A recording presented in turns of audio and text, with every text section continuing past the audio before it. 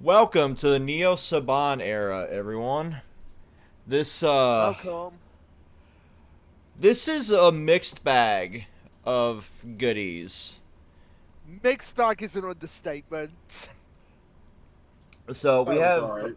we have Samurai and Super Samurai to start it off, which was entertaining to its own degree, but very different from what we've done in the past here.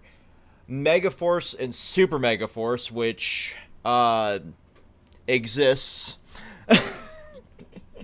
I'm sorry. What is that, Fex? What was that? I thought they were a fever dream, especially that episode involving the robot assistant getting lost, which could have been resolved in 2 minutes. Hey. I mean, a ranger never lets go of its weapon, and we also have the need for a actual living MacGuffin for whatever reason. Uh, like Gosei is the world's most useless mentor, but then we have a really great double season in Dino Charge and Super Dino Charge. Yeah. That was one of the most fun seasons we've had the pleasure of covering. And then Oh, absolutely. what we're actually recording right after recording this intro is Ninja Steel and Super Ninja Steel, which I've heard so many like mixed opinions on, but this was also a really fun season. There's some There are there are some aspects, and we'll get into it when we get into the video, but overall, I don't think it's as bad as people make it out. Like, people often put like Super Ninja Steel as like the worst of the worst, and I'm like, Super Mega Force. like there's a lot of like totally spies esque content in here. I guess I would like this to get some ad revenue. But we have that to kind of go over with like fart jokes, and you got to stop and remember that the core audience for this show is children. So it is what it is. We are grown adults reviewing a children's show here.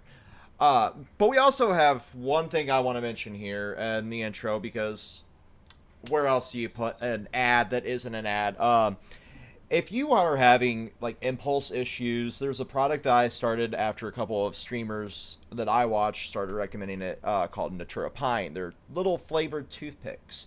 So if you're somebody that's trying to quit smoking again, or you hit your Benjamin too much while you're recording a video and end up greening out halfway into a season, that's totally never happened before, guys, right? uh Remember, the like was it Wild Force where I completely just dropped off the face of the earth midway through us watching the Yeah, episodes? I'm like, yeah, I can't keep watching. But yeah, like they're little tiny packs of toothpicks. You can get them trial size. They just launched a sour strawberry flavor. I'll leave a link in the description of this video. You can use any of your favorite creators' codes. We do not have one here. This is not sponsored. This is just a product I believe in, and they've been more than stellar. After I started having like a reaction to it after changing the meds, and now they're even going around and reworking their cinnamon formula to not interact with those of us who have ADHD meds. So that's why I kind of want to give them a nice shout out. Link in the description. And on into Samurai, which will start this off. Samurai. We're here. We're here. We made it to yeah. Woo! the Nickelodeon era of Power Rangers. Holy shit. We made it to what you used to call the Forbidden Zone. We don't talk about Neo Saban in this Lord House of Fex. I remember that video you did back in the day, Oh god. I don't and mind now, most of it, and now we have to acknowledge it. except Yeah. Mega Force. Don't worry. I have alcohol for that one. That's my coping mechanism. Yeah, and I have medicine for Master Sandra likes to call it. Somebody get me my medicine. I can't say sake because this is a children's channel. Yeah, that's something I've never got And like. wait, but that's I even I feel like that's kind of worse because it's just like, yeah, let me abuse, medicine on a children's show. Yeah, Yeah. I mean it's like the white censorship for blood now. What looks worse, Uh, the blood or the cum? the the the cup. It looks Oh my like god, like I'm thinking of the okay. Zorro edit. Yeah, I was about to bring that up. Like anybody who wants to know how bad the Chinese censorship is, go and look at the Nothing Happens scene from One Piece, and you'll understand why. You'll understand why. Um, but yeah, it's exactly the same thing that you remember the infamous. I run a hot sauce company. Let's drink hot sauce. Your cat seems to like it. From Yu-Gi-Oh! GX. Right? And Oh. ironically, I think that is even worse for people than alcohol. No, Just drinking hot sauce. yeah. I mean, taking in that much capsaicin is probably worse than taking in that much alcohol, but it is what it is. Like, we're Yeah, not going to change the censor's idea of what's appropriate and what's not, especially, 15 years removed from the fact? yeah. Yeah. Just like we're not going to change the fact that um, Samurai, for the most part, is a no. And I think Tyler can vouch for this. Is a note for note recreation of Shinkenja. Yeah. So something very special about this season is that I actually watched the Sentai before we watched the Power Rangers season. I also watched like 11 episodes of Go Busters, but then I fell off because my house got flooded. Understandable. Sorry to hear Uh, but yeah, if you want to watch this season, watch it for the sake of comparison to Shinkenger. I Like, think that's. It Oh, is go ahead. night and day.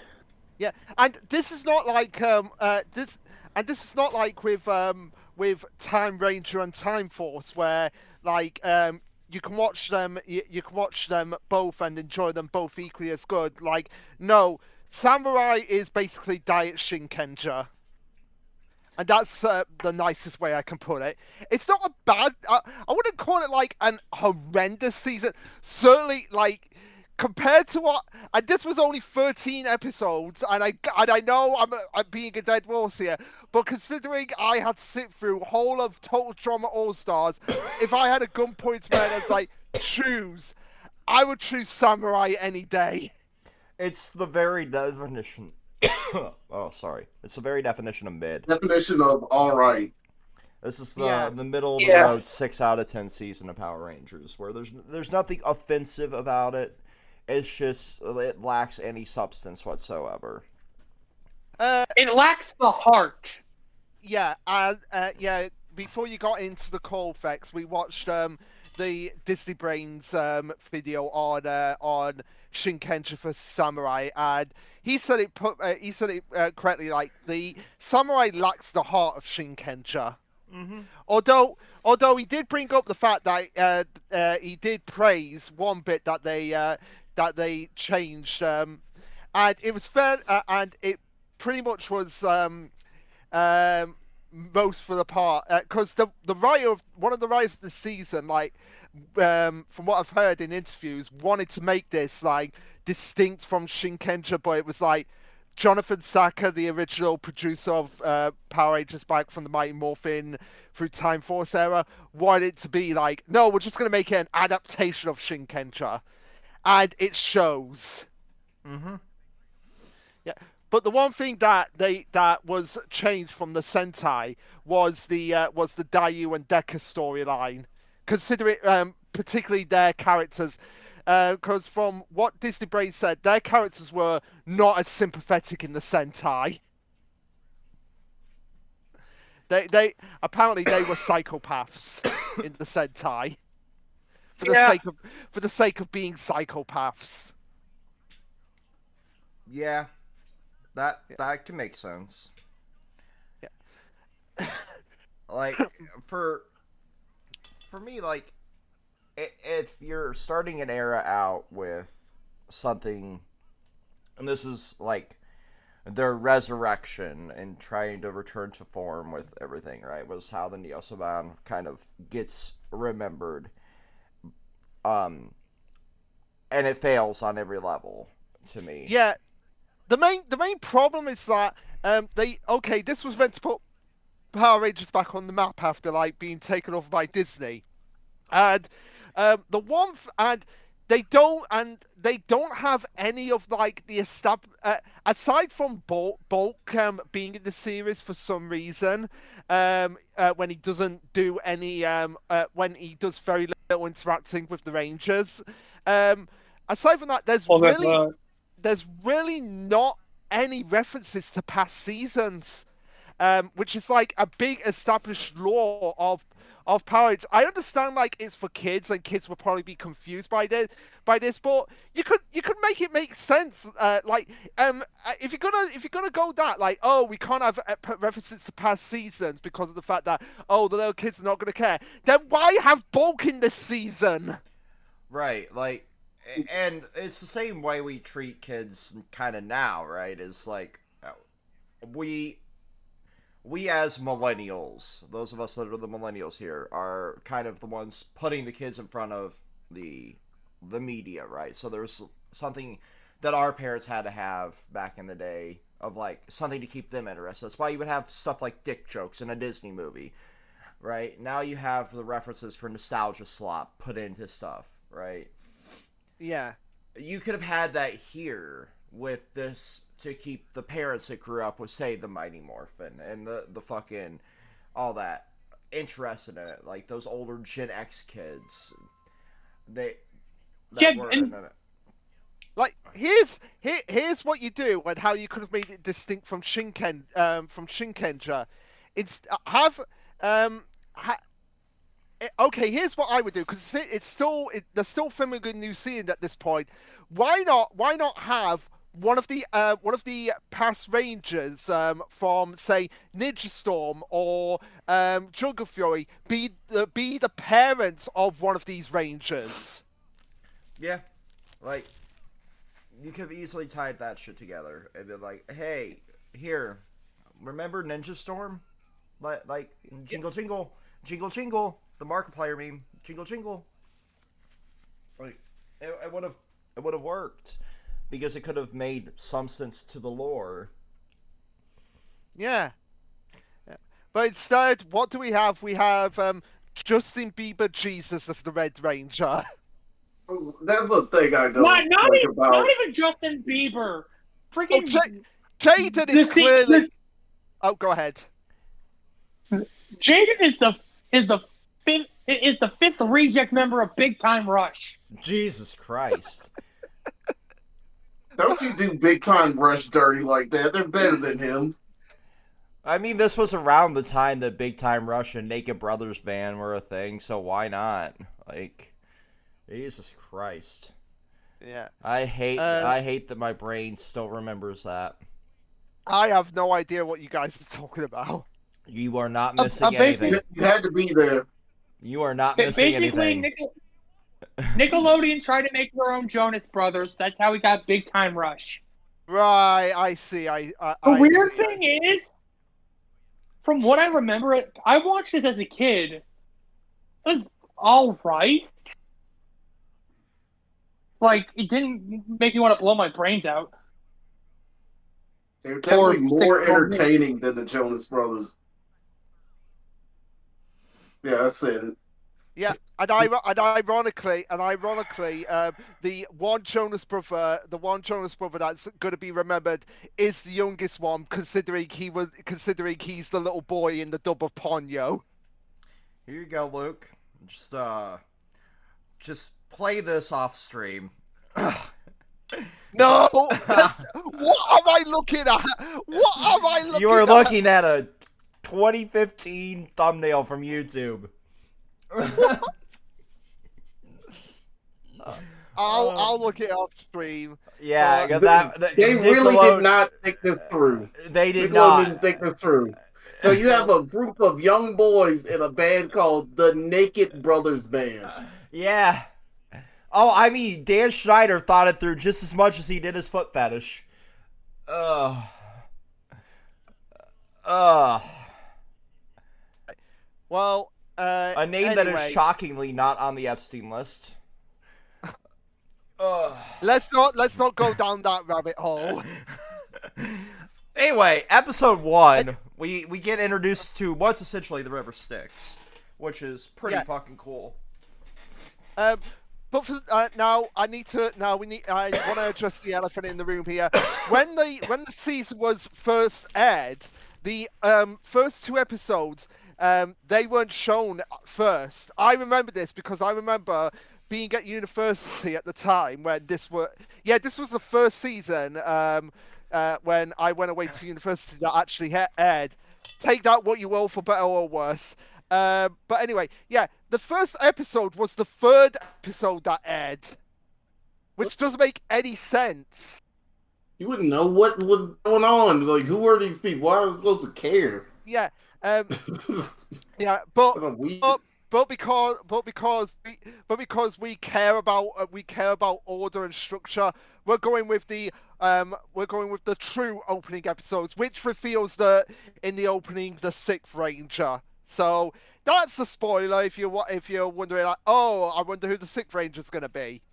But anyway, one thing I want to get off the bat here, it was the first note I put. I hate, and they do this in Megaforce, I hate the fact that the Rangers say their names in the intro, even though their names are on screen.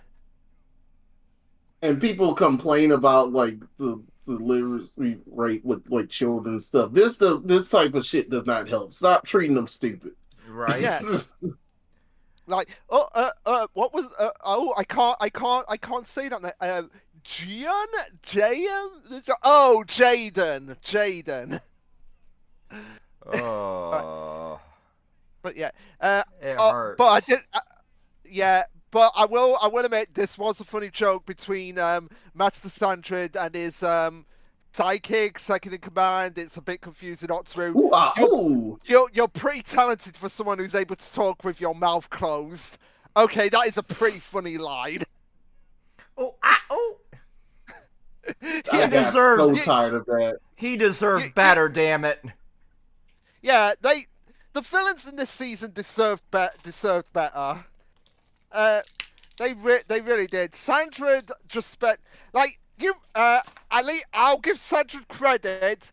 He was at least more shown more than the Master from Mystic Force. Fuck the Master! Fuck the Master! Fuck the Master!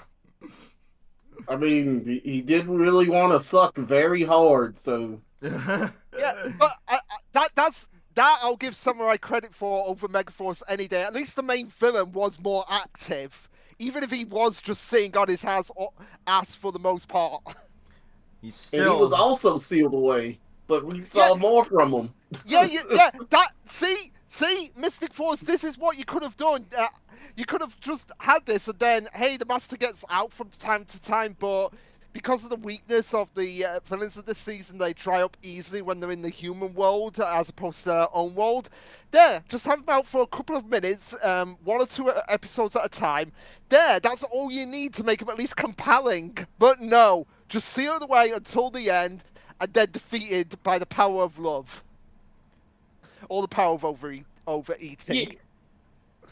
Yeah, the main villains of season, the Nihilocks, are basically like scrub daddy sponges.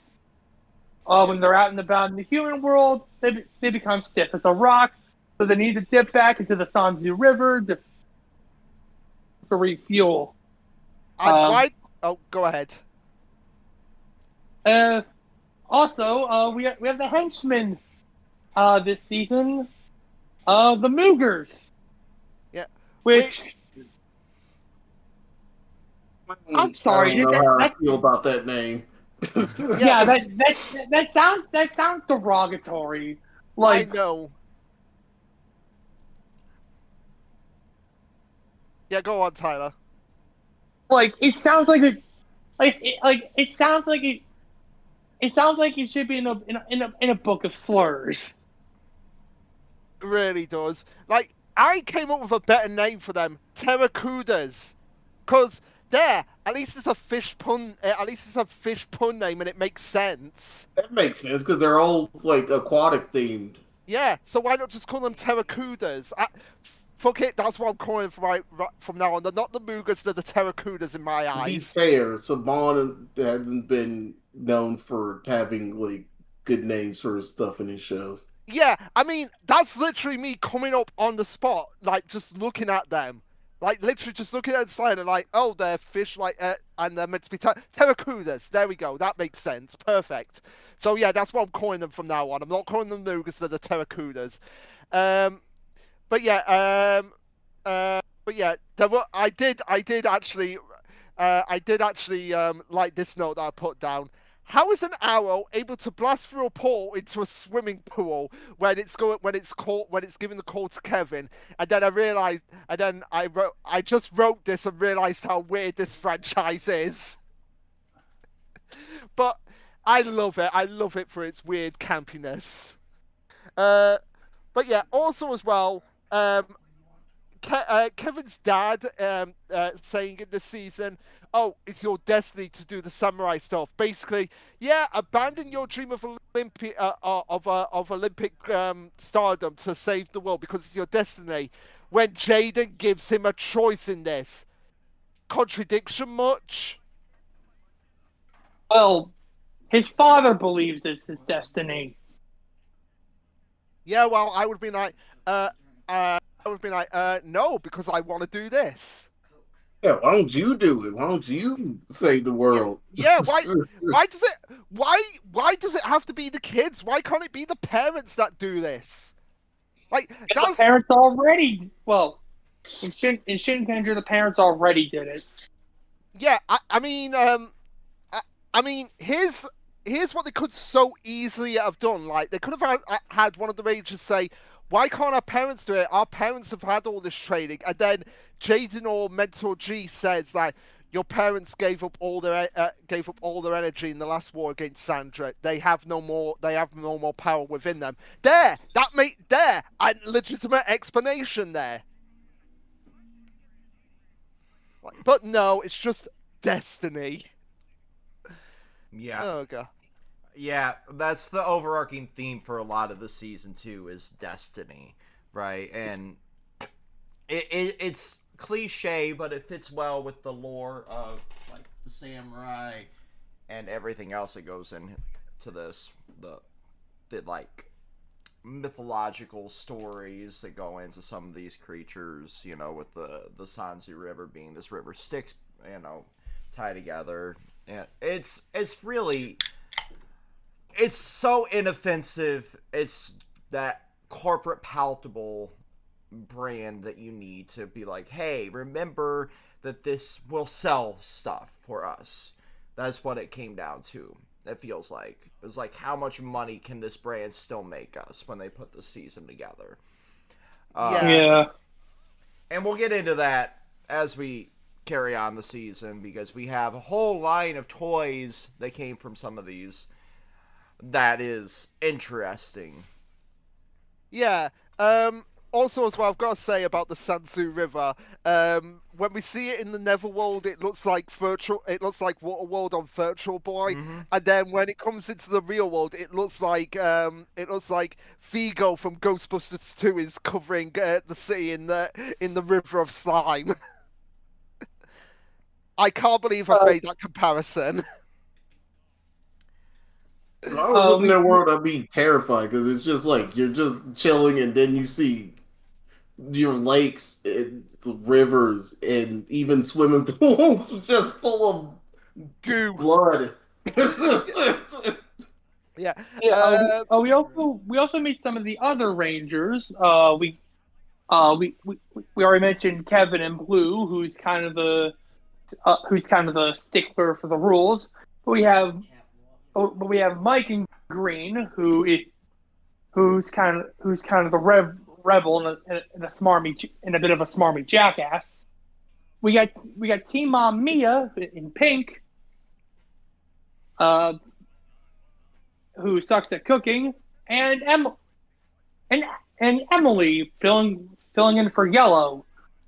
She, she she's shy, meek, insecure, and apparently filling in for her sister.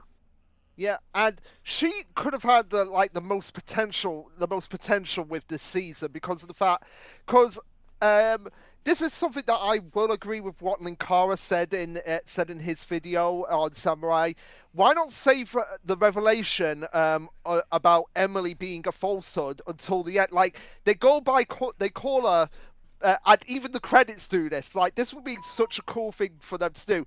The credits list her as Serena for until I'd say around the finale of season one of Samurai, and then we get the revelation of her like, oh no, I'm actually her sister Emily, and I've been filling in for her, and that could have led into a storyline in season two between the team, like the rest of the team not trusting her except for Jaden, which parallels what happens to him later on at the end of season two. And then Emily, I see this could have made like the whole situation with Jaden. I know I'm skipping ahead a bit to the end of the season, but this could have made the idea of Jaden leaving at the end of the season so much more powerful if Emily was the one who's like, look, I'm going to stick by you, Jaden, because you stuck by me when I was the one telling a lie, and not being who I said I was.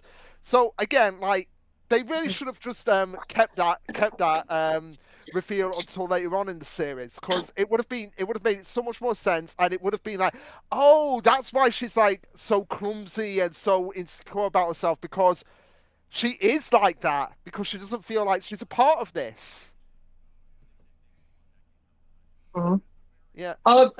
It's funny too because like in Shinkenger, their Sentai counterparts Takeru and Kotaha, the counterparts to Jaden and Emily, arguably like have the most meaningful connection out of like any of like the out of like any of the Rangers aside from maybe Takeru and Genta,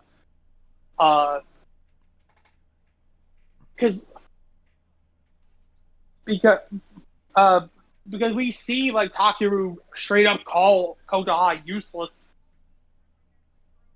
and then later on actually coming to tears when her life's in danger. So Yeah. that could also parallel the Sentai. Yeah, why didn't they adapt that? I have no idea. The other notes I had for the opening two part are I will say with this season, one thing that they do differently from the previous seasons is that they don't have like a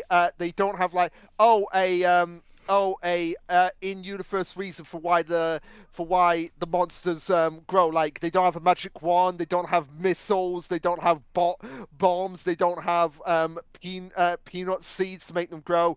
No, it's just built into them. So It's just part of their biology. just part of their biology. Yeah. So I will give Samurai praise for that they did something different with the monsters this season.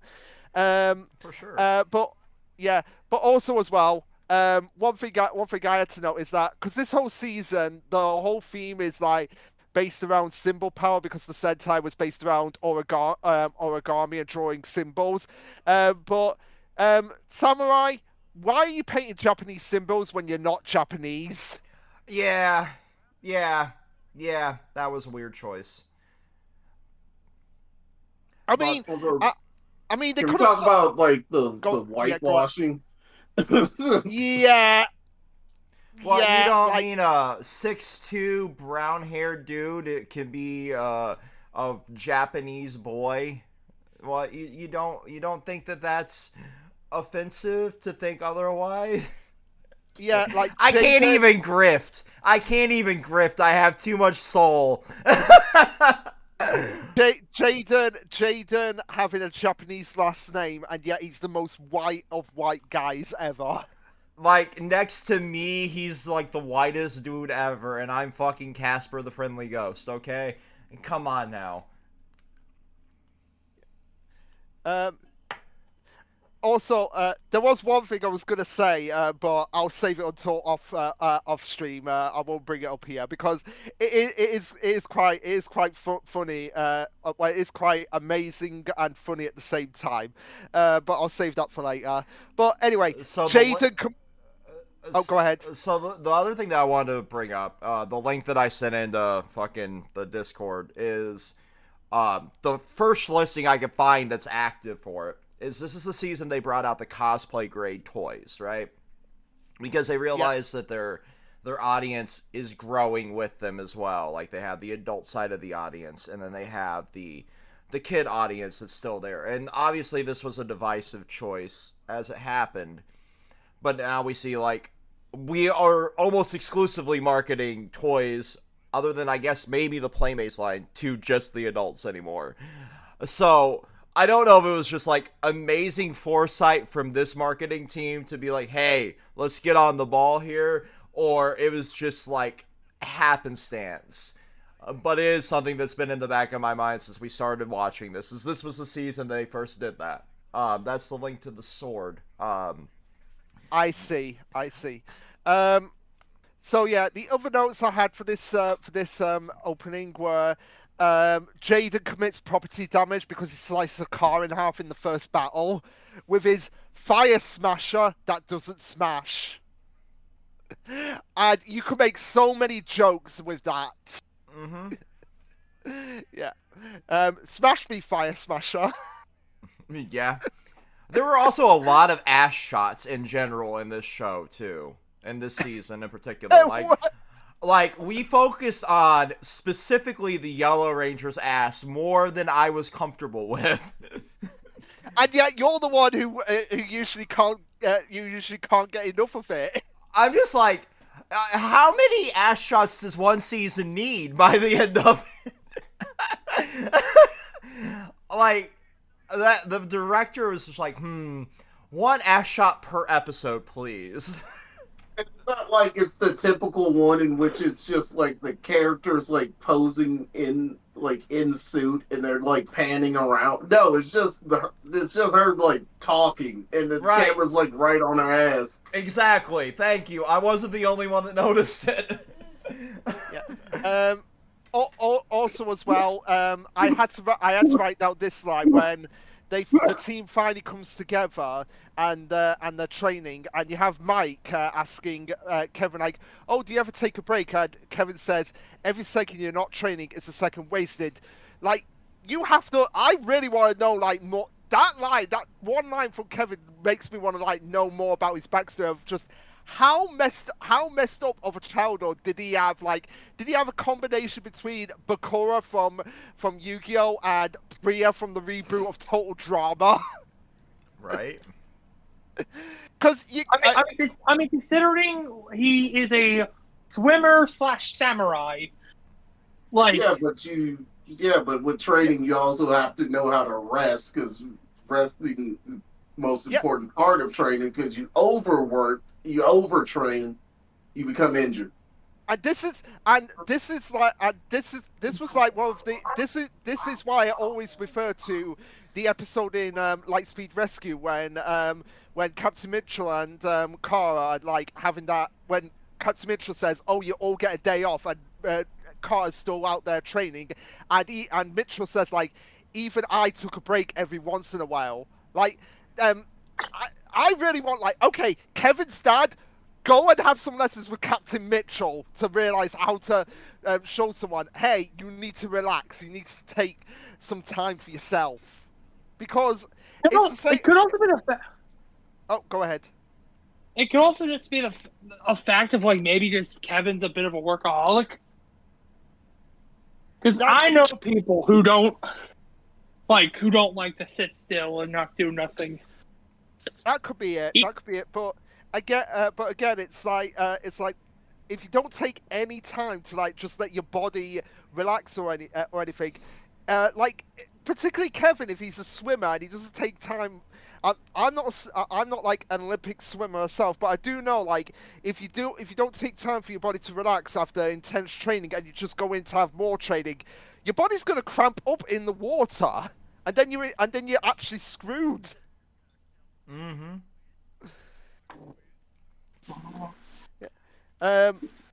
Yeah. So the last notes I had on this episode was, I've got to admit, the Megazord is pretty cool. Like the samurai Megazord looking like a Shogun. I love that, honestly. It fits so well.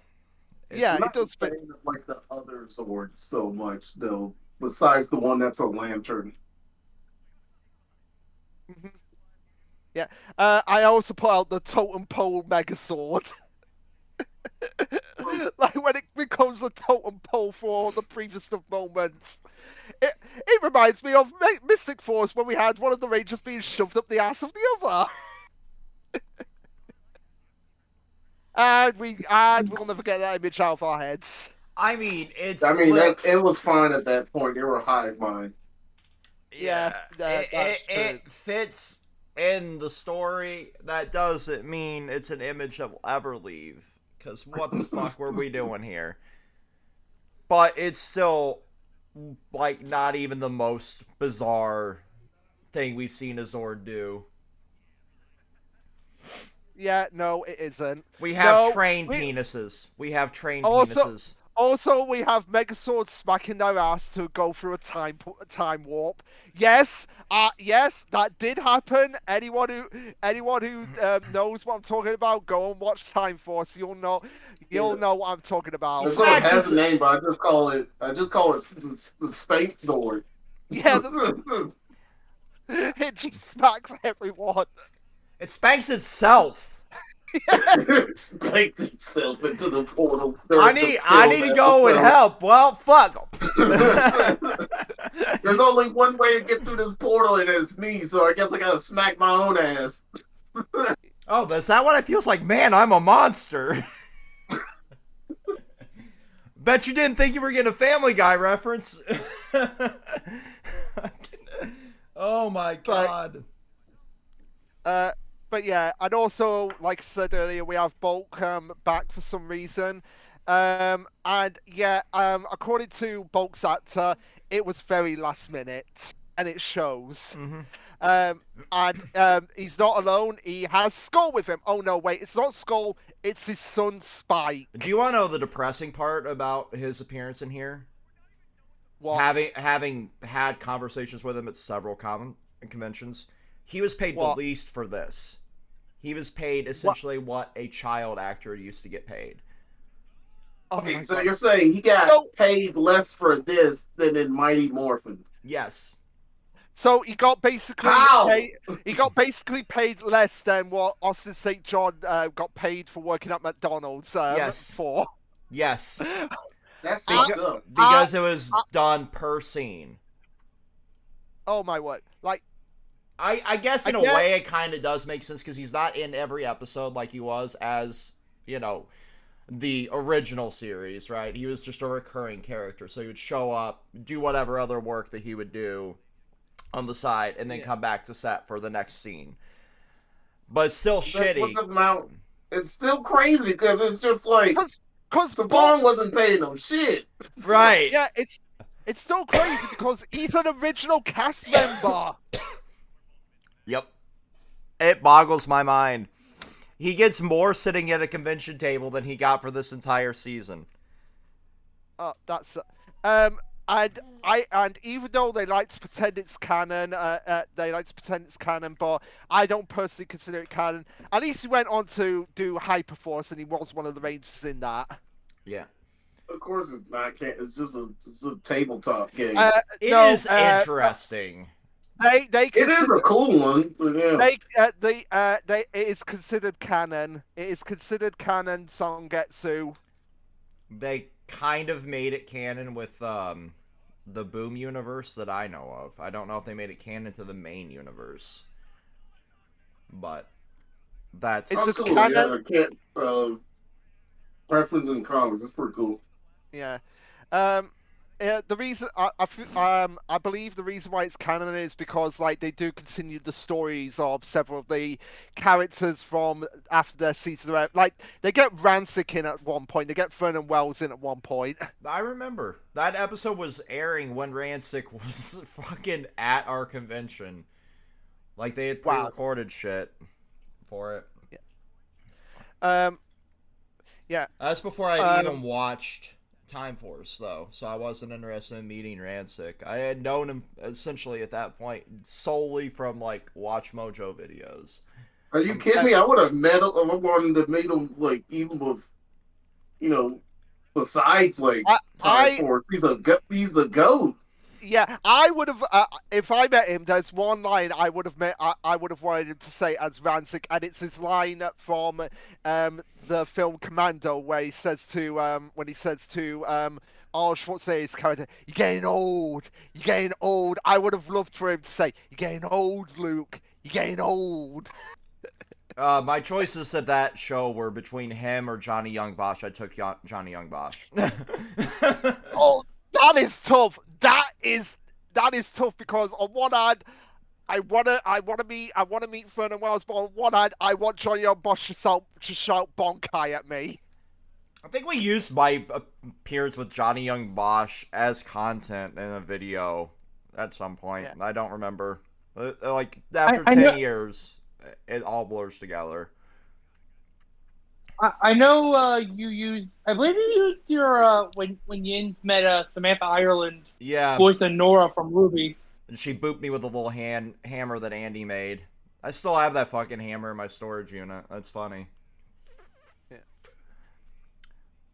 I've held on to too much shit through the 10 years. That's what I'm learning doing this. And once again, my Jeremy Dooley crown stays on my head.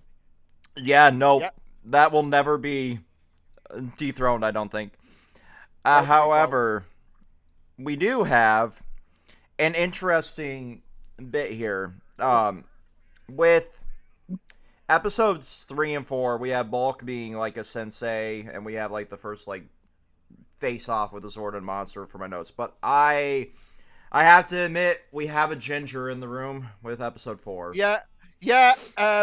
But before we get to episode 4, I do have the notes for episode 4. Before we get to episode 4, with episode 3, my first thought was it was pretty cool at the beginning of the episode, because we saw the Rangers on Morph, and it is fairly obvious as we go through the season as well, because we do see this a fair few times, that they can do some pretty impressive moves on Morphed, and there really should have been more on more fight scenes in this season. Like we see them doing backflips at the beginning when they're doing the training, which is like, oh my god, why are we not seeing more of this? Mm-hmm. And also this was like Mike's first focus episode, feeling because of like him being so rebellious, and probably someone who thought back to his parents about the samurai lifestyle. He probably didn't train as much, so he feels more inadequate as a ranger compared to the others, which I believe is similar in the Sentai when this episode is based on. Kind of similar. We have like kind of the cliff notes of like Green is like struggling and feels kind of inadequate. He accidentally gets his friends in danger, gets them hospitalized. So like he has a stint where he tries to go out on his own and do his own thing, only to rejoin the group by the end of the episode. Yeah. Also, but the only difference here is that we don't get the appearance of the Tekken 6 cabinet. Like, that's a thing in Shinkenger that actually happens. Like, when we first meet Mike's counterpart, he's like playing. He's just playing around at Tekken 6. Yeah, because apparently that was considered shocking to Jonathan Saka. What, the Rangers having a life outside of the samurai? No, we can't have that. But anyway, my other notes here for episode 3 were: why is it okay? this is something like I understand. I don't mind them having a secret identity, but again, why is it okay for the samurai? Why is it okay for the samurai rangers to be around family and friends when several previous teams have been around friends and family before? Like, I don't get that. Like, even Jungle Fury, the one with the one with the martial arts school, even they were allowed to be around friends and family. Right? Like, this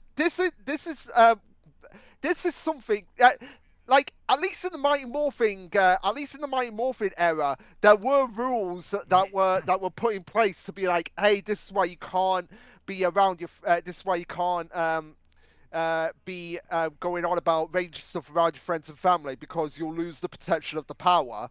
But even then, even in the Mighty Morphin day, they still allowed them to have a life outside of being rangers. Yeah, that's the thing that bothers me with a lot of these seasons, right? Like, we see this duality of being able to tell, you know, your loved ones, your friends, like, hey, this is where I'm at least. At the very least, you're able to at least be around your friends and kind of disappear. And then you have the rules of, like, Mighty Morphin with, like, no one can ever know that you're a Power Ranger. Yeah, blah blah blah blah, or turning your powers in at the end of the season, like Wild Force, where like it doesn't even make sense in the universe that you're in, right? Yeah, Like it's so strange. Like here, like you're in a secluded fucking school and the middle of seemingly nowhere, but at the same time you're close enough to the city to where you can appear for all this bullshit.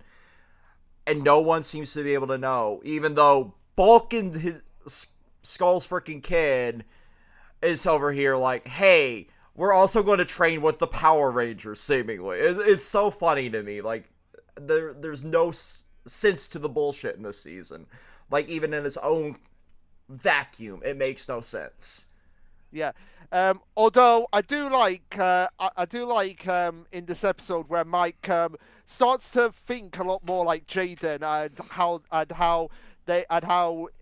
he takes some of Jaden's lessons on how to defeat the monster in this, showcasing that even though, despite his laid-back attitude, he does know what's important. So I've got to give him props for that, even though the actor who plays Mike is a total... What's the nicest word to say? Asshole? Yeah. Yeah. Yeah, so it's no longer the Curse of the Red Rangers, it's now the Curse of the Green Rangers. And also, there's a scene in this episode where a guy is driving and he's probably dead because Mike is running away from a monster while this car is driving. So that guy's probably dead. Anyway, now we have to move on to the episode with the Ginger effects. And my first note, well, one of my first notes, despite how sympathetic the Ginger Kid is, Fex won't feel sorry one bit. You're damn right. Kill all gingers. I say as a ginger. Yes, disclaimer, Fex is a ginger. Fex is allowed to say this. Gingers have no souls, therefore they deserve to be burned at the stake. And then we have the YouTube video of the kid saying, South Park gingers do have souls. See, I'm testing the filter for YouTube here with this video, specifically because there was a video I recorded with another group about a week ago that YouTube has said is too violent or too extreme to put up, no matter how much I've edited certain phrases, because it talks about real life topics. Wow. And that's all I'm going to say, so this video doesn't get taken down too. I'll say the rest off stream. But yeah, if you want to know more, it's in the Power of Friendship in our chat. What had happened, in our Discord. But yeah. Okay. I'll have to look at that in a bit. So yeah. Now with this episode, it's mostly a Kevin-focused episode where he's having conflicts about his old life and showcasing. I will say this about Kevin: he is one. Compared to all the other Rangers, he is the one I would feel develops the most throughout the season. After binging both seasons of Samurai, you do slowly start to see him like loosen up a bit compared to like earlier on in the series where he's like, I've got to train all the time, no time for anything else. But you do see as we get to later points in the series that he does know like, hey, I can relax for a bit, I can let my guard down, I don't have to be constantly training all the time. So I would say Kevin is the most developed out of all these Rangers. Yeah, I would on agree a with surface level. I would agree with that. And the season is very surface level in general, unfortunately. So, like, you have that side of things. And you kind of see Jaden go down the opposite path as he prepares for his battle with Decker as we get to that. And near the end where the other Red Ranger gets into play with Lauren, who is arguably the more popular of the two Red Rangers, despite how little screen time Lauren has as the main Red Ranger in the season. When She deserved better. I agree. Power Rangers Prime does a wonderful job with that, and so does like the Boom comics in general with her. She has a chance to shine as a Red Ranger. Yeah, but I was just going to bring it up now. Now that you brought it up, like, what I was saying about like how it might have worked in the context of the series, the team being like, no, we want Jaden around, is if it was more like the Sentai version, because apparently in the Sentai version, the one who becomes the Red Ranger after the Red Shinkenger was an asshole. Mm-hmm. Yeah. From what I understand from watching the Disney Brains video. So more of like she really didn't have a chance to interact with anybody, so she couldn't work with a team too well in general, let alone them. Yeah. Yeah, and apparently the symbol powers in the series can now manifest dreams somehow. With this episode. They can manifest horses. Yeah, they can manifest magical horses. How? Why? Who cares? Why couldn't it just like make sense? Like, oh yeah, we have a stable. This is where we keep our horses. Yeah, why? Why do you have to? Oh, it's just gonna be symbol That's powers. what the other one did. Didn't magically make horses. Yeah. Now, episode 5 is where I put down. Because it's basically the episode where they're like, "Oh, we're gonna take a day off," and even when taking a day off, Jaden is there still training, and G doesn't even have a Captain Mitchell moment to say to Jaden like, "Hey, you need to take some R&R." Like, even the most experienced of us need to turn our brains off every once in a while. But no, Jaden's there focusing on a new symbol power, while the others are out at a fairground. Yeah. See, for me, on episode 5, like I was more interested in like the fact that we have like all of the disc power getting revealed, right? Like this symbol power and disc as a power system definitely is like the more interesting that we are going to see, I think, out of what I know of the Neo Saban era, right? Because like it was the perfect opportunity, and I hate using like merchandising as the basis for a season's existence, but like that was a genius way to get kids to buy the toys for this. Yeah, but that's going to be a problem next season when they're just shoving it out like they're at a buffet. No, like, and I'm going to get to that with Megaforce, because that's a season I have a lot of issues with, like, how they did everything. God. Yeah.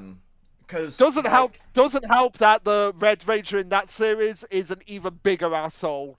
And I remember when we were trying to get an interview with, when we were trying to get in contact with him to have an interview before it was revealed like what kind of person he actually is. So do you shitty want to Red Ranger. guess? Do you want to guess what his going rate for press is now? By the way, because like I've talked to other creators that have talked with him. He charges for his appearance, which fine. Like you're an actor, I get that. I get that your time is money. But after he did that fucking reality show, he was charging $2,000 an hour for that. What? Yeah. Yep. $2,000 an hour for the worst Red Ranger to appear on a podcast. No, I have pockets. They're better suited for other things other than interviewing him. That was an insane factoid that I learned. Yeah. Now it just makes me want. It just makes me want to go on a podcast and just say, hey, I don't mind not getting paid to be on this podcast. Andrew Gray. That But yeah. That should be the title for Megaforce. Shitty season with a shitty Red Ranger played by a shitty actor. I'd rather not get a libel lawsuit because he seems like the type of person to do that. Probably. But it is anyway. interesting how people value their time and their energy at a different rate than is reasonable for anybody else. Yeah. Well, anyway, episode 6, we have the return of the of the budget being wasted on food and fake I food. never liked this thing done in any show. Like I don't know. I just hate food getting wasted. Yep. Yeah, we've got a small budget to work with. What are we gonna do? Let's waste it on food being wasted. I think it buy all comes. those cheesecakes. I think that it comes down to like how you're raised and what kind of social status you had growing up. That like the amount that this type of thing bugs you. Like I'm gonna say it right now. With this episode, Seth from One Piece is frothing at the mouth right now, and he doesn't know why. is it bad that I didn't even take notes on the food being wasted? I'm so used to it in Power Rangers at this point. Like I started with like keeping track of that, and I've just given up at this point. No, it's not bad, but I'm gonna keep it up. Because my God. But like, But I feel like at this point, especially like this was airing, like slightly out of that '08 depression era, like not far removed from that, to where people were scrounging, you know, and it just seemed kind of tone deaf to like people were still recovering from that to have a scene like this to me. But it's also Power Rangers. They're using other footage and other stuff as inspiration, so it kind of just went in one ear and out the other to me. And the only note that I took is how Bulk, after all of these years, is still in awe every time he sees a Zord fight. And that I love that for him. That he's still amazed every time he sees that. yeah, I would agree. The only other notes that I talk about this episode is Emily, the Yellow Ranger, once again feeling insecure about her position on the team, and because the whole idea about the monster in this episode is that it sends insults to the Rangers, like Mike had training wheels until he was 10. Kevin is boring. Mia is a terrible cook. Jaden has a secret and is a liar, which in the end doesn't really matter. But when the insults are used on Emily, like it doesn't work on her because she's always said it about herself, like, "Hey, I am insecure. I am weak. I am useless." Which maybe I'm looking too deep into this because, but it's probably maybe might explain that she might have low self-esteem and suffer from depression because of the fact that she's basically being used as a substitute here, and wondering if she is even living up to the legacy of her sister, who was supposed to do this originally. Oh, absolutely. Like, this is the way I see it. Same thing in Sentai too. Like, this is like textbook depression shit. Yeah. Yeah, which again could have been like a really strong plot point throughout the season, and again what really would have helped to make her character come full circle is if her sister did appear later on in the series, and we have basically like a moment where it's similar to what happens with Jada, where she thinks her sister's coming back, like, oh, she's better now she can take over. And her sister says, like, no, you've already proven yourself. You don't don't try to be me. You are you, and you've done great as a ranger. You've come into your own. So that is something that we really, really needed for Emily as a character in this series, because other than this time, like it really doesn't affect her in a way that it really should. Oh yeah. I feel like we do dive into deeper topics with the Nick Neo Saban era too as we go on. Like we've had moments of like deep topics, like the dad going away and Turbo, and that's why Justin stays behind. You know. the NASA contract bit, right? Yeah. We see moments of like loss with parents. We see the pangs of sacrifice for several mentors. We see all these like heavy topics, like Zordon especially for our generation, like his sacrifice to purify all of the evil in the galaxy, right? That was the perfect send-off. But, like, seeing things like depression being taught and normalized in Power Rangers just goes to show that, like, the series was always able to talk about these woke topics, as we've said before. Like, Season 1 having a hard-of-hearing character and all this other stuff. In the first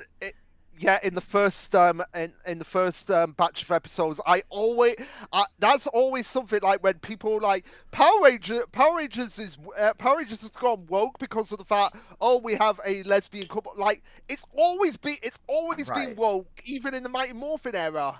And like even to like the generation of people that's bitching now's era in the Neo Saban, like you had depression talked about and hinted at throughout the season. It's just something that's been in the back of my head for a lot of these. As we get into this next batch, though, like, can we stop with fishing episodes, please? Yeah, but it makes sense in this context because it's Kevin. It's Kevin fishing for a swordfish sword, which I am pissed off. I am pissed off about because when I was watching Wild Force when I was younger, when Wild Force was airing over here, when I was about 12, 13, I came up for the concept of a green Wild Force Ranger that had a crocodile, a cheetah, and a sword and a swordfish. And I am so pissed off that Samurai stole my idea. I mean, I don't think they stole your idea. I mean, I came up with Shark Sword, and it became a thing when I was a kid. I know, something similar happened when I was younger as well, and I was writing scripts that were pretty shitty, I have to admit. But hey, I was starting out, I was young. Mm-hmm. And one of them was a copy of Doctor Who, where instead of a sonic screwdriver, there was a laser screwdriver, and then Doctor Who does a laser screwdriver. I'm like, I've got that written down, and they stole it again. They stole another idea from me. Oh my god! That's right. They're constantly taking ideas exclusively from Luke's mind. Yeah, right? They are. They're watching me. The big brothers. I mean, they are watching you. They're just not for those reasons. Exactly. I know, and I know. Go ahead, Tyler. I was about to say, I don't have to worry about my Zord ideas being stolen. Rest in peace, Super Sentai. Yeah. It'll come back. We'll see it in like 10 years. We'll Yeah, all it'll be come back. old in the They'll come back. retirement home. Like Probably. Yu-Gi-Oh will Bold come of you to back. assume any of us will be able to afford a retirement home. Yeah, Yu-Gi-Oh will come back. Super Sentai will come back, and What do you and- mean? We have Rush Duel, Luke. No, I'm talking about like animes. I'm talking about like the anime. Yeah, like Sevens is airing and the Go No. Rush. No, It did they end. finish. They finish. Oh, they really? finish now. Yeah. Is Yeah. it just getting dubbed, or did the dub just appear on Hulu? The dub probably just appeared on Hulu, but no, it's Yeah, finished. because they've been dubbed it. Like, I don't know what was taking them so long for to release it. But anyway, you say, oh, you can't. Oh, we won't afford retirement homes. Well, I'm all right because we own the house now. Well, that's fair. Yeah. Yeah. So anyway, one of my other notes for this episode was, you want to talk about food being wasted? How about the most awful combination that sounds like something would be in a total drama challenge? Peanut butter and jam omelet. Yeah, I actually retched a couple times on this episode. I'm not even gonna lie. Yeah, I'm like, when I saw that, I'm like, Chris McLean is probably taking notes right now. Yeah, dead ass. To be honest, I mean, I'm about as picky as a raccoon. I'll eat anything. Oh, But, like, that doesn't sound awful. I wouldn't go out of my way to eat it.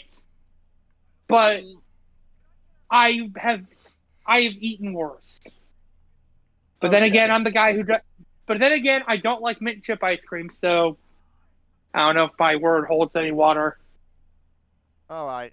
Just about any flavor of ice cream. But I do like mint. I do like mint with chocolate a lot. Not so much chocolate ice cream because it's kind of meh. Yeah. Also, the other notes that I had on this on this episode were the power of bad breath causes the morphing now, and Kevin using a fishing rod to catch the sword. I would make fun of this, but then again, I've seen Hunter x Hunter when Gon uses a rod, and Lana in Pokemon caught Kyogre with a fishing rod. So I have no right to judge. This won't be the Kevin. last time you see a ranger with a fishing pole.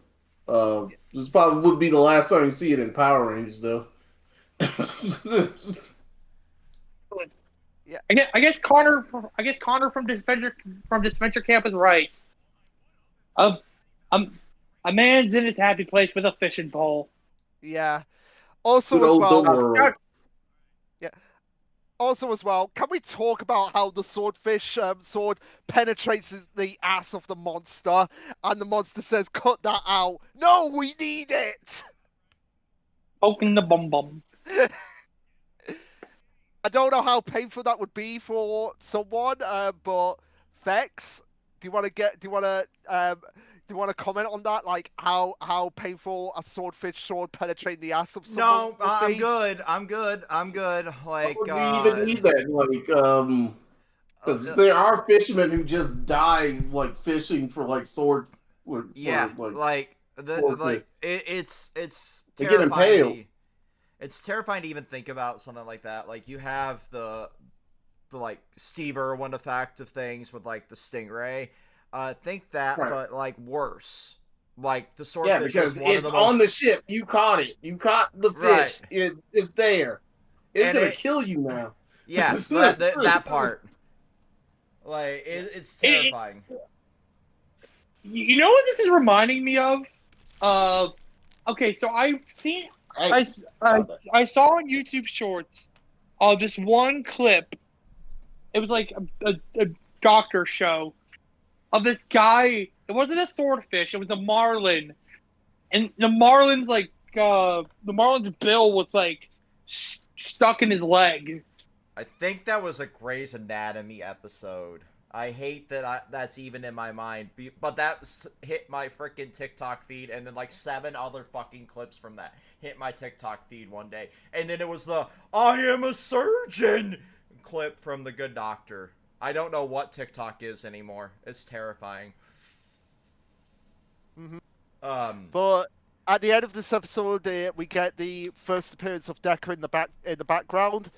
But I'm sure there's not going to be much to say about him coming up. no, not at all. He's just a one-off character. Yeah, and and also in the next episode, there goes the brides. Can we just talk about how there's so many weddings lately in the city, and random hijacks of weddings, and none of the guests question it? Well, look, it's a city. Like, there's a lot of people there, so chances are there's going to be a lot of weddings in the day. Yeah, well, that's not the issue. It's the fact that people are disappearing and nobody's saying anything. Seemingly, that is an issue. Because Yeah. you cannot have this many white women in one area without enough gossip going through there to fuel an entire Facebook forum. Yeah.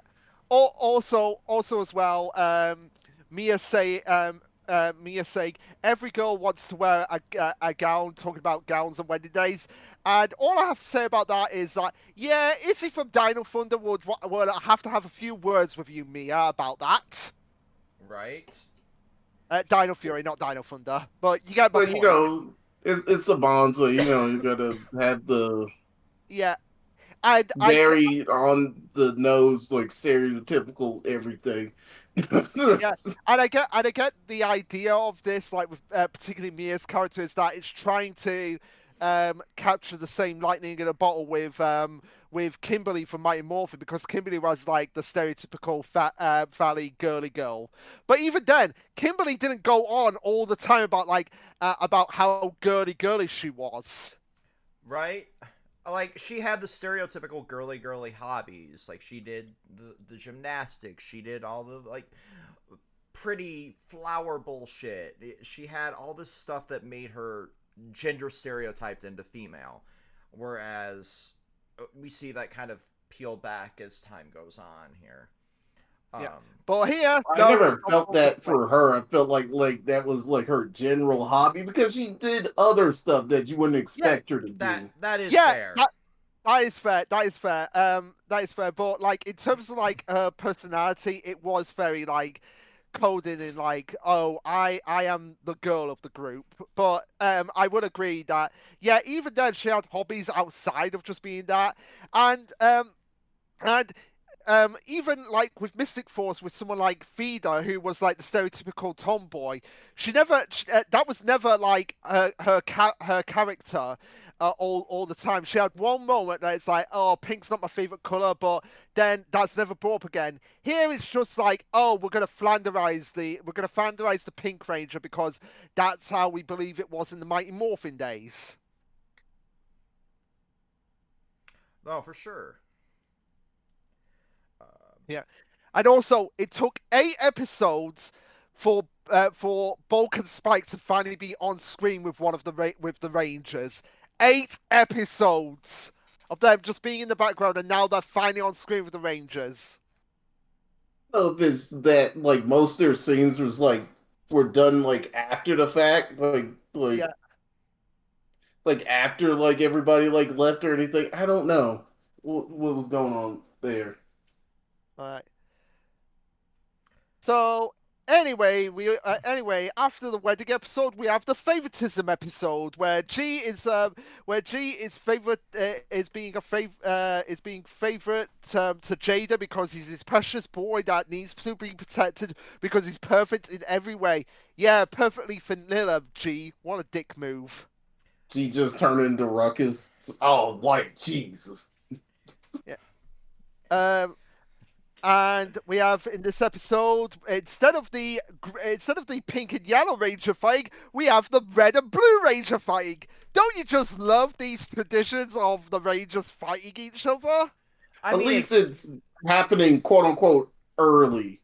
Yeah. It also kind of makes sense to have inner conflict, especially like nearing the end of what would be the traditional season. Because you're having the power struggle of like, oh, one gets the battleizer normally by this far into what would be a regular season. Obviously, this is one season split into two cores, as we call it now for anime. but you get what I mean. Like, this would be around the time the Battleizer would drop. Yeah, funny enough, like this, I can't remember, but I'm surprised that Megaforce, for all the things of like them shoving down kids' throats, I'm surprised they didn't bring in a Battleizer. Well, I They mean, wouldn't. how would they fit that in with these 7,000 fucking keys? Oh, yeah, that's fair. That's fair. Also, Super Mega Force. Well, Also, Yeah. doesn't Yeah, the they Silver wouldn't. Ranger get like essentially a Battleizer armor for all of the 6 yeah, he gets the Rangers? super. Yeah, he gets the Yeah. super form. Yeah. Yeah, he gets it, but it's so ugly that you can't really call it a What? The Battleizer. Wall of Faces before Game of Thrones did it? That was ugly? What? It is facts. It is facts. You can't tell It's those ugly, but I kind 75. of like it. You can't tell the 75 layers of sarcasm on my voice right now. Mostly because of the finisher in which he like throws the trident. In, I love like, the finisher. I can't lie. I love the finisher, but it's still ugly as fucking sin. But no, like this episode also is just fetish content. It's the fetish content episode. Yeah, especially in regards to the White Tiger sword. Another one. Like this franchise really loves White Tigers. Well, they can't say white power outright, so they give them the white tiger. Yeah. You can make a drinking game by how many white tigers appear You in this can- episode, you can appear in this make- franchise. You can make a drinking game out of the thinly veiled racism in the series too. Oh yeah, you really could. But also this episode we get to see Decker in his human form because we've already seen him in his monster form. And yes, we have to address the elephant in the room. Yes, he's played by Cole from Wild Force. He's played by Rick Medino. Yeah. And he's playing a guy who uses a sword. No, let's just like put that on the back burner for what he did.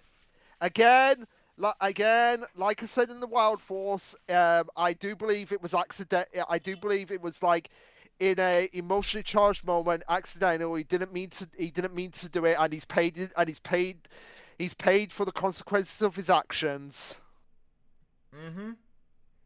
So that's all we've got to say on the topic. But yeah, it's strange that that because I believe he's the first and only time that a actor who was previously a main ranger come back as like a villain.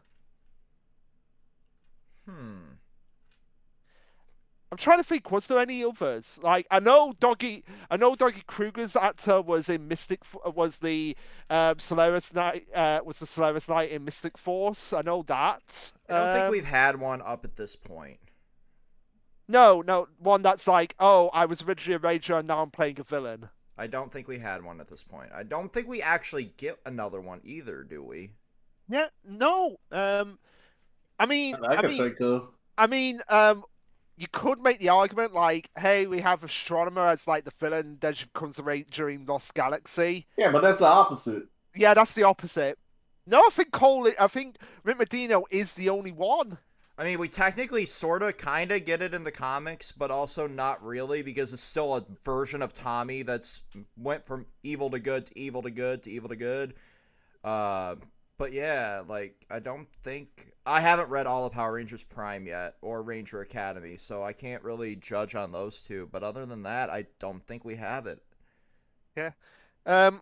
So it is kind of cool that he actually did that. Like if I met him, that would be like the question I would be asking him. Like, hey, what was it like when you got the call? Like, hey, you want to be a villain in Samurai? Yeah, because, like, Lord Drakon ends up becoming essentially like a Deadpool-style character by the end. He floats from good to evil to good to evil. But yeah, no. Yeah. That would be a good question to ask him if he ever pops up in a con over there. Yeah, although given the facts of what he did, I think it's very, very unlikely. I mean, they still let Austin St. John go to cons, so why the fuck wouldn't they let him? Like, That's true. Although I Yeah. guess manslaughter is different than, tax evasion and loan scamming and quoting fucking Hitler. Um, Yeah. but yeah, Um, we get the Mega Mode reveal in the next episode, which is I, interesting. That at 10 we're getting that popped up, and then my Mhm. other note was floating diddler enemy. Because I take these so seriously sometimes. of course, of course. Um, At some oh, point, I should just drop all of the notes I've taken throughout this series on Twitter or something. yeah. Because Oh. You want to know how many pages of notes I've got for this franchise in this one document? Have a guess. probably like 15. No, for the whole franchise. It's just all Power Rangers notes, so it's for the whole franchise. Probably, you're probably sitting on like 20, 25 pages of notes total. 169. Okay, Nice. I was gonna go with nice. Also, I thought it was be like around 65 pages. No, I have a different page of notes for most of the seasons at this point, but yeah. Yeah. So next episode after we have Deca's human form, we have the battle of the swordfish and the tiger sword conform into a bird sword for some reason. Like, how does a tiger and a swordfish turn into a bird? I don't know. Ask Yu-Gi-Oh. Yeah. Oh my! Those early fusions made no damn sense. Oh my god! Oh my god! It's funny you mentioned Yu-Gi-Oh because in Red server, I'm going through the Yu-Gi-Oh franchise with a group of people, including someone that's never seen Yu-Gi-Oh before, and and we have just been blowing their mind of just how bizarre the franchise is. It is so funny. I remember when we went through the first couple episodes with my partner was there. Combo creature is still a very, very often used word in my vocabulary. Yeah. So with this episode, at least we actually get Mike having a spine and like, this is too strict for us. You're being too strict, mentor. And for once, mentor being a mentor, like, what is even his last like? G's his first name. Like, what's his last name? He can't just be called Mentor G. What's What do your you last mean, name? Mentor G? What's his So oh, go, I don't go know on. if he's already mentioned this while I was away, but G uh in Japanese roughly translates to like old man or cramps. So Uh, so in the Japanese, he's Mentor Gramps or Mentor Old Man. in English, he's mentor cramps or mentor old man.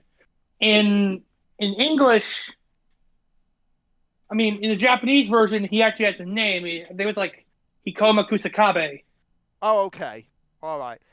but But he yeah, was called G to mean like old man, okay, like all whatever right. old man. Okay, old man, Something Mister. lost in translation. Yeah, I mean, I mean, why didn't they just like give him like, I don't know, G? They could have done a clever pun name here, G Simmons. No, no, that would never work. But yeah, at least he apologizes for how harsh he was in the episode, and actually taught Mike about his symbol power, rather than just being like, "Oh, just get it right."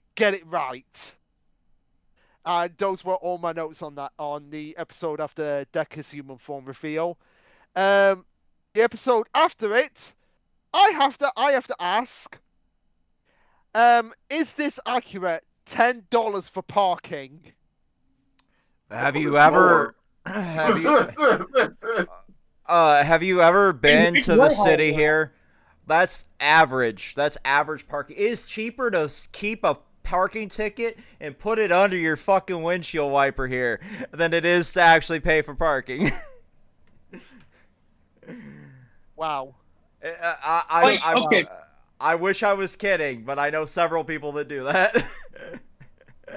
Like, so when I go to my typical convention in July, they have parking in the convention center, $15. It's like 25 here during convention season. So yeah. It's Right. terrible. It's fucking terrible. It's one thing I hate about living in the city. I love how close I am to everything, but like I hate that kind of part of existence. Wow. So anyway, my other note on this episode is we have the start of a relationship that goes nowhere.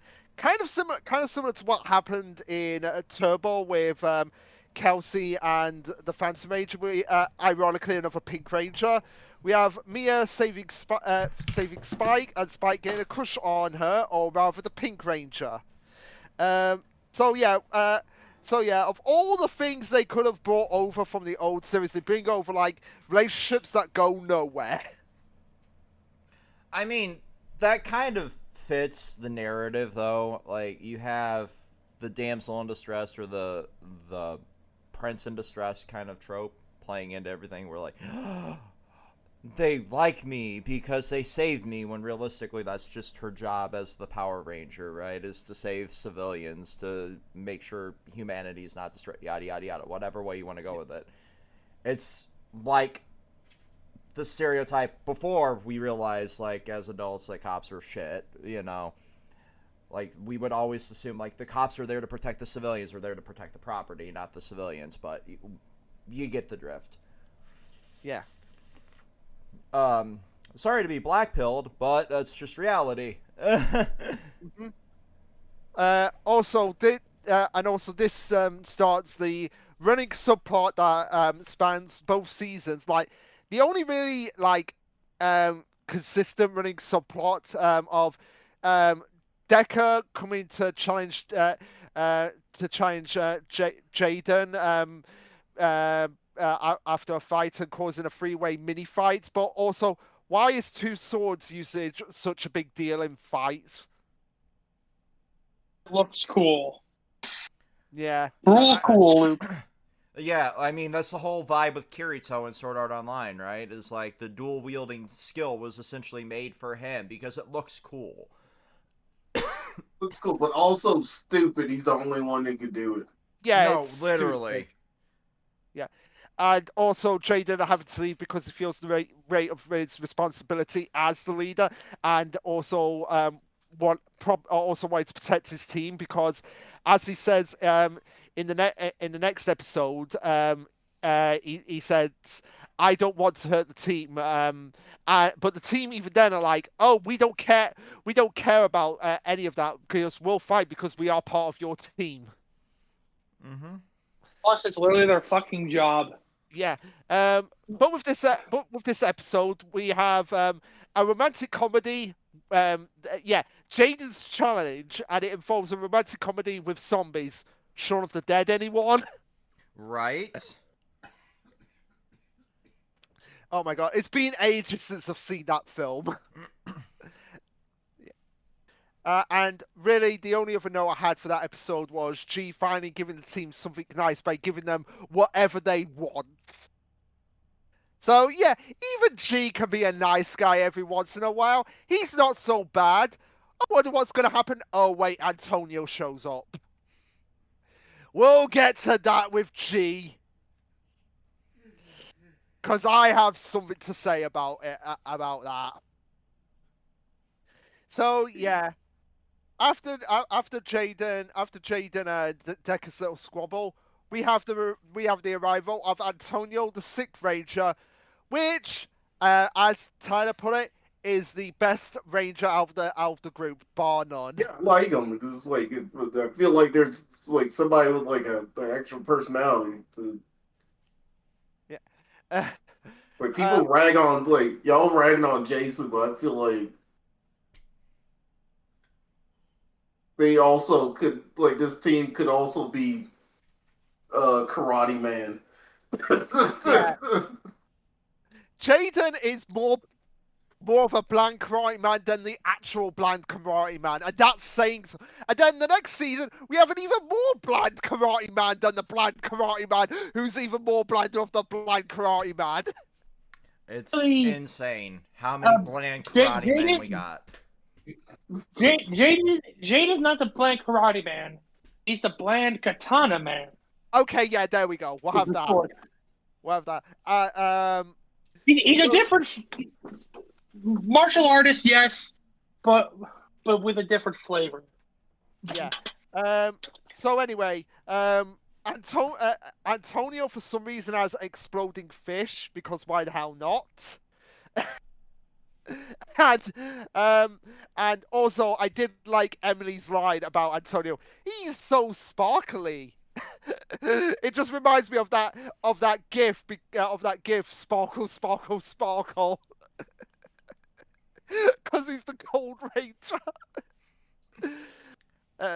Also, apparently he can now text his sword because swords have their own Wi-Fi connection. That is a sentence to exist.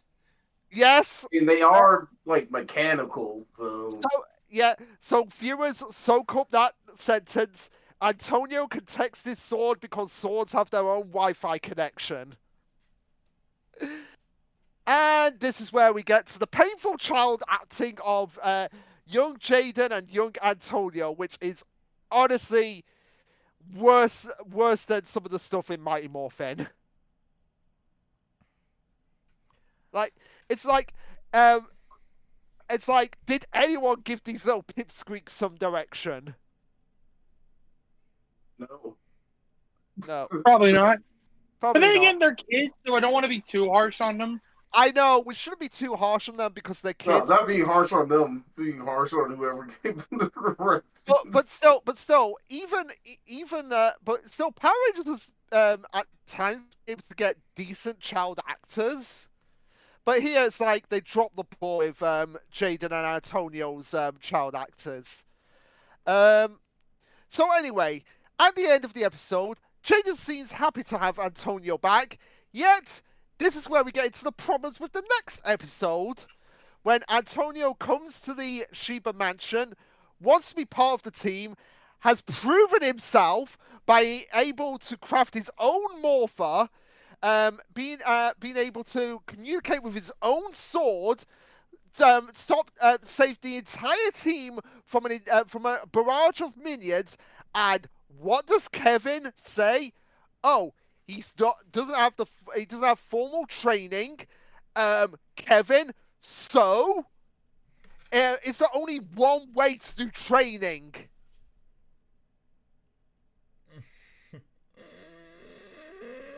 That'll be I guess Kevin would froth at the mouth when it's like, hey, we have schools set up for people who couldn't get into university to train to actually become qualified doctors or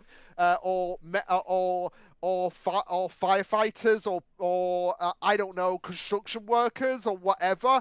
Kevin would be foaming at mouth like, that's not formal training. That's not formal training. They've got to get degrees. They've got to get degrees. Like, why?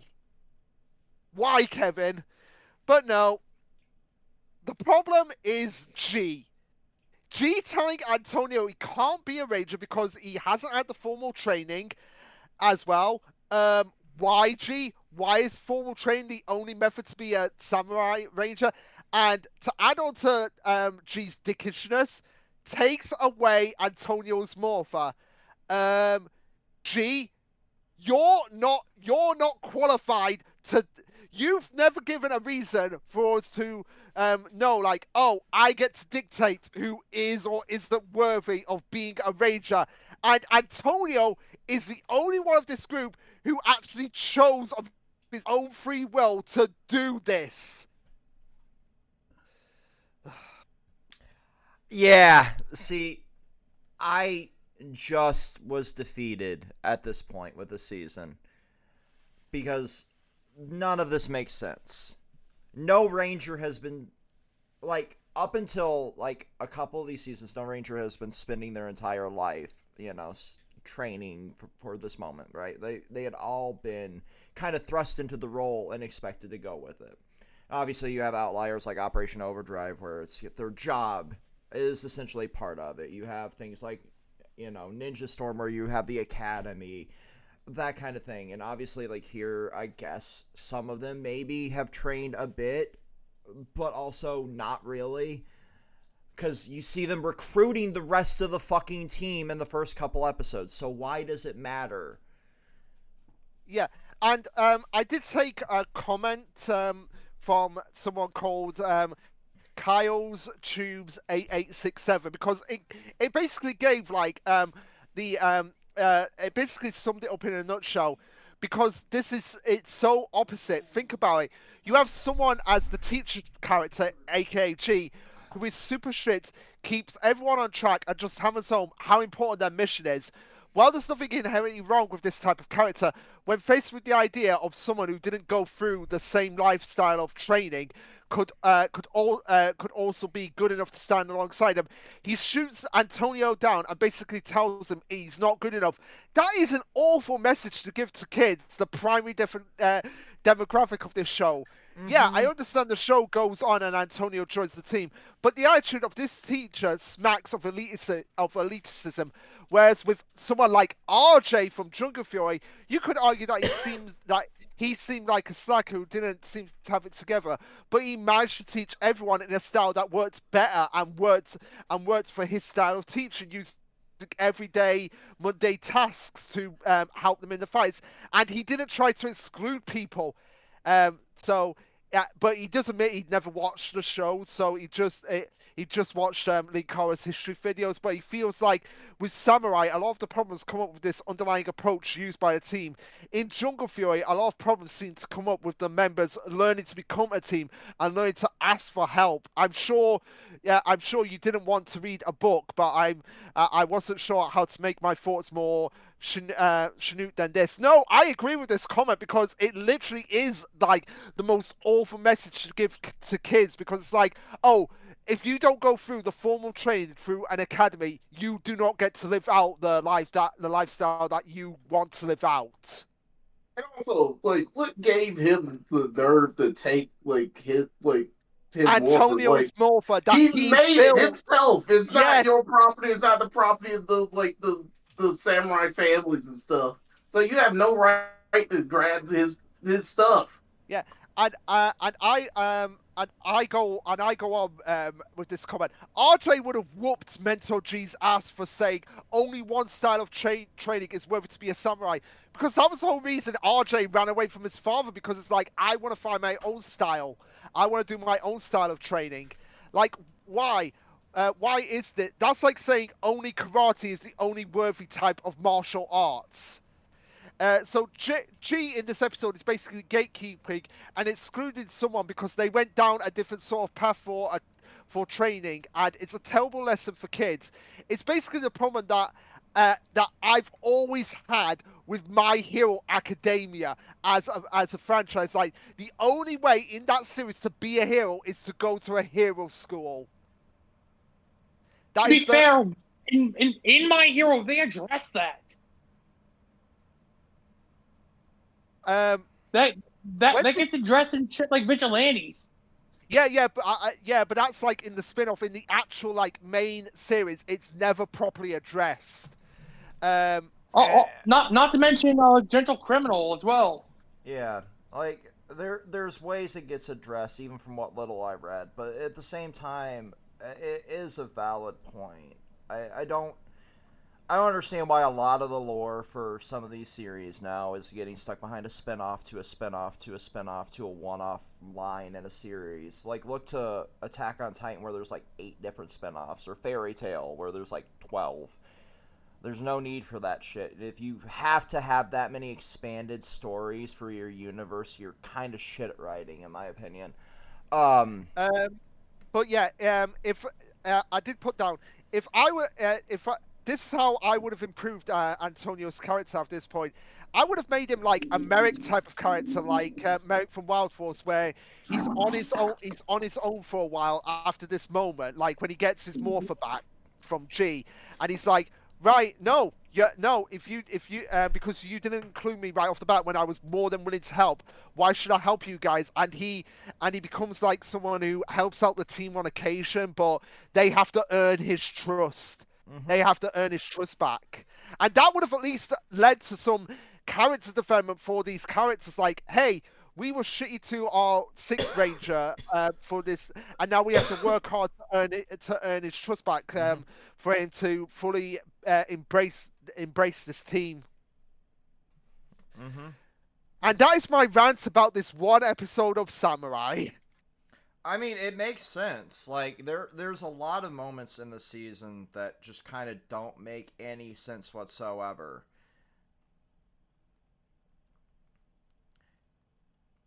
Anyway, after the whole Antonio introduction episode, we also have Antonio and Kevin butting heads, but the same Antonio wanting to learn Kevin's style. And of course, we have a slime creature in this episode that's going to slime them again. But that's great, actual physical contact. Another Right. Ghostbusters reference. And it eventually culminates with Antonio and Kevin actually learning to work together. So Kevin, despite his elitism about Antonio, at least he's willing to give him a chance. That's the thing. Like, I feel like this got resolved too quickly too. Like Yeah. one moment we're like butting heads, like, hey, you took my morpher. That's kind of a shit thing to do, especially when I made it myself. You don't want me to be a part of this team, so kind of, whatever. And then immediately it goes to working for the team. It's one of the dumber choices in this entire season. And it could have been, here's an interesting thing, because in the episode after that, because this is the episode where Emily's soul is taken by one of the Nylok, and it will be consumed in 24 hours. And the Nylok, a pretty good plan from the villain. Like, they go back to the Netherworld where no humans can get in, and they just sit and wait for the timer to run out. So yeah, that's a pretty solid level-headed plan from a villain. But anyway, it's a good job Antonio was allowed to be on the team at this point, because Decker says, "Oh, there is one way for you to enter the human world, enter the Netherworld to the humans, to the Rangers. You've got to trade in your human side to become a Nylok." And they were willing, and they were seriously considering going to do it. So I will give the team credit for that they were pretty bold. Like, they were willing to sacrifice their humanity to actually save just one of them. And like I said, if Antonio hadn't have come along and worked out a way to actually resolve this, they would have done it. So, gee, you should be apologizing more to Antonio, because he literally saved five of the team from having their souls essentially destroyed.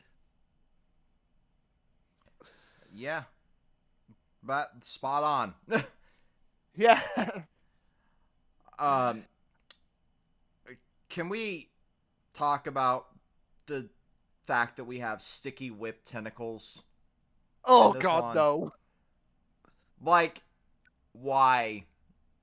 Like, I feel a lot of the monsters come down to the meme of, like, the writer's poorly disguised fetish, but sometimes it's a little too on the nose.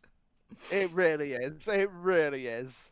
I love the choreography in this episode. I love that we're kind of starting off with the monster fight. I love that we're having the talisman coming back into play to a bigger degree.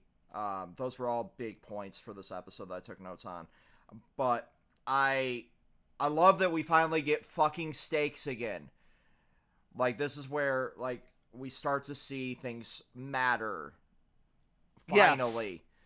After 17 fucking episodes, things start to matter again.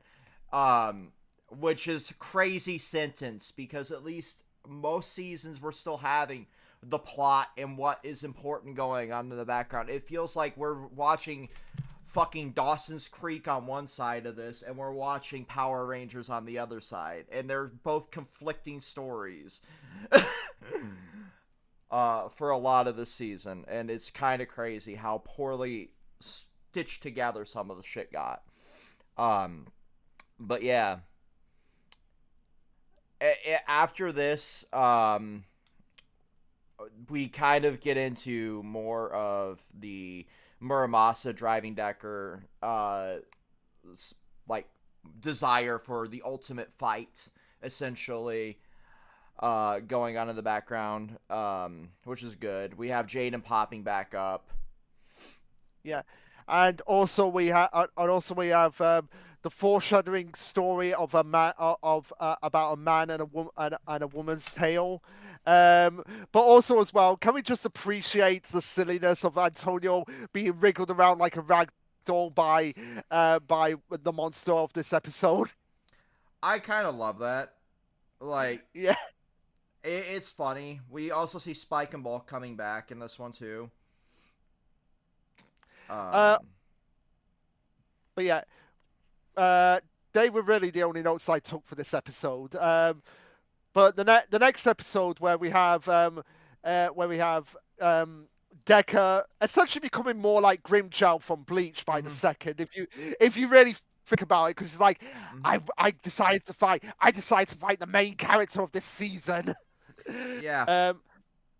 It's funny too because like we're nearing the end of season 1 of this, right? And really nothing has fucking progressed for this plot.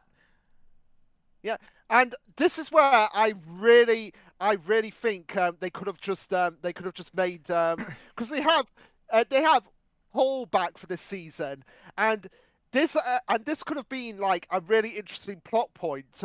Why didn't they? I don't know how this would fit into the universe, but like, just make Decker Cole, like, just make it be the same character, so that way it gives the season more stakes. The fact that we had a former Red Ranger who essentially fails and succumbs to the dark side in the end.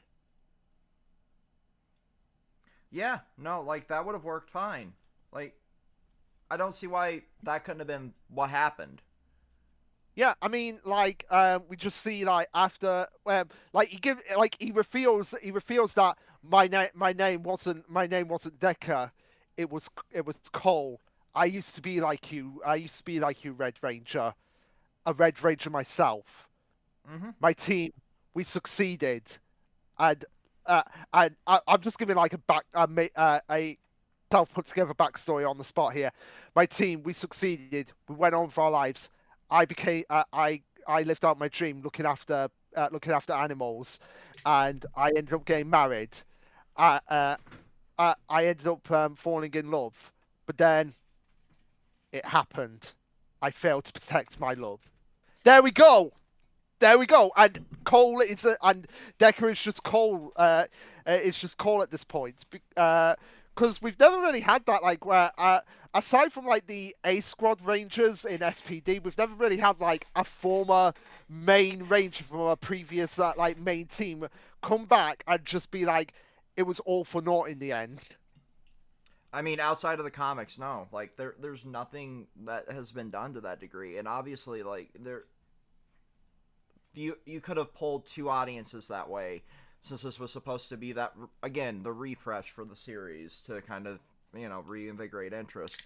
It's just kind of weird to me, like, how many ways they fumbled in hindsight with this season. Obviously, like, we couldn't have predicted, like, any of what was going on at the time behind the scenes. We don't have any real knowledge other than what's been told by, like, the cast and the crew throughout the, like, 10, 15 years since the season aired.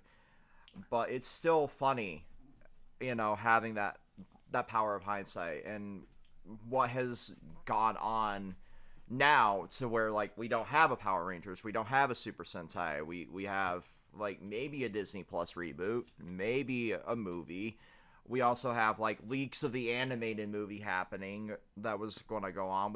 We're finding out, like, the 2017 movie was supposed to be like a cinematic universe that they were setting up, which would have been really cool because the cast was great. The CGI Zords were shit, but like the cast was great.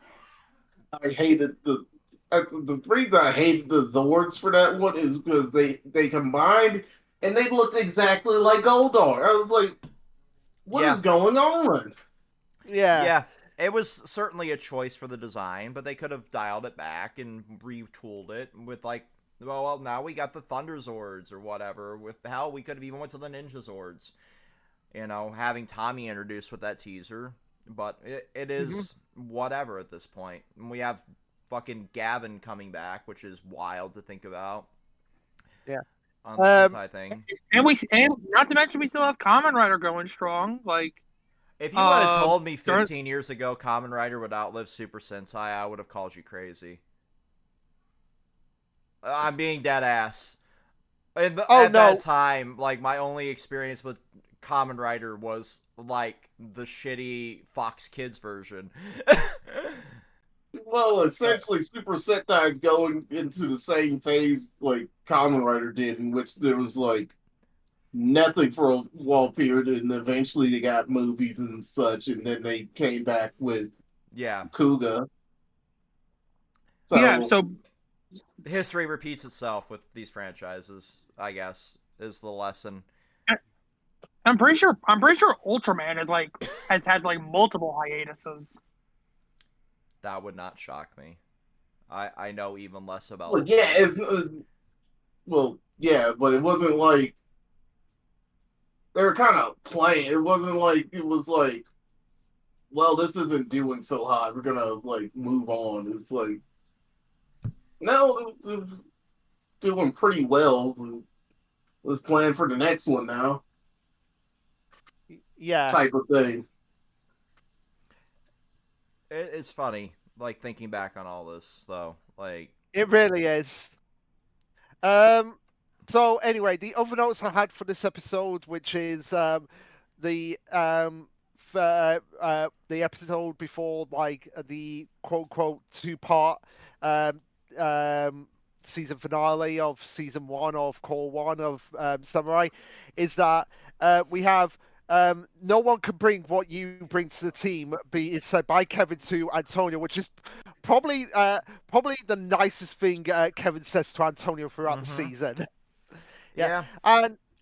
And also we have a Turbo Granny moment with Spike in this episode, which is from Dawn to Dawn, which is ironic for the franchise considering Turbo Granny in the dub of Dawn to Dawn is voiced by Barbara Goodson. Yeah, that is interesting when you think about it. Yeah. So anyway, before that ultimate duel, Decker actually says to Jaden like, "Hey, I'm gonna let you heal up, but we're still gonna have this duel anyway." And that was really the only other notes that I had on this episode. I had another note, but I'm pretty sure we get like the entire video age gated if I said the word that I put in with it. So we're just gonna skip over that. With the penultimate episode, we finally get the whole history between Dayu, who's been strumming the guitar for the villains throughout the season, and Deku, which was like, oh, they were husband and wife because Mia's finding out about this from Dayu's dreams in the dream world, which for some reason everyone in the dream world is in Victorian England for some reason. Well, how else are we gonna get Doctor Who? Fair enough. But also we have Bulkhead samurai armor, which okay, they had to do at one point. I mean, given that they were going through the training, it makes sense that it would happen. We're entering the dream world in this too, which is a choice this late on, but it makes sense as well with the villains. What really got me here is like we seem to have this recurring theme of like a stinger enemy every season that's been going on for the last couple seasons. So I made note of that. But what's funny to me is like we have this, then one final episode, but we also have that movie. Yeah, and That's also the clip show, but it's an actually interesting clip show. I must say. Uh, Pardon? Hello? yeah. Somebody was talking in the background there, but they got cut off. All right. Yeah. So with this episode, we have Dayu and Deku, they were husband and wife. They both gave each other the presents. Deku gave Dayu her instrument, which they call a harmonium, but it's not a harmonium. And Dayu gave Robinson. Yeah, and Dayu gave Deku his sword, Uramasa, which is his phallic symbol, essentially. Mm-hmm. And then Deku ends up dying. We have one of the recurring villains that's going to play a part in season 2 saying, "Oh, I can save him for a price." And it's like, "Oh, you've got to trade your soul to be a Nylok." And yeah, he does save Deku, but he's now a cursed Nylok who has the urge to fight and doesn't remember Dayu one bit. Mm-hmm. And she doesn't even bother to tell him, "Hey, this is what happened between us." Which is fucking annoying because we could have Yeah. had a lot of shit resolved here. Yeah, she could have just said, "Hey, I was your wife when we were human." Yeah. And it would have been like, oh, well, there we go. Plot resolved. We can move past part of this at least. But no, instead we're dragging this on to season 2. Yeah. And this brings us to the finale, which, let's be honest, this whole finale is basically 2 battles for the most part. We have the battle with Kevin taking the lead with the other Rangers, showcasing that, hey, he is the true second in command of the team. Because he does that a lot. Like, when Jaden goes away, it's like always up to Kevin to lead the team against the battles. And then Jaden is fighting Decker. And I mean, it's a pretty intense fight. And Jaden does come out on top in the end. But at the same time, that's really that's really all I had for this episode, because it's just just the fights between the monsters and Jaden versus Decker. Although the monsters keep hopping through edits. Yeah, I had basically just that for notes too. And then we have the clip show, but it's the monster edition. Yeah, so basically, in this episode, we have all the monsters that the Rangers have previously defeated in, I guess, Monster Heaven, I guess. Um, and it reminds me of the episode Almost Got Them from Batman the Animated Series, where you have all the villains of Batman sitting around a card table talking about, like, hey, this is how we took down. This is how we fought against Batman this one time. It's basically the same thing, but the monsters are having a party. It's a Halloween focused episode focused on the monsters having a party, and just saying, like, hey, I remember the time when I got beaten by the Rangers. I remember the time we got beaten by the Rangers. And of course, slime is the way to Pride Time. Is that a reference to Nickelodeon Slime? Probably. Let's be real. Yeah. But also, one thing that bugs me about this episode is that they can say the word alive, but they can't say dead. And they can't say dead, but they can say afterlife. Make up your minds. Well, I think it comes down to, like, puritanical religion in this thing, right? Because this is airing as a Y7, I believe, still. Yep. And it falls under, like, the restrictions that were all the way made post Hays Code, right? Yeah, which is a shame. Because even the equivalent of Sesame Street over here, even they mentioned death at one point. But you gotta realize, like, the UK isn't as bullshit with their religion as America is, where it's forced into every facet of our lives. Oh no, absolutely not. I mean, back in the day, we could show basically the animal equivalent of Game of Thrones over Right. here. And that was a kid's show, by the way. That was a kid. Yeah, that was a kid show that had my baby mice being impaled on thorns, and in the book, it's even worse. Right. It's still watered down, but not by a whole lot. Not by a whole lot, because of the fact that in the book, that bird was taking the mice for basically a dinner date with his mate. But like, They were the dinner. Yeah, I think Zangetsu's having internet issues. yeah, more than likely. Yep. But with the last little bit here with the Halloween special, like I don't find them a problem. I just think that having them every season here is kind of detracting from the pacing, right? If we're going to do this two core thing for the entirety of the Neo Saban era, they need to figure out how to pace the seasons better, because a lot of what we did for Samurai, like OG Samurai, could have been resolved quicker and not as padded out if we focused more on the actual like story for the Rangers themselves, instead of like the adventure of the week bullshit that we were doing on the side.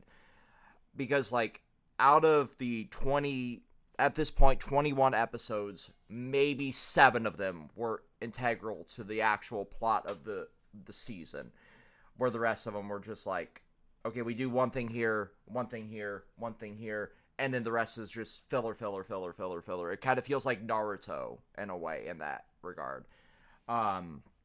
Versus, you know, even it's the same thing I had the issue with like Mighty Morphin. It's like you could essentially cut the entirety of Mighty Morphin down to like 52 episodes if you wanted to.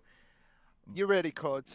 But at the same time, like it fits for like the time slot. It's not as egregious as it could be, so it's not as, you know, it's not detracting too much.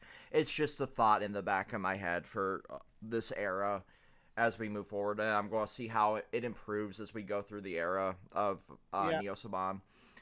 From what I remember, it does improve when we get to Dino Charge, because those seasons do feel when they do like the split, it does feel like, okay, yeah, they are two distinct seasons. It's not like, oh, because they basically do in Dino Charge what you said here, Vex, where it's like they wrap up all the plot threads of season 1, while setting things up for season 2. Mm-hmm. Yeah, Yeah. I feel like that's something that we needed here, because there's so much that could have just been addressed immediately, and it just was chosen not to. That being said, moving into the crossover movie. But before we get into that, there was just one other thing I had. Okay. Why is Sandred pissed off that he wasn't invited to the party? He's not. He would have to die in order to go to the party. Yeah, no, I mean, it goes to show that Sandra's not really all there, I guess. No, too much medicine. Yeah. But yeah, moving on to the movie, which chronologically doesn't. Oh, Sun gets his back. Is your mic all right? I don't. Oh yeah, you can hear me. Yeah, now. yeah, we can hear you now. I was talking like that whole time. It was just like when I talk, and then I noticed like my keyboard was also not working. I was like, "What is going on?" But yeah, we decided to watch it between seasons, even though it does spoil a few power ups that come in season 2. Mm-hmm. But there really wasn't a like obvious spot to put it, so we just like, hey, let's watch it between the seasons. So the big point about this is that it confirms RPN took place in another dimension. And now, that brings up the question, how many different dimensions do we really have, right? Yes. Yeah. So That's your answer. yeah. So from what I know, like there's only 3 dimensions: the prime dimension, the RPM dimension, and then the Dino Charge dimension. Well, we also have like technically the boom dimension, which is adjacent to like everything else, and I think the prime universe inside the boom dimension is its own thing. So there's that, and I think Ranger Academy is also its own dimension. So there's also that, but I'm not entirely sure on those two because I haven't finished the other of those series yet.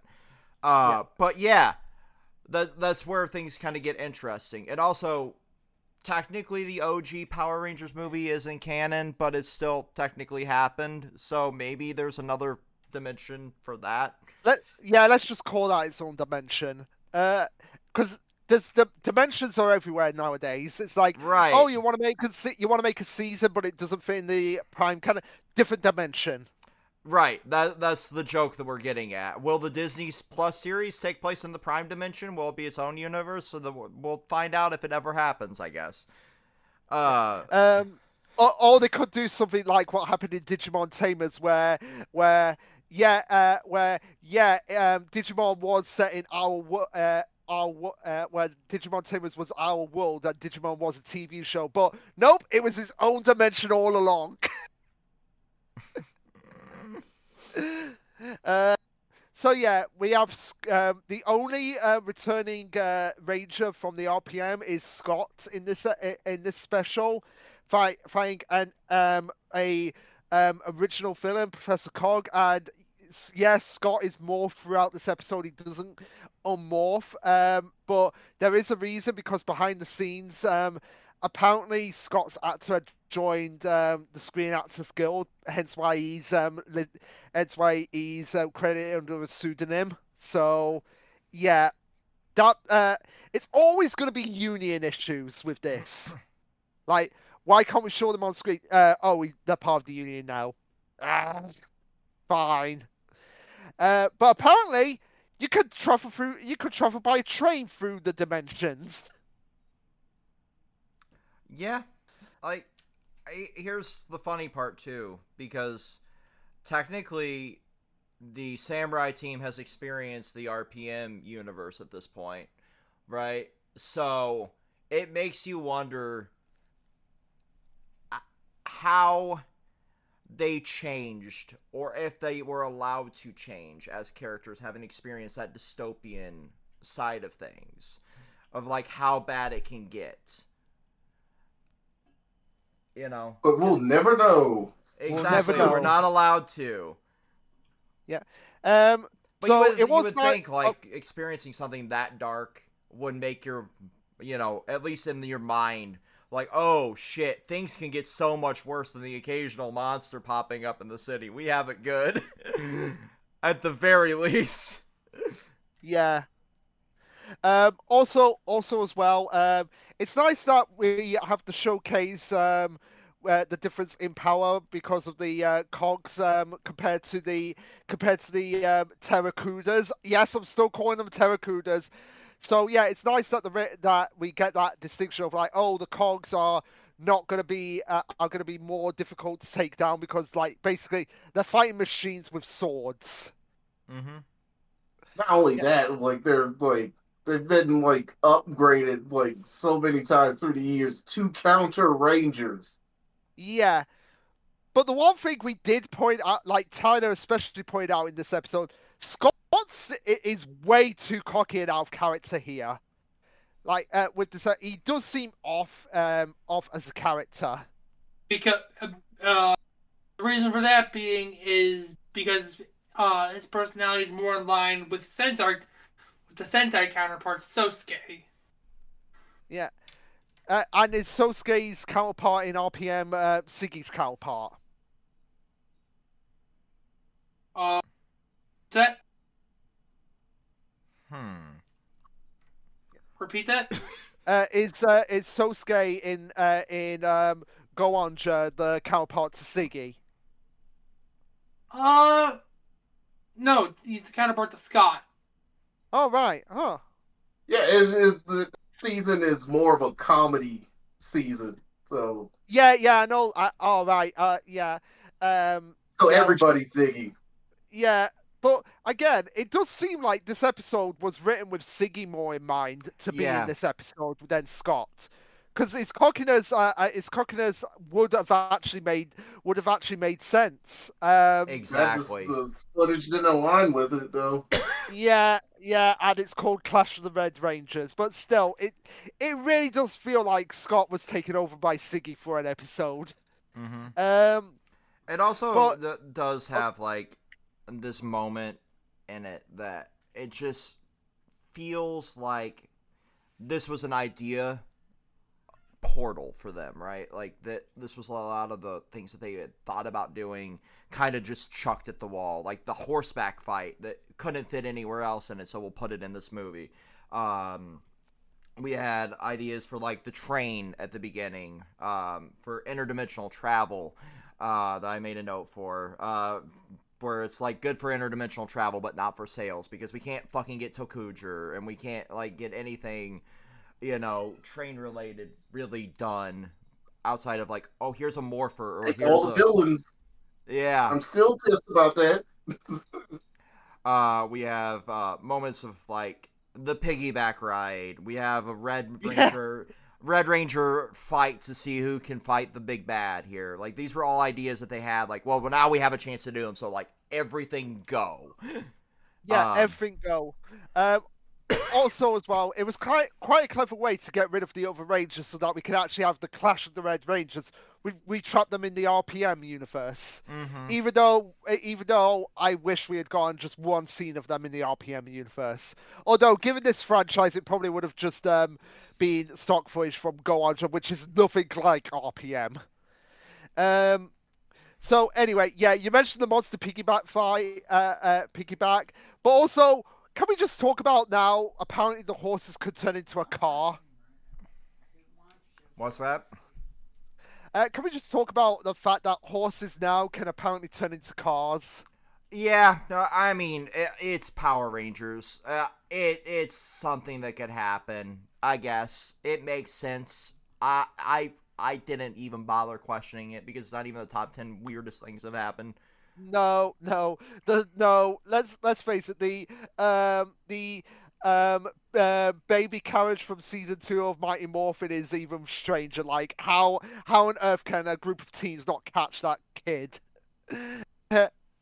But also as well, we have the shark sword.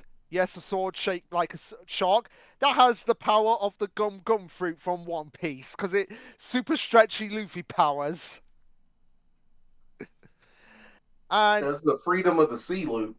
yeah, the freedom of the sea, and also, like I said, it seems to have elements from from Super Samurai because we have the Super Samurai mode in this episode. Mm-hmm. Yeah. So yeah, those were all my notes on the quote quote movie. I had like then you should close your eyes, which was Jaden's final line here, was just like top tier, and that was my last really note. And then we get into the Christmas special because we need a Christmas special. Of course, which is another clip show. These Halloween and Christmas episodes just seem to be an excuse to make clip shows, and it's basically just Emily writing an email talking about the team. That's all it is for the majority of the episode. What a snooze fest. All right. Yeah, it's like really nothing to say about it, but except for the fact that the email address is powerrangermail.net. Yeah, and did anybody actually attempt to access that? Apparently not. Okay, cool. Not me either. Um, I assume it's deactivated at this point because Probably. I don't figure any Easter egg will be active more than a year. Um, so we get into Super Samurai, right? Two Well, hours and about nine. Oh, yeah, sorry, Vex. Well, I was going to say about that trying to access that. Like in the, it's funny because in the NES game Who Framed Roger Rabbit, when you actually have to call Jessica Rabbit's phone number, you want to know what that's changed to now? sex hotline But probably. Yeah, it's the sex hotline. I mean, it makes sense. Most of those no, most of those early 800 and 900 numbers just transitioned to early to sex lines. I've noticed. Or they were that from the beginning, and then they got switched over. Yep. Like they bought him temporarily, and then they just reverted the rights back to the number. Um, I've noticed that going through a lot of the older Easter eggs for like God of War and shit. Like all of them have transitioned to what's essentially like the Rocco's Modern Life shit. It's funny. You would think a company as big as Sony. Oh baby, oh baby. Yeah, you would think a company as big as Sony could keep those active, but no. Are you kidding me? They're not gonna spend money on this more than they have to. Well, with them remastering it now, especially, I wonder if they'll do it. Probably not. Yeah. At this point, who cares about like toll-free numbers? Yeah, it's a QR code on the desk now. Hopefully that doesn't send you to any weird places. Looking at you, Wicked. Yeah. But yeah, super samurai. We immediately get tentacles because this is Power Rangers. Yeah, and wait, this wasn't in our contracts. I find it so funny that this was like so tentacle heavy of a season. Again, the writers really poorly disguised fetish. I wouldn't even say that. It's like most of the monsters are like ocean based. That like this would be the one time in which it would make sense. Yep. No, I'm not denying that. I just find it funny. But we also have like one interesting bit that we're working on a new power. Like that's the lore here. Like the black box and everything is being brought to the forefront, and that's like where we start at. So we kind of pick off where we left off, which is good, I guess. Yeah, like it picks up right where season 1 left off. Basically, the black box contains the Super Samurai mode, which is just basically an upgraded form with a white robe. Mm-hmm. Yeah, it's just a white robe over the Ranger outfit. It's not just that. The black box hooks onto the sword. Oh yeah, of course, because that's an improvement. Well, it gives you the power up. Yeah, I guess. But also as well, we have the Rangers in this season going into like a more Shogun mode inside of the Megazord, which I've got to say I do like that Shogun armor that they get in this season when they're inside the Megazord. Oh, they brought it outside. Yeah, and okay as well, and they brought it outside. But it's pretty cool. It's pretty cool armor, armed up form. But we have the double katana, because what's cooler than one katana? It's 2 katanas. Oh boy. Yeah, like we went double katana mode. That's a thing that we did. We also have like with the buff, right? The new, I guess this would be like the closest we get to like the battleizer side of things in the season. But it's so fucking gaudy. Like all of the outfits past like season 1 for this entire era to me are some of the ugliest that we've ever seen them look. Other than Dino Charge, those look good. Everything else just looks terrible. You don't like the suits? No.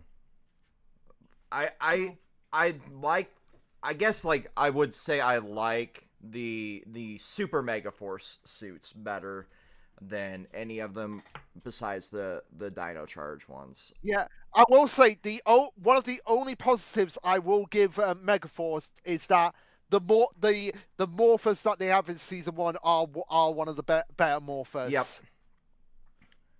Yeah. That's Megaforce, you get 1 point. You get 1 point. Yeah. It's like, yes, look at my big, beautiful face. I'm Gosei. I'm Gosei. I am literally capitalism. No kidding. No kidding. They capitalized on the capitalism in Megaforce, and in Cosmic Fury, they're fighting capitalism because the villain in that is a CEO.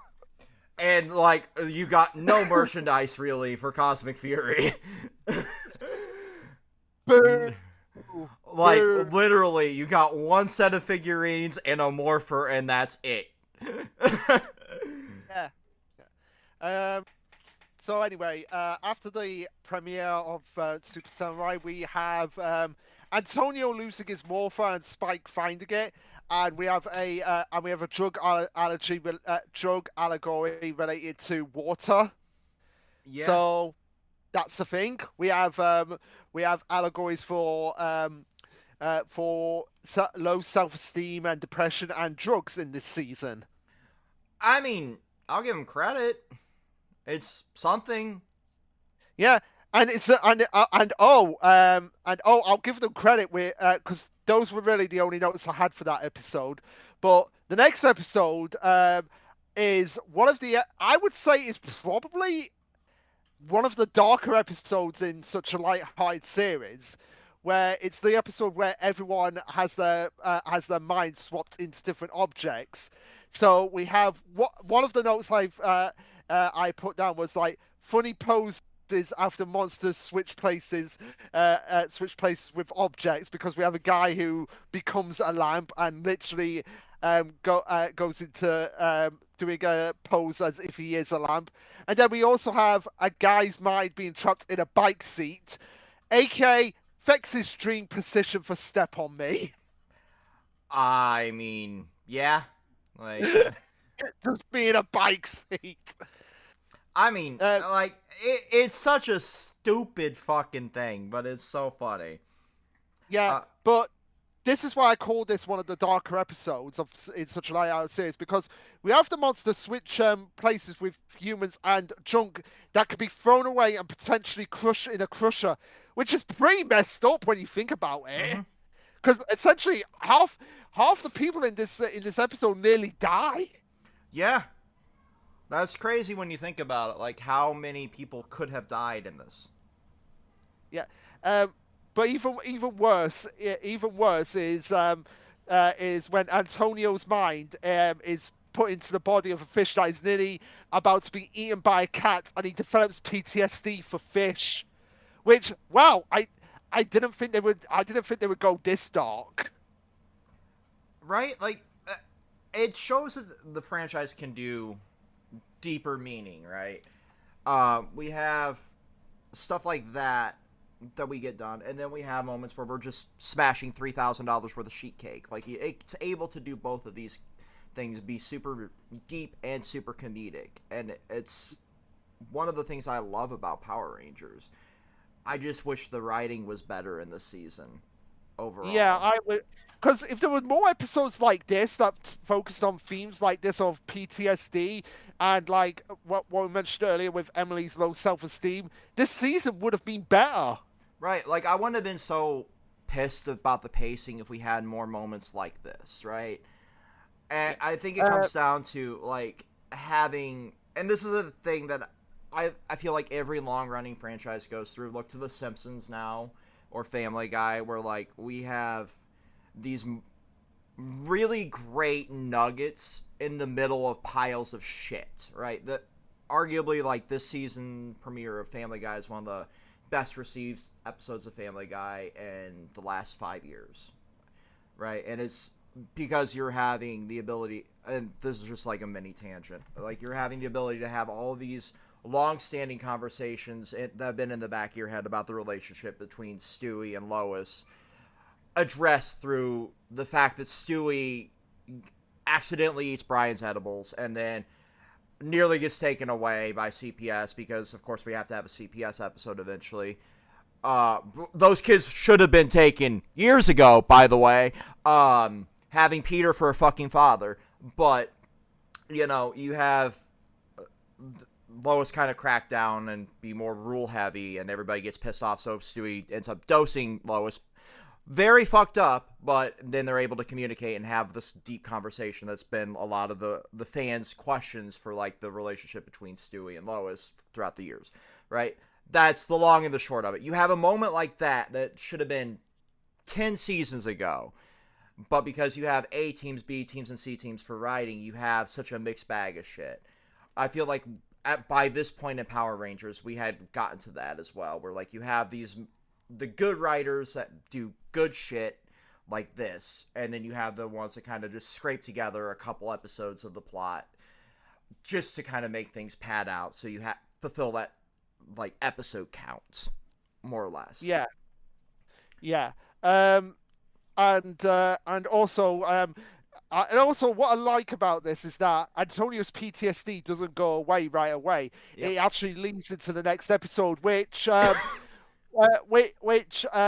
have to say has one of the worst resolves for any dealing of PTSD. So because Antonio has the PTSD, he can't be in sync with his sword because it's like his sword's all based around fish, and he's obviously terrified of it now because of what happened. And the writers couldn't be bothered to get up to get the right terminology here, because they call it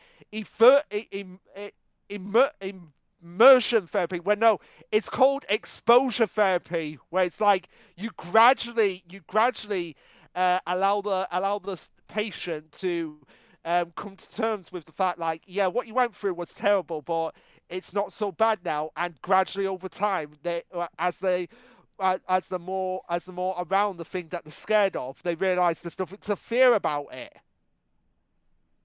Right. Yeah. But the thing that makes it even worse here is that, can we just punch Mentor in the face for basically saying to Antonio about his PTSD, get over it, you whiny crybaby?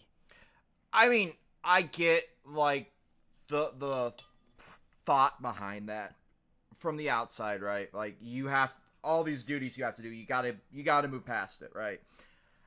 Not exactly the best way to go about getting somebody to move past any kind of trauma, but I get it. Like, there's more pressing things than addressing this right now. You gotta go help your team. You gotta go focus on everything that's more important in the moment. Yeah, but he could have handled it so much better instead of being 100%. like, oh, I know how to get him out of this. Just shove it right in his face. No, 100%. Like, it was a shitty way to go about it, but I also understand it. Right. It's like the stupid quote of, like, slapping somebody when they're, like, hysterical. Mm-hmm. Yeah, yeah, looking at you, Rocket Raccoon. I'm looking at you, Rocket Raccoon, from Avengers Endgame with Thor. Mm-hmm. But anyway, and we also have the Rangers' fears being brought up in this episode, but they're fears that are stolen from other seasons. Yeah.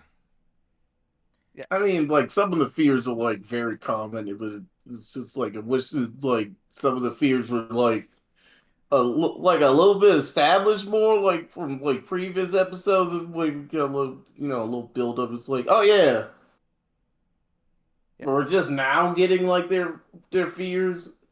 Exactly.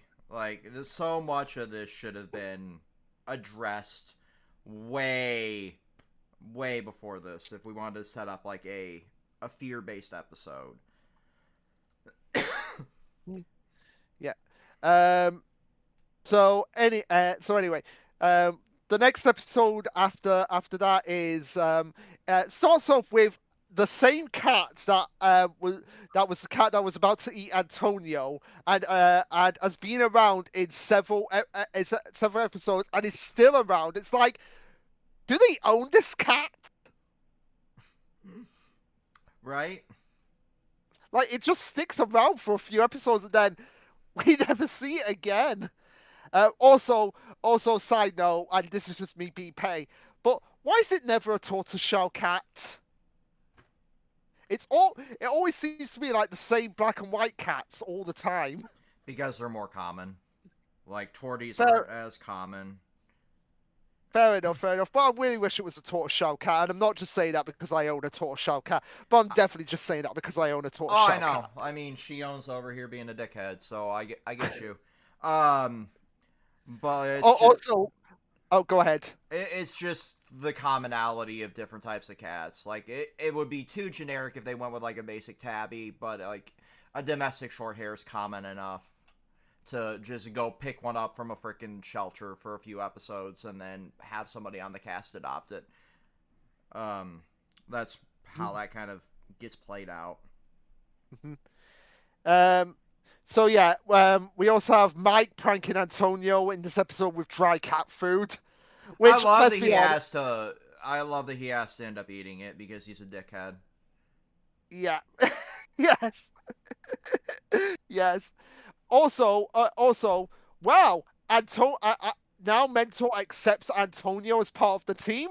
Wow, it's a good job that he did do that in the end. Mm-hmm. Yeah. It's crazy. Like we've made it this far in the series, and we're just like now accepting him like fully. It's kind of wild. Also, I had to put this down when Mentor's saying to Antonio, "You're worth your weight in gold," and then he has to cut himself off because he knows how cheesy the line was. I mean, it was a good line, but yeah, it was cheesy. But speaking of cheesy, apparently Bulk's samurai symbol is a cheeseburger. Is that foreshadowing for the burger morpher? I don't think that's foreshadowing, cause Burger We Morpher. didn't use it, did we? Yeah. No, we didn't. Yeah, No, exactly. they did use it. They did use it as a mobile, as a cell phone. Oh. Okay. Well, fine. I guess. Yeah. Why didn't they use the burger morpher as just an There's actual nothing morpher? more American than the Burger Morpher. It was perfect. It was perfect. Right, and we got like a ranger themed after like like cowboys. So what? Right, like it would have been the perfect way to go about using it, but we didn't. So I guess you got to import it for what, like $700 now. I don't think it's that much. That's ridiculous. But it will be slightly higher because Sentai just ended. So, But yeah, it's it is what it is there. Now with having just resolved all of that, we are on to episode 6, which is the Bullzord's first appearance. Yeah, which they say is the first sword in the world. Yeah, I'm gonna have to call bullshit on that. Well, at this point, it probably was the first Zord that they had thought about existing, but then obviously, like, you got Zeta's Zord being the first Zord because he was the first technical Red Ranger. Yeah. got So got the Plus we you have got the I keep forgetting what its name is. the wild. Plus we have the wild swords, which were there 3,000 years ago. But wasn't Zato technically older as a Ranger than Yeah, 3,000? Yeah, he's like. We don't even know how old the Shogun Megazord is. Like, Yeah, we don't know. We don't know. So calling the bull sword the first sword in the world. Yeah, I'm gonna have to call like a bit of like the Power Rangers timeline law on that. Yeah. So anyway, so the kid's dad in this episode, who was in a previous episode who befriended the Rangers. If he's so enriched in the samurai law, why isn't he a Ranger? That's a good point. Yeah, that's just a good point in general. Like, why? Like having. Were they just was his actor just demanding too much money? Possibly. Who knows? Who knows? But anyway, they were so yeah. So they had so the bull sword in this episode with the Mega Sword has a revolving laser blaster, and guess what the final attack is called with a revolving laser blaster? What? Final strike. How does that make any sense? It's a strike, and it's the final one. But final strike means you slash someone. I think you're looking maybe just a little too hard into that one. I am. But like, I get it. Yeah. It's one of those Zords that has the transformation of it only just stands up. Yeah. And this was the point where I had put in here, like, Mooger sounds too much like a slur, and adding adjectives to it makes it worse, because they kept adding more and more to the word Mooger. I'm like, oh, stop, please. What a bunch of Moogers. They're Terracudas. They're Terracudas. I'm sticking with it. Anyway, the episode after the Bull Sword, we have Mia's brother appearing, and Mia being a bitch to him because of the fact, like, hey, you're meant to be you're meant to be, instead of being in a band, you're meant to be training to be a doctor. Again, feeding into the fact that feeding into the idea that Mia believes in only one timeline for each person without any deviations, but also stereotypical Asian roles of being a doctor. Yeah. I mean... go ahead. I mean, at this point, it was like, are you doctor yet? Are you a math person yet? That was the voice in the back of every producer's head, because that's every Asian role that they would get, right? Now it would fall to, like, the Indian stereotype. I feel like if they were making the season now of, like, are you doctor? Are you help desk? Are you IT kind of thing? Because these executives can't go past, like, the stereotype of what these people are supposed to be.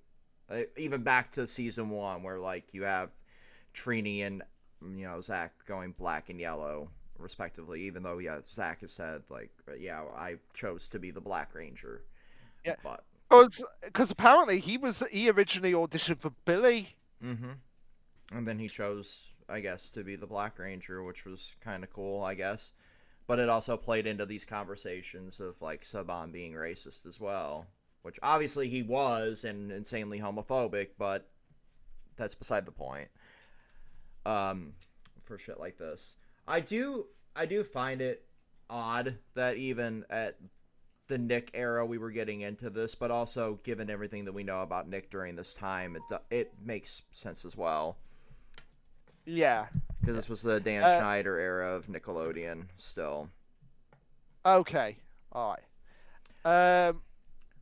But yeah, the episode after that with Mia's brother, we have the fanboy episode, where Kevin has to make a choice between, do I go back to my swimming life, or do I stay in the samurai life? So yeah. The note, one of the big notes I had for this was when one of the people in the swim team gets cramp in the water. That is, you obviously don't know, Fex, but yeah, getting cramp in the water is painful when swimming. Oh yeah, I've heard. I obviously, no, I don't know because I don't swim, but yeah, I've heard that's a thing. Also, the inability to understand how sports work is crazy to me. You can't just, like, rejoin the team midway through the season after dropping out. Like, that's I pointed out when we were watching it. It's dumb that they think that that's a thing. Yeah, it's dumb. They think it's a thing, but we also have Decker apparently surviving the battle at the end of season 1, and he still wants to have a fight, and he still has the urge to fight. Like, Decker, you had your ultimate battle. What more do you want? He wants that ultimate death. Like, he wants to die, and, like, I get it. It's the masculine urge to die in the final battle kind of thing. Yeah. The other notes I had on this episode was that after Kevin's Morpher gets eaten by a monster, they do have a pretty clever way of actually finding it, but because they're like, hey, they're cell phones, why don't we just call it? Right? I was clever. Yeah. But we have to talk about the Samurai Giga Sword, which is the most ugly Mega Sword I've ever seen. It's a clusterfuck. Yeah, what the fuck was this design in general? Like, I genuinely do not understand what went through their mind when they designed this one. And there's a million bad Zords in general, but this I is like the most pathetically ugly one, other than the 2017 movie. yeah, and there's the toy for it that I'm putting in the VC. Oh god, I'm scared to even look at this. Yeah. Like, I mean, I It mean, doesn't look terrible for a toy. but like in the show, it's not just like what are we even looking at here? It's just like it's like somebody. I've here's the analogy I'm gonna. I, Use. It looks like somebody ate a bag of Skittles and then just barfed them up. no, but Yeah, I get like the flow of the design is supposed to be looking like a shogun on like a pedestal, but the execution is really lacking. Yeah. yeah, And those were the notes I had for the Kevin's Choice episode. The next episode involving Spike running away trying to find jobs. I really didn't have any notes on this episode. this is just a bad episode. Like I put like that as my singular note for a couple episodes, or one of the singular notes. Like we have disappearing mirror image baddie and just another bad episode for this. Like that's Yeah, it. Like that's really. I could not have given less of a shit about this episode. Yeah, I really couldn't. But you want to talk about wasting food budget? We have the next episode where everyone just has a strange case of the munchies and is just eating all the time. So yeah, food budget completely wasted in this episode. Yeah, it's so fun for the just throw food all over the place. Ha ha ha! Isn't that funny?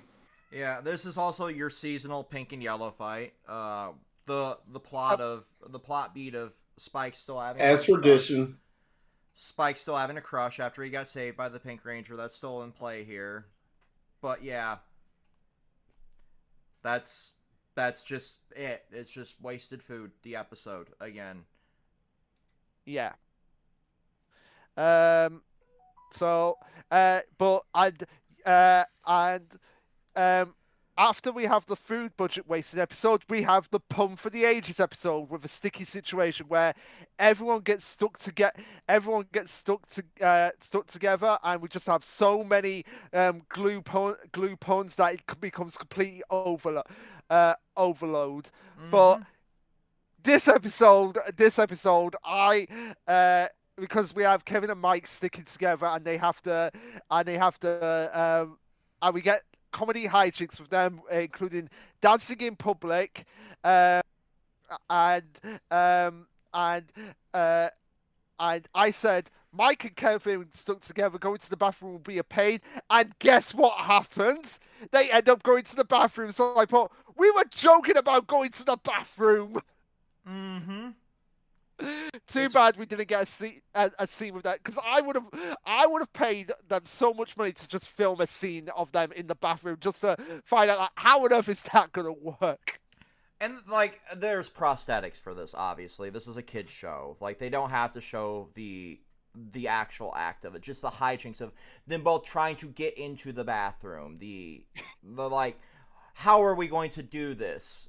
You know, while they're stuck together would have been funny. But obviously, like TVY7, they can't do anything like that. Of Um, course. But we also have Power Rangers ripping off Total Drama because they have one of the baby carriage challenges from that season when they're in the shopping cart doing the shopping. mm-hmm. Um, but I will say, this episode really does highlight how much Kevin has come along as a character because he at the beginning of the series, like he always thought like his way was the only way, but in this episode, he's like, okay, okay. I trust your plan, Mike. We'll go along with your plan. Yep, So it really does show like how far he's actually come as a character. that it Um, does. do we also mention the scene where Kevin had to use the bathroom? Yeah, we've mentioned that. Yeah. But we haven't mentioned the line, "I'm coming unglued." Don't say that when involving a sticky white substance. No, Yeah, 100% it was intentional. I think in That the Sentai, he was actually a mochi monster.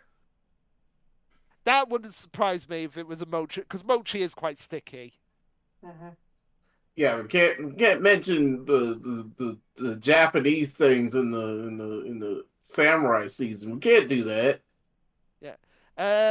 But with the ending of this episode, the last note I had is Sarada, the person who originally manipulated Deku and Dayu into being who they are, is still manipulating them for his own bidding.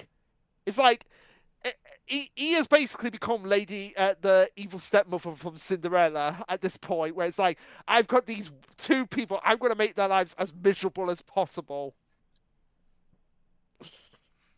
Uh, so yeah, that was all the notes I had on the Sticky episode. And the only note I had for the episode after that was CGI black dust display. It's clear the black dust in this episode was CGI. Oh yeah, no, 100%. I'm curious though, like we have the kid making the gun in this episode as well, right? Right. So, like just for the optics of it, why is the kid making the gun? Like what was the plot purpose of that? Like having a kid make a gun. Like that's what blew my mind here. Um but it's also funny, like we have the mentor getting in the mix of things too, but like it's just the one thing that kind of, it's like of all the characters, you have half a dozen other characters here that could have made the final weapon here, but you have the child do it. Because why not? Oh, I get that. It's like he's obviously the anchor for the plot, but it's still funny to me. And obviously, like it works. Like kid genius, but still. Oh, it absolutely does work. So yeah. And after that episode, we have the episode called "The Master's Return," which my first note was like, "No, don't remind me of Mystic Force. Fuck the Master. I'll never get over my hatred of the Master." Right. We also have Jada being a dick because of Decker's manipulation, and we finally get at least a backstory from Master Sandrid, and it was because of music and lack thereof that he was angry. So I guess he would have sufficed with Broken Skull's musical talents.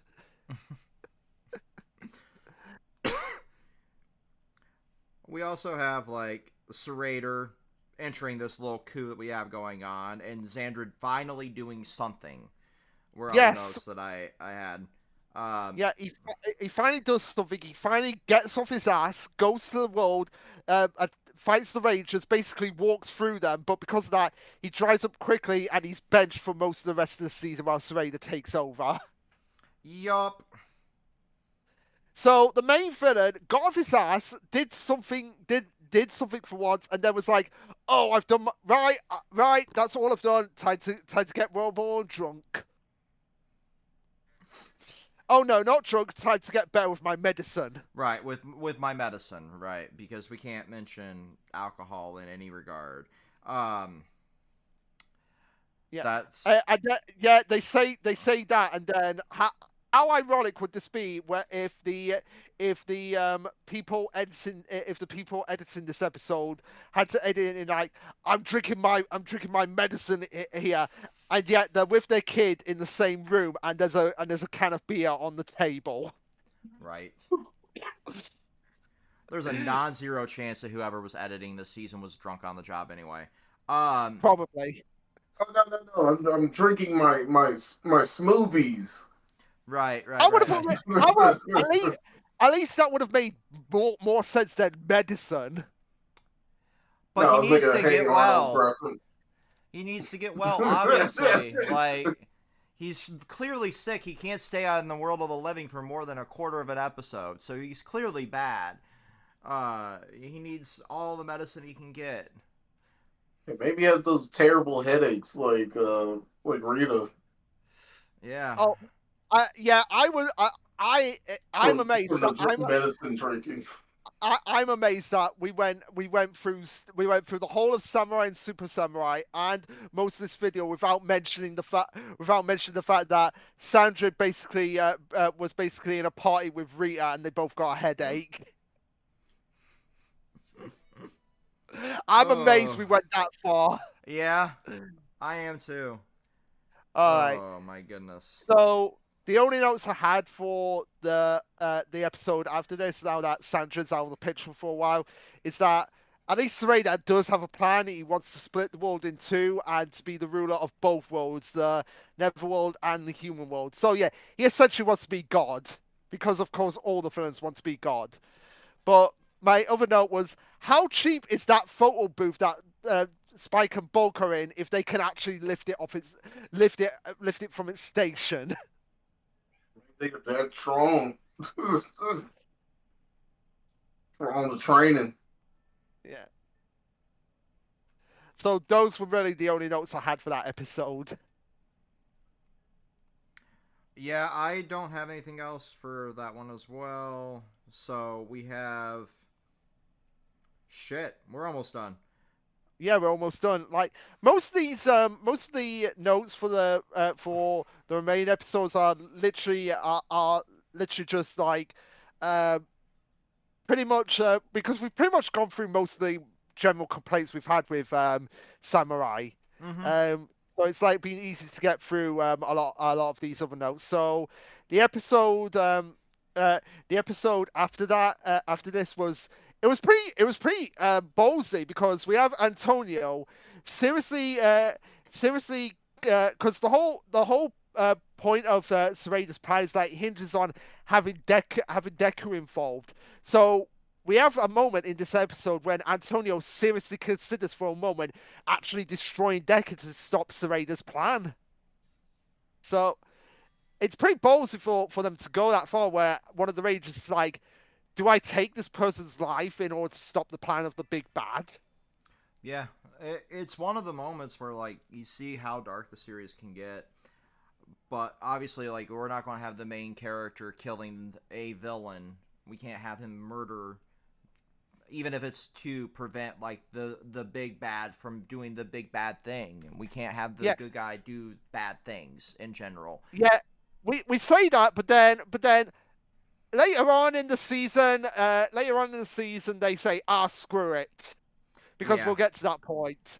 But anyway, we have more moments of Dayu not telling Deku what's actually going on. And it's like, just tell her. Just tell Deku already. Tell him the truth!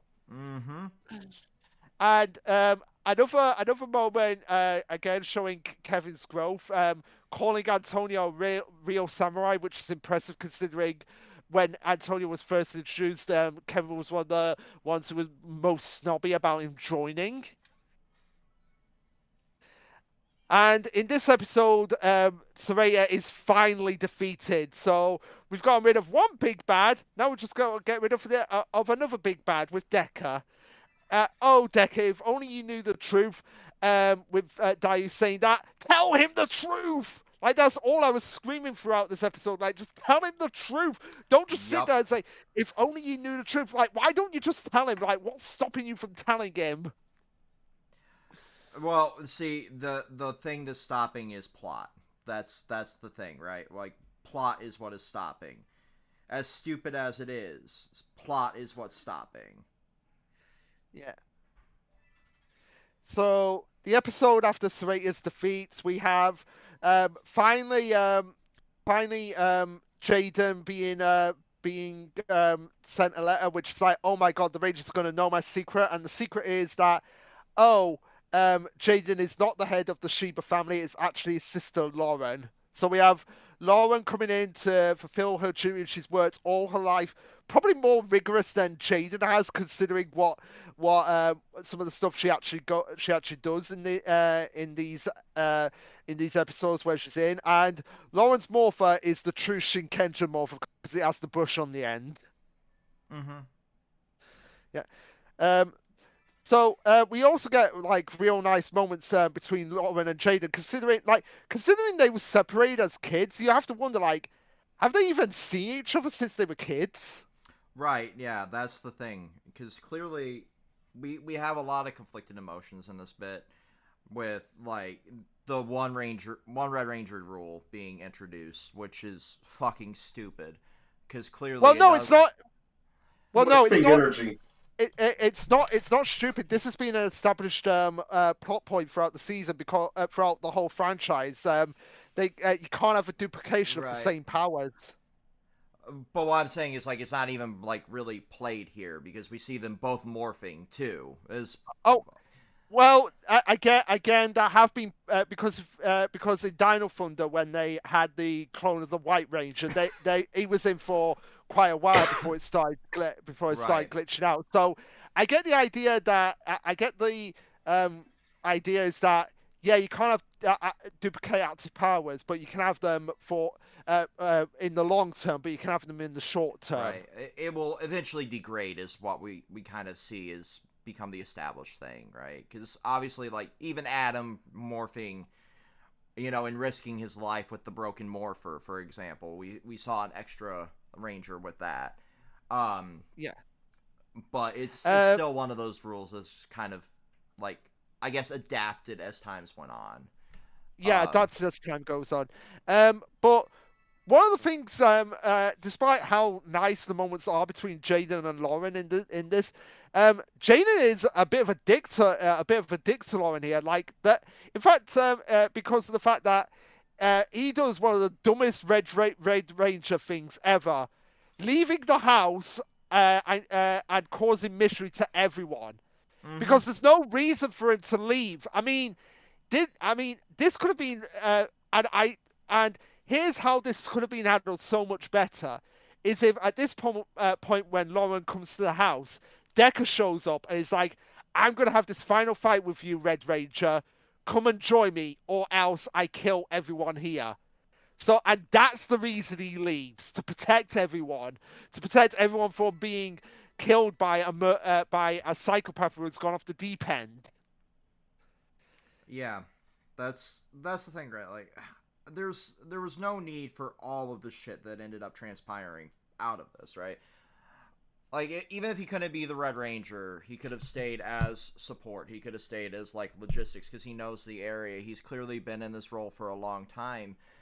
So why couldn't he have just played, like, a Billy role? Or even just been there to help defend, like, with Master G, who's willing to go out there and fucking motorcycle armor and beat the shit out of a couple of mooks, right? There was roles he could have played and still been a part of the team. Yeah.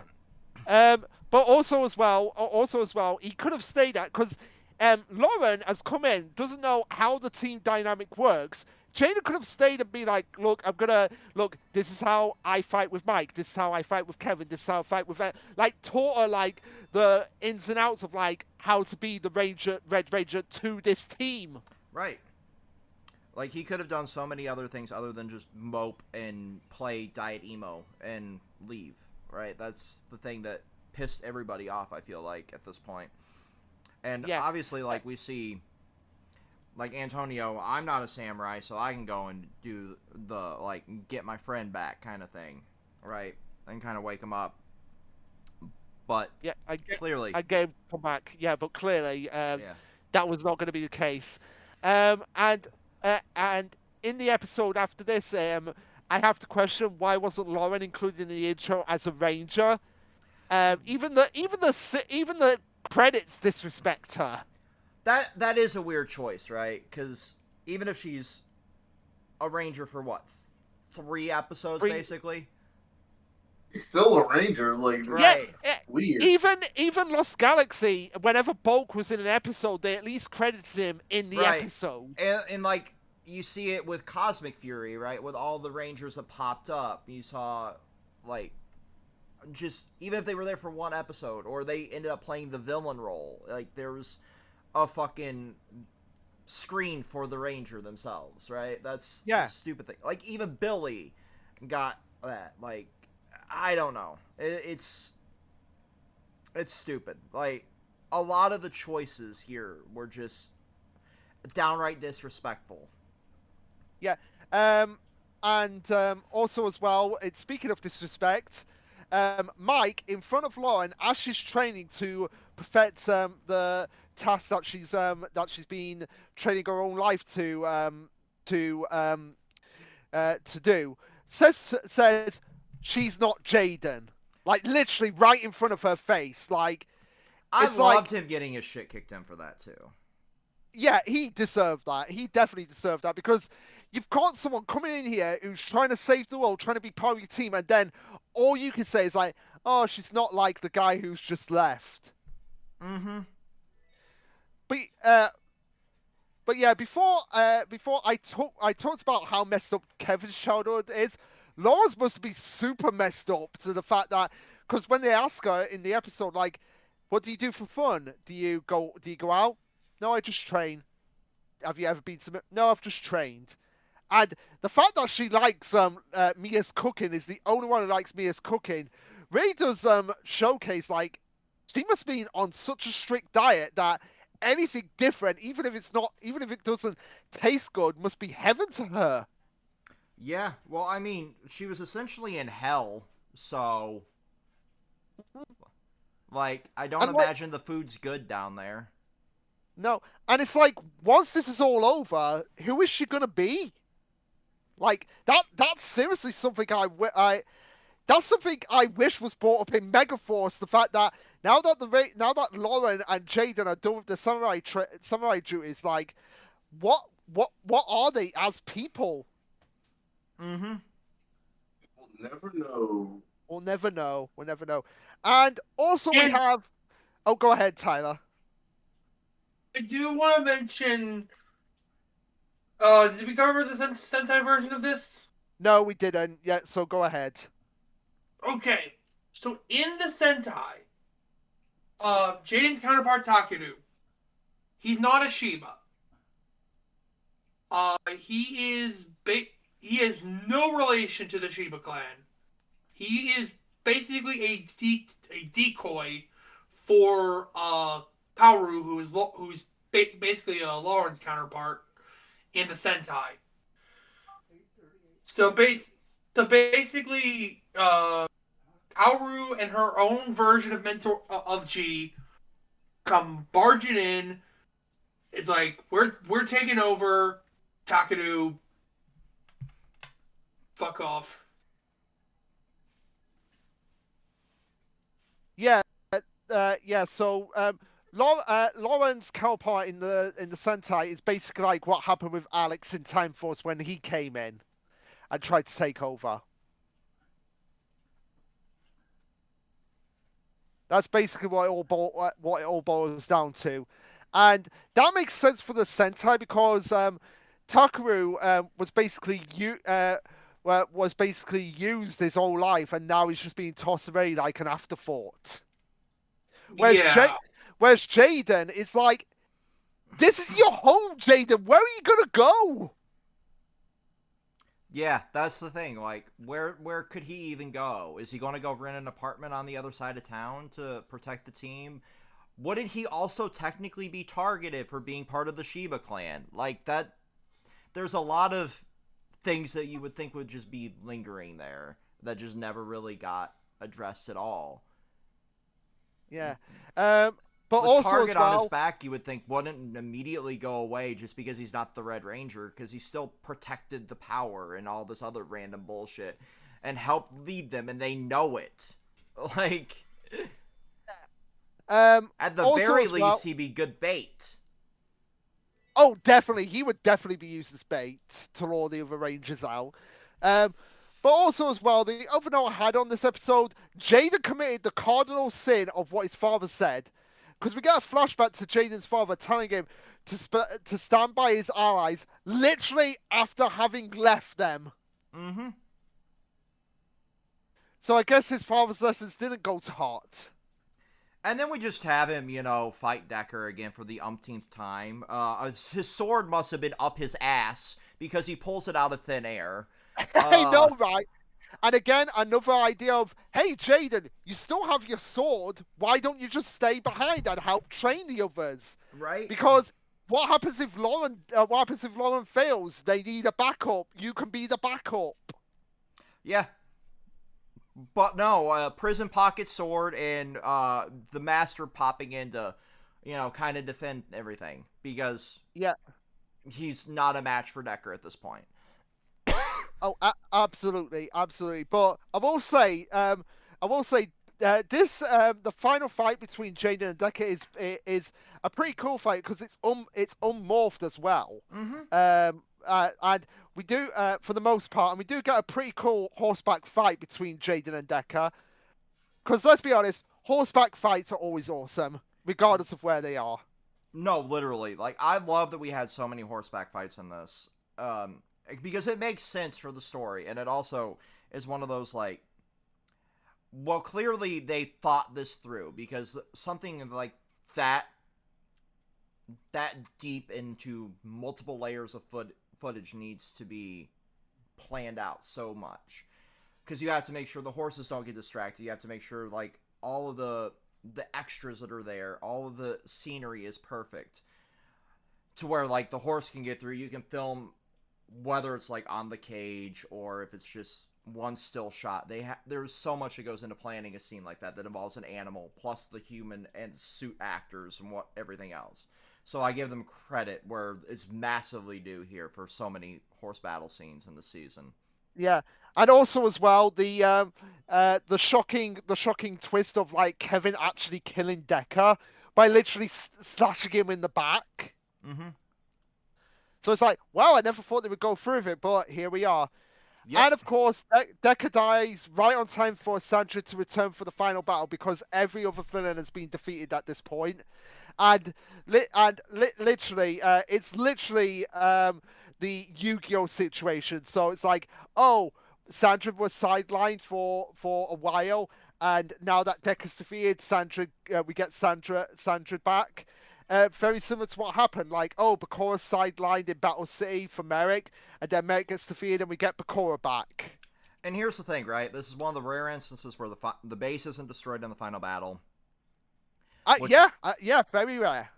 And it's also one of those where, like, the final battle has really good fucking choreography, because we're hit and miss with that. Absolutely. The one thing that I hate about this is how we are still going to, after this, have the clip show. Yes. Why couldn't we have the clip show before the final battle? I don't know, but let's just get to the final battle. So we have Sandra straight up murdering Dayu, in order to absorb her into himself, because he's like, oh, you used to be hot, you used to be human, right? I'm gonna take your human side. So Lauren CO won't work on me because I'm half human now. Yep. But of course, that leaves him having a very obvious weak spot for the Rangers to strike. Mm-hmm. The spot where Dayu is on his body now, and also Dayu's cute little balls going, oh, Dayu. That was such a fucking trip too.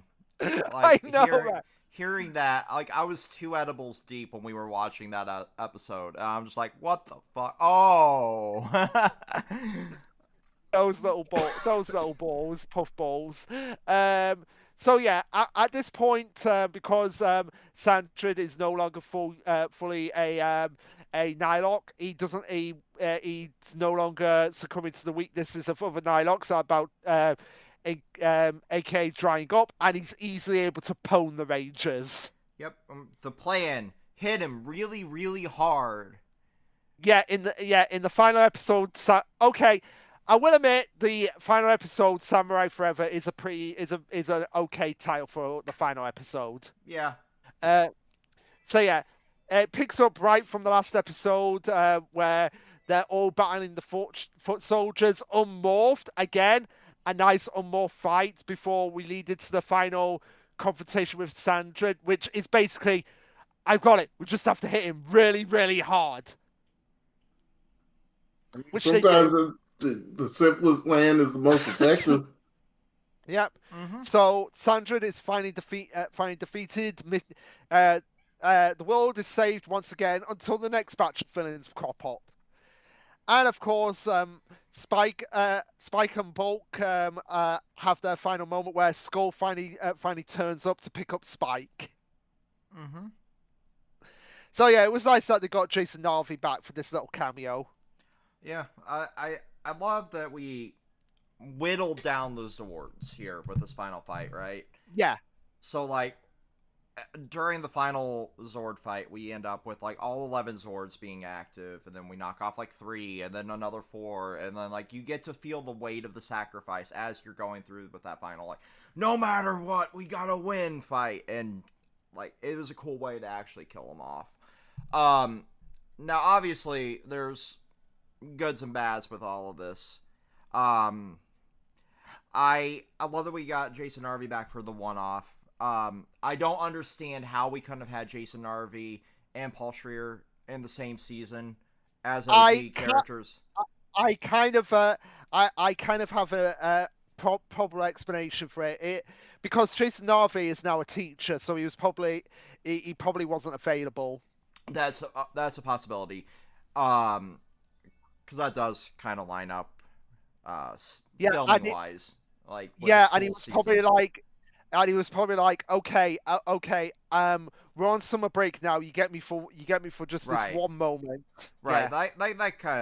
That kind of tracks because they film these usually during the fall, and then obviously you're teaching during the fall, and they're wrapping up post production near the summer. You could pop in for a cameo. Plus as well, they would have to fly him to New Zealand. That too.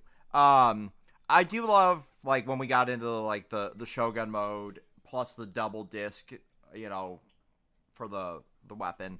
That was really cool. I had a note of, like, what was that death pose where he kind of just splays out on the floor. Because it's like, clearly you cut the footage here awkwardly, but still it's kind of funny. I do love, like, we cut to the squid fucker and the ship, like, oh no, at the end. Like, I feel bad for everybody that's not Xandrid in this, on the villain side. Another instance of them also keeping the powers, which I kind of love. Because there's absolutely, I do love that. I do find that there's no reason for them to quit being defenders of the universe at the end of the season. Looking at you, Wild Force. But it is what it is, obviously. Like, some of them, like, are no longer doing their job, and they moved on to other things, so they're passing their powers on to the next people, potentially. Mm-hmm. But also, it's kind of stupid. The Halloween clip show, though, might be the funniest one we've ever gotten. Oh, absolutely, because it's basically just a monster who, for some reason, has dice and has dice on them for some reason, and going through various clips of past episodes. But we also get to see some Sentai original footage put in here, where Mia has a turtle shell in one of the shots for some reason. Yeah. Also, like, I love that we have, like, a dance party here. We have, like, nightmares instead of dreams. Obviously, like, it's still a bad dream, but whatever. I love that we had a fully choreographed sword fight at the end of this too. Like, yeah, that was a really big plus because we don't normally get, like, stuff that's not, like, the clip at the end of these episodes for, like, the battles and shit. It's usually just, like, flashbacks. So I love that. I love the outfit that we got too. that was a really cool touch for it being like a Halloween episode. Everybody got to be like a monster or a different kind of character. Other than that, I don't really have a lot of notes for that one. And then the Christmas episode, we see Balkans telling like stories about the spirit of Christmas. Nothing actually happens that's relevant to the series. It's just a way to wrap up this batch of characters. Yeah. I gotta make a note for Mega Force and Super Mega Force. Get drinks because we'll need them. So I can create like a spot in my phone for this. Because we are done with this. Yeah. Tyler, roll calls. All right, so I kind of missed the last couple episodes, so my numbers will be off. I don't know if Luke, you have those numbers from those episodes. I don't. Sorry. That's all good. So, I'll do it like need to do with RPM because my numbers are off for that too. It's all good. I currently have. I got Lauren with 1, Antonio with 16, Emil, Jaden 24. Surprisingly, he's the least out of the main 5. Wow. We got Emily with 25, Mia and Kevin with 26, and Mike with 28, giving us a grand total of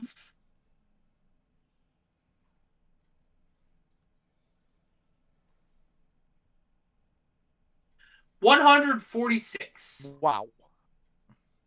and still currently counting. And still counting. That's impressive. For reference, the current first placer is still SPD with 207.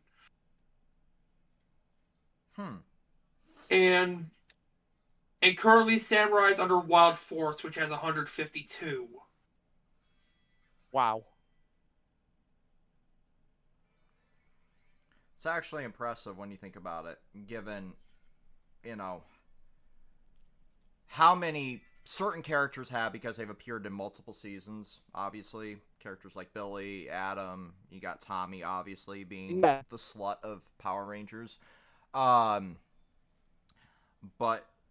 when we get to seasons like this, right? And this can kind of be like our final thoughts, where we're having the reset, and obviously this isn't the first reset, nor will it be technically the last reset for this franchise.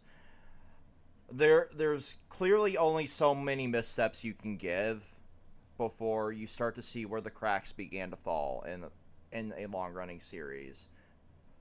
And I feel like this happens to everything, right? Because we know the longer a show goes on, the worse that it gets of reception. We know that it gets stale, it starts repeating the formula. Obviously, when it's a kid's show, it's safer to repeat a formula than it is for an adult-oriented show, something like a Simpsons or a Family Guy or a South Park, in that sense, right? But this is a series in this franchise where you could really see what works and what doesn't work. Yeah. And I feel like when you focus too heavily on the day-to-day of the Rangers themselves, right, and don't have it pay off in a way that plays into the plot, is where this series falters a lot. We had moments that were really impactful. We have moments like the PTSD, we have the depression and self-doubt issues, we have all of these moments that really mattered and gave good character development, and they end up tying into the plot. And then you have moments where you're just like, well, yeah, obviously we can have these like adventures where we have infighting, but when they don't help move the plot along, it kind of makes the series suffer. And what ended up being 45, 46 episodes could have been 18, 19 of a well-written series. And I feel like that's kind of why they started taking it in the direction that they did during the Hasbro era. They kind of learned and retooled what worked and what didn't. And obviously it was too late by that point for them, I guess. But it kind of makes sense now that we've seen the full cycle of things. I do like that we got to have a season like this to give that kind of introspection, because clearly, like, this was my first time watching this series. I figure, as the person that had never seen it before, like, it gave a new insight into things for me with that. That being said, we had moments that worked really well. We got to see, like, deeper, darker villains. We got to see moments of, like, really well thought out ways to get rid of the equipment, with the Zord being whittled away. We saw these moments of power struggle even within the team that kind of, like, gave a deeper lore meaning to the too much pink energy joke in that regard. But yeah, like, that's kind of like my final thoughts for this. Megaforce is going to be a shit show, and I apologize in advance for anybody that sits through that episode, because holy fuck, it's going to be a lot of ranting. Oh, I have a lot to say about Megaforce, so I think we all have a lot to say about Megaforce. I can't say anything about Megaforce because I've never watched it. Oh, we're gonna be in for a wild ride. Another hand touches the beacon. Yeah. Tyler, I suggest you get, like, an edible to get through some of those episodes. Yeah. Noted. Just don't green out too much, is all I'll say. Because there's still funny moments from what I remember, from what I watched of it. But it's definitely the worst that you get out of the franchise.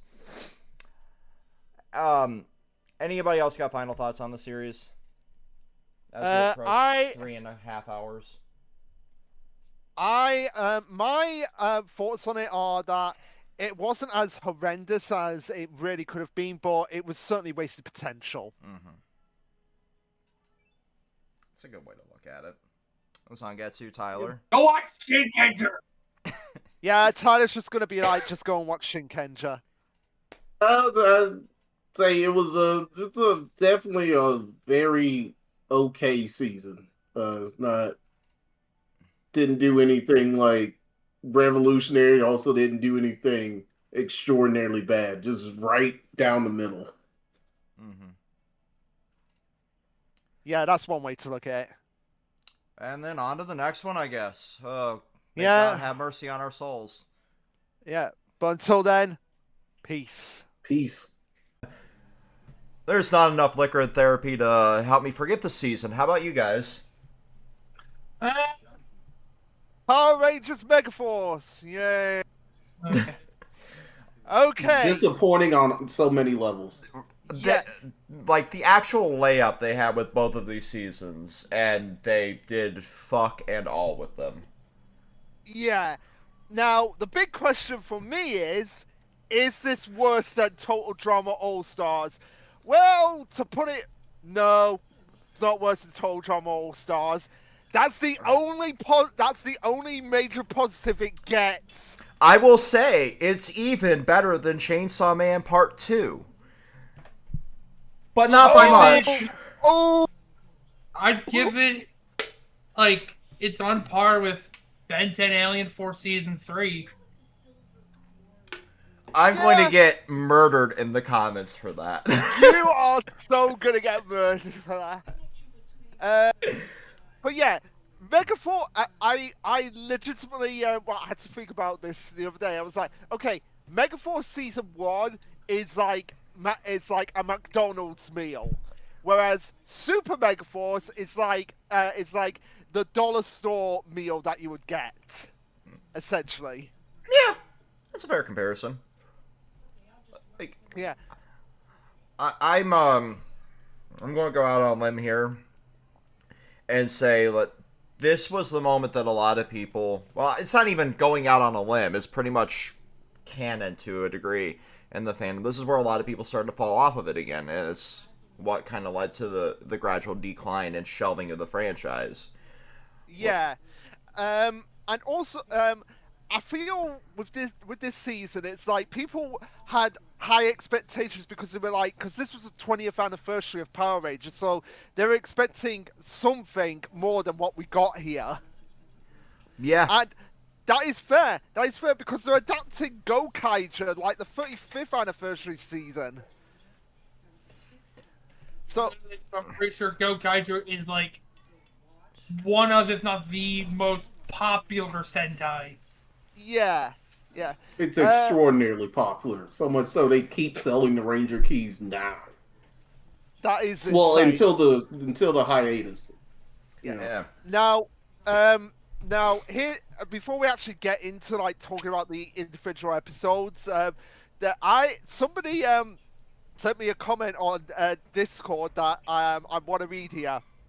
Megaforce, a season so bad that someone in a live call with me dropped it when they were 10 years old, saying it was awful. That's how bad this season. That's how bad like Megaforce, Super Megaforce was. That a literal child, which the franchise is meant to target to, dropped it because it was awful.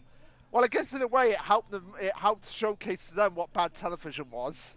Yeah, I mean, that's a valid point, right? Because at the end of the day, we're talking about a children's TV show here, right? Like, we're grown-ass adults talking about this. But when children are willing Also to drop doesn't it, excuse it because right, children should also have good entertainment.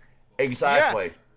Especially jumping ahead a bit, because before this recording we did watch the first 4 episodes of Dino Charge, and that is an example of what you can do to make, hey, this is a kid show but it's entertaining.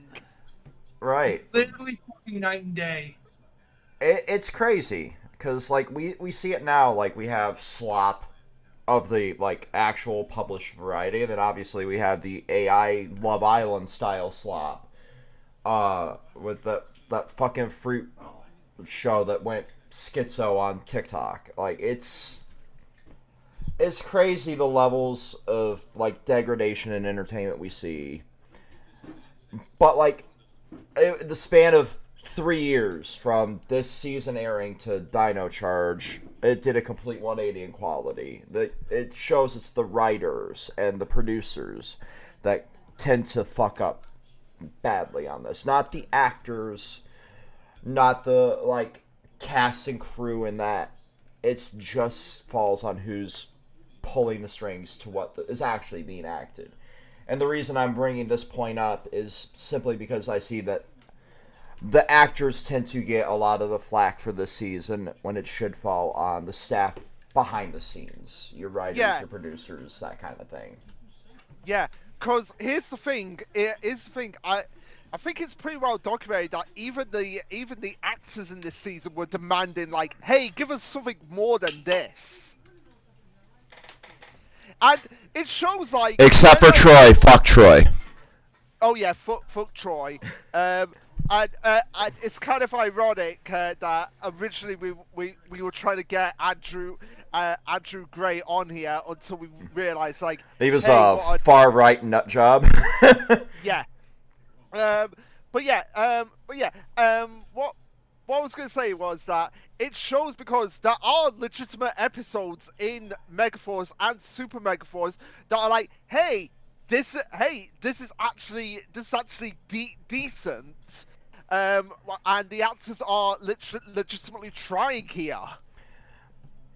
Tyler, you brought up a good point while we were watching Super Megaforce, and I think Zangetsu, you brought up a similar point of like it's the ADR for a lot of the direction for these actors, just the difference in their readouts even. Because like we see it in anime, because that was originally like what we used to do here. It was like anime and manga. And the difference between whoever was doing ADR for that particular season helped tell a better story. Red and I, when we were doing the original incarnation of this, even met Mike McFarland, who did ADR at Viz. and this was right around the same time that the Hunter x Hunter dub was coming out, and Red was like trying to pick the brain of that. Even he was like, yeah, it comes down to like direction and everything. I'm not going to crap on the colleagues, but some of them definitely do not know how to direct in that regard. And some of it comes down to like how they mesh, and some of it comes down to just like trying to get the episode out in time in that field. There was no excuse for something like this, because there's no like week to week on a lot of it. It's still being filmed in bulk. Like obviously practical and like special effects get done afterwards, but the amount of redubbing done here should have been basically non-existent.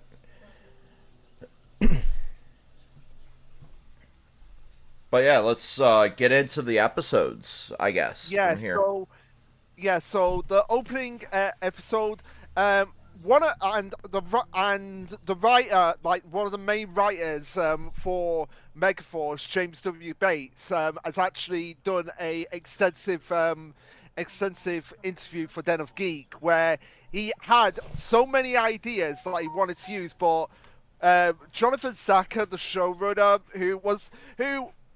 okay, Tyler brought this up when we were doing our brief watch for Dino Charge, that Jonathan Saka was like essentially the main honcho from Mighty Morphin to Wild Force, and here it seems like he has just got a full on Michael Bay of like, yeah, we don't want story, we don't want characters, we just want action, action, action, action, because they wanted the teacher character in this series, Mr. Burley, to be an old ranger coming back, and specifically Billy, which would have actually made a lot of sense. But I guess even if they did approach him, I think still at this time David Yost was still a bit skeptical because it was Saban, and given what happened in the past, it probably would have been hard to get him. Yeah, I'm looking something up here while you're talking on this, because I wanted to see like, because of the Michael Bay reference, right? I wanted to see like what the actual air dates between seasons of Megaforce and the Michael Bay Transformers was, to see if there was like a correlation of what would have been popular, like for that demographic. So Age of Extinction was the movie that was coming out right as Megaforce proper ended, and that was not well received. So that has no correlation, at least in that regard. Right. Well received in like ticket sales or just critically? Both, honestly, on that. Oh, okay. Okay. But it just feels like this season just feels like a season Michael Bay would do. Right. If you really think, yeah. Because it went from set piece to set piece to set piece. It did not have like any real like overarching story. It had no real like actual plot from episode to episode. It was just like, it was like watching just the WWE match without any of the storytelling behind it. Yeah. The entire season. I wouldn't go that. Oh, sorry. Go ahead.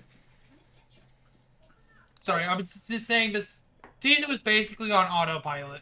Mm-hmm. Absolutely, and here's a fun challenge for everyone. Try and tell us try and tell us anything about any of the Rangers in more than 10 sentences. That is a challenge and a half. Yeah. Well, we had a brief amount of character development, right? And like Noah, specifically. Noah, and when we get to them, Robo Knight and Orion absolutely save Megaforce. They absolutely save it. Yeah. But realistically, those are the three characters out of everyone in here that got actual character development. And I know, like, again, to the producers and the writers of the season, like, they think kids don't care about that. They just want to see things go boom, right? That's not any quality storytelling. Like even Mega or Mighty Morphin at the time had more lessons and more storytelling for kids to latch onto, and that's why we see it get milked so much by the nostalgia culture that we're stuck in, seemingly, because people have attachment to it. Yeah, and also as well, like even Mighty Morphin had like had quite a number of character development, like Boca Skull's character development, Billy's character development, going from someone who was the nerdy one who was unsure of himself to becoming an effective, essentially effective leader in a way, and also technical advisor at the command center when you get to CO. And like further in the timeline of Power Rangers, if you're watching these chronologically instead of the way we uploaded them, becoming like a pseudo leader in Cosmic Fury. Mm-hmm.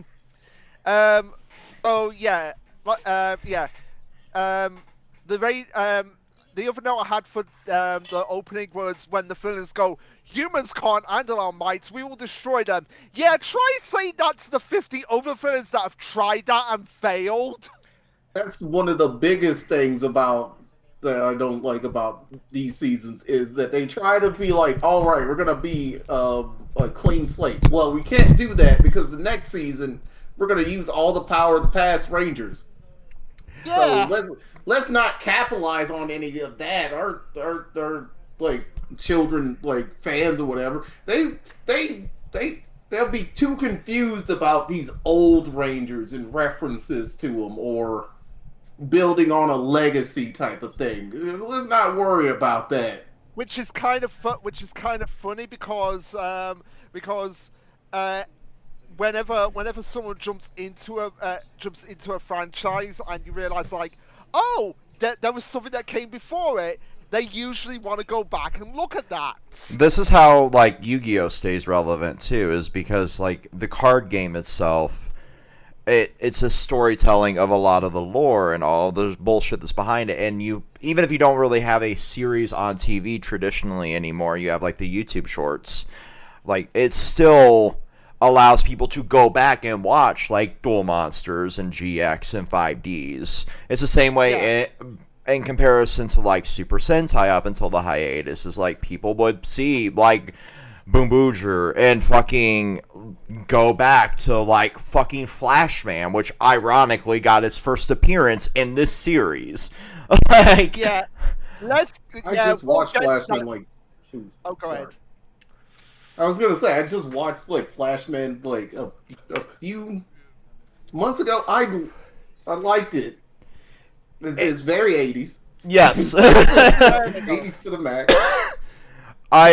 There's the Sentai manga that I think it's Yen Press put out, or is it Dark Horse? I can't remember which imprint prints it over here in America.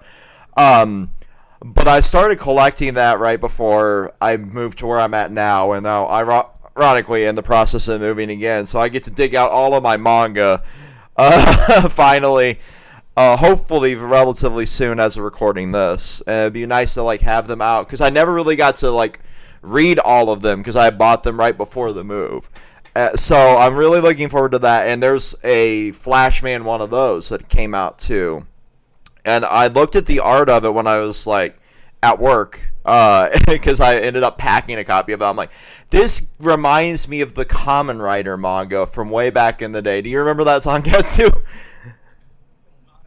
I don't have. No, I don't have that one. I have the Go Ranger one. I'm gonna get the Kamen Rider one next. Yeah, the reason I'm bringing that up, I know what you're talking about. They both have the same art style. Cause I think they were done by the same guy. Oh, that would make so much sense, honestly. But the reason I was bringing it up is because like the market for the Go Ranger and Kamen Rider one, not that one. I don't know who did that one. But like the reason I'm bringing it up is like we do have bits and pieces of like the member berries laid throughout this as well. They as they kind of like fail to like capitalize on the fact that they're going to be using those powers, like being to have Ernie and the bar being an Easter egg here. we have like all of these like hints to like being entrusted in the past from Gosei, right? Like a fallback plan to a fallback plan, but they still don't want to actually build off of any of that bullshit. Yeah, I yeah. was gonna also say like the remix melodies also. Right. It's playing off of nostalgia while not playing off of nostalgia. For a season that would be like our generation introducing our kids to their first Power Rangers kind of thing, right? And then the journey to go back and watch all of them together. That's kind of like the way they tried to have the series play out while failing to do it at all. Oh yeah. Yeah, and speaking of, let's get to Gosei as well. Fuck that tiki mask ass morphing. I hate everything about Gosei. Yeah, he is a sentient gotcha roll. He really is, and he's meant to be the mentor of this season. Like, what do you Who's do? he mentoring? Yeah, He's who's he mentoring? the mentoring is like, you've unlocked a new power by being brave and doing fucking nothing the entire episode. Fucking hell, Mentor G was a better mentor than him. The bar is in hell. The bar is in hell, Luke. What? I said the bar is in hell. The bar's in hell. But seriously, Mentor G is a better mentor than Gosei. It's James Cameron raising the bar in South Park. Yeah. But my big question is that, are we in Lord Zed's lair with the new command center with the spinning fan?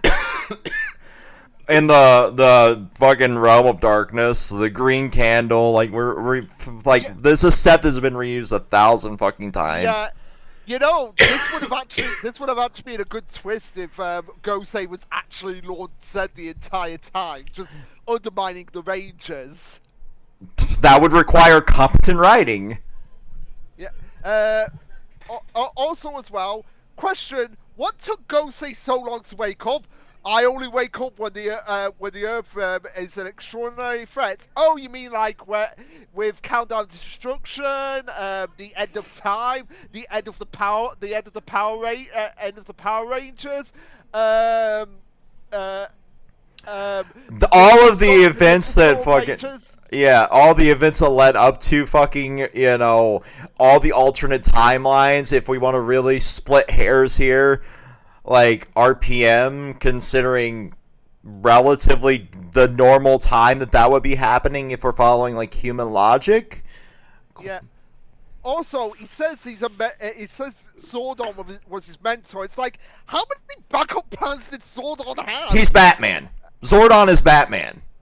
Yeah, but you want to know what actually made a lot more sense and for Gosei is.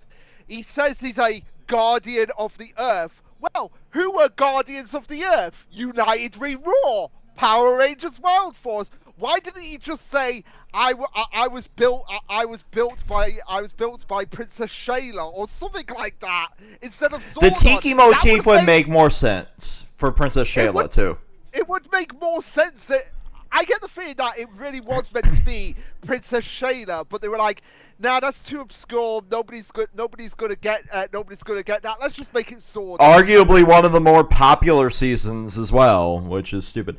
I think they kind of like split like Robo Knight's like original like ideal, Gosei Knight and his whole thing being Guardian of the Earth. They just kind of split that between like two different characters, one being him himself.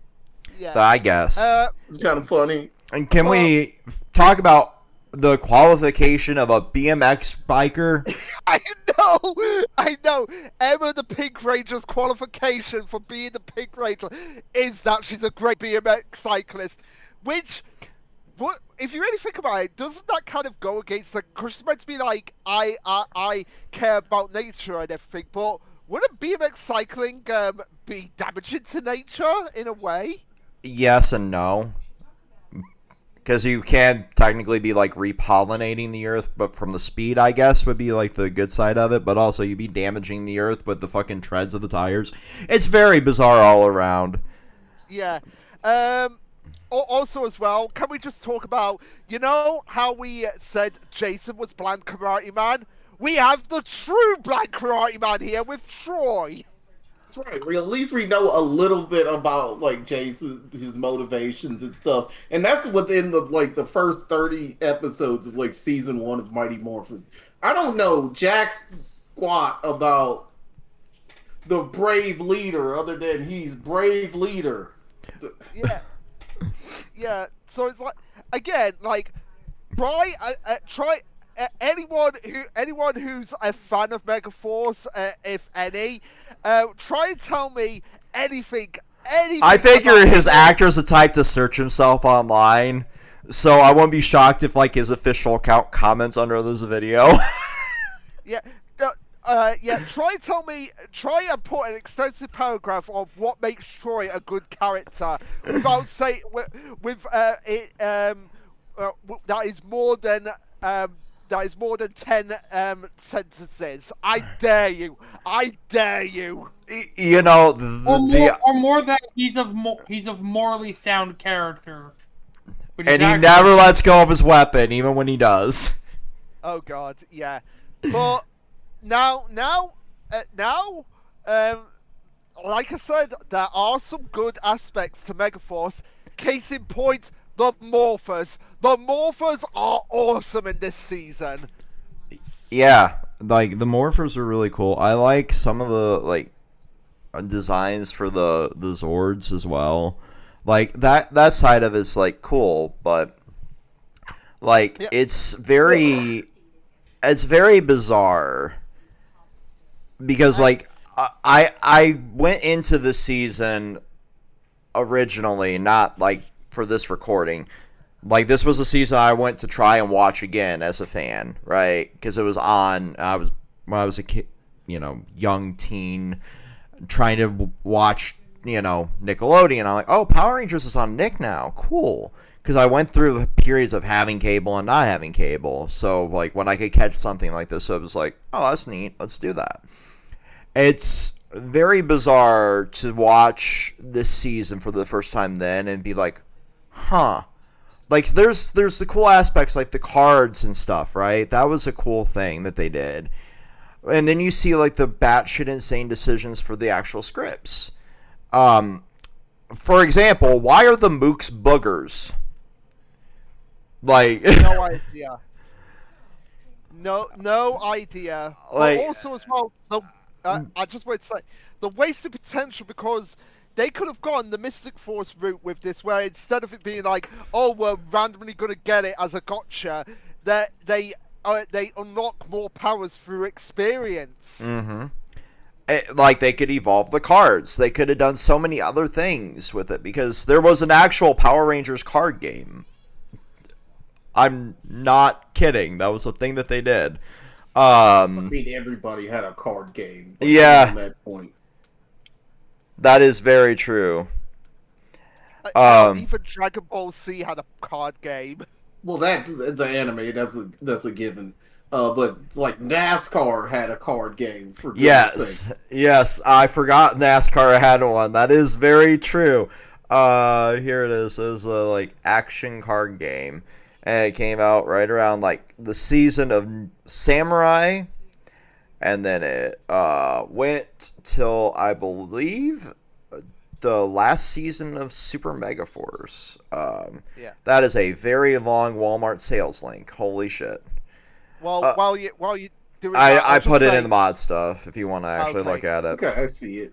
Yeah. The other notes that I had for this are pretty cool before they actually morph. Like they do different fighting styles. Like we're gonna blind the mooks with a camera, or we're gonna hit them with a football. That is pretty cool. And the morphing sequence reminds me of the Wild Force morphing. Yep. Like when the helmets like actually morph into when the animals actually morph into the helmets. I love stuff like that they did here. I do really also dig the fact that they took. Even if we're making fun of like a BMX biker, being one of the chosen ones for this season, I do like that they did the thing where they take somebody from all walks of life. I like when they do that instead of just like, oh, these are all, people are contracted by the city in a light speed sort of thing, right? I do like, the random civilian gets to play the hero side of this. But for everything else in this, like, all my notes are negative. That's going to be a recurring theme for this season. I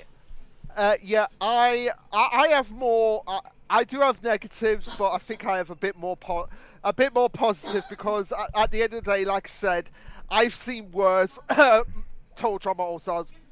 Because this season didn't want to make me punch my computer screen. I was just baked throughout this entire season and the second part, or drunk. I think I made it like 2 episodes in before I cracked open my bottle of whiskey for season 1. I'm like, I'm not doing this sober. So anyway, episode 2. Really, the only notes I had for this were just shitting on Gosei. Like, why didn't Gosei tell them to summon the Megazord right away? My favorite line read was, "Great googly moogly." And apparently in this season we have robotic bats that are used to make the monsters grow. But also it's pretty cool that the Megazord has detachable parts that they can use, that they can actually fight with as well. Yeah, I found it weird that they just fit together mid-air. That was odd. I don't know if that was just editing at first, and obviously it continues. But and the torpedo fists I loved. I loved the fucking torpedo fists. Oh, absolutely, absolutely. So yeah, that was really all I had for episode 2. Notice how little notes that we tend to have for this season, because normally we would have notes about the story, but what there isn't story? One. Episode 3, I have the one real note. Well, 2, I guess, but 1 is a known trivia fact here. Is like that there was only 1 outfit per ranger given for the season. Why didn't they allow different clothes? I'm assuming all of the Scooby-Doo route. They just wanted pink and short shorts the entire season. I don't know. But like my one actual plot story, whatever you want to call it, note was here is how the fuck don't they know who the Rangers are at this point already? That was my note. Like, as everyone in this city, which we don't know the name of the city, and before people point out, Harwood County does not count as a city name. No, because it's the name of the county. Exactly. That's like saying I don't know. I'm trying to think. I'm trying to think. The city. The city is called Lancashire. I'm like, no, that's a county, not a city. Yeah. A good example of this is Cook County. Guess what that is? Chicago. Chicago's not named Cook. Right. But has everyone in the city been living under a rock for 20 years? It's very stupid. Yeah. Go ahead. I was going to say my notes for episode 4 are a lot longer. Yeah, I was just quickly going to say about episode 3. The only character note I had was Noah feeling insecure about not being the strongest physically. I'd wanted to be strong. I'd need to be sure that he's strong without being weak. That is literally the best part of the season so far. Yeah. Because that's showing hey, an actual character moment. And speaking of character moments, yeah, episode 4, legitimately, no joke, a good episode. Yeah, that is true. This was actually a really good episode. I'm digging, we have an actual lesson in this, which is kind of a staple for Power Rangers usually. I love the fact that we're having this, giving Troy the last line, showing that he actually learned something, which is a choice I didn't expect, given that he's Bland Karate Man number 2. So, him actually evolving to a small degree was a shock to me. And the amount of one-liners in this was, Batman quip level. I do respect that we actually had comedic timing in an episode in the season. Yeah.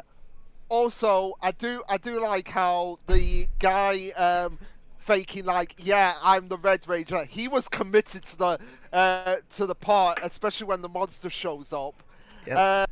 But damn it, Megaforce, stop getting wins because of the way that Troy figures out how to see the monster with sound rather than sight, because because the monster in this episode is moving so fast. Like they have to we've got to be able to see this monster by hearing where they're coming from rather than seeing where they're coming from.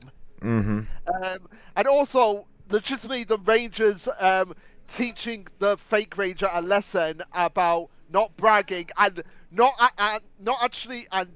actually showing them like, hey, if you think you could do what we could do, try it out. And then he tries it out, and it's like, yeah, I admit it's not as easy as I thought it was. Yeah, I mean, imagine needing core strength. Couldn't be a Twitter twink.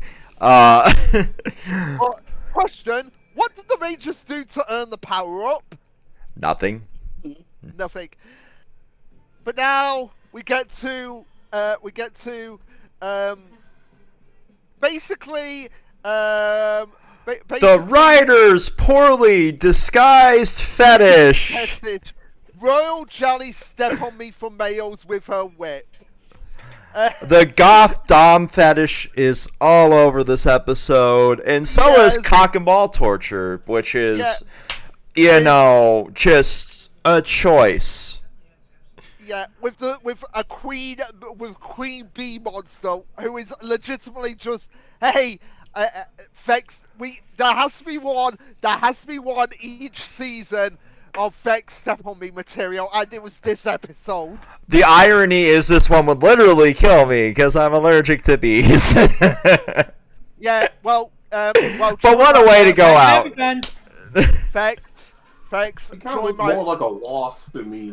Yeah, but no, it's like Bisara, so it's legitimately a queen bee. But yeah, Vex, join my brother's club as well because he's allergic to bees. Yeah, well, you guys got universal health care, and EpiPen over here is like $3,000. But also, we have to have it because we have to have it every single time a pink and yellow ranger is here. We have to have the pink versus yellow episode. What is... Tradition. Again, this is the writer's poorly disguised footage. What do they have against pink and yellow? Like, are there like soccer or football teams that? No, it also happens in Sentai. It's not just the Power Rangers. Yeah, it's cat fight. You have to have a cat fight. What is it with pink and yellow being the targets? Because those are Sometimes usually pink and yellow aren't also like both girls. Sometimes it's like the boy yellow and the pink ranger like arguing for an episode. So yeah. Also, we name dropped one thing that we always like to make fun of here: the power of friendship. Don't even get me started on that, Vex. But Fairy Tail, here we kind come. of power friendship, like with Kamen Rider Forza. Are you in but yeah, you miss it. The Queen Bee monster kicks Jake in the dick. Yeah. Yeah. But my last note, you brought it up, Vex. Power of friendship can break the spell. I seriously can't believe I heard that. You did, because I did a double take as well, and I'm like, you're fucking kidding me. No, you're not fucking kidding me. They actually said it. Yeah, usually they allude to it, but they don't just say it straight out because it sounds stupid as hell. Even for kids. But we did get the Sky Brothers. So we did get a small win. We did get a small win. I love the brothers. All of them. Little goofy heads. And now we've got the episode which shows that Discord will always be a villain in Power Rangers now. Mm-hmm. Ironically, since we're using Discord. My note for this was like Discord by the Living Tombstone Place. I might edit it in, I might not. It can go here. Also, we have to shit on the British here. We have to shit on the British here. I mean, it is an American version, so of course we're going to shit on the British. It's our national pastime. Besides, a bloated military budget. But also as well, like the editing in this episode is just terrible because actually it's even worse than I originally thought. You pulled up the Shutterstock image. They literally took two stock images of like a building next to the House of the Parliament, to the side of the House of Parliament and the House of Parliament, and literally put that building behind the House of Parliament when it's off to the side. It's like they couldn't even look at Google Maps to find out that there's not a random building behind the Houses of bloody Parliament. And why am I getting so angry about my government? It was that. It's just like, we're gonna just throw these two things together before. They look British enough. They literally just couldn't type into Google House of Parliament. They literally could just pull up Google Street View. Like, the fuck? It's licensable. Did it exist right at that point? Probably so. Yes, it did. It wasn't Yeah, good, probably, but like, they were like, let's do this before lunch, and they didn't think about it. they're like, no one is gonna care, and then you got random British man on YouTube bitching like 15 years later. Yeah, no one's gonna care except the British fan that is gonna care about a geographically inaccurate version of his own country. Oh my god! But a very accurate depiction of. All right. Oh, now, we have a demorph beam, another staple, was used in this episode. I just wanted to point that out.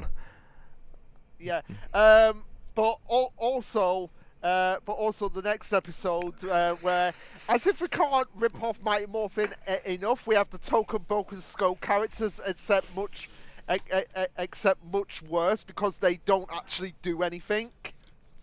Also, we've been talking about the pacing of this being ridiculous. We get the Ultrazord here. This is episode 7, by the way. We're 39 minutes into this, and we're in episode 7 of 20. Yeah. Like, I joke about how long these videos have gotten when I stitch them all together, right? But this might unironically be the shortest fucking episode we've done. Yeah, because of the rush nature, we're getting through it. Whereas, ironically, I think I already have this many notes 4 episodes into Dino Charge. Yes, there is so many notes I have for Dino Charge, like it's unbelievable. Like, I think the longest notes I have for this is the legendary battle, the final one. That is like the most notes I have for Megaforce. So I have a couple episodes I got like a decent chunk on, but yeah, that also helps us an extended episode for that as well. But my only other note for episode 7 is, what even is this show? They're just like it was just the levels of disappointment and apathy this far in. But I will say I do have one positive to say about this episode. That Troy and like the General Creepox, like the first General that gets defeated, standard stuff. There was a halfway decent fight because they had unmorphing and morphing parts, so it was a halfway decent fight. I'm shocked I didn't put a note about that in there, but I was also like, I think this was, no, that was Super Mega Force. I think was when I decided I was going to take a 200 milligram edible to try and cope with it. Yeah. But also we have to seriously question how the obvious middle schooler that the Token Broken Skull characters are bullying is in high school. Yeah. Yeah. Now, One thing I hate about this episode is Emma saying to Troy, "What a guy," and it's like, no, you do not get to reference Red Dwarf, one of my favorite TV shows, if not my favorite live-action TV show of all time. Do you think anyone on the staff of this knows what the fuck Red Dwarf is? Probably not, but still, they do not get to reference Red Dwarf on my watch. I love you admitted to it, then probably not knowing, and then it kept going. Hey, it's the only way. It's the only way I can actually have the close brackets rage baiting Luke moment. Yeah. Well, if it makes you feel any better here, episode 8 was our annual pollution episode, and it gave us the character with the most fucking character development, other than like Noah and Robo Knight. The one thing that made this season at least somewhat palpable. Like I wanted to just find the rope and kicky chair by this point until he showed up. Finally, we finally get a proper character, and ironically, the robot's more human than the actual human Red Ranger in this season. My singular note about Robo Knight in this episode is Robo Knight has more character than Troy, and he just fucking appeared. Yes. My other note I had for this is that Noah and Emma stumbled upon Chernobyl, apparently. You know, good reference. Yeah. But also, what the hell, Mr. Burley? Great Caesar Salad Bigfoot was here. What does that even mean? I just didn't bother putting any notes for his character because I would have just lost what little mind I had left at the end of this. Yeah. Also, Robo Knight has a phone Gatling gun. A phone Gatling gun. That's the most American thing in this damn season, I will say. Because he have a phone Gatling gun. The phone Gatling gun is him. He is the phone. But he still has it. I'm just kind of, even though it's him, he still has it. I have to give as many wins to Robo Knight as possible because he is. For every Robo Knight win, we have like 7 Troy losses. Because Robo Knight is precious, he needs a better season. Him and Noah need to get out of this season with Orion, the Silver Age from Super Mega Force. They all need to get out of this season, go in a better season, and be able to shine as characters. Please let us not happen. Give them an RPM 2. Give us, if you're gonna do a reboot. Wait, that's Beast Morphers. Give us those characters. But yeah, go say, when did you build Robo Knight if you're meant to be a guardian of a chamber that's been asleep for God knows how long? Also, how? Before he went to sleep. Is this like the theory? Robot assistant. Do you think that little fucking, like, Johnny Five from Short Circuit looking robot is capable of doing anything other than fetching a drink poorly? We say that, but he helped build the rest of the Megazords, so... I refuse to believe that thing built the Megazords. I reject your reality. He did tell him, like, hey, could you do this combination for me? And we saw him welding. You also freeze the Rangers later on, and I fucking hate that. But, like,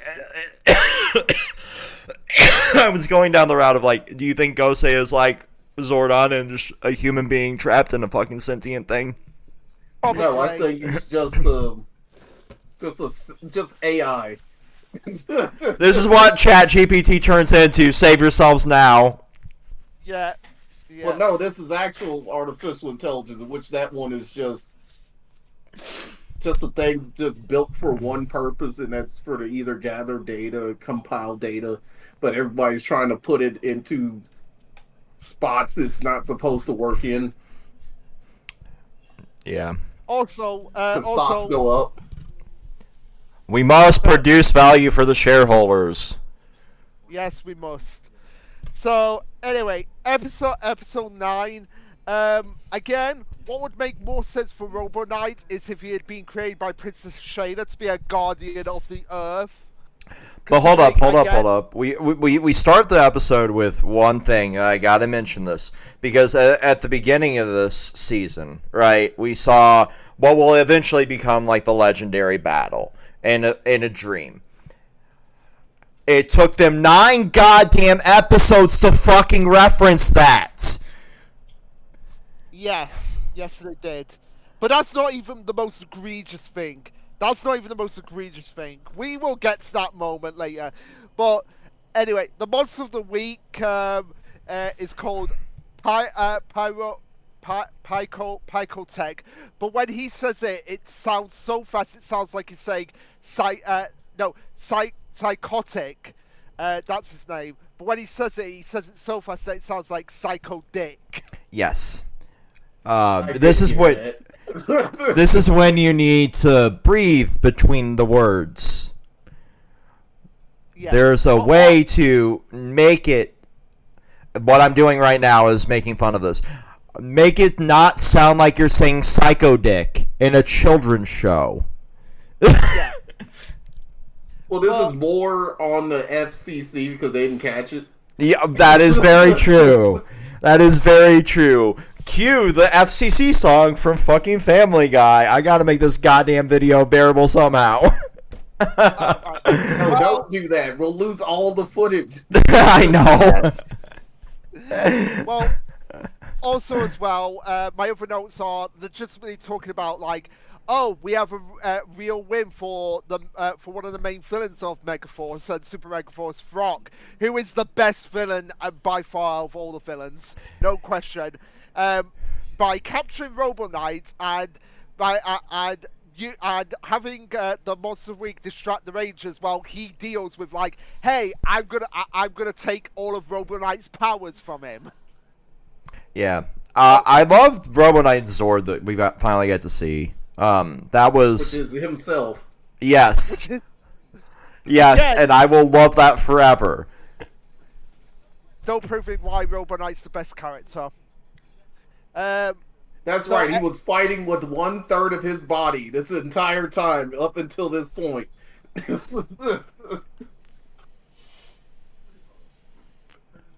So yeah, episode 10. Yeah, how many minutes are we into the recording? 49. 49 minutes. minutes, and we're halfway through season 1. Why is Nessie or Godzilla here, whichever way you want to put it? I have no idea. That's like all I could see when we were getting this reveal is like a fucking cross between Nessie and Godzilla. Yeah. I have more notes than normal for this episode. The Shadow Serpent freezing the humans was a really cool power by just stealing the shadows. I think that might be one of the most badass powers we've seen from a villain in a long time.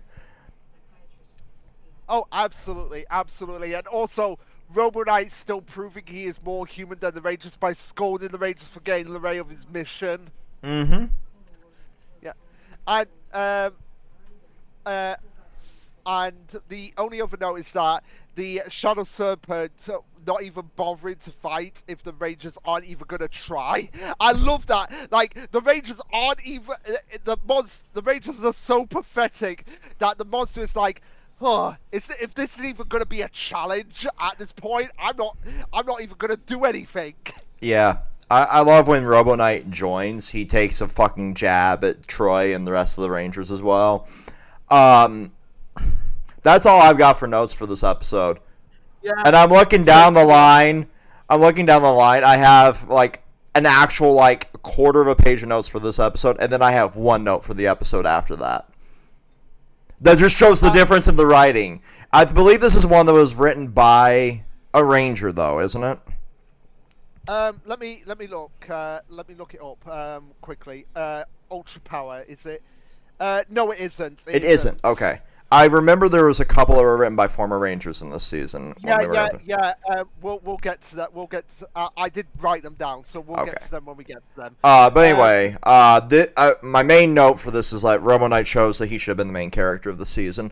We get our power up here, and it reminded me of a toy that I sent to you guys in the Discord.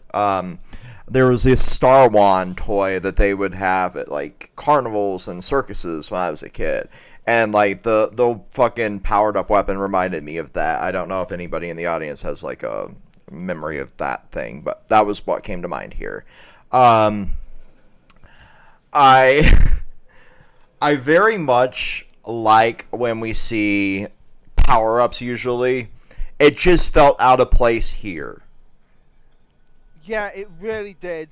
And also as well, the only notes I had for this were the monster of the week causing illusions to distract the Rangers, and it was intentionally bad editing due to the illusions. Okay, so the only time bad editing actually works. Yeah. That's kind of interesting. The monster's name was Distractor, by the way, because I wrote it down. I like that for a name for a monster. I feel like because we've had so many power-ups this season, and that trend will continue because the fucking writing is atrocious,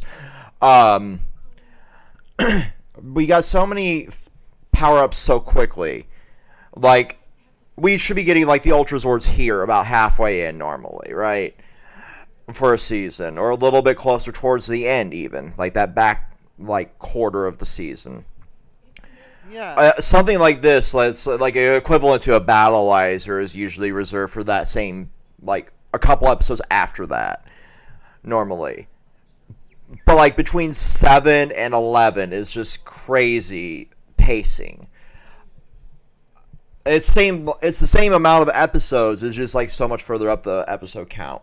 And I guess it's to make room for, as we go down the road, the amount of legendary powers we'll be getting with the keys and Super Mega Force and everything else. So we kind of have to set that pace early on to make everything make sense.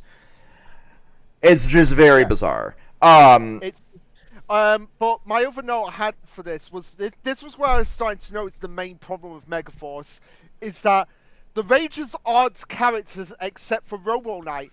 They are tools. Hence why no different clothing and no life outside of being Rangers.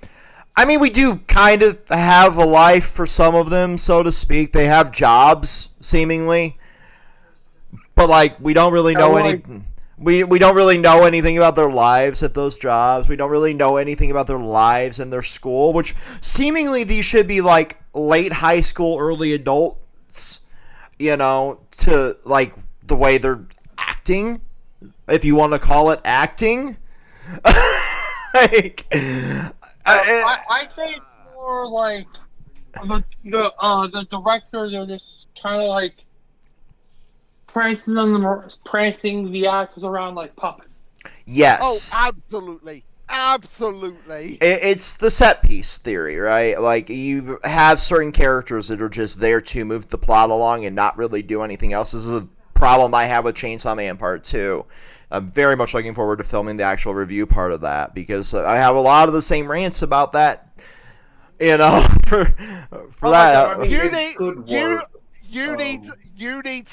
need to mention what you mentioned here about how Megaforce and Super Megaforce is better than Chainsaw Man. I just desperately want two fan bases to send me death threats on Twitter. That's exactly what I want. Yes, I will argue. We'll argue that in certain cases it actually works, especially in animation, in which, like, earlier, like, seasons of Simpsons, you have, like, a certain character that moves the plot because it's, you know, related to a certain thing. Let's say it's a bit of a nerdy type of thing, so you would get the nerd type of character, right?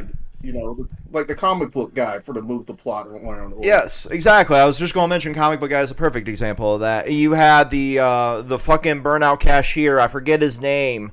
That was essentially the same character as the comic book guy in early seasons of Family Guy.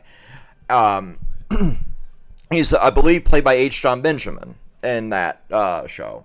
who is the dude that plays Archer, which is why I fucking love H. John Benjamin, because he plays a lot of my favorite characters. Yes, Carl, that's his fucking name. I could not, for the life of me, remember it. But yeah, like, you have those types of characters to just move the episode along, and it works fine there. You see a lot of that in Rick and Morty, even. But, like, when every main character in the season of Power Rangers feels like they're just that device to move, like, Monster of the Week to Monster of the Week, it feels void of any progression. Which is basically my note for episode 12. It's the joke episode. That's the note. Because why the fuck did we have a joke episode in a season that's paced like this? I know. I did have a few more notes. Like Noah. Like, again, Noah being the only one with actual character, because we get a lot more about him. Like, not having a sense of humor, because he's a guy that thinks logically about things. We have Brock saying laughter is contagious. Yes, say that to Monsters Inc. Mm-hmm. And we have Gia the Yellow Ranger sucked up by Laughter Monster, and I put in brackets. I realised that would be taken so much out of context if it wasn't in this season. Yeah. One line that I really liked in this episode was, "Here, hold your friend while I beat up your other friends." that just tickled my funny bone there. Wow, we managed to stretch it to 57 minutes, and we're right at the ass end of the season. Yeah, but my other notes that I had were, Troy, the blandest character, tried to make Noah laugh, and it works. Like, how does that work? Yeah. Troy got to express himself, actually. Fair enough. And Troy literally rolling on the floor, but not the fart jokes. And here's the thing, this is why I say Frack's the best villain in Megaforce, because he has good plans that even the big bad that he's a support to acknowledges, but they just keep backfiring. Mm-hmm. Yeah. So those were my only notes for the laughter episode, and now we have the bizarre dream episode. My notes for this is, this monster is cancelled. Scottish, Italian, matador, and steals the dreams like an American. And then he ends up having a Spanish accent later on in the episode. Yeah, but it seems like with the Scottish and Italian accent, it's trying to make a Dracula accent as well. It's very weird. Like, I also mentioned, why is Big Time Rush here?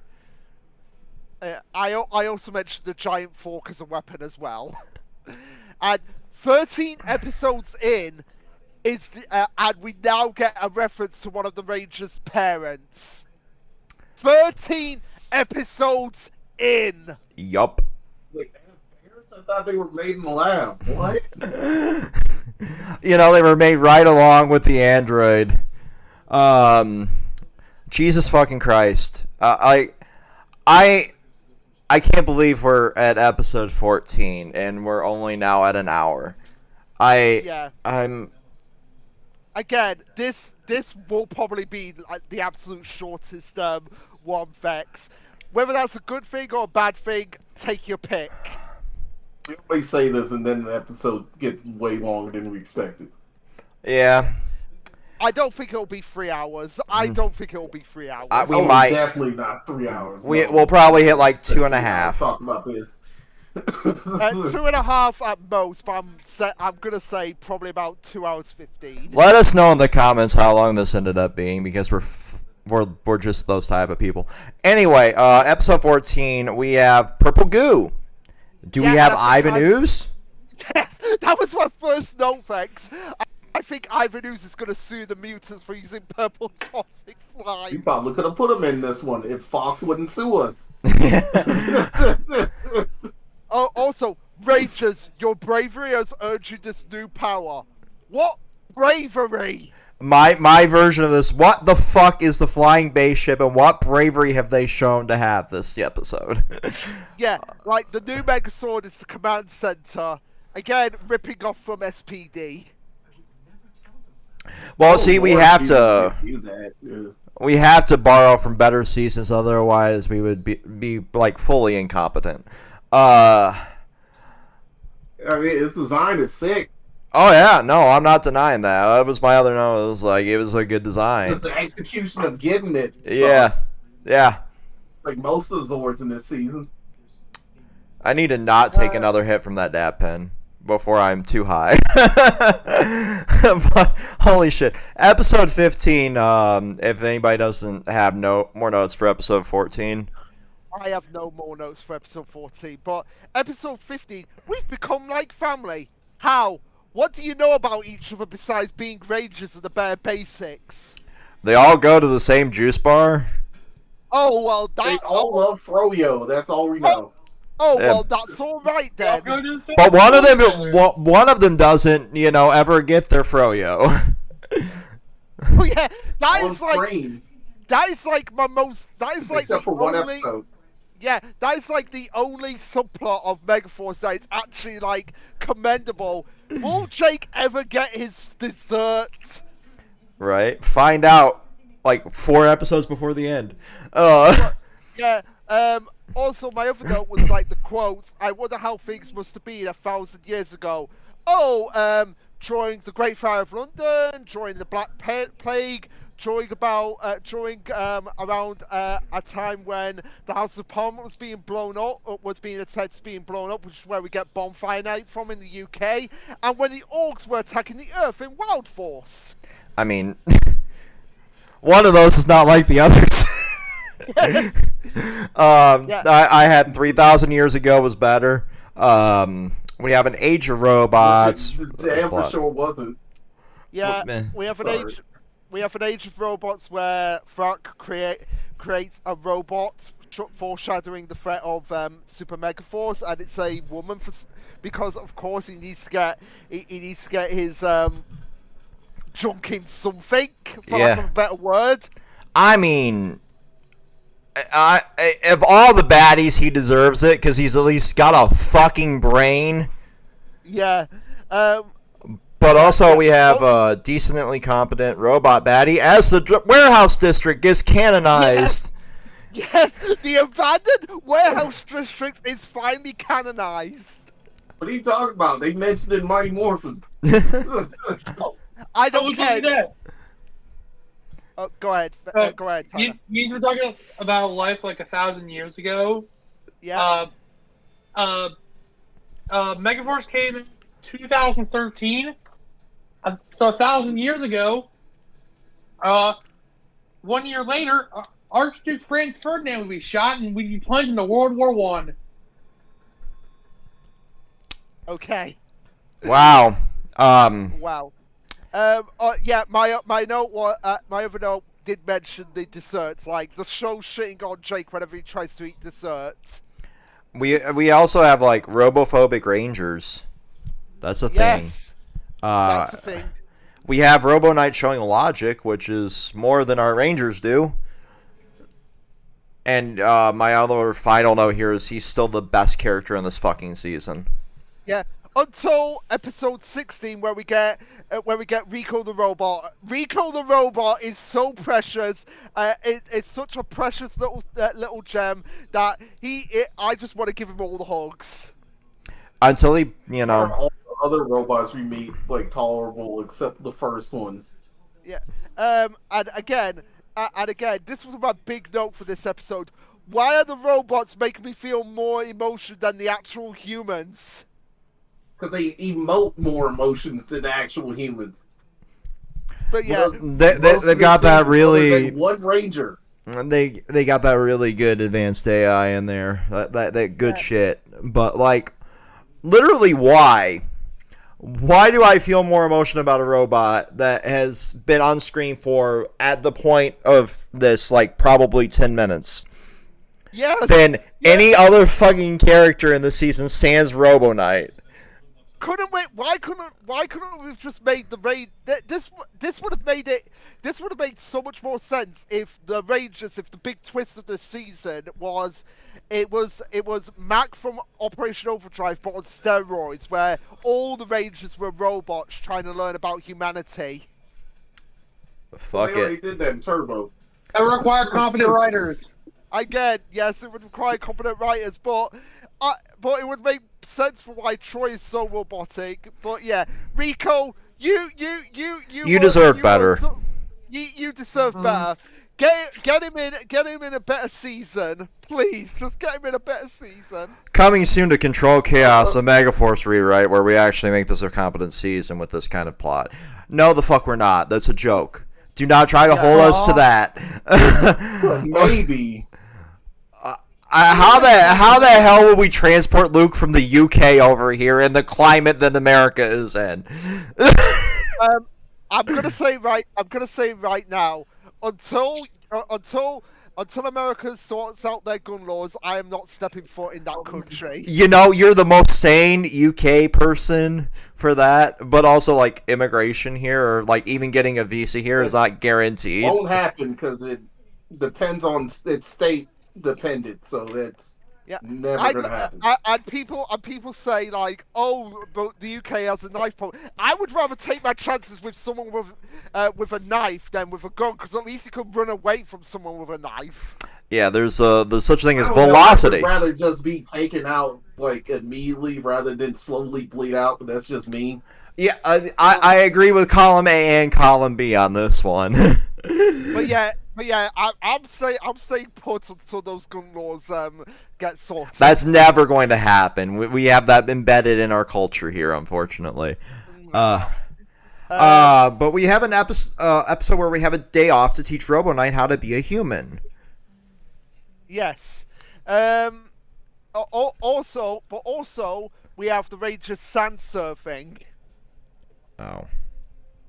Yeah, and a hard high five from Robo Knight, and yeah, this episode shows like how bizarre like the plots that they want to adapt in this in this season, because apparently, according to Megaforce, trains are a major form of transportation to be disruptive in the US. Okay, that would make sense if the season took place in island countries like Japan or and England, not so much America. Right? For us, it's more for like delivering like packages and stuff, like cargo, more than just people. They're like, there are certain trains. It depends on cities. If you're in major cities, Yeah, you have things like Amtrak it and happens. shit, but like, yeah. But like- you got to think about it. The U.S. is stretched out so far that it would take a whole lot of effort and money, and depending on like what like city or like town it is, it may not even be worth it to even build that infrastructure there. like as much as I would love like public train circuits and shit here, it would cause more hassle, and it's worth like most of what you see the train tracks and infrastructure being kept up for are exactly that, cargo. And it's very rare to even see a train on the train tracks unless it's going to deliver in that city that's in. Like there's It's like, I understand it, like, but logistically, it would be a headache. I'd really rather that than like drivable cities, though, if I'm being honest. Trying to get around here, They like went with the route with like least resistance. That's basically what they did. yeah. Yeah. So yeah, the other notes I had for this episode were, so not only does Megaforce wanna steal from Red Dwarf, they also want to steal from one of my favorite manga and anime of all time, Monster. When you have the robot Alice Alice character quoting Johann Liebert about humans being ants. I did not expect you to go that route with it. I gotta respect that. Yeah, I had to bring that up because I was like, no, you do not get to do this to me. What have I done to? What have I done to you? I'd honestly sooner believe that they had watched Monster than Red Dwarf, because at least Urasawa is famous worldwide. But the other notes I had were just Robonite's great lines like humans possess what you don't, compassion, and me again just praising Robonite for being the best character when he says, "You have nothing to protect, therefore you have nothing to live for." I was just gonna say, that was a fucking killer line. Yeah, I did put that down. That's cold Robonite, but honestly, one of the best lines in the entire franchise. And I say that without hesitation. That is legitimately one of the best. Yeah, and again, it shows like the skill is there to do competent writing when you have lines like that. That part. That's what made all of this like so frustrating.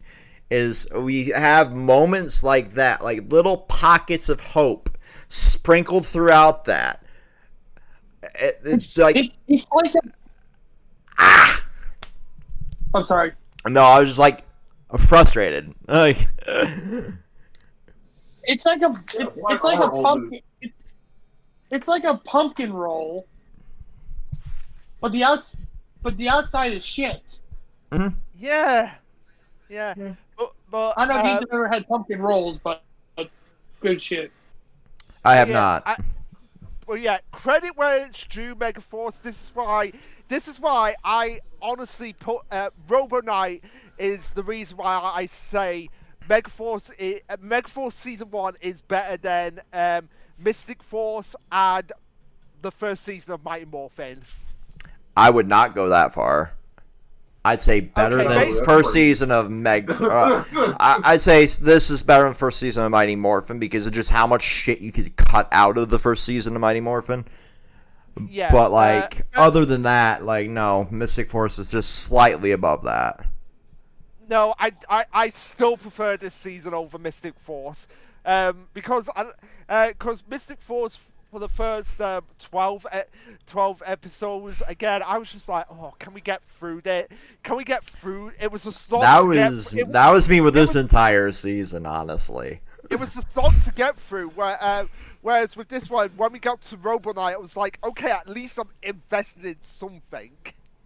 Yeah, I like Robo Knight, but not enough to like I was like visibly like tired of like even like just watching one episode of Mega Force. Yeah, no, same. I have never felt that way with any other season. Fair enough. But yeah, seriously, Robonite, you deserve the better season. Anyway, episode 17, 18. Episode 18, where we finally have the Emperor character of this entire season, like the big bad of this entire season, finally meeting and fighting the Rangers. 18 episodes in. We are at basically the end of the regular season here. That is the most bullshit thing of this entire season. It's like we don't even see the big bad until this far in. Yeah, it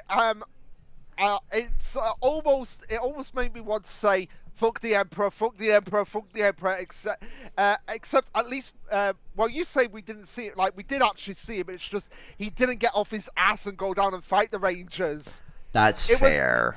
It was the same thing with the Bring up a good point. It was the same thing with the Master, like, fuck the Master. And that's gonna be, that's gonna be my whole shtick throughout all of this franchise, just fuck the Master. We see. Why didn't mention the Emperor before any of this happened? Why didn't he mention anything related to the Armada? Yeah, no, like that's the big issue here, right? Like, if you were preparing, if you were like here for like a grave threat, wouldn't you have known about this in some capacity ahead of time? Like, oh, I gotta get my Rangers ready to fight this big bad. And also the bigger big bad that is coming after the big bad. because I am preparing for the worst case scenario at all times because that's my entire existence supposedly. But no. Is all the villains? You can't even. Oh, sorry. I was just gonna ask, like, because from what little I do know of Naruto, when we get to that, isn't this kind of like what happens with Naruto? It's like, oh, we replace the main villain with an even bigger main villain, and then we replace it with an even bigger main villain after that.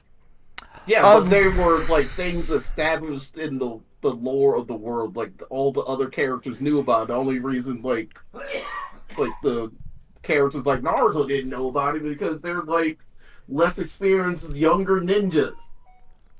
But, yeah, and also like Naruto up until that point, his entire existence, aside from battling throughout the series, was living in a shitty one-bedroom apartment with fucking outdated ramen and milk.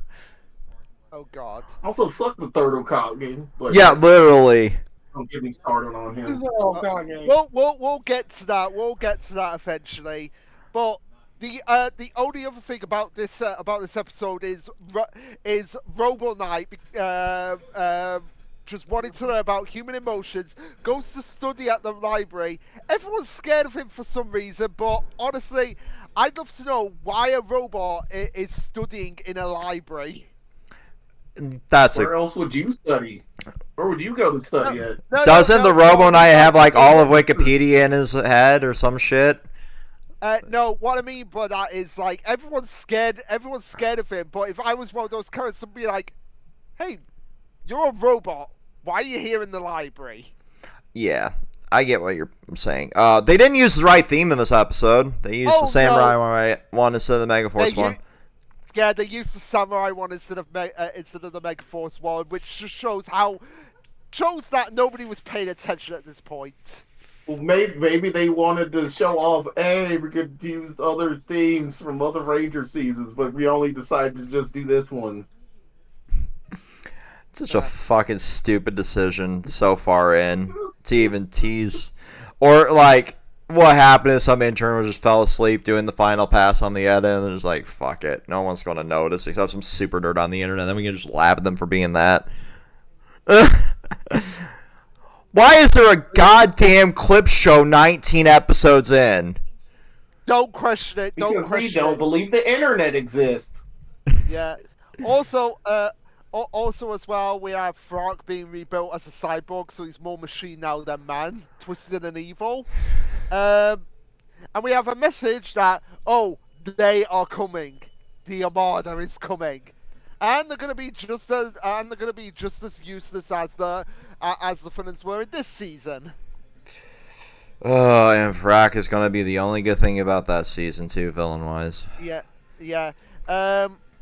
Anyway, all notes I had for episode 19 for the finale of Megaforce. Troy is no Leo with his shirt off.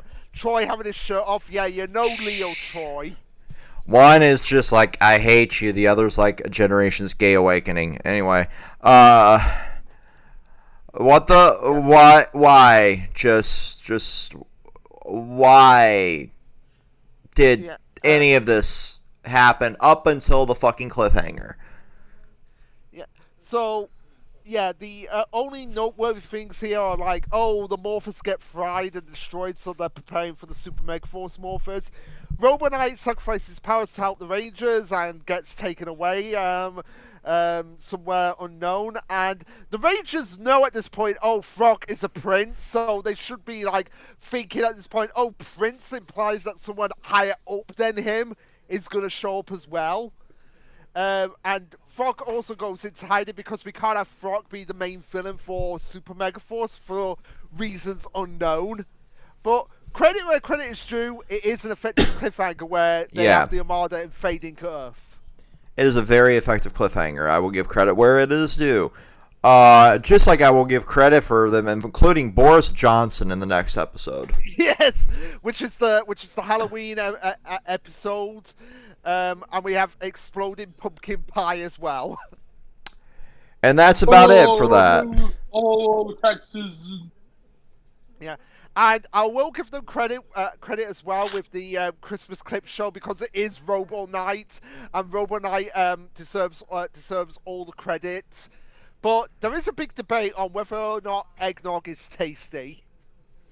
I have no idea. My note for this is I was too busy playing Pocopia to pay attention to the clip show.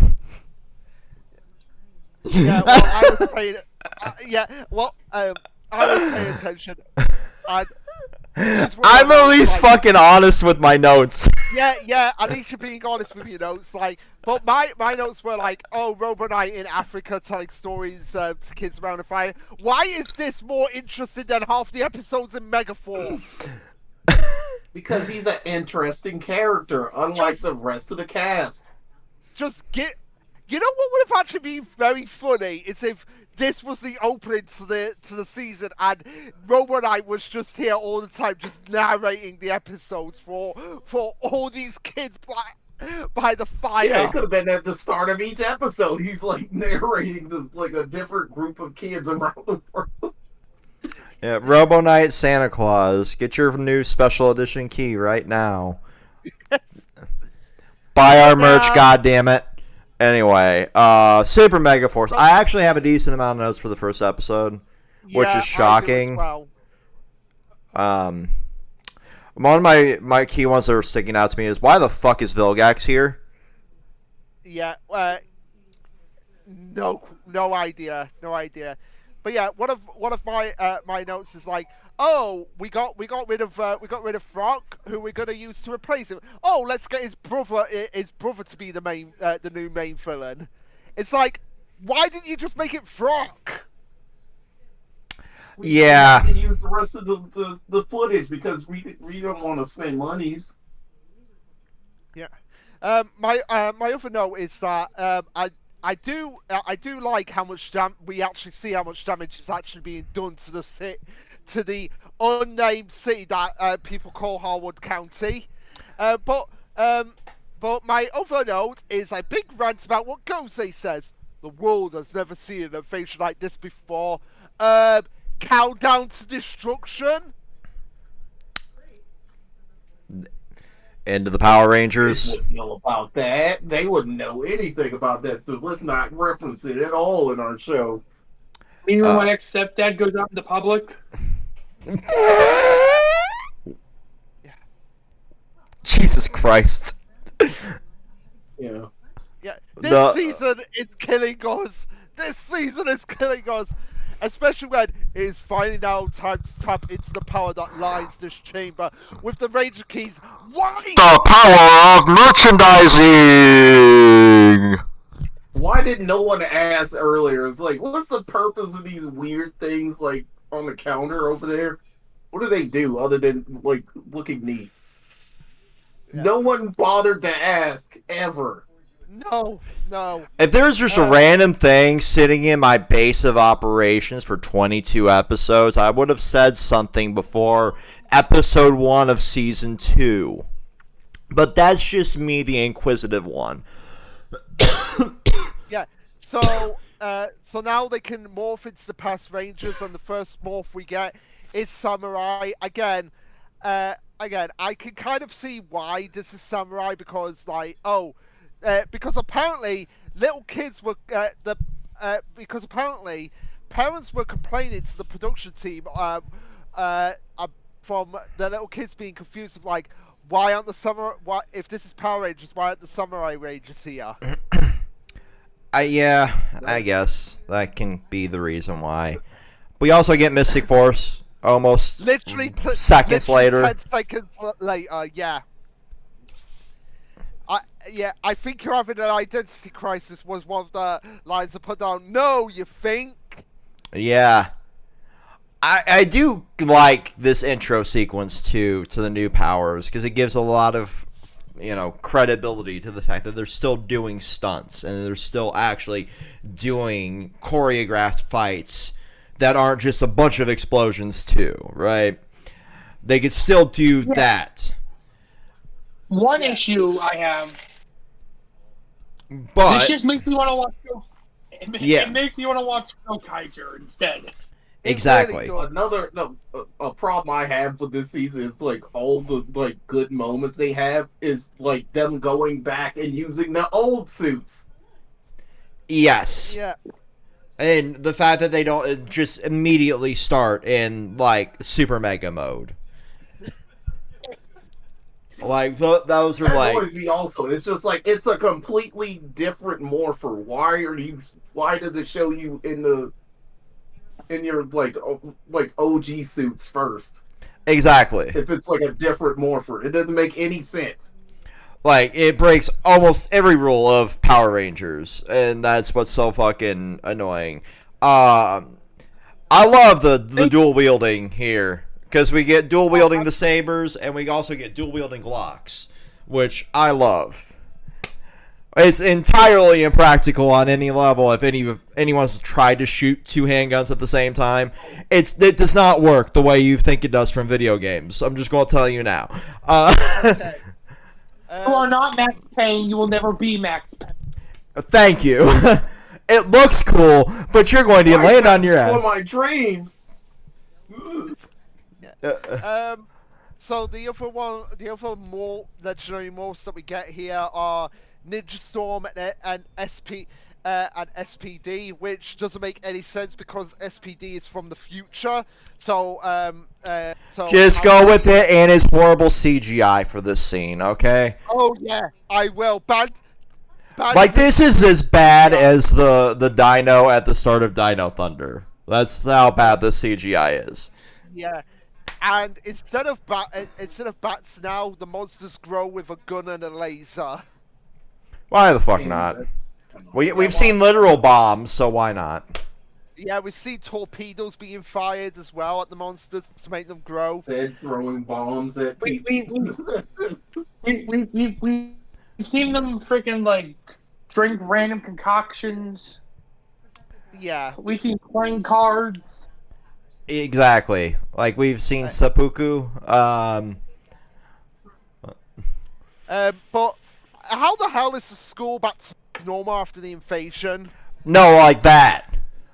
That part. Yeah. Anybody that's been in a, Taxpayer dollars.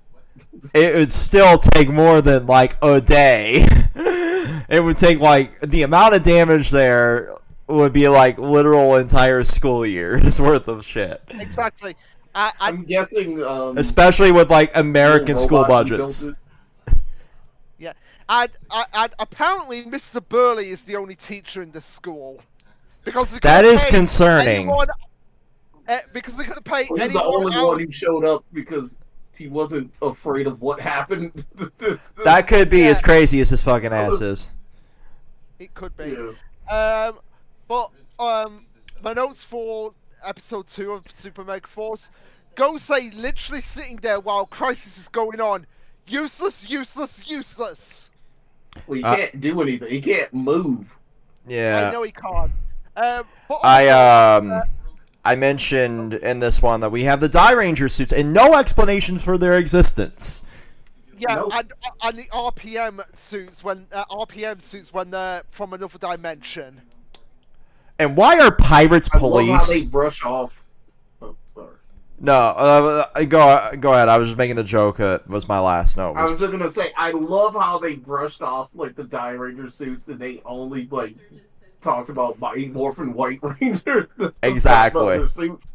Yeah, I literally put it in my notes for the Die Ranger one. Except for the White Ranger, they are not Power Rangers. They're not even mentioned like the other teams. At least the other teams got a random name associated with them. The Die Ranger suits didn't get any name. Yeah, but I will say credit where it's due. Like during some of the morphing sequences in this episode, they literally speed blitz through ambush pies to morph. So I will give them that. That is pretty cool. Oh yeah. Well, why are pirates police? I know that's the thing. I thought I wrote irony of pirates using police. Look power. at UK. You know what?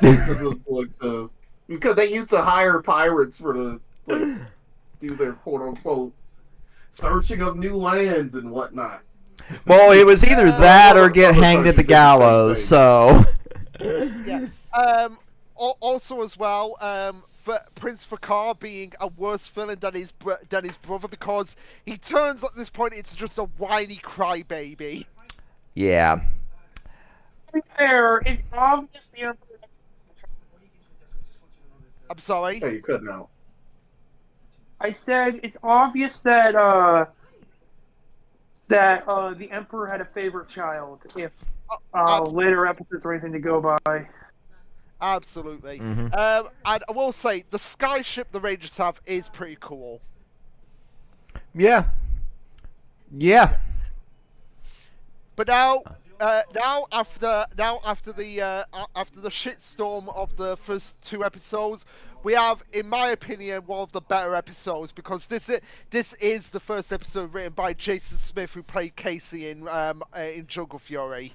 Okay, this was one. I said, okay, for my opening line, because we start with a fight-ish thing. Okay, but the goddamn swordplay. It looked like it was actual movie levels of choreography. Oh, absolutely, absolutely. And the monster in this episode is a fruit ninja, who also is a reference to a previous Power Rangers season. The monster is voiced by Nick Sampson, who played Chip in Mystic Force and the Sentinel Knight in Operation Overdrive.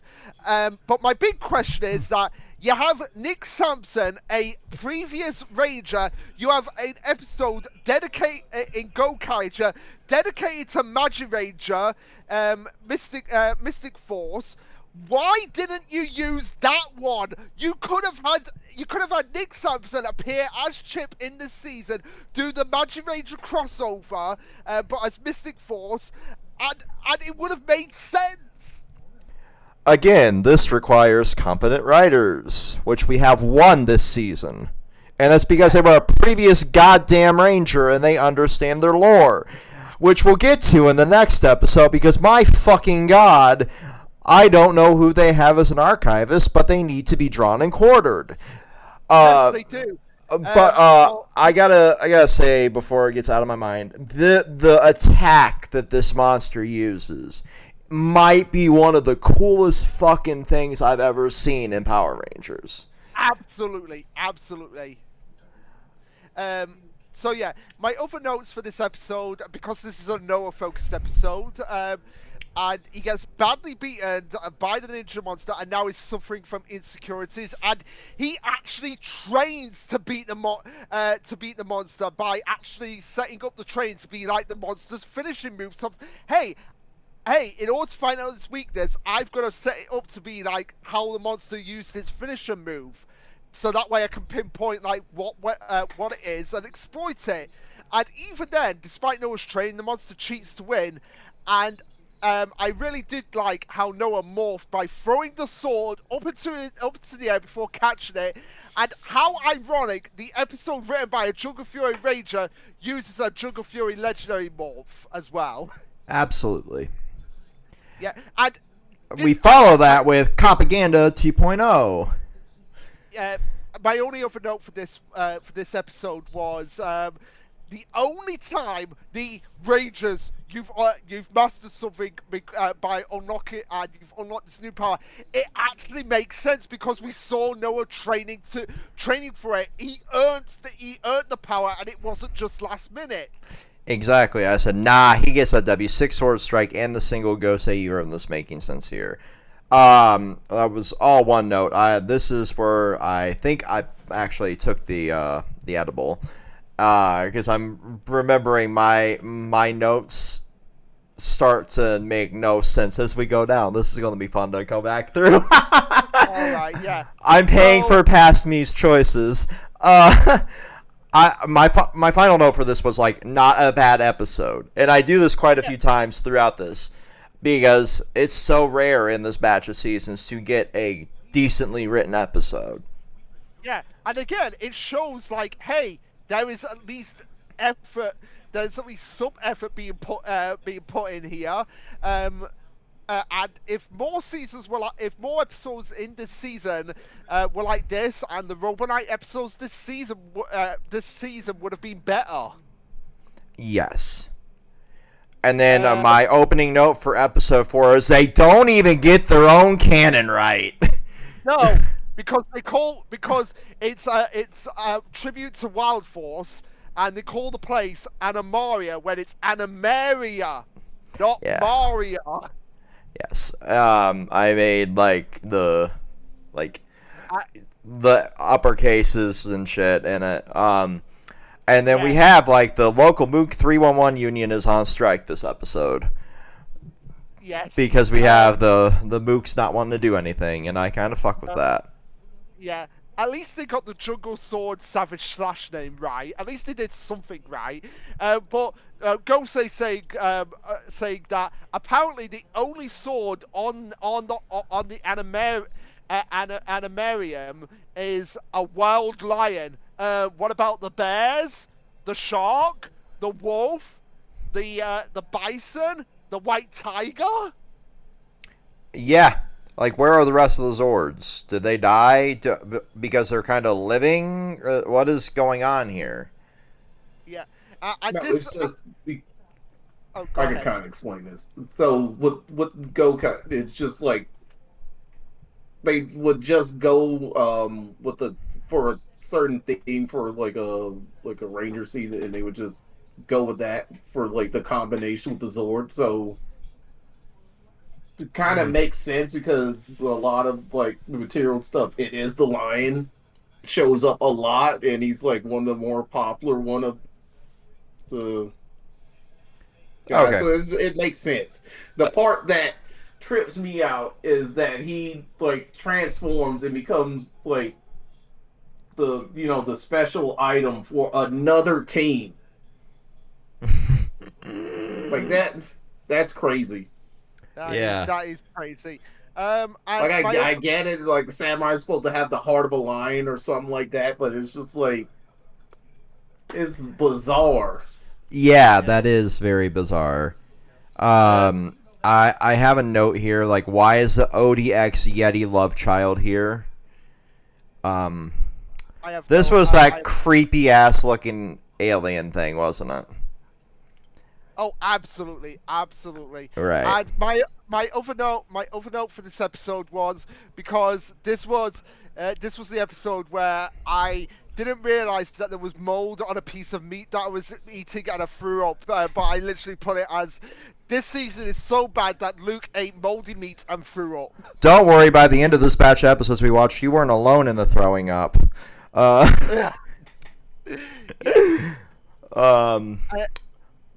how do we follow up a mediocre tribute to Wild Force? How about a mediocre tribute to a mediocre season? Yeah, so taping over the Harley Davidson name of the logo so they don't have to pay for the likeness was extra levels of cheap. I kind of respect that. I don't know how they got away with showing the shield portion of it though, because it still is technically Harley Davidson's likeness, but I guess because they didn't have the name and the emblem. We don't know. It's just flames. It's just flames on a black bike. We don't know. Yeah. Also as well, this was another one written by Jason Smith. I will say this is probably the weakest of the episodes he wrote. Well, it's only because Mentor G is here and he did nothing. He did nothing. At least Jaden gave them the disc that was used at the end of Samurai that wasn't destroyed. So yeah, fair enough. That disc wasn't destroyed in the Battle of Master Sandred. But it just gives the Rangers another power up. Will you stop giving them power ups? And the funny thing is, we know that Mentor G can do something. Yeah. My only other notes were, why wasn't Jaden helping during the invasion? I had the same for Mentor G. Yeah, Jaden wanted a plain shake. Plain, just like you. Yeah, honestly. We got Mask Man in this one as well. And Flashman. We got Flashman as well. My other notes are just shitting on Prince Fakar. by being more whiny than Anakin Skywalker. But my other note, for Car, don't attack the face. It reminds me of Alejandro from Total Drama.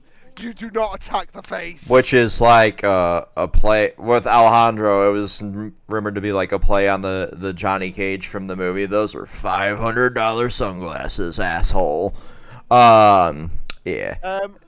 Well, my other note was like a quote, because again I put down quotes that I actually do like. The prince was in no condition to face you. Was he ever in any condition? It's fair. My other like Burn. yeah.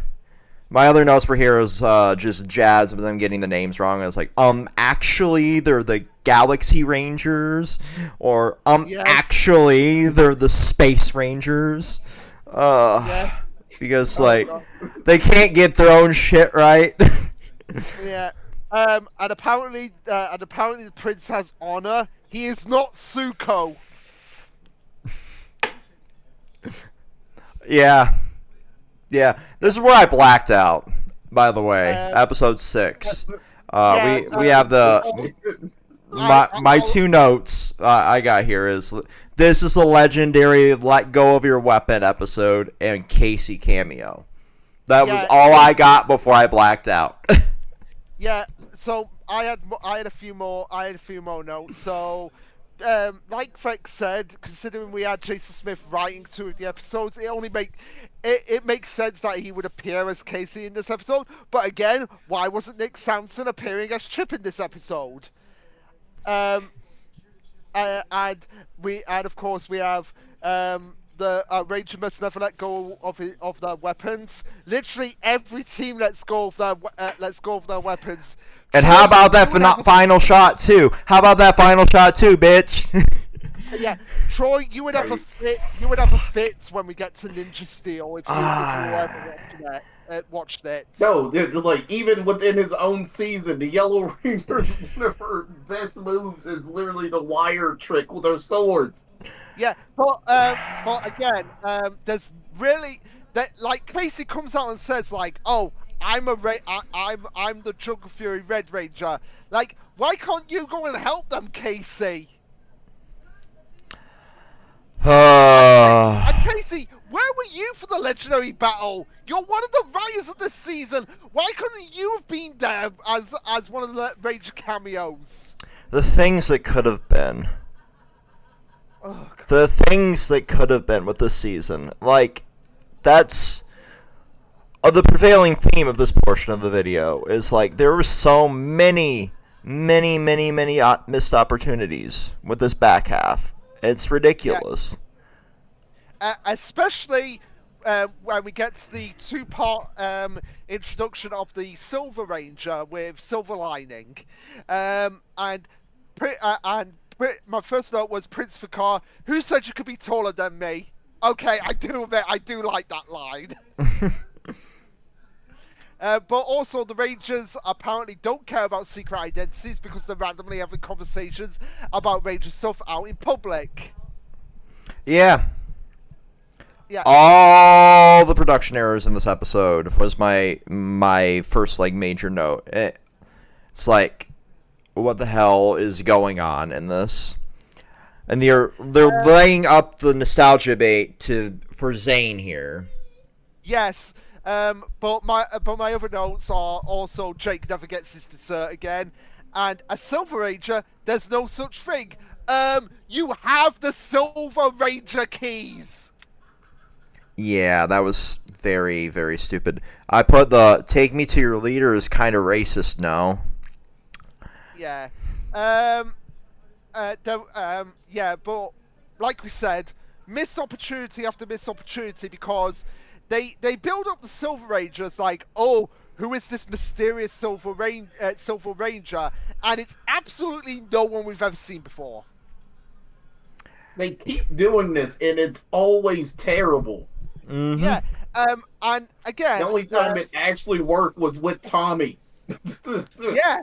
And that only worked because it also only worked because it was the first. Yeah, and and like we said, this is the missed opportunity with the Silver Age here, because Orion says he's from the planet Andrea, kind of like Andros, and he talks about like his planet having been taken over by the Armada, and him finding the Silver Ranger key on Andrea. Why didn't Gosei just say the unknown Ranger powers are from Andrea? Yeah. Also, how the fuck didn't he know what the morpher was, but he knew what the key was? Yeah, well, you could say the same thing about Merrick in Wild Force when he gets his morpher. He's like, what is this? And yeah, he automatically knows how to do the wild access. That's fair.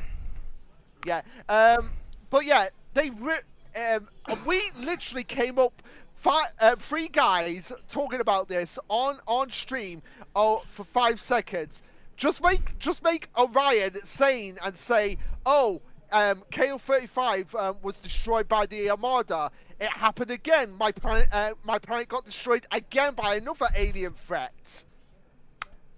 But again, that requires competent writers. Yeah. But I do like if it's a brief and you miss it moment where in his flashback Orion wants to say it's morphin time. You can actually see his actor miming it's morphin time, but then maybe like, oh, I can't because I don't know what a morpher is. Right. Like there's so many in these 2 episodes, so many fucking weird little hiccups like that too. I put in here like all the origin was, like you said, like so much of a plot hole is begging for rewrites. And then we get to the like makeover portion, and he gets turned into like generic hipster 26, which is obviously like the him wanting to cut his hair from another role kind of moment here. Yeah. Like, yeah, oh, you got a barber on set that day? Put me in for a haircut. Yeah. Also, as well, Orion has visages of the six Rangers. Well, technically, Dino for the White is the 5th Ranger, not the 6th Ranger. Yeah. Also, why is a goddamn Q-Rex blue? That is not the Q-Rex. That is not the fucking Q-Rex. Oh, it kind of looks like a Q dinosaur to me. I swear to God, it's luckily that I have so much soda on standby, because otherwise I'd be throwing the glass that I'm looking at right now at the wall. It's a TV show. It's not that serious. It's got yeah, I can make the joke. That's half of the Q-Rex. Yeah. But my other note was in block capitals, behold, Luke, the disrespect to one of your favorite seasons.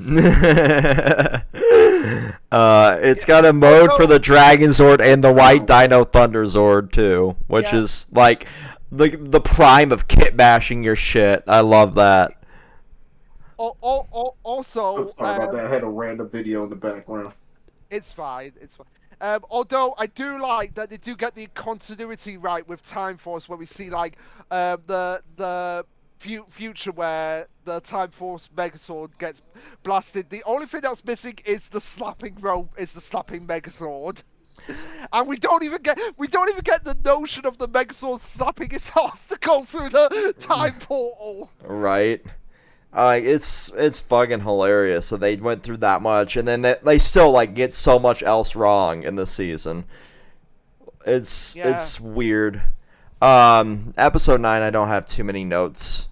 The only notes I have are this is another one written by Jason Smith. And how? But my only question is like, why is Orion living in the school and in a locker? Why can't he stay at the command center? Zoning laws. But again, like hijinks. That's why. But again, you'd figure that there would be at least a janitor, or at least someone on staff, like looking at the CCTV footage and thinking like, why is this random stranger in our school? How does he not have to piss or shit? So many questions about There's that. bathrooms in the school. But wouldn't he get picked up on cameras? Is like I was playing off of Luke's comment there. He would have got picked up on cameras in general. Also, this was the moment I was alluded to earlier when we were talking about things that should have been mentioned early on but weren't. Gosei finally saying, "May the power protect you." 31 episodes in. He kind of phoned it in. Not gonna lie. 31 episodes in. How are we 31 episodes in and getting this? Yeah. Oh, go ahead. I hate it so much. What hate is it the so much. pacing? I hate it so much. And this Megaforce season 1 was not good, but at least it wasn't terrible. Terrible compared to this. This Super Megaforce is undoubtedly, no question, the worst Power Rangers season. Okay, season. I'll give you season. There is one worse thing of Power Rangers that exists that we have to watch. Yeah. And a lot of people say, like, oh, you have to put Megaforces. No, I am not putting Megaforce and Super Megaforce together. They are separate seasons. They have separate powers. They are separate seasons. Super Megaforce is the worst season. And then we get to episode 10 of this half. There was also a couple more Okay. notes I had. Bland generic store names, not Katie's grocery bonanza, just the grocery store. But No, you just occasionally have the grocery store. yeah, I mean, I always like going to the bookstore. I like going to the game store. Yeah, which is kind of ironic because there is actually a store in the UK called Game. Yeah, it's like your version of GameStop, isn't it? Yeah, pretty much. Even though we're losing a lot of the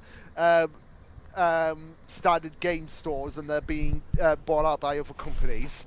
But yeah, the only other note I had is that Orion, because technically RPM Silver and Gold are technically considered the 6 Rangers of RPM, he's able to create a hybrid morph, and I kind of dig the hybrid morph between Silver and Gold. Yeah, I love that No, suit. you just want one of them counts as 7. Yeah. You're gonna say that because it's on the suit. Of course, that doesn't excuse the stupid shield that he has with all the 6 Ranger helmets. That is like one of the I love the stupid shield. The stupid shield is so ridiculous that it's not even funny. I kind of fuck with it. No, it goes in, like, it's so stupid. It goes back. Exactly. To being actually kind of cool. Exactly. I'm with Zangetsu here. Fair enough. But yeah, and what is worse than having the worst season of Power Rangers? We have the absolute worst episode of Power Rangers ever. Could we just abandon the goddamn robot, let it fend for itself, and save 22 minutes of runtime? Please? Yeah, like, the fucking robot assistant, it was basically essentially alpha of this season. Getting amnesia. Why do we need this episode? We have generic bus stop location, just city. What is even the name of this city? Why? Why are they in a buggy? Why? How? Why? Episode is so bad that it doesn't even get a super mega win. And ironically, this is the episode where we finally resolve the long-running plot point of will Jake finally get his dessert? I'm literally hitting my head against my chair to feel something right now. It's so annoying because 20 minutes of the entire episode could have been fully resolved had they just asked the guy. Right! We got our luggage by mistake, and we got your luggage by mistake. Here's your luggage. Sorry about that. My bad. Alright, yeah, literally, end of They kept episode. doing their stupid spy stuff for, like, no reason. Yeah, go on, Tyler, you were going to say something. I was gonna get you said about hey, we got our luggage swapped by mistake. It was literally what I said when I watched this fucking episode. Yeah, this episode was a mistake. If and I said this when after we watched it, if I could go back in time to the 1960s and say to the BBC, "Hey, can I take this episode or this episode of Doctor Who, and you can burn this episode of Power Rangers," I would do that. I mean, yeah, I got no notes. I fucking. This was ass. This was unfermented ass. Yeah, because nothing mattered in the end. That's why I call this the worst episode of Power Rangers, because at the end of the day, nothing mattered. Yeah, I mean, I would have had a clip. I would rather have a fucking clip show here instead of this. Like, I'm begging you to replace this with a clip show. That's how desperate we are to make sure this episode gets destroyed. And then my first note for episode 11, because I gotta get past episode 10 or we'll fucking paint the ceiling. A season so bad, Luke needed a therapy cat session and a toilet break before this episode. Yes, it was so bad. It was so bad that I literally had to get my cat and be like, "Please, just give me something. Give me some comfort. Give me some comfort." I think we joked about something like this episode so bad it gave Luke diarrhea. I'm pretty sure we did make that joke. But also, this episode's right up my alley because it is the monster fucker love episode. Yeah. So, yay. Also, why we spent 22 minutes on a... Why didn't you ask her out? Like, why? And then he gets blown the fuck up. He kept saying she was gross, but I was like, she's kind of bad. Kind of Right. baddie. I mean, she's no Trakina, but like... She aight. Yeah. Yeah, and also the fact that it's a love potion, does that technically make this potion the R word, which I cannot say. Yeah, pretty much. Yeah. Yeah. Yeah. But She got good coffee. Yeah. Yeah. And Noah being a racist here by saying an alien-human love triangle, ew, gross. Max Tennyson is frothing at the mouth right now, and he doesn't know why. Listen, I'd be Max too. I can't even deny. Yeah, yeah. I mean, again, like, you want to talk about like the most bizarre love stories ever? It's the Tennysons wanting to fuck aliens all the time. I mean, I would. It's one of the conversations I've had of all time. Also, I mean, that explains why they were given the watch. fair enough. So, episode 12 of Super Mega Force. My initial note here being, why does this season cause such a fucking headache?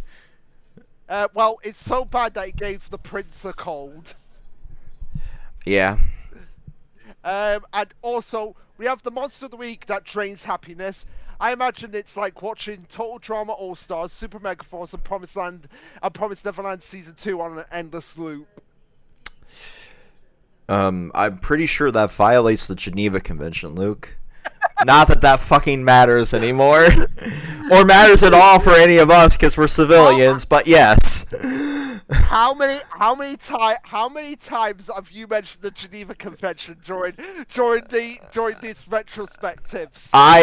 I'm pretty sure. I looked it up recently. Like, it does apply to us, but in most cases it wouldn't, because it just charges for something else unless it's like super severe, and then they're like, yeah, you count as like a terrorist. Yeah, pretty much. Pretty much that. I'm sure somebody can put a list together by the end of this, because I would actually be curious. We'll probably get mentioned a lot because of all of the literal war crimes that happens in Naruto. But speaking of crimes, this season. Yeah, we have this season and this episode Although I do like Emma asking Orion to get married, and he's so confused that he doesn't know what to do. Literally the most human reaction to anything ever. Do you want to get married? What? Yeah. Also, the panty shot is a fucking choice. Yeah, and how the hell do Orion and Emma get an ambulance and a police car? They are literally committing felonies here. I mean, name a ranger at that point. Magic Satchel? I mean, like, every single one of them would technically be charged with at least one felony. Yeah. And we have a CGI kite, because why the hell not? They couldn't get... They got stock images of, like, Parliament, but they couldn't get one of a fucking kite. Yeah, they couldn't. That's how bad this is. But speaking of which, Rangers, your mastery of the Dino Thunder power gives you the ability to combine the not Q-Rex Megazord with the Megazord. It literally just attaches the arms. Gurren Lagann. Yeah. And of course, this episode is another episode that is so bad that it doesn't even get a super mega win. Do you think Troy just forgot his lines? I think he did. I think he did. Or it was just such a bad take that they didn't even bother using it? Yeah. Probably. The only notes I had for episode 14 were Jake and Noah swap places, and Megaforce got something right about the fact that there are 8 planets and not 9 planets in the solar system. Because I would have ranted about that. You would have too. Resident Dr. Stone fan over here. Yeah, I would have done. And also we get a Charge Man morph. Yes. Change Man, sorry, not Charge Man. Um, really, those were my only notes for that episode. I have one here. Ranger tossing blaster part. I lost fucking count in the season with that line. Yeah. And my only other note was, why am I even fucking watching at this point? I don't know, but that I reserve for the next episode, where apparently Corum from RPM is in trouble, and Earth will be without its defenders. Except, what about the other Ranger teams that have their powers? The Samurai Rangers and at least one Jungle Fury Ranger. Yeah. And we have the return of the villain from the RPM Samurai crossover, who isn't even one of the main villains from RPM. I also have to have one rant here. There's a line in here from the British character that might be the most god-awful delivery I have ever heard in 30 plus years of existence. You have $1 billion budget and you went with that fucking delivery. Oh god, yes. Oh my god. What level of incompetence is in that fucking editing room? That is like, can we get a redub? Is the random British fucker still here? Like, it's atrocious. It really is.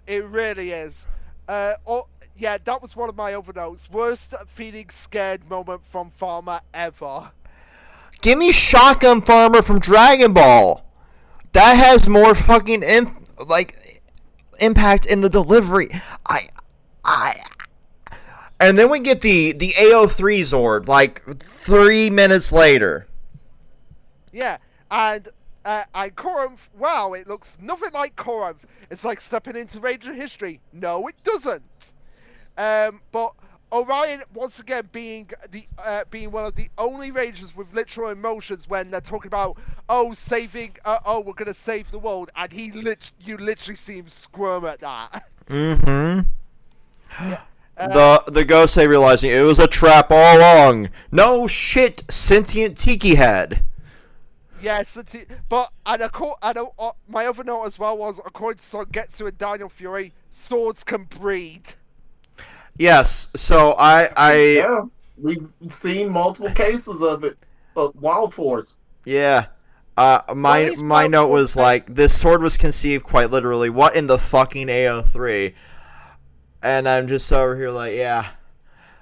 That note made sense because this is insanity. Like, the idea has always been there, obviously, but still, it's kind of weird when it's like this blatant. Yeah, Wild Force has an ancestor, and we met said ancestor in said shows. So lines of logic Yeah. there is. But Turbo Falcon is an awesome Zord. I fucking love this thing. Yeah. The So- final shot, though, it was the most poetic expression for this season. It's the cow sign and them and the stepping in the real shit. Literally leaving them and them stepping in cow shit. Absolutely the most poetic shot ever. If I was making this a single video, I would use that. I would use that as a thumbnail for this season if I was doing it by the actual season. So, episode what episode is it again? That was episode 14. Yeah. Episode 15, the last one written by Jason Smith. Apparently the Emperor is coming. Where the hell he's been, I have no idea. Fakar has his own sword now, and probably one of my favorite lines in all of Super Mega Force. You're the one who destroyed my planet. Yeah, so what? Yeah, so what? Want an autograph? Vegeta ass line. Legitimately one of my favorite lines, I'm not gonna lie. He just gives him a T-shirt. You destroyed my planet, but all I got was this lousy T-shirt. Yes. And apparently the villains have Vortex juice. What the hell is Vortex juice? You know, it's like a code name. Like sometimes people call like wine Jesus juice. What the fuck? I want to know I want to try some Vortex juice. Yeah, no, same. My note was my only notes was like, what the fuck was this episode even supposed to be? And then the Unmorph Sword Slashes was the only real highlight. Okay, the new Megazord 2. I think at this point I had been beaten down so much by this season that I had lost most interest in doing this one. And then I look at the best combination ever. Yeah. Race car, dinosaur, pirates. Yeah, we need.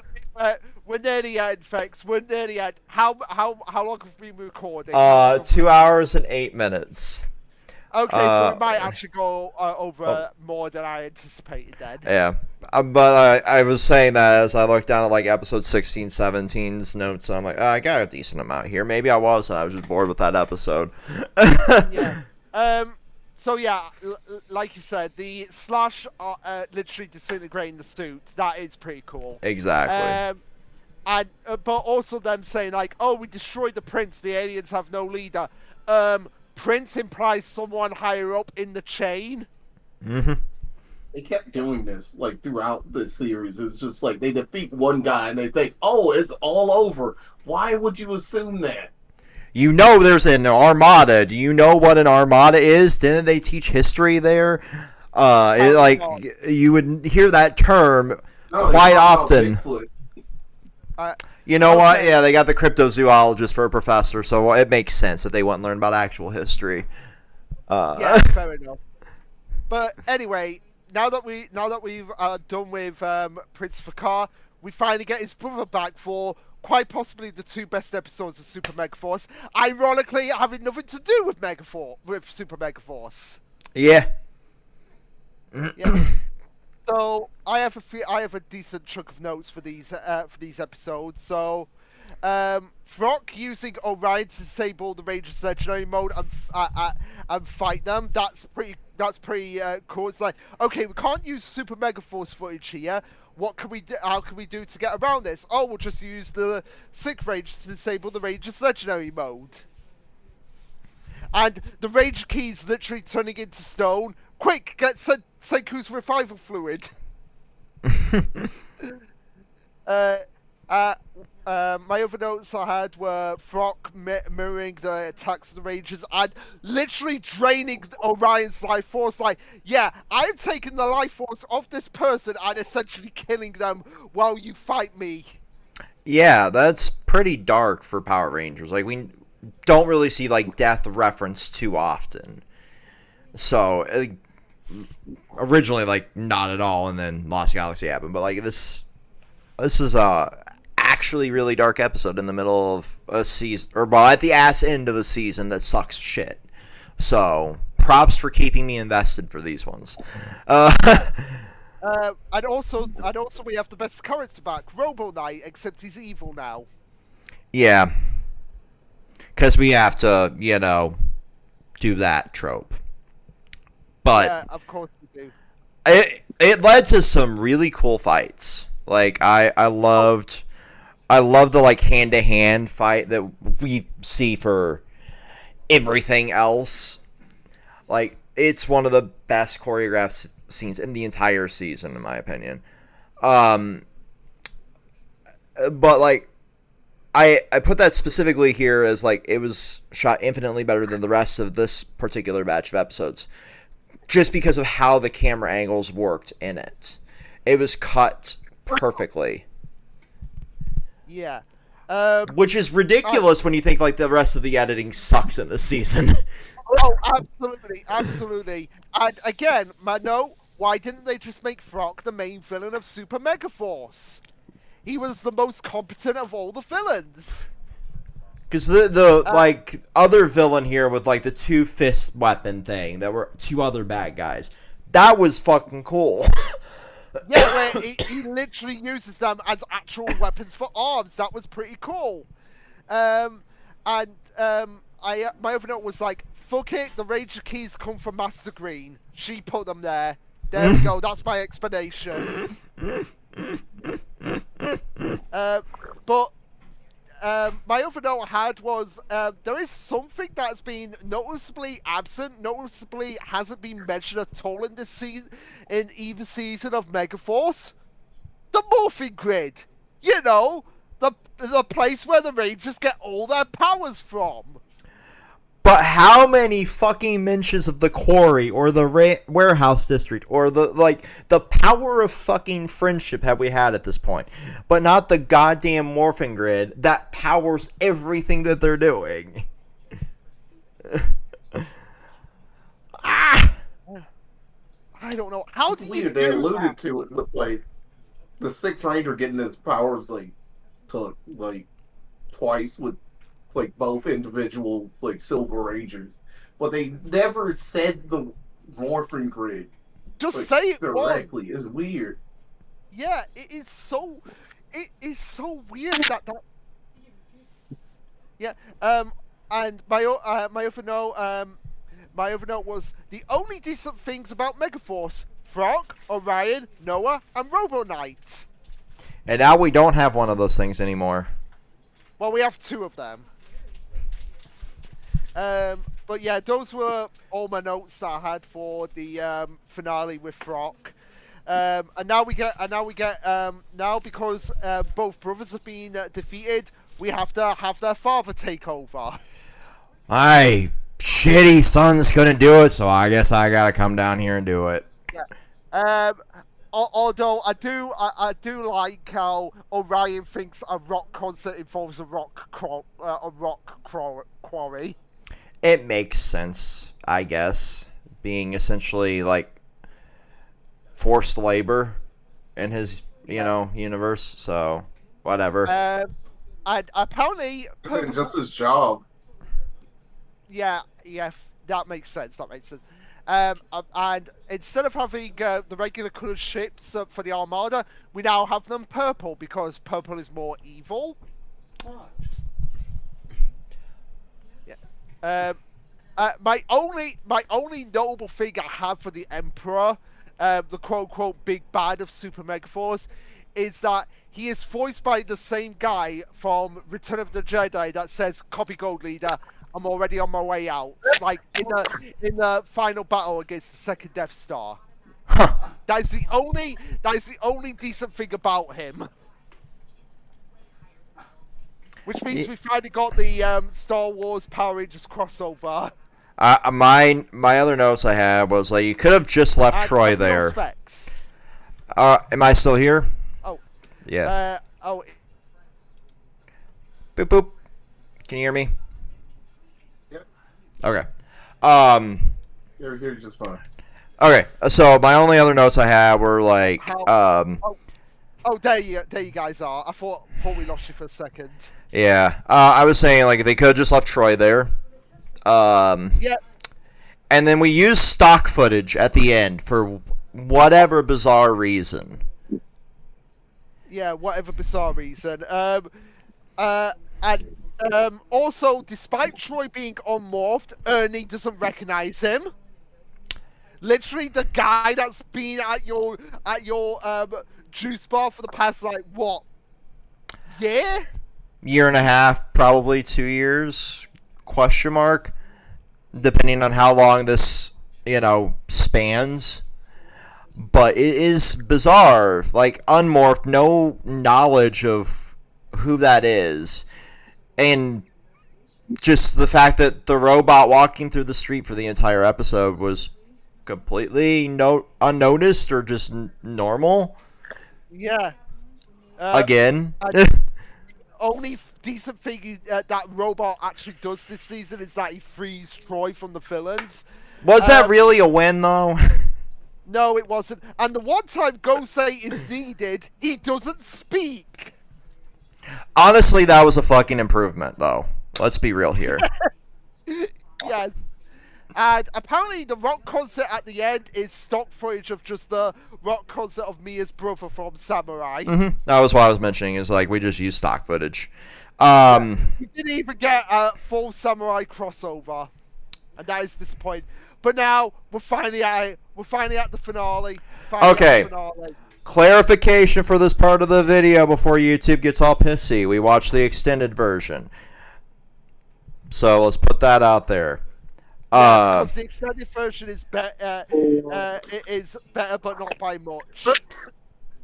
So this would have flowed so much better if it was edited differently, which is the theory of the entire fucking season. It needed a better edit. The fact that we're getting a goodbye at the beginning makes no sense when he was still needed for the final battle. Yeah, full fucking stop. And again, we have Gosei telling the Rangers like, "Oh, you've done very well and everything." That would have made more sense if that was at the end of the episode, like after they'd beaten the Armada and everything, and the Legendary Rangers had gone away. And Orion says, "If it's all right with you guys, I would want to go back to my home planet and see if others have survived." That would have been much better edit for this episode. Yeah. That's 20 minutes of the episode, essentially, is like just needed to move from the front to the ass end. Yeah. We have Orion talking about the real impacts that the Rangers have had on him. But again, Noah and Jake are the only ones that had any real impacts on Orion. Exactly. And that's mostly because they didn't treat him like an outsider for most of the season. Or a little bit of a weirdo. Yeah. And those from a really, the Orion leaving scene would have worked so much better if it was the final scene. And that's why I'm saying, fuck it, I consider it the true final scene. The episode just stopped. Because that's the thing, that's so weird about Megaforce. It doesn't have an ending. It just stops. It's like The Sopranos. It fades to fucking black, essentially. And again, why didn't Gosei mention the Emperor before this? Because he's a terrible mentor. If you even want to call him a mentor. We have a bunch of firsts for Sentais that show up here. Just because we have to go through the rest of our footage at the ass end. Yeah, because we don't care about story. We just want action, action, action, action, action. If that's the case, why not just dub Gokaiger? Yep. I made the joke here in my notes. The I can speak English. The Armada is finally here after 2 seasons of this shit. Took them long enough to come. Must be on an antipsychotic. This was what I was doing instead of paying attention at the end of this because I just couldn't care. As I was. I really couldn't care at this point. Because how did Orion not notice the Armada when he left Earth's atmosphere? Because logically, they would have been in the atmosphere at this point, given the urgency. So they would have crossed paths. Yeah, literally plot hole. Yeah. And again, it just theorizes that the scene at the beginning was meant to be at the end. That's just further proving my theory about that scene. And the Galaxy and Space Rangers are still out there. Hey, they show up here, and the Lightspeed Rangers are there as well because they go on about like, oh, the Power Rangers are no more. It's like you have other Power Rangers. Yeah. And, like, we see those other Rangers saving the city as the rest of them lick their fucking wounds. And again, another missed opportunity. We have Dana here from Lightspeed Rescue, and her Lightspeed Rescue counterpart was in Super Sentai. Again, another Legacy episode handed to them on a silver platter, and they ignore it. See, what annoys me is like the fucking showrunners for Cosmic Fury got all the flack that they did. Was there ever any flack directed at the showrunners of this season? I don't think so, except for probably the fact that Jonathan Sacco was probably fired after this season. But like people talk about like how dog shit it was. That's about it. Yeah.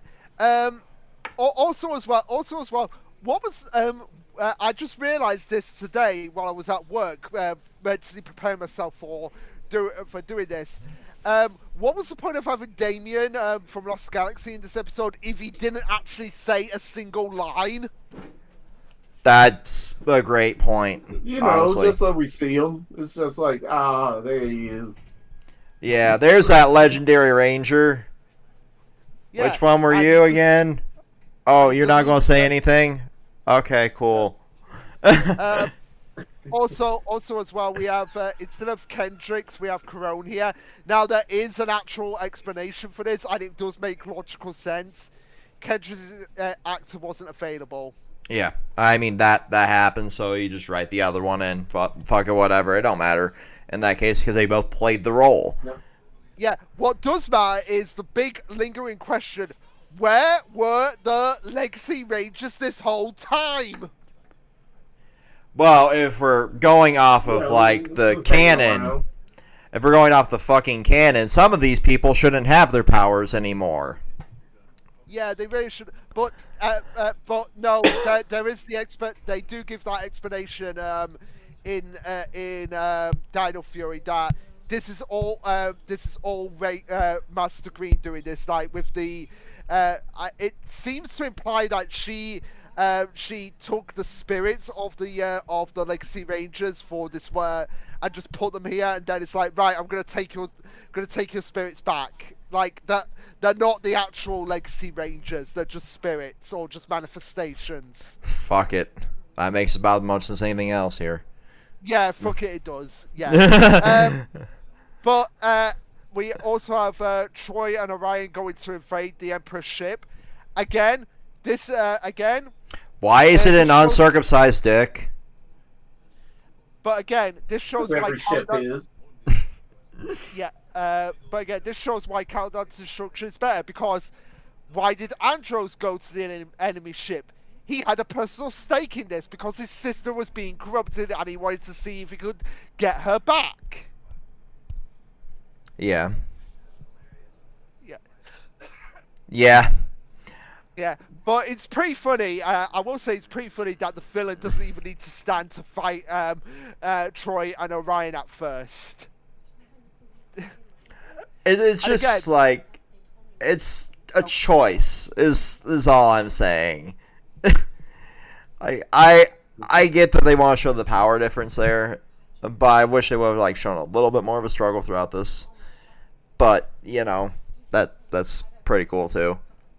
Yeah. And it would have made much more sense if it was just Orion on the ship, because he's the only one who has a personal reason for all of this. Like, hey, this is the big bad that destroyed my planet. I'm gonna go up there to kick his ass. Yeah, that would have also made more sense too. But then we finally get to the titular legendary battle, which, when they show all the legendary rangers, they do try to keep it from trying to keep them from showing multiple versions of Tommy, but they forget that they have multiple versions of TJ, Ashley, Cassie, and Carlos, by having both Turbo and in space. Yeah, and robot. We were reading Robot that. train. The robot. Oh, they're the robots. Okay, fuck it, they're the robots. I mean, it would make sense because they still do technically exist. Yeah, technically. But question, why did we need to be reminded that Crone was astronomer? That only matters to people who have seen in space. I mean, why? You're right. Fucking why? Hey, she still looks good in that wig, though. She Yeah, does. absolutely. God. Absolutely. But there's only one thing that we could take away from the legendary battle. Everyone, bump up the power. Use your special attack. Fuck the power. I literally put that line from Troy was worth going through all the shit. Yeah. I think that's the most emotion he's ever emoted. He put his whole accuracy into that. I'm going to kill myself for that. Power. I mean, what does bump up the power mean? I don't fucking know. I don't think he knew what the fuck he was saying. Pump up the power. It means Like Nikes with the pumps on them. It makes you jump higher. Fucking John Cena, circa like 2004, pumping up the fucking Air Maxes for a fucking five knuckle shuffle. Please. It means to increase power. I know, but it's just the way he says it. I just want there to be a T-shirt now of just Troy in the Super Mega Force, Super Mega Force, or just Mega Force outfit with the line, "Everyone, bump up the power."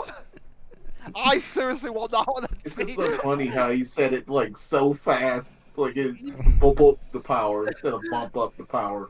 Yeah, that just makes it all the more worth it. And again, it just shows how much I love this franchise, even the shit seasons like Megaforce. I mean, you can find a salvageable moment in each season, like at least one salvageable moment. That's a good one. I love the actual final battle here. Even though it's too short. Yeah. It's too short. It should have been like a 20-minute long choreographed full-on fight, but I'll take what I can get in the season of shit. We see Troy abandon his weapon. I thought Rangers never let go of that weapon. Well, I guess this means that he was done being a Power Ranger. Time to do it. Yeah. But literally, this was my sum up for the ending of Super Mega Force. Fucking hell, the final battle in Bleach's manga was better than this. Fucking hell, Promised Neverland's ending is better than this. I put Bleach final battle wasn't that bad. The only bit was bad was like breaking the sword for a second time. That was the worst part, and then the subplot for that. Other than that, it was okay fight. Yeah, like my final note for Super Mega Force was like, it just fades to black. Negative 100 out of 10. Literal dog shit. Yeah, like unquestionable the worst season of Power I would rather drink a gallon of my own piss than never watch this again.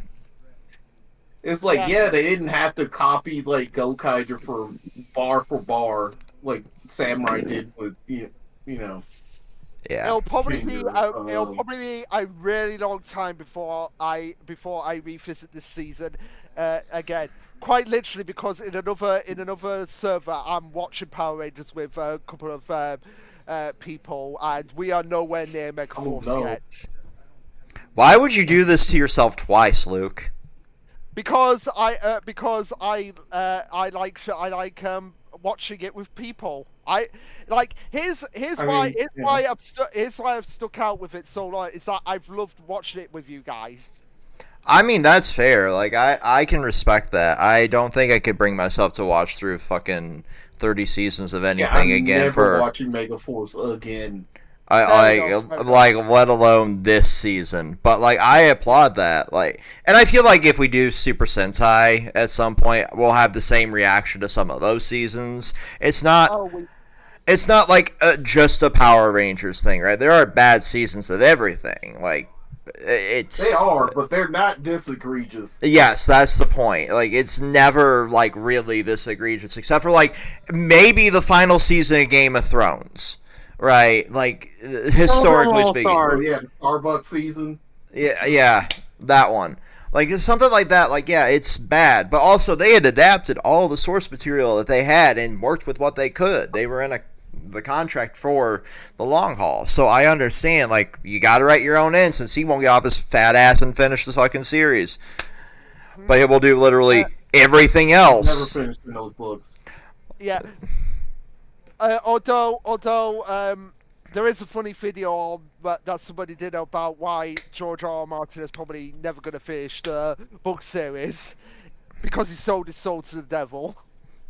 Yeah, it's like I finished No, this. I think he just wrote himself into a corner. Several corners. Pretty legit. Yeah. Uh, But yeah, so Well, if he did 4 corners, he'd make a box and he actually finish the books. Yeah. but anyway, we have like roll calls to go Yeah. through. Tyler. Hey, so I actually took the tally while we were watching Dino Charge, but we have they brought back its morphing time, so that's what I counted. Every instance of its morphing time.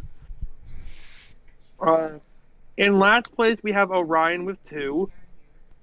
Then we got Gia and Emma with 6, Jake with 7, Noah with 8, and Troy, ironically, with 20. Wow. so I guess this means Megaforce has the lowest roll call count. No. Oh, Megaforce has a grand total of 49.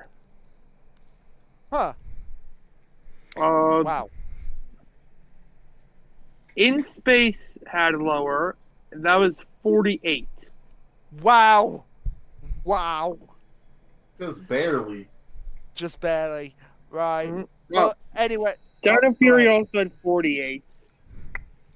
Cosmic Fury had 9, and Once and Always had 5. Well, once and always at least makes sense because it's just a movie.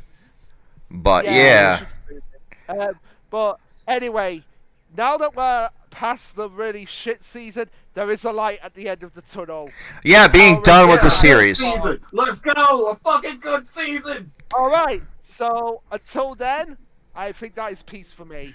That is peace for me. Who's paying for my liquor and therapy, damn it? Me. Not me. I'll save that for after Naruto. But until then, peace. And Dino Charge. Yay! I'm I love oddly this impressed. season. We stand this season 100%. Agreed.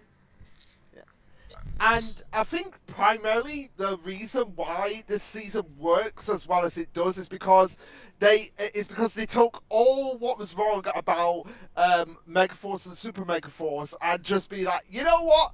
Let's do the complete opposite of that. And also actually get actors who not only can act, but are also fans of the franchise. Yeah. So What happens when you get people who love their craft? it also helps that we have, by the standards of Power Rangers, a relatively average season by all normal standards. Smack dab in, like, right off of the freaking cusp of two very, very bad seasons. Yeah, very bad seasons. I did do a metaphor for this because Dino Charge was wrapped up watching Dino Charge, and then in another server, a Power Rangers noob asked me like, "Okay, what season would you recommend?" And I actually showed him Dino Charge during the week leading up to this. So yeah, I've watched it twice. It was just that good of a season. Yeah, I mean, it wouldn't be a season I would go and rewatch so soon. But granted, we had also watched this over the span of like 2.5, 3 weeks. Yeah, Mhm. yeah, So- it was that amount. Yeah.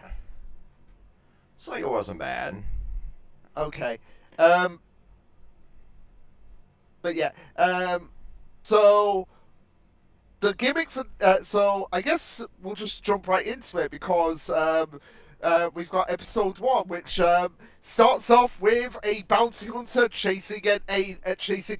So we basically got Boba Fett chasing Yoda, essentially. I am not even kidding when I say that. Because that is legitimately what Sledge and Keeper are in this season. They're basically just Boba Fett and Yoda.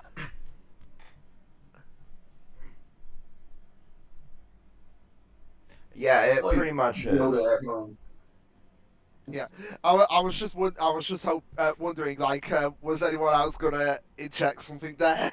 That's why I paused. One moment.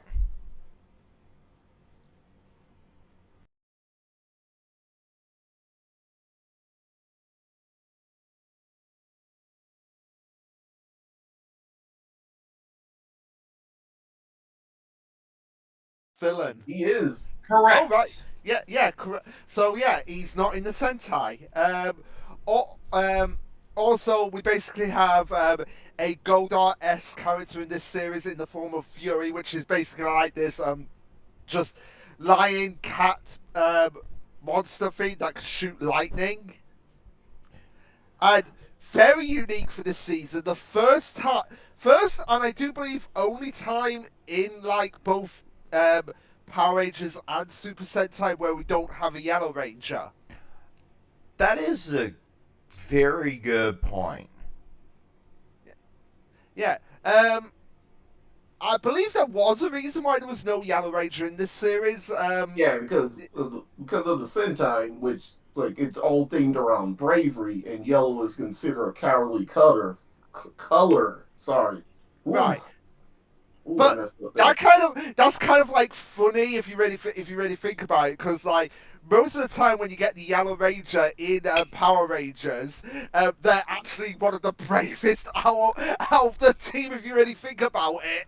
It is a weird contradiction. Right.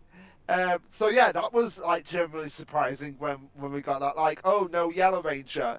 But we make up for that by having, I would say, not counting SPD who do the one-off Rangers, the single largest cast of like core Ranger members with 10 Rangers. And like, the other main note that I had in here, which was more from the beginning of the episode, because I was dealing with something. The only thing that I think at the beginning of the season felt kind of out of place was the design of the keeper, and it grew on me more and more as the season came on. Yeah, it's kind of a design that you have to kind of get used to. Yeah. Yeah.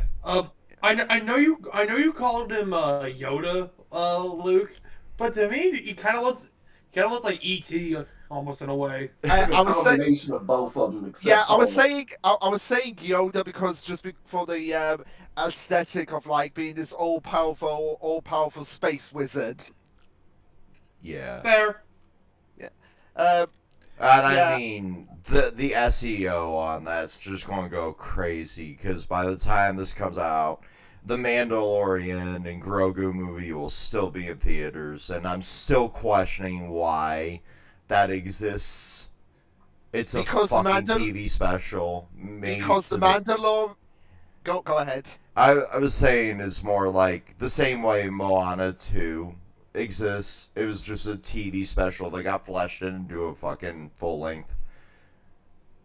You know what it is? Because there is an episode later that tackles this in Dino Charge.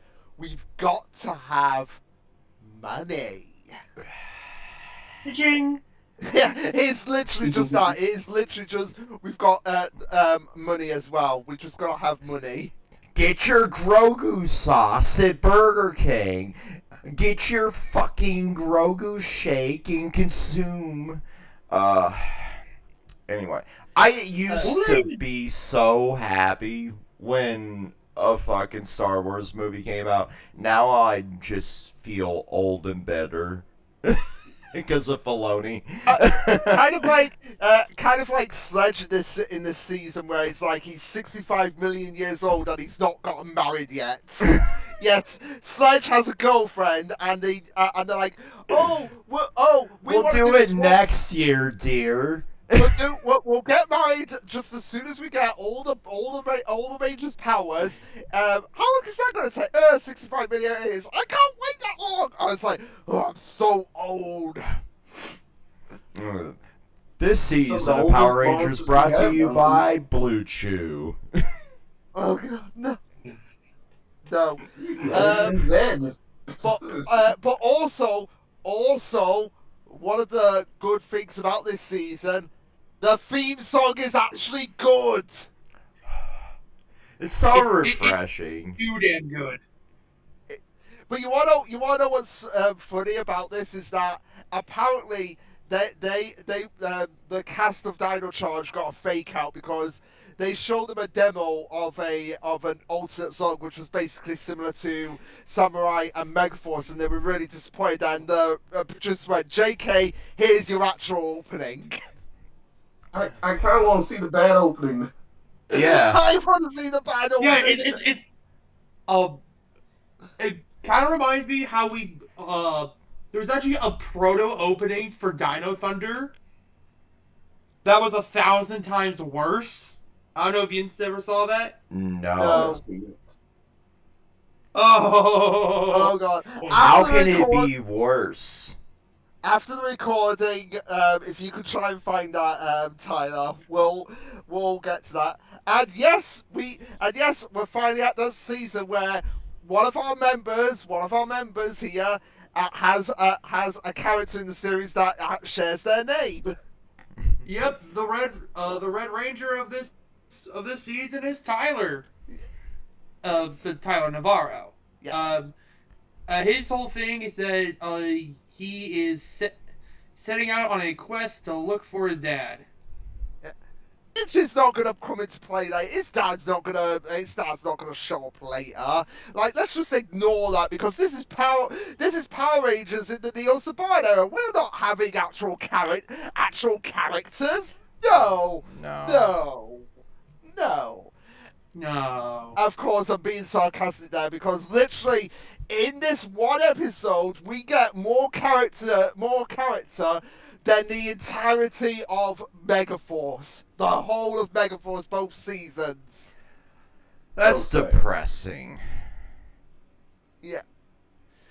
So, yeah, the whole gimmick of the opening of the season is that because Sledge is a bounty hunter and he has a prisoner ship and he's hauling a bunch of asteroids, the asteroids are what wipe out the dinosaurs in this season. So, yeah. That's a thing. Also, the line "It's a bomb." Going back to the person I watched Dino Charge with in the other server, they knew of that meme before they knew what show it came from. And when they finally saw the meme, they were like, "Oh my god, it's the meme! It's the meme!" So yeah, I had to say, yeah, this is where it came from.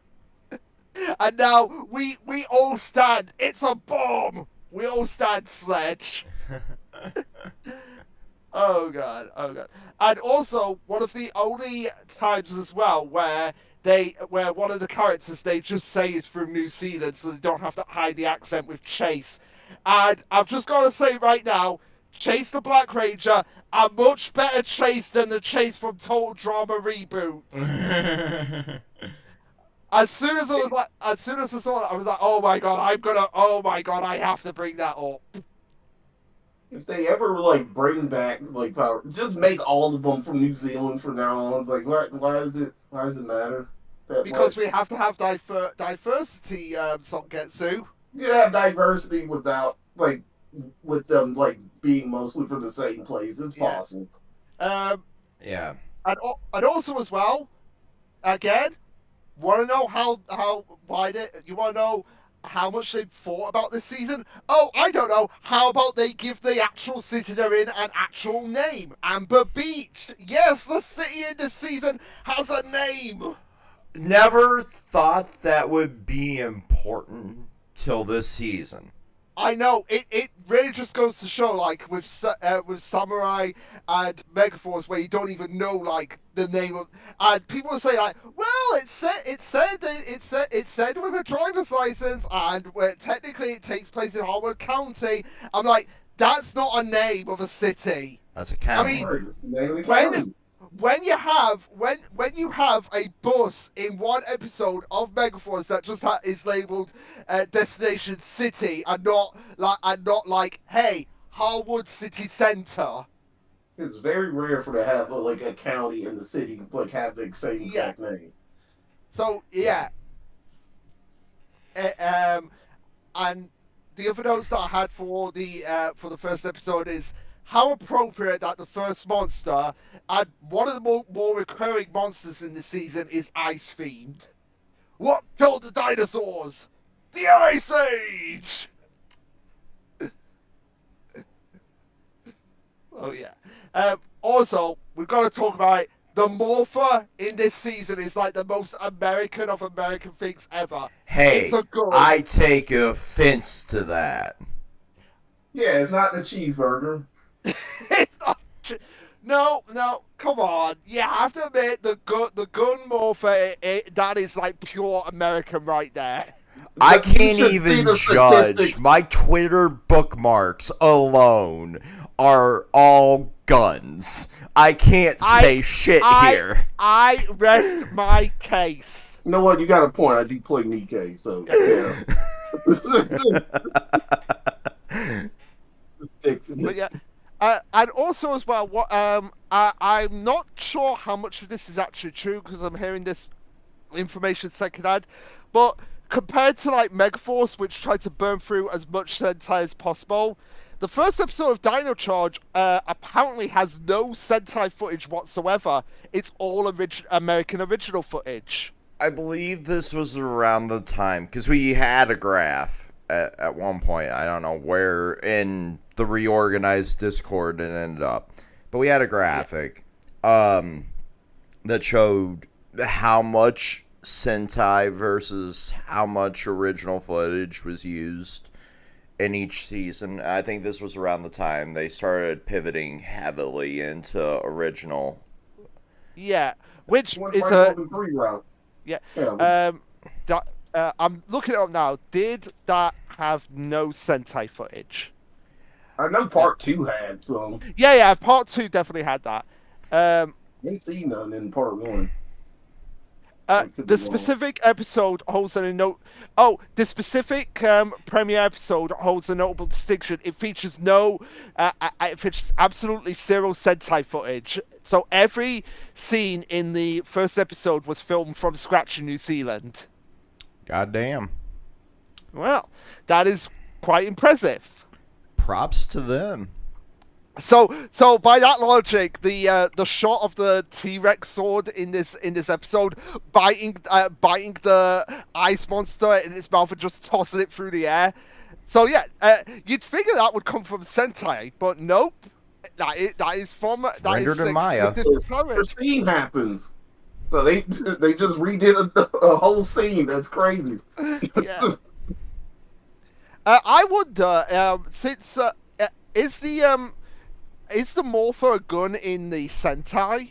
Yes. Or oh, it is actually. Is The it the only same? difference is they dance during the henshin. During- It's it's a badass dance. Wow, that's impressive. That is impressive. Yeah, because it's Um, all about bravery and music. no wonder the Pink Ranger in the season sings. It had to That, happen for the plot. yeah, had to happen for the plot. But yeah, that was all the notes I had on episode 1. Like, Episode I have 2. This was Yeah. fun.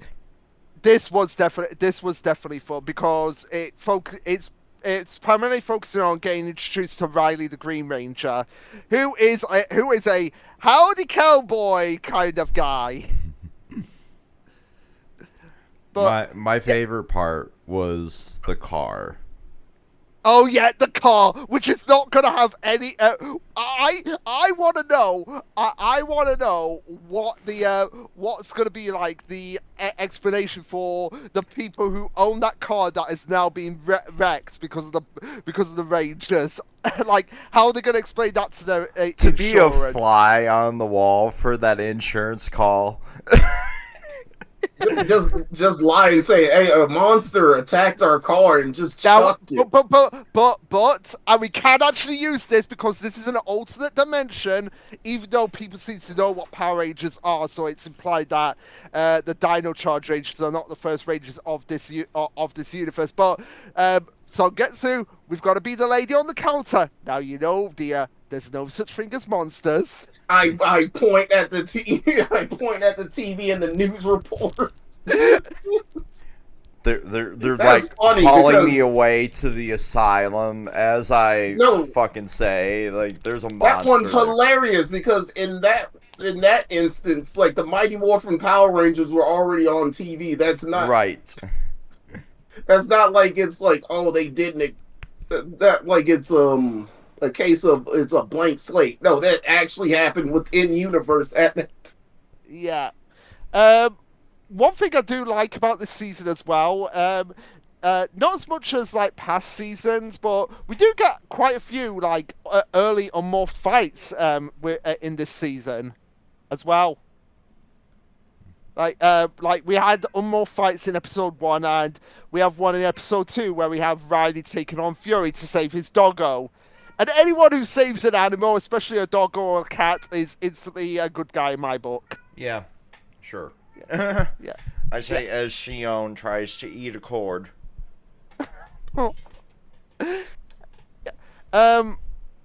Now, the other note that I had for this is that they enter the command center outside a museum through a T-Rex head.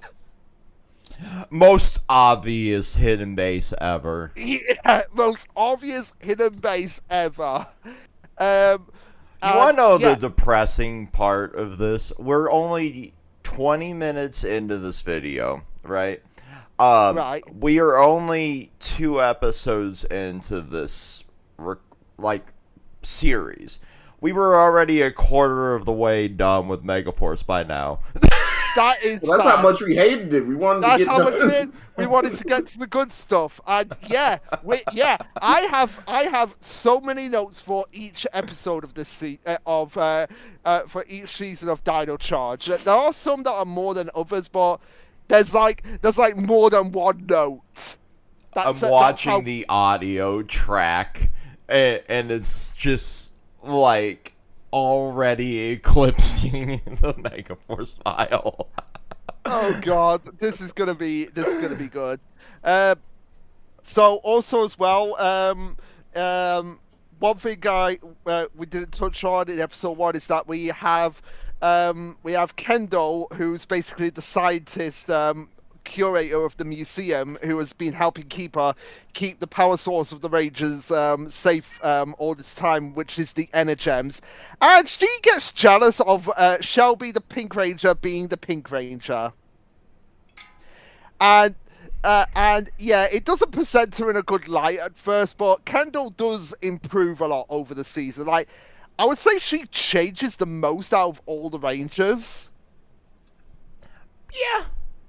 Can you leave your brother alone for 5 fucking seconds, Shion? No, Papa Mama Fex, I can't. All right.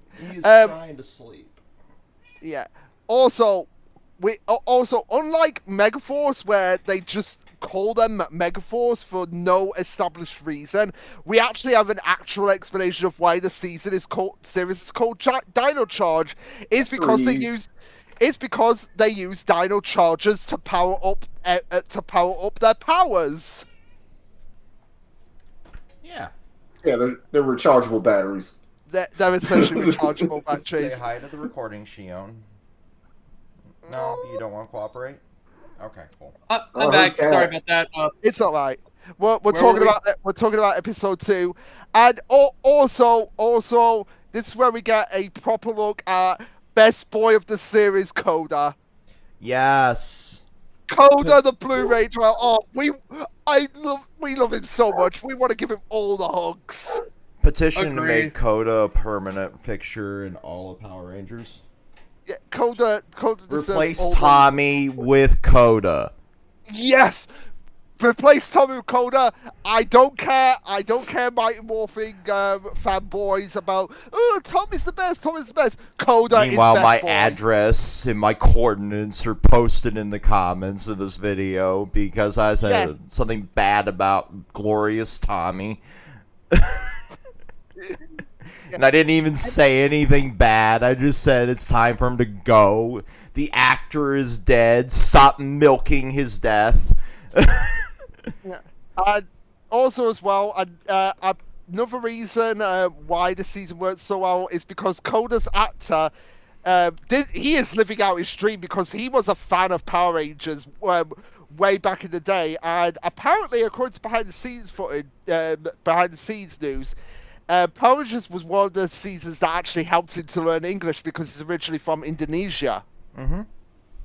So he was also he also played in a Sentai as well. So yeah, I think he's the only actor to be in both a Sentai and a Power Ranger season. that is amazing. And also, it's not the last time we'll be seeing Coda's actor because his brother is the Blue Ranger of Ninja Steel. So that is pretty cool that we have 2 Blue Rangers who are real life brothers. That is pretty cool. Yeah. But yeah.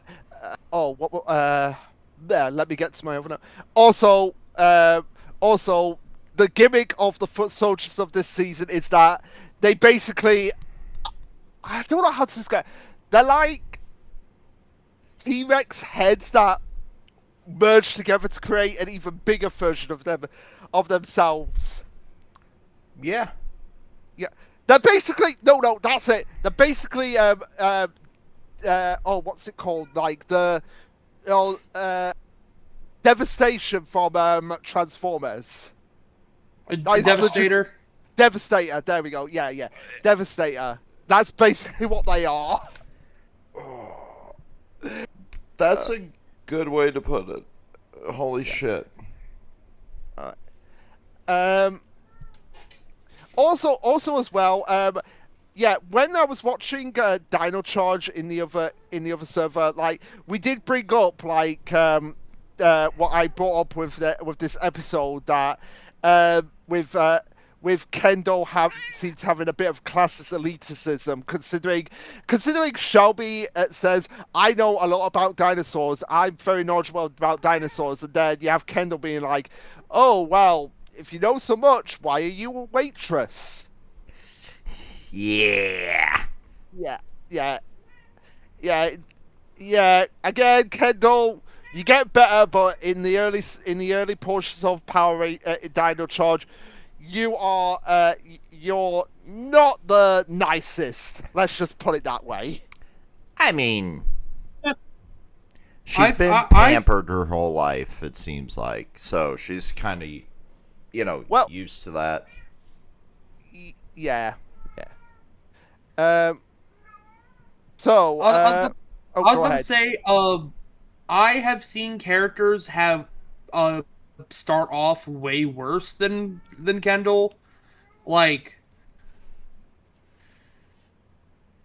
like uh compare compare Kendall to Nora from the current season of this Venture Camp. God, that season makes me want to rip my hair out. Like, she's pretty tame, all things considered, at least in my opinion.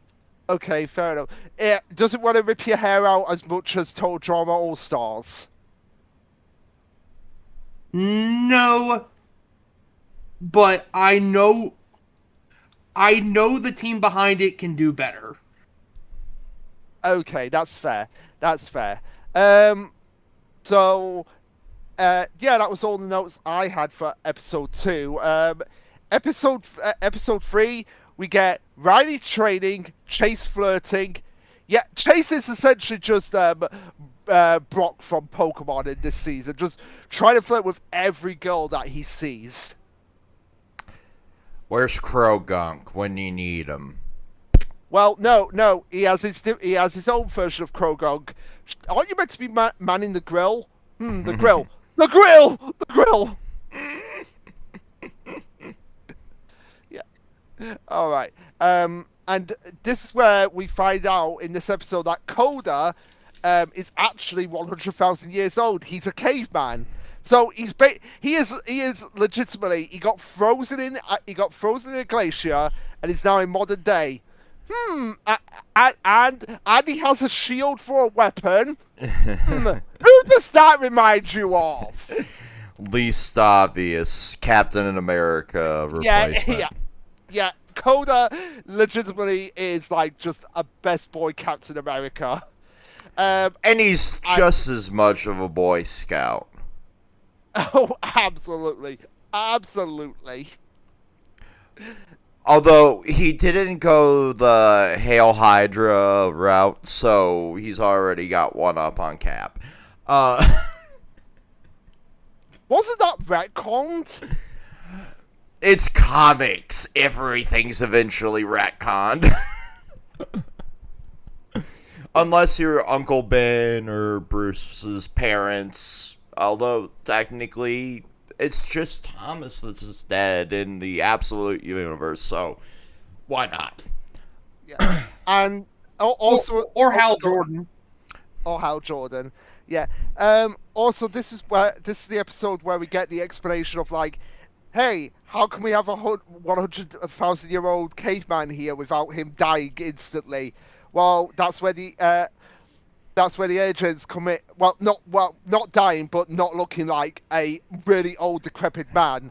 Well, that's where the agents come in, because once an energen bonds to one of the Rangers, they stop aging. So, legitimately, Coda, despite being 100,000 years old, will always look like he's in his 20s.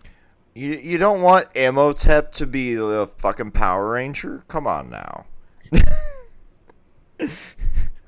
No, Walking around actually, like a fucking mummy. Why not? No, we don't. We don't want Brooke from One Piece being a Power Ranger, but still He'd be a like Brooke. great Power Ranger. The fuck you mean? No, I love Brooke. I'm just like him as a skeleton. I'm just like Every episode would be a musical, though. So I better get Ian Sinclair or bust. Yeah. What? No, you want to know something funny facts? Just to go off on a quick tangent here. Now I just got the mental image of Tsukasa from Dr. Stone saying, "Can I see your panties?" Oh God.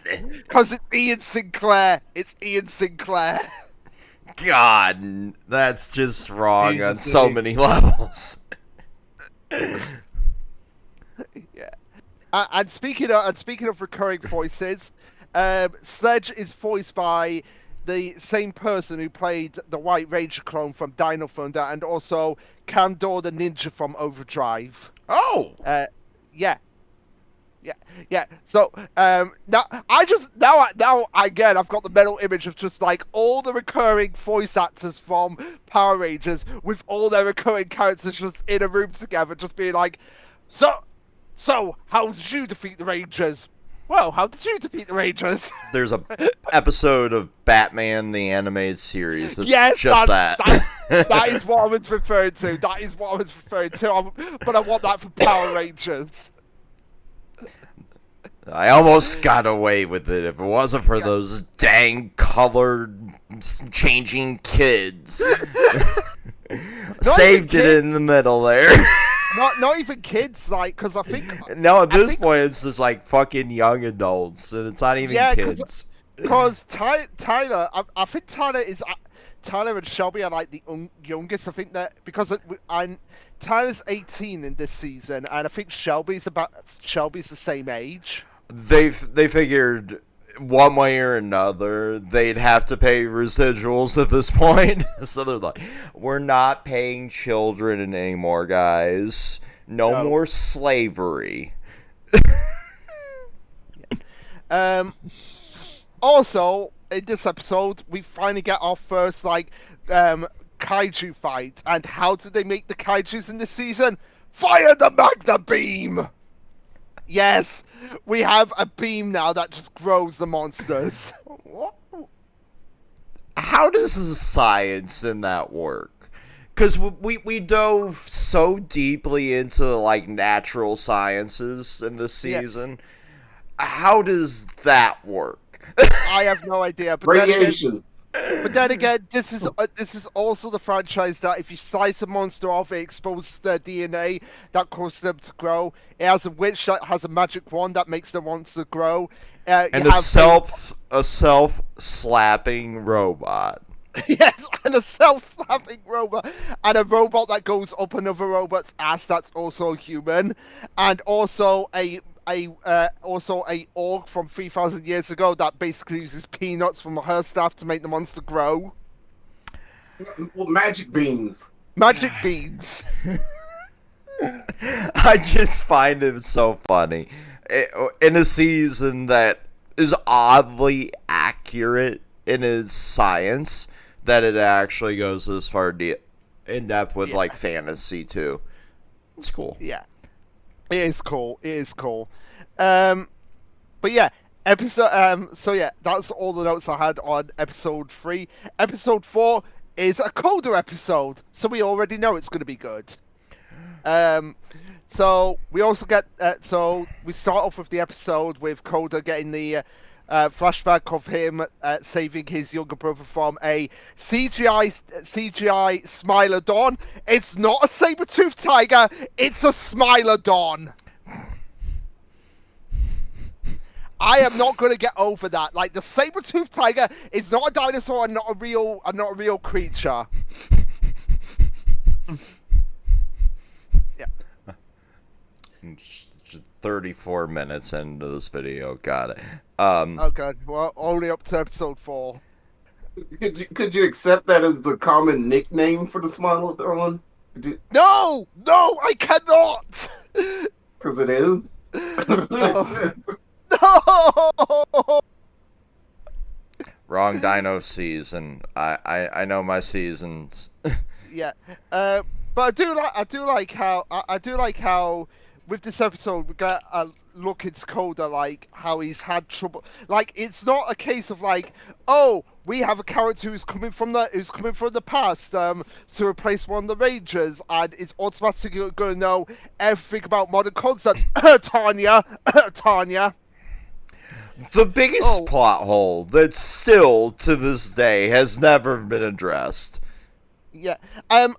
Now, one other person did point this out to me, like, well, Sordon does explain that Tanya, when she comes to the future, is going to basically take Aisha's role. But that still does not make any sense whatsoever. The role. But like, her fucking life. And also, how does she come back? Because how did Tanya it- 'cause- doesn't fucking exist anymore. It just makes no sense. But then again, this is Power Rangers where we can breathe on the moon With no helmet. with no helmet. Yeah, there's oxygen on their moon. Why would they need a helmet? Of course. I'm joking because you need more than oxygen. But yeah, one thing I had to question about this episode is Chase. How do you ride a kangaroo? I love that pouch. Shion's meow is prominently in this video because she's throwing a fit today. Love that. That's a good question. That was my one big note is like riding everything from roller coasters to kangaroos. Pause. How? That's the fun part. You don't, because the kangaroo will ride you while it drowns you. Yeah, I mean, from what I understand, like if you get kicked by a kangaroo, you're dead. Yes. Like- Yeah. 100%. You're also a moron because kangaroos are actually pretty docile, and you have to like try to. Yes. That too. I mean, I but guess, they are pests, essentially. I mean, I guess, if Chase was like in a controlled environment, I guess it could have worked. A circus act, perhaps. Yeah, circus appetite. And also in this episode, we have Coda trying to learn how to ride a bicycle, which is just awesome. It's just really cute seeing him on the bicycle. Here's a 20-year-old man learning how to ride a bike. I would laugh, but then again, some people do have that issue. Like, Red, it's not the for example. wait, what? Yes. How long did it take Red to learn a bike? To ride a bike? So I found out when I was selling my e-bike that he doesn't know how to. Really? Yes. Wow. I'm Wow, over that's here as like somebody that used to ride street bikes for fun, and he's over here like, I can't ride a e-bike. So yeah, the other note I had for this episode is that Coda saves the kid and actually uses logic to help he actually uses scientific resources and survival resources to actually help the kid with his broken leg. Even though technically, Vex, I knew I was gonna bring this up. The kid's a ginger, technically. Yeah. Kick him right off a cliff. But yeah. Also, I don't know if this was like intentional on the writers' parts, because of the fact that the kid's name in the episode is called Peter, which is Coda's actor's brother's name. Surely I don't know it whether- can't be a I don't- coincidence. I don't know if that was a coincidence or intentional on their part. Might have made it easier for him to film. Yeah. Yeah. Who knows? It is a cool touch. We got two forms in the Zord fight here: Tristego and Stego-Raptor. There is a lot of different combinations for the swords Yeah. in this season. I really did like how interchangeable this one was compared to some of the others we've had recently. Yeah. Obviously, Also, it's go ahead. marketing. But yeah. It is marketing, but it works. And nice to see logic being used in a Rangers series and not Michael Baying it. Mega Force. Just explosions. See, also- I like explosions, I don't but think it was Michael Bay in it, because Michael Bay, at least if it's dumb, it's still right. exciting. But again, I bring up Megaforce here because of the fact that the monster in this episode, Slammer, is voiced by Nick Sampson, aka Chip from Mystic Force, and they had a Mystic Force crossover in Gokaiger, so it begs the question. They had a legacy episode gift wrap for them, and they have one of the actors coming back for literally the season after Megaforce from Mystic Force to voice a monster. Why couldn't they use him for Megaforce? Because you know what? Because they don't like the legacy. They wanted it for the sell stuff, but they didn't want it to represent it in the series that much. If that makes sense, which is weird. Yeah. They had a whole It's thing about weird. him The box constantly having to game. dream about the Rangers. There is a payoff for that, but it's not a good one. Yeah, and again, I said this last time, but I'm pretty sure Nick Sampson also voices one of the monsters in Megaforce himself, like the Fruit Ninja monster. I do believe it was him. And again, why couldn't they use him? Like, it makes Because Saban's a cheapskate. That part. that part. Ugh. Just thinking about Megaforce gives me a headache. And You're yes, not that Rita. You know,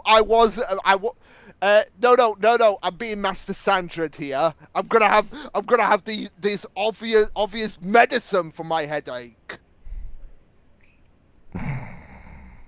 Yeah, just replace that with like beans on toast. Hey! Don't diss the beans on toast. I do not care what anyone says. Beans on toast. What are you saying? Beans on toast for UK as in burgers are for Americans. Is true? No.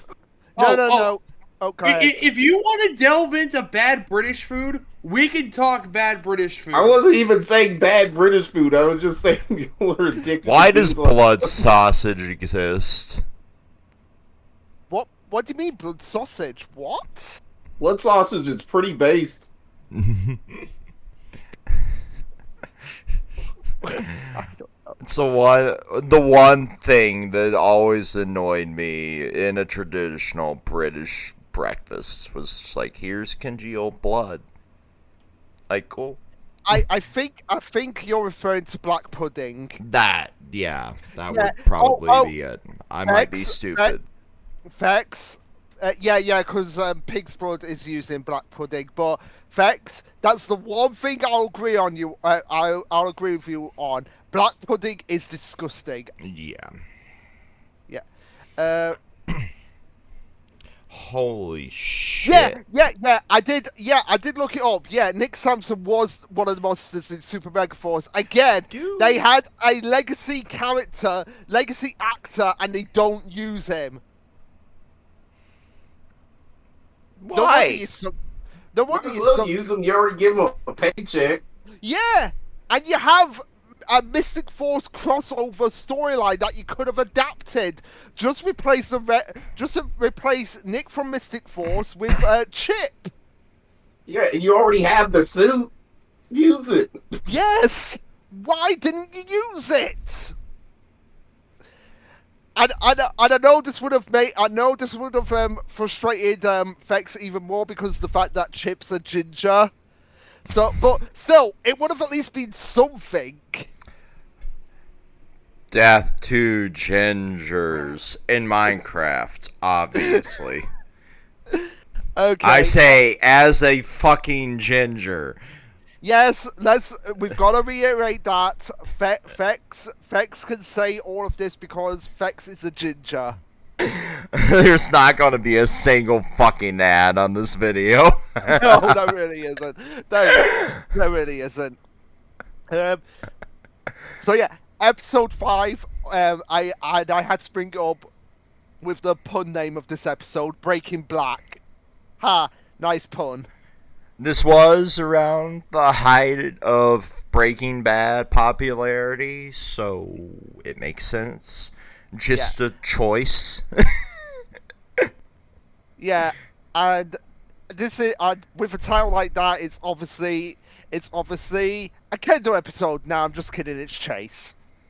But it's also an episode that shows that while Chase can be a little bit like of a distracting kind of guy. He really gets to focus on his skateboard. And of course we have Mohana. Yes, the actual Mohana from the movie Mohana showing up. Nah, it's just an old friend of Chase. But again, Chase proves that he's a good guy here because he saved Kitty. He saved the kitty. A kitty in a child's boogie pram, but still, he saved a kitty. And he did it without being weird the entire episode. Yeah. He could have so easy. It could have so easily been like him. Like I went through all that trouble to save a cat, but no, he was very like, I saved the cutest thing ever, and that cat really was cute. It was just adorable. But this is also the start of Keeper being a better mentor than Gosei ever was. The bar was in hell, for the record. Well, okay. Keeper being a better mentor than Gosei and Mentor G put together. There you go. Yeah. At least Mentor G was sort of a mentor. Yeah, but we have Keeper saying to Chase like, oh, you can't change the past, but you can learn from it. Yeah, sure, it's ripped right out of Lion King, but hey, it's at least something.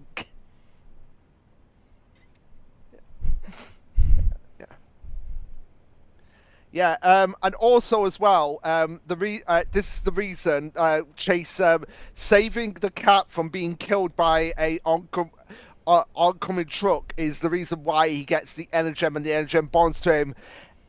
Hey, Gosei, this is how you do. Rangers, your bravery has earned you this new power. I know I will not get over that.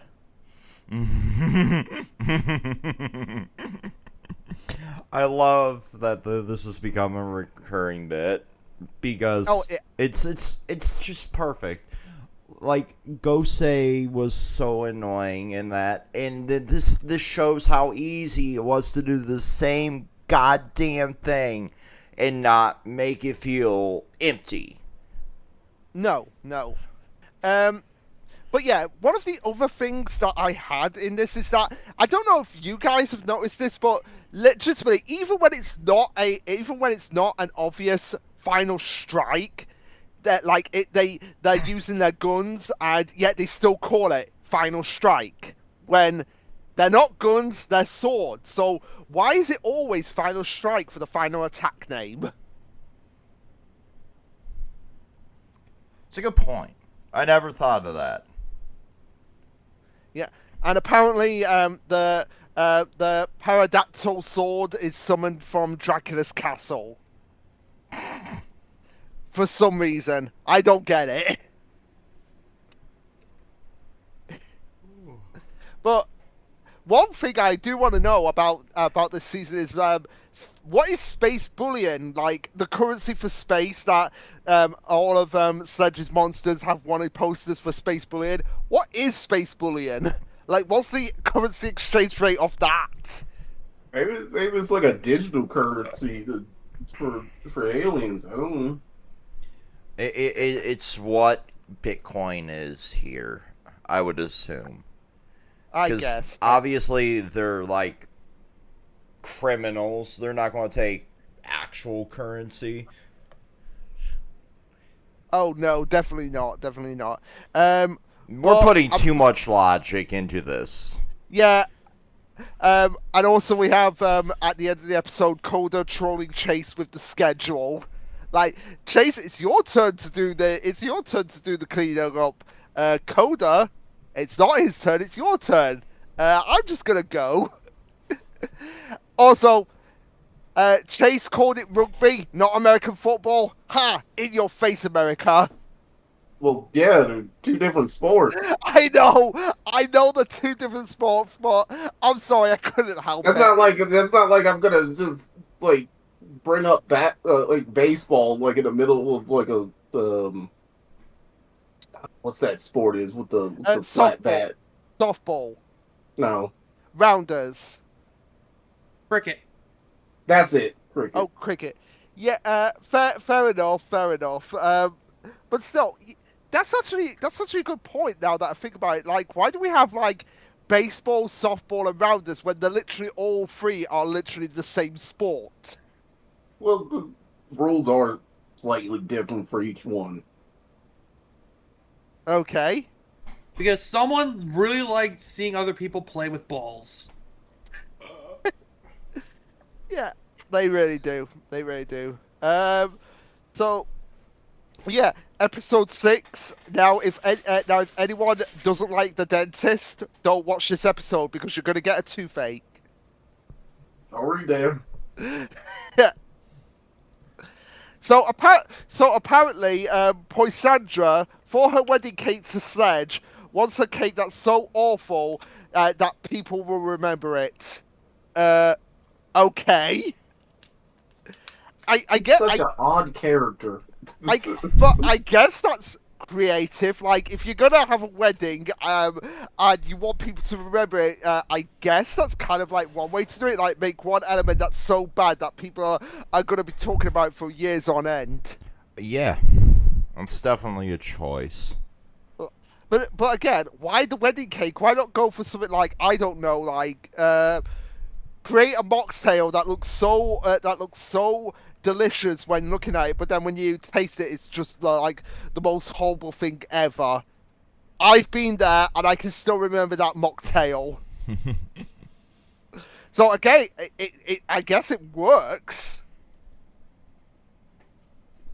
Yeah. But yeah, this is also the episode as well where we get like Riley and Chase butting heads, because since we don't have the we don't have the Yellow Ranger in the series, we can't have the classic Yellow Pink Ranger fight. That it has to be taken by Green and Black this time. And also it's to do with the fact that Riley is I guess he's kind of like the tech whiz with Kendall, but it's like he's the brainiac. That's it. Yeah, he's the brainiac. But also as well, he's very much someone who just follows logic rather than following his instincts, which is what Chase does. And again, Keeper being an awesome mentor by telling Riley like, hey, just because Chase is doing something different from you doesn't mean he's not doing. Doesn't mean that he's not contributing in some way. And I do like that lesson. Like, it's basically the lesson of like, hey, it's not. Hey, doing something doesn't have to be just one way. There are multiple ways to skin a cat. Hey, Dad, we love kitties here, Tyler. That's the. I Don't know. worry, it's just a phrase. I know it's just a phrase, but we love kitties. So yeah, we've and the monster in this episode, Cavity. It's just really lives up to his name, but of just having like really bad cavities that when they get destroyed, it's like, my precious cavities, my precious teeth. Now I've just got the mental image of him just being a dentist and the dentist being horrified by those teeth. God. Oh. But yeah, those were all my notes on the episode. Oh, and also we get the first mention of the gold energem in this episode as well. So moving swiftly to mentioning the Sixth Ranger. This Yep. We get an exhibit from the land of Xandar. Yeah, the exhibit from the land. What? No, not quite there yet, but we are pretty close to mentioning Sandar. So yeah, episode 7. The notes I had for this episode were that Shelby finally calling out Kendall on just like, hey, I want to be listened to, and nobody's listening to me about how we can actually find more of the energems or more of the swords, because it's established as well that once an energem is bonded to a ranger, the sword that the energem bonded to, gets awakened. So this is where we get also we last episode we had the first mention of the Gold Ranger. Now we have the first mention of the Aqua Ranger, which is basically just a sea blue color. Such a odd choice for a color. Yeah, I'm not gonna lie. like what? Why is it orange considered like a brave color? Does anyone actually know that? It's Maybe not because it's too yellow. close to yellow. It's Right, associated. It's It's associated. the closest with yellow. to being yellow without being yellow. So it's still a cowardly color, like orange. No. They just would not use yellow. That's it. Right. But again, begs the question: why couldn't they have just used orange instead of aqua? Like have an orange energem. They could have. Yeah. Yeah, they could have. That's kind of the thing that I would have changed about like this season. Like, instead of having like two blue rangers, have like either orange or yellow. But of course, we can't have I yellow. like cyan. Like, Oh, cyan is cool. Cyan is cool. Don't get me wrong, but it's just like very jarring to have two blue colors, two different shades of blue on the same team. Yeah. But my other note for this episode is Kendall showcasing like the first signs of a character development, where it's like, hey, when something goes wrong for me, I improve on the mistakes that I made. No excuses. And apparently, Coda's grandfather invented the wheel. Yeah, that's the thing. That, like, actually, who actually did invent the wheel? the world will never know. I'm actually gonna. Answer remains a mystery. Who That is- invented the? That's some Library of Alexander knowledge. Yeah, I feel because like. the wheel was invented before recorded history, no one knows who specifically. Exactly. You know what? Fuck it. Coda's grandfather invented the wheel. You know Also, what? oddly enough, same thing with plumbing. That's fucking wild. Yeah, because we reinvented plumbing several times. If it ain't broke, don't fix it, I guess. Yeah, if it ain't broke, don't fix it. Also as well, Shelby getting Dino Dunk. Yeah, at the end of the episode, getting fossilized Dino Dunk. Because we have to have the fart jokes somehow. All the poop jokes. Every fucking season. So, but yeah, those were all my notes on episode 7. How far are we actually into the video now, Frex? hour. Because wow, seriously, we're not even halfway through this season, and we're already an hour in. Mm-hmm. Oh god. Well, honestly, Strap in. yeah, strap in, boys and girls. We're gonna be here for a while. So, that was that episode 7? Yep. Let me just yeah. So episode 8, we get more. The notes I had for this episode is that we get more of Tyler's story arc of finding his dad, and we have Evil Ranger clones, but also we have Fury versus Tyler, and Fury knowing Tyler's dad, and it does lead to like an interesting mystery of like some, because we see like something trying to get out of Fury and him saying I'm in control in this episode. So when I first saw this, I honestly thought it was going to be revealed like, oh, Fury or Tyler's dad was inside Fury the whole time.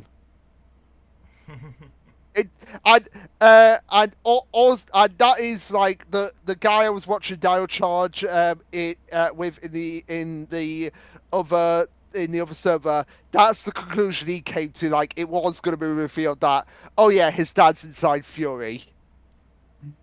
So it did do a pretty good job of fooling the audience and thinking like, oh, could it be Tyler's dad? Classic smoked fish. Smokefish, yeah. Red And, herring. and also, as well, because we didn't have enough mentions of poop, we have fart joke as an attack. Yeah, we have a farting attack in this episode.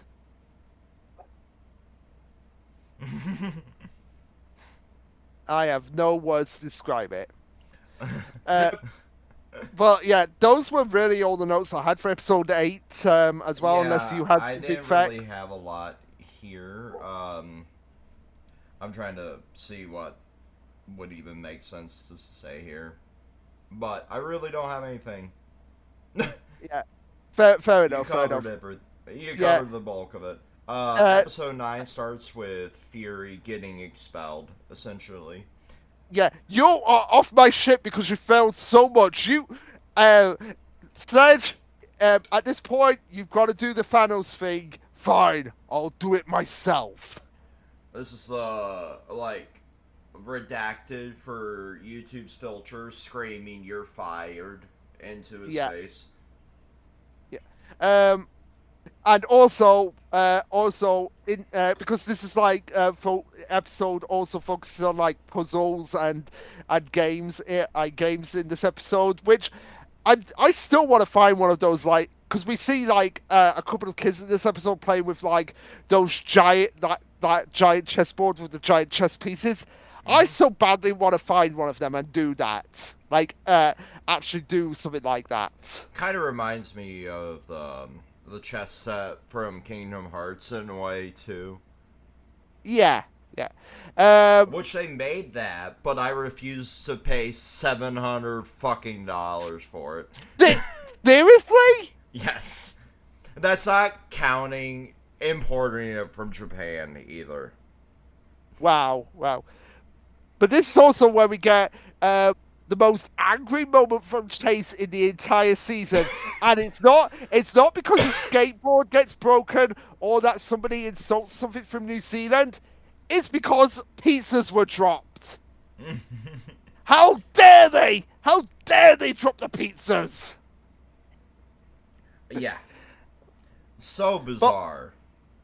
But also, the puzzle monster in this episode is actually being smart, because the Rangers are coming after him, and it's like 5 against 1 is illogical. So yeah, what he does in this episode is basically trap them all inside this building where the rooms leads nowhere, and it's basically just like a maze that keeps repeating.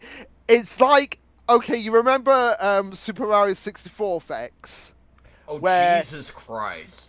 Yeah, where if you try to go to the final fight with Bowser, it's the endless staircase.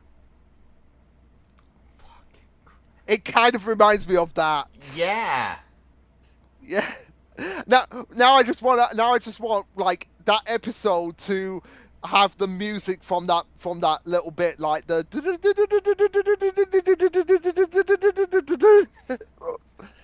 and also the monster starts freezing the rooms that the Rangers are in this episode, whilst also we have the epic battle of Coda being hungry and trying to get the cookie from the vending machine. The most epic of epic battles to ever exist. Which, considering now in hindsight, now that I think about it, with that episode, the fact that the building is abandoned, like, those cookies cannot be dated. They have to be past their sell-by date. Yeah. Yeah. So thank God Coda didn't eat them, because he probably would have gone food poisoning. Also, one other thing, when Tyler is getting frozen in this episode, I seriously could not unsee this. That he looked exactly like the guy who plays Luffy in the live action One Piece. Hmm. I can see it. Yeah, yeah. I was like, oh my god, that so uncannily resembles Luffy from live action One Piece. It's unreal. Uh, which actually begs the question, like, considering that actor is Brazilian, like, it makes me wonder if Tyler's actor has like some Brazilian in him as well. Hmm.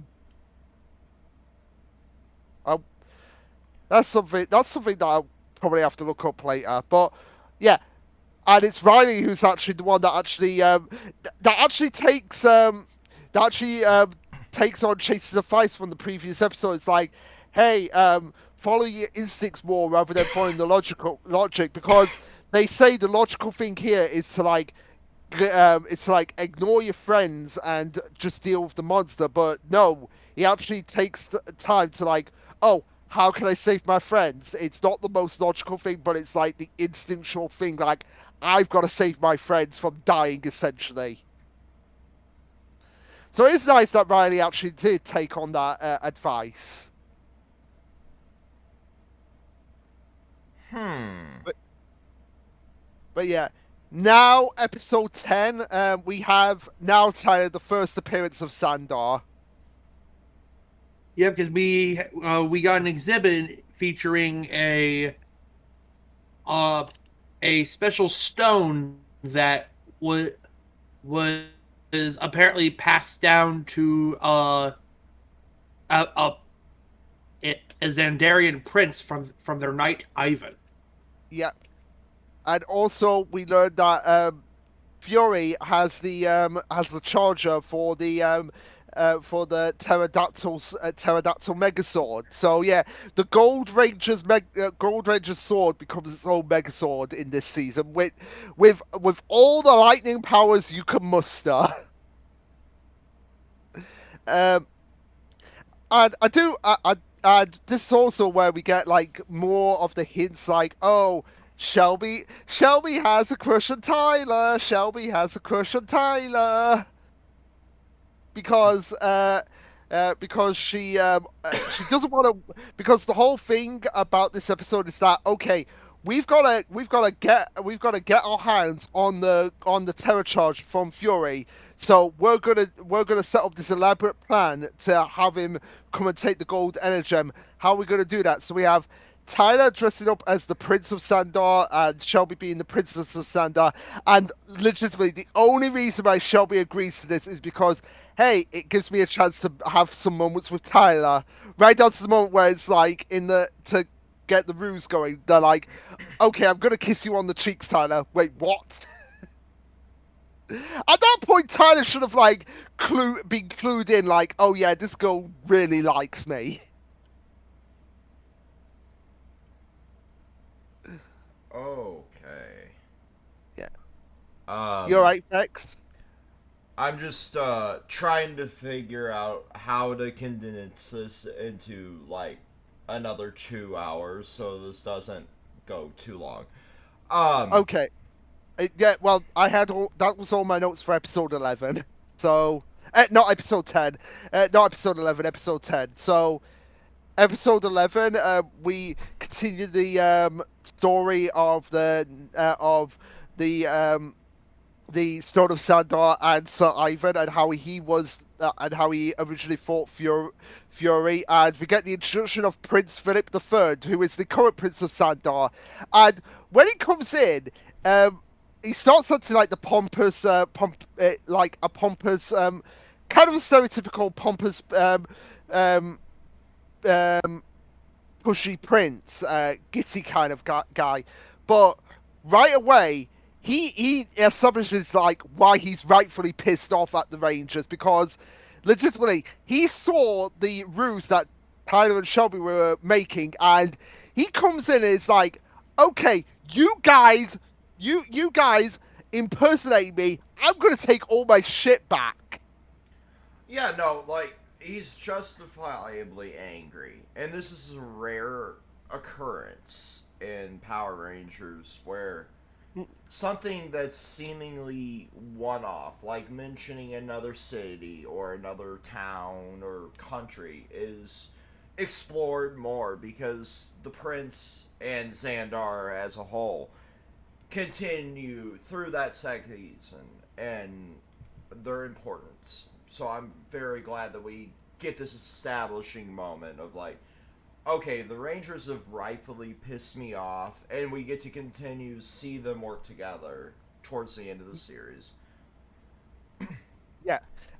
Yeah, and despite Philip insulting Coda, like, because of the way Coda's attire is, Coda shows how good of a person he is by actually saving Philip and saying, everyone has good in them, even douchey Prince. And it's like, oh my god, can we just give him all the hugs? Can we give Coda all the hugs in the world?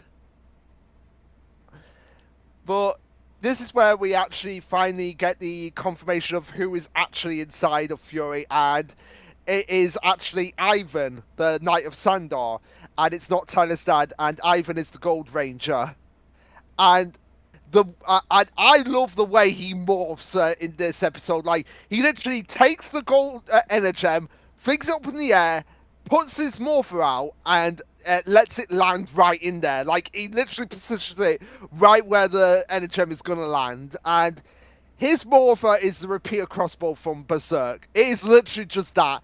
It is a crossbow that just fires out a volley of arrows at the enemy. Yeah. And also, his finisher move is the Sandor Thunder attack. And yes, it literally says Sandor as he's doing the Thunder attack. I was shocked when I like looked at it. It's like they added that in there. Did they change the words? I and they think did. they did. I honestly think they did. Yeah. And even though the Rangers welcome Ivan to the team, to be fair, he had been cooked up in Fury for 800 years, so let him have a little bit of time. So yeah. Episode 12 picks up with Ivan still trying to be convinced of joining the team because, to be fair, like with Philip, he has a logical reason for, like, hey, I can't just join your team. He has to, like, he basically just continues to embody the role of the knight. Like, hey, if I'm gonna do this, it's gonna be for life. It's gonna be like loyal for life, essentially. But one thing I don't get about this episode is when Ivan is walking around in like in like his night outfit, it's like proper night outfit, the public are laughing at him. And I'm just there scratching my head like, have they not seen LARPers? Like, oh my god! Now, Tyler, I'm just like imagining Leonard and Tammy from Redonkulous Race just walking around, and everyone just laughing at them because they're dressed as wizards when they're like, "No, we're LARPers." It would have been so easy. Yeah. I mean, I would have loved it if someone just came up to Ivan in this episode and say, "Are you a LARPer?" And he's like, "What's a LARPer, What's a LARPer, good sir?" So apparently, in this episode, Ivan wants to recruit new Knights of Sandor to fight the monsters, and the lineup is just like the most insane, stupid, but awesome lineup ever. So we have a crossing guard, a magician, an elderly woman in a wheelchair, a trombone player, and a referee. Like, what?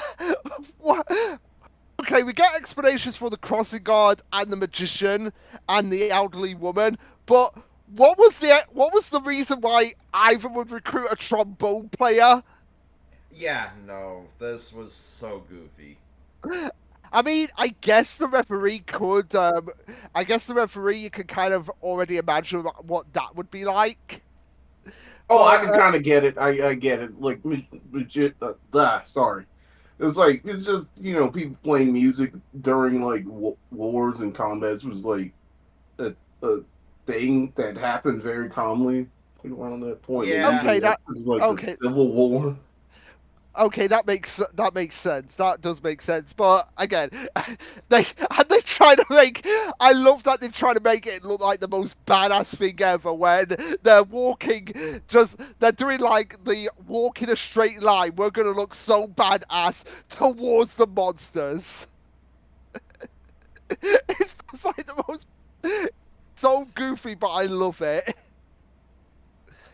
So, and the reason why they're doing this is because the monster in this episode metaphorically takes the backbone of the Rangers and causes them to be cowards.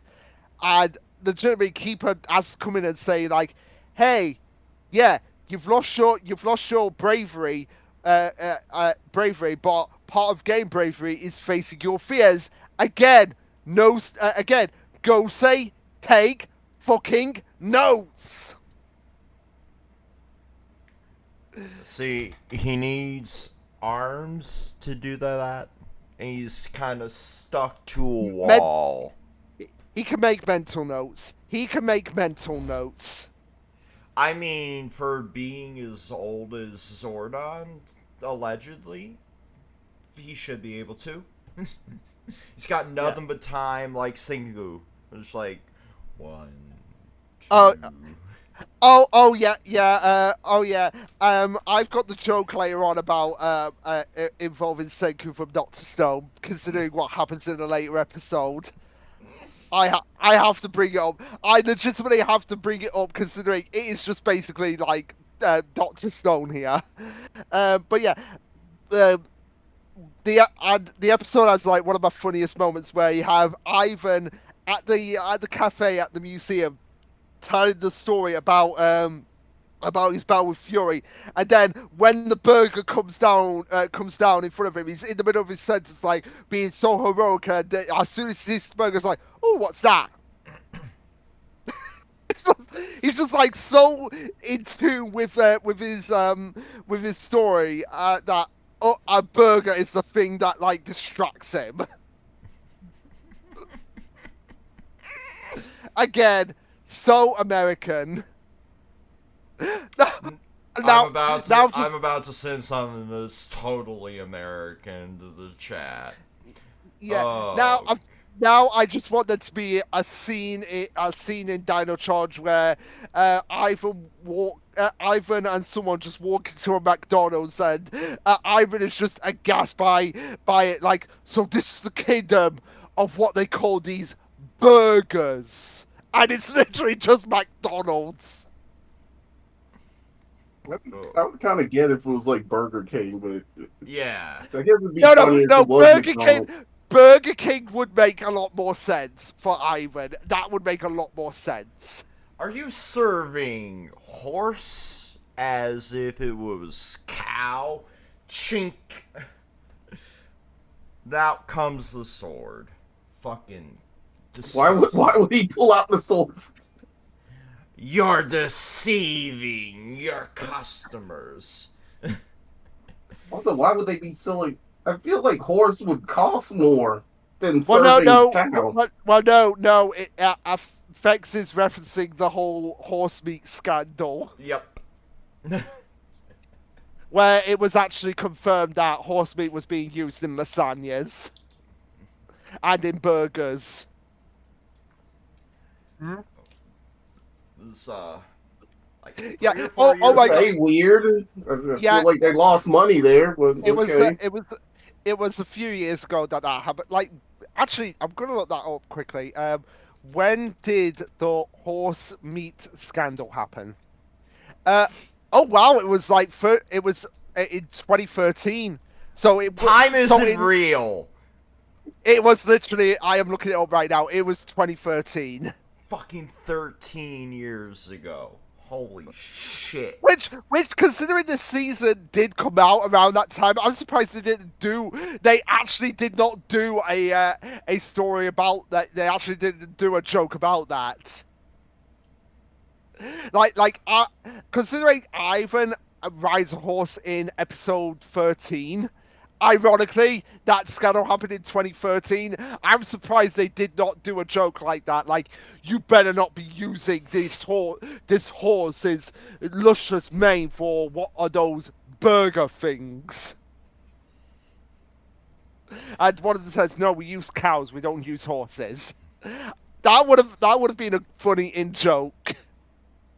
I don't even get why would you use horses. It was like I know people eat horses. Like I don't, not that go, but I don't know why would you use them instead of like cows for like a fast food restaurant. I don't remember what the logic was. It was so long ago, but it seems like it was so fucking recent. Ugh. Unless you just wanted to do that to fuck with people. Like, I don't... Yeah. But yeah, anyway, getting on to episode 13. We have Ivan basically doing the full-on night gear, being on a horse in an actual suit of armor. Like proper, like the metal suits of armor, which... I've got to wonder, like, how heavy are those suits of armor, like, to actually wear? Depends what kind of metal. Yeah. Because I doubt they're comfy as well.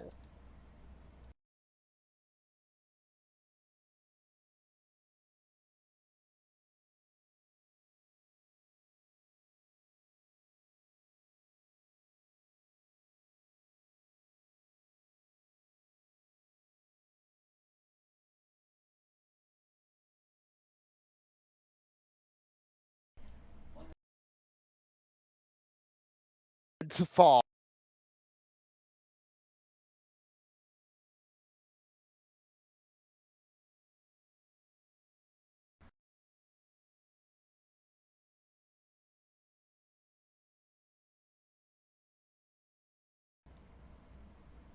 Ranger arguing. We have the red and gold ranger arguing, and basically having the petty sibling argument about butting heads and trying to one up each other. Yeah, because I think behind the scenes, like I believe Ivan's actor was auditioning to be the Red Ranger as well, so maybe that's why it came about from. As kind of a nod to that. Could have been, or it could have just been a major coincidence. But anyway, Ivan's coat. I want it. I want Ivan's coat. Yes. Yeah. And apparently that coat he got custom made for himself, which is cool. I would honestly like to know like that. Like, oh, what the hell am I looking at, Vex? Oh, that abomination? Yeah. That is the fucking UFC arena that they're erecting in front of the White House.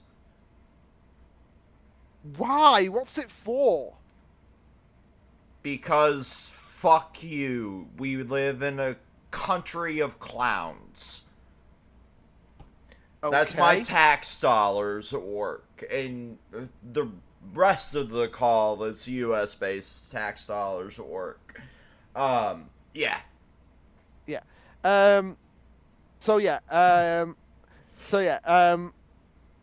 Ivan's coat, I want it. It looks so damn cool, and also at the end when Ivan and Tyler are finally made up and are taking selfies with each other, we have Coda photobombing the photos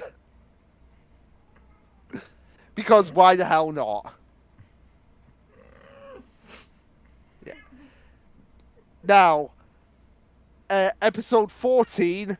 We get Chase at probably his douchiest. Yeah. so douchey that it actually corrupts his actual abilities. Because part of the reason why the Rangers were chosen is because they're meant to be selfless, they're meant to be heroic. They're not meant to be negative people, like douchey people.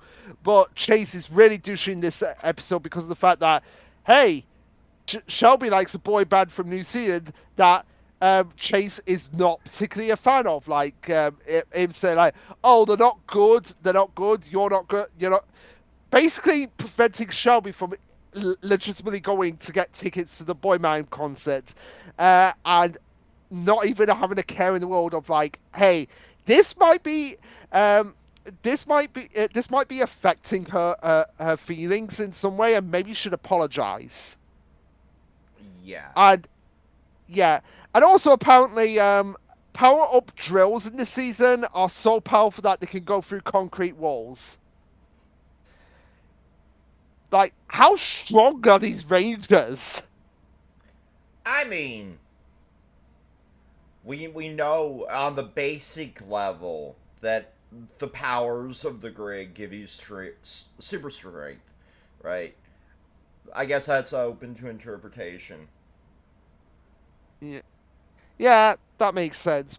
But the only other notes I had for this episode, because it's just basically Chase. Don't you dare spray me. Oh, yeah, it's just basically Chase being a douche and the consequences of his actions, and learning like, hey, maybe I shouldn't be kind of a douche. Again, being a better Chase than the Total Drama reboot Chase. Mm-hmm. That's not a very high bar. I know it's not a very high bar, but it's the but I get if it allows me to shit on Chase from Total Drama, I'll welcome it. You know who's also a better Chase? Mike Hogan. But also as well, this is the first episode where we actually see the solitary confinement on Sledge's ship, which, yeah, again, you wouldn't think that that's going to be like a major deal later on, but no, it becomes like really prevalent towards the end of the first season, especially considering who is actually in solitary confinement. That is true. like all the like monsters and stuff like previous seasons, like you occasionally see like in the cells. Yeah. So episode 15. Now again, this was first time watching Dino Charge. First time I watched Dino Charge, I skimmed through a lot of the episodes. But this was one of the ones that I remember watching for the first time and seeing Prince Philip come back. I'd actually wanted to be one of the Rangers. It was like, oh, I thought he was just going to be a one-off kind of character, but no, he's actually going to be one of the Rangers because he's found the graphite energem, aka the grey energem. I don't know why they can't just call it the grey energem, and they have to go with graphite. Gray because graphite sounds cooler. Yeah, I know, but so it would have been cool if they just said the grey energem. The colorblind gem. Yeah. Also, he has a robot now that tries to help the Rangers, but it's like, nah, it sucks. This robot sucks. I do like how Philip in this episode, because he's really trying. He's trying his hardest to like bond with the Energem, and it even comes to Coda to be like, hey, how do I actually get this thing to actually accept me as a Ranger? And I do like that how he went from not really being very dismissive of Coda because of his dress sense to actually coming to him for advice on how to make this thing work for me. And Philip's not doing this, and I do like how Philip's not doing this out of a sense of like stuck-up princely attire. No, he is generally someone who just wants to help, but he goes about it the wrong way by hey yes, doing charitable things for people, that is nice, but it's not going to make you worthy of being a Ranger. And ultimately, what it takes is that it's not the money or the charity that proved Philip's worth. It was just this good nature of being like, hey, there's someone in danger. In this case, Chase's sister from visiting from New Zealand, who was in the firing line of the monster attack, and saving her was what got the engine to prove like, okay, yeah, this guy is worthy of being a ranger. And we get the first and only Grey Ranger in the franchise. So yeah, Sure. and honestly, out of all the Ranger suits, I do like the graphite suit the most because I feel like the blue arms kind of gel really well with the overall grey color. Yeah.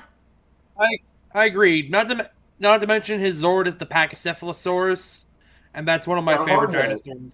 Yeah, his sword is the Pachycephalosaurus, which basically has a hard head that turns into a mace tail. It's like it's wearing an actual hard hat. It's so adorable. Also, I love in the fight that Philip has with the robot that he made, which the monsters took control of.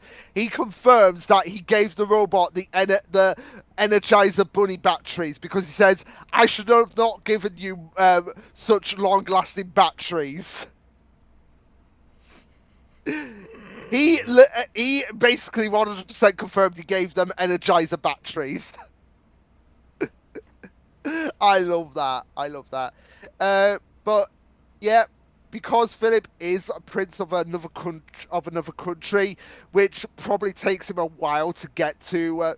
Because it's stated that Sandar is in Europe, and even though it's filmed in New Zealand, it's very obvious that this season takes place in the USA. So it really does take a while. Not only does he have to be have to run a country essentially, but also it would take him a while to actually get from one country to another. He can't stay with the team, but he's one of the characters. He's one of the rangers that'll be like, hey, if you need me for like the most dire of situations, I will come. Yeah, and interestingly, interesting fun fact about this. Originally, it was Riley's brother who was in episode 2. He originally was going to be the Graphite Ranger, but Neat. it was probably decided that he was to change it, probably for twofold, because of the fact that if they had made him the Graphite Ranger, and from what I understand from looking at how many episodes the Graphite Ranger actually appears in the Sentai, it's not very many. It really isn't. So they would have had to have made so many excuses for why is Riley's brother not taking part if he's a ranger.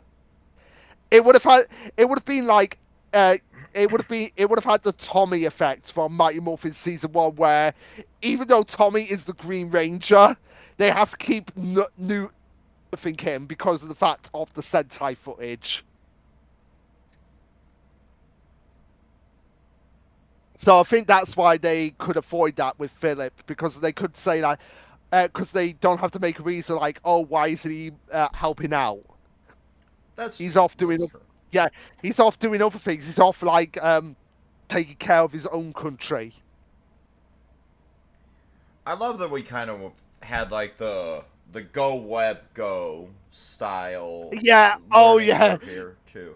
Yeah. Because Philip, when he first gets the graphite engine, it's just like energize, release the power, unleash the power, and then you have to go web go. That was the only other note I had here. Yeah, I'm gonna see if that's an actual gift. Prince Philip, Dino Charge. It's no. I mean, there is a gif of the Graphite Ranger, but not a gif of him doing the energize, unleash the power. Damn. Yeah. Episode 16, the I need this villain in the next series we're watching. Yes, because it is literally the episode where it's the monster that cuts friendships from. It's oh my god, it's the Straw Hat Pirate. Imagine No, no, if. Go ahead. oh, it's the Straw Hat Pirate's worst nightmare. Imagine if this villain just snipped the thread of Team 7, saves 90 episodes minimum. Oh my god, yeah. When you said the next series, I thought you were referring to Ninja Steel. No. But now I get it, like, because I know... Drop one of the this only motherfucker in an Akatsuki robe, and every problem is solved. Yeah. That's the one of the only things I know about Naruto is that they have teams of 3. That's one of the only things I know about Naruto. Yeah, well, see, Naruto and Sasuke are gay lovers. That's all you need to know. Well, for Not shit. really, but they might as well be. Yeah, they might. They might as well be. So No. yeah. And it's also Riley's birthday, but everyone has apparently forgotten his birthday. Which anyone who's seen this plot line knows that this cannot be. Like, I'm surprised Riley didn't come to this conclusion. Like everyone, like he's trying to desperately get a message from his family about his birthday, but they're not answering.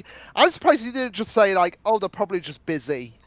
Yeah. They'll give it to me eventually because. It's the most cliche of storylines like ever. Like, oh, everyone has apparently forgotten your birthday, but by the end of the episode, they haven't forgotten it. They're just keeping it a surprise for you.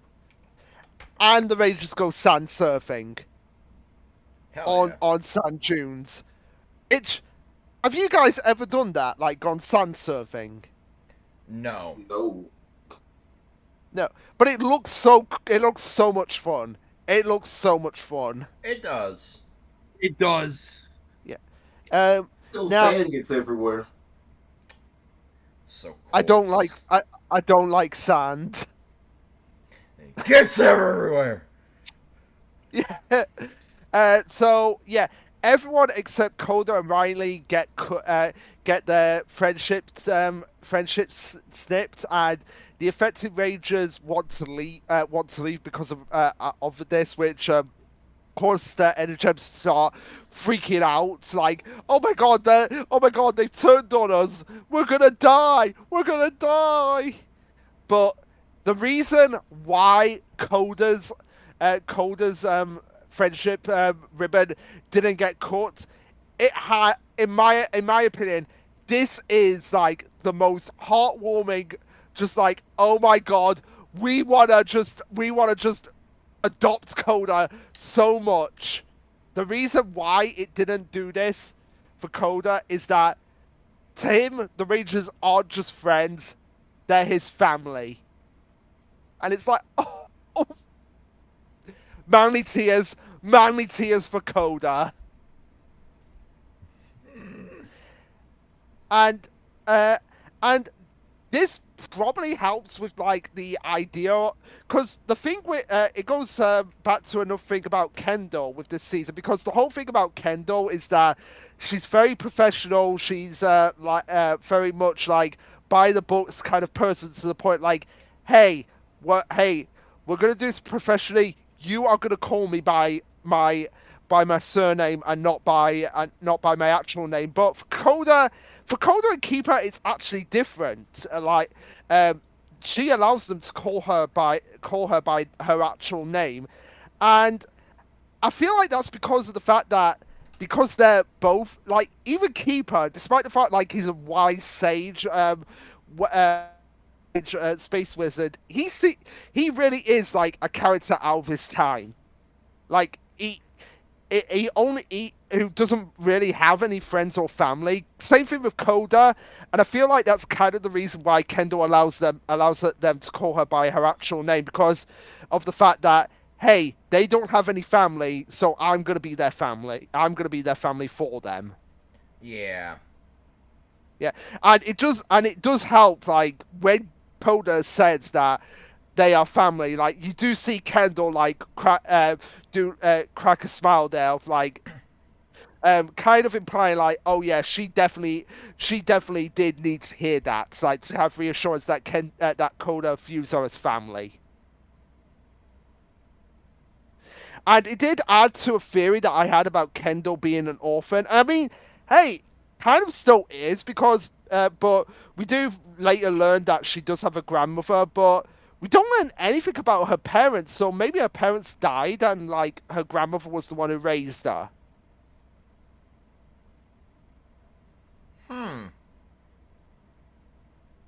That actually would make a lot of sense for Kendall, like, because her parents died. She didn't have any brothers or siblings, and she does tend to view Coda as kind of like a younger brother as well, if you really think about it.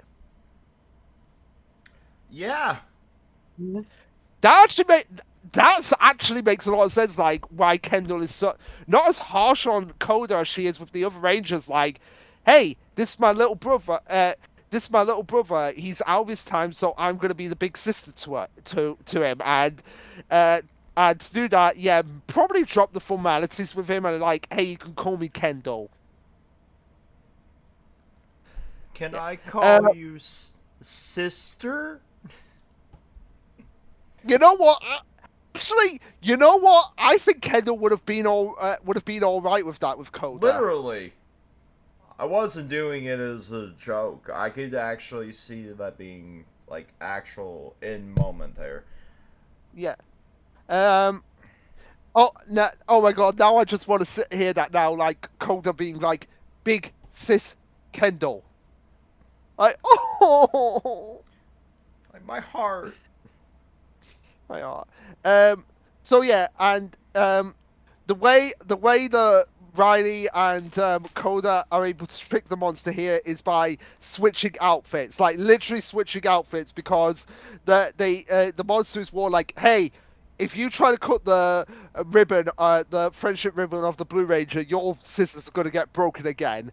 So yeah, they really they trick the monster by being like, oh hey, this is obviously the Green Ranger, but nope, it was Coda wearing Riley's clothes.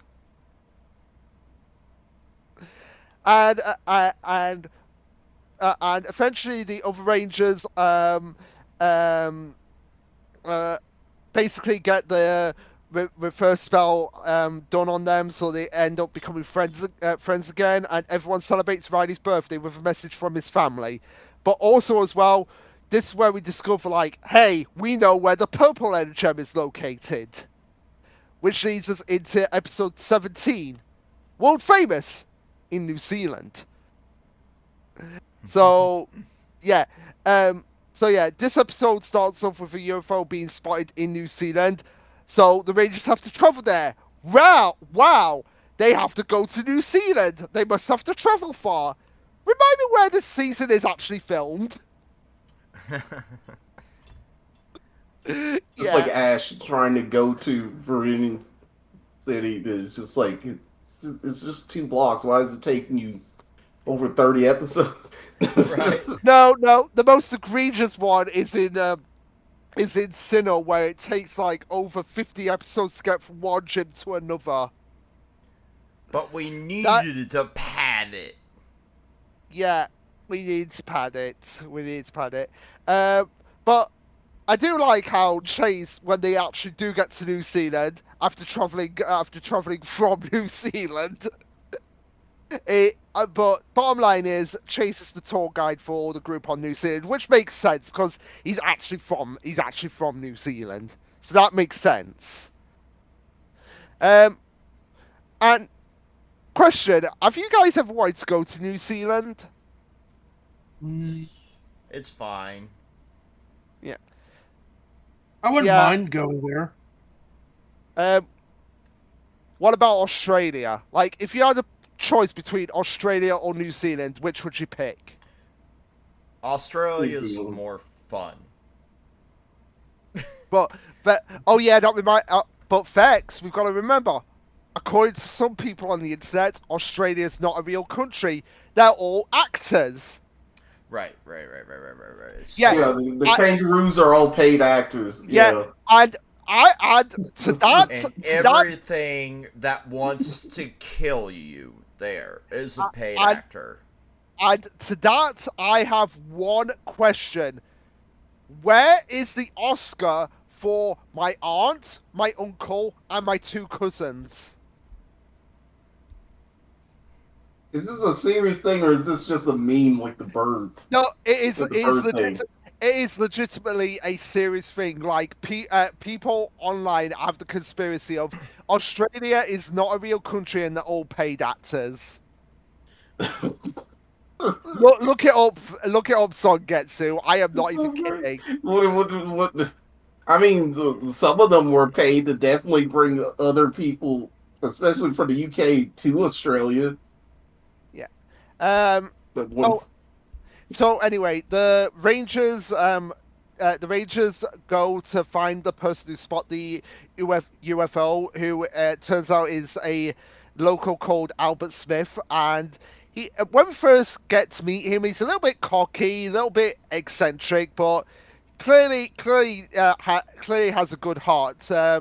And we also have we also finally meet the Purple Ranger, who is stopping petty crime but is afraid of monster attacks. And yeah, there is a reason for that because it turns out Albert is the Purple Ranger, the oldest actor to actually be a Ranger at 67. Insert Wild. joke. Yeah, no, that would only work if he was 69. That would only work if he was 69, Tyler. No, he's talking the Gen Z, Gen Alpha brain rot meme. All right. Uh, But also, this is one of the episodes where we have the ice monster from the first episode, coming back to fight the Rangers because it turns out Sledge can reanimate the monsters, but they have to have a little bit of the DNA of the monsters in order to do that. Otherwise, it's never going to work. So we find out the reason why Albert is scared of the monsters but not scared of crime. It's not because he's a coward or anything, but because it's too much for him compared to what he's used to. Like, and that is fair. Like, it's one thing to be stopping like a petty crime thief. Like, hey, this person's stolen a bike. I'm gonna go and capture this guy with my powers. It's another thing to be like going from that to I've got to fight a monster that could potentially kill me. So yeah. So he does find his courage in the end to stand up to the monsters, but at the same time, he does decide like, okay, yeah, I can't be a ranger. I want to stay in New Zealand because in his words, anyone can be a ranger, but no one can replace me. And you know what? That is fair. That is fair. And again, take notes, Megaforce, because this one character who appears in just this one episode as a ranger had an entire character arc in one episode compared to your characters that couldn't even get a major story arc in 44 episodes.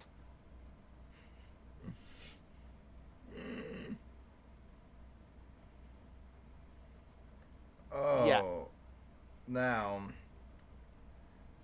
the only other notes I had here was on the more Fred aspects of this episode. Like, a literal Bigfoot snare to catch a monster. I mean, hey, it worked. Right. I'm shocked that that hadn't really been a thing before now, though. Because we always have, like, some Scooby-Doo-esque shit going on in the B-plot. I'm shocked that we hadn't had something like that before. The fact that we're having the cowardice, but not cowardice, and, like, sanity, like, colliding was a nice duality, like you were saying. Yeah.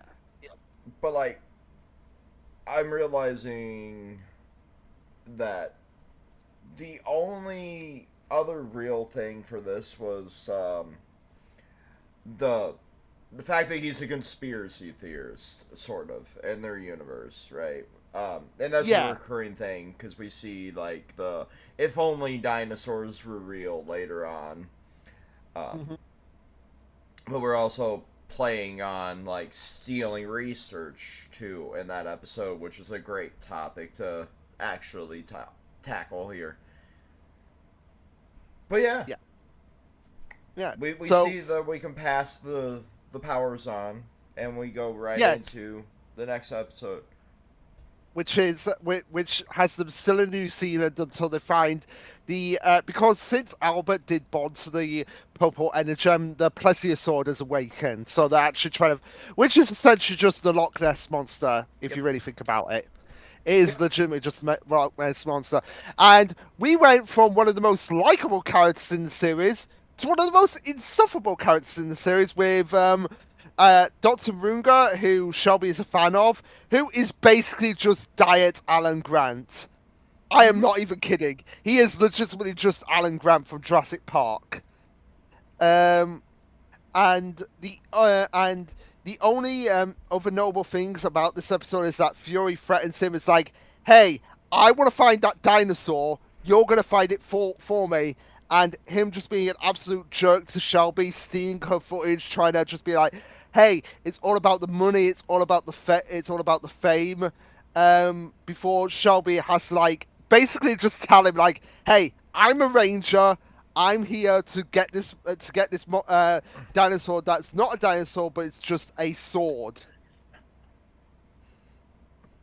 So yeah, and the only other note I had for this episode, because it was just a standard like jerky guy episode that learns his lesson in the end, is the line, "Let's make space his final frontier." Ha! Trek reference. So yeah. So which episode had like the weird? I can't remember the one with the weird assistant with like the long fingernails. Oh, that's in season 2. That's in season 2. Oh, that's Yeah, I remember that. Yeah, but yeah, we're near the end of season 1 now. Finally, after 2 hours. No, literally. Yeah. So, um, Two-part so yeah, finale. this will be 2-part finale. We have the Wish Monster because they're trying to find a Purple Ranger, but everyone that they try to get bonded to the Purple Energem is nothing more than just a show off. By trying to save Kendo, and Kendo being like, "Oh my God, you're such a hero!" It's like, check out my muscles. You want to go on a date with me? Yeah, you want to see my muscles again? You want And me to take my shirt off? Ugh. yeah. Ugh. And the Rangers all make wishes here, which do come true, but they backfire in a really, really awful way. But before that, we get the first appearance of the man, the myth, the legend, Heckle. Which is kind of interesting considering where we know where Heckle ends up in Cosmic Fury, actually Right. seeing his origins here as basically the Power Rangers equivalent of Loki from the MCU. Exactly. Yeah. How, wait, do we see Snide? Do we No, see no, Snide here too? No, we Or- don't see Snide here. Snide doesn't appear until season 2. Also, a fun fact. There are two different origins for Heckle's name. One will be obvious later, but to heckle is to make rude or demeaning comments. Yeah, because you're heckling them, essentially. Yeah. So the way one of the wishes goes bad is that Coda wished for a burger, but he gets a stomachache from said burger. He doesn't deserve the fart jokes. Although Or the E. this coli. yeah, although this has one of my favorite lines from Ivan in this episode where he saves a lady from falling off a ladder. You were worthy, young lady. Now can you kindly go and scrub the grill perfect? Now, yeah, you are worthy, young lady. Now can you kind of go and scrub the grill? It's just like perfect timing on that line. So, in order to so at this point, Kendall's just there, like, okay, the wishes are coming true, but she doesn't know like the ramifications of them. So she just essentially goes and wishes for a Purple Ranger, and yeah, this is where they run into Heckle. Heckle nearly steals the Purple Ranger, but it gets stolen by Fury and the other forces, and it's at this point where the Rangers are like, okay, since Sledge has the Purple Air Gem, we need to go to the one place that he will not be expecting us to show up at, his ship, which leads us into the final episode of season 1, where we have Sledge and Poisandra arguing about getting married for like the 15 billionth time. But because this is like such a big deal, because they need to use the Sentai footage for this, this is where they actually do call in Prince Philip to help out. Yeah, even though they're obviously using this for Sentai footage, it does make sense because, like, hey, we're going up against like the big bad here, so we need all the help we can get. We need all the Rangers here. So, this is also the episode as well where Tyler's energy gets stolen, so he has a reason to actually go into Sledge's ship as well. Keeper also gets captured and taken to the ship. So Kendall is the one to actually go and save Keeper. And again, that makes sense. It makes sense, like, who actually goes on the ship itself. Like, Kendall obviously goes to help Keeper because they have the most personal connection with each other, aside from Coda. And also Tyler because, hey, his energy, the source of his power, has actually been stolen, so he has to get on the ship. And this is where we finally get Kendall proving herself, like, hey, there was someone worthy of being the Purple Ranger this whole time. They just need to look in the most obvious place possible, herself. So this is where we have Kendall finally becoming a Ranger, and it does get me thinking that she initially wanted to be the Pink Ranger, but Shelby got there first. But now, hey, she finally gets to be the Purple Ranger. And I remember your reaction to this, Vex, so well. Finally! no, literally. Like, it was obvious that she was going to be a ranger at some point with how important she was to the story. They're not going to just have that many mentor characters or assistant characters, so... Although, it would have been pretty funny if instead of her, it was Keeper that became a ranger. And she would have been like, oh, fuck! The fucking furry gets it, and I don't. Well, that's what I was expecting to happen in like in season 2. I was expecting him to get the power of like obvious mentor since he replaced him, but no, he shows up proper. But we'll talk about him later. Yeah. Yeah. So now we're up to 8 out of the 10 Rangers now at the end of season 1, and Sledge's ship gets destroyed and ends up crashing down to Earth. And by the end of the season, everyone thinks that, oh, Sledge has been defeated because his ship has crashed to Earth. Not really going to check on the ship to make sure that is confirmed. But they're like, hey, Sledge is not going to be a threat anymore, so we can go our separate ways until the last 2 Energems are actually found. But now with Sledge out of the way, Heckle gets his time to shine as the main villain of season 2. And also, we got Greenzilla. Yes, Greenzilla monsters. Could we talk about that, because that's Go on. quote unquote Greenzilla is the big bad boss of their counterpart. Really? Yes. And Wow. the most important fights of this series, he's been sprinkled into them. Wow. Just like, That is crazy. Now I just want to see Greenzilla versus Godzilla. next time on Death Battle. Sorry. No, I'm still waiting. I'm still waiting for the death battle with Zack Taylor versus Eddie Gordo. It took 7 fucking years for them to make Mako versus Ruby. Yeah.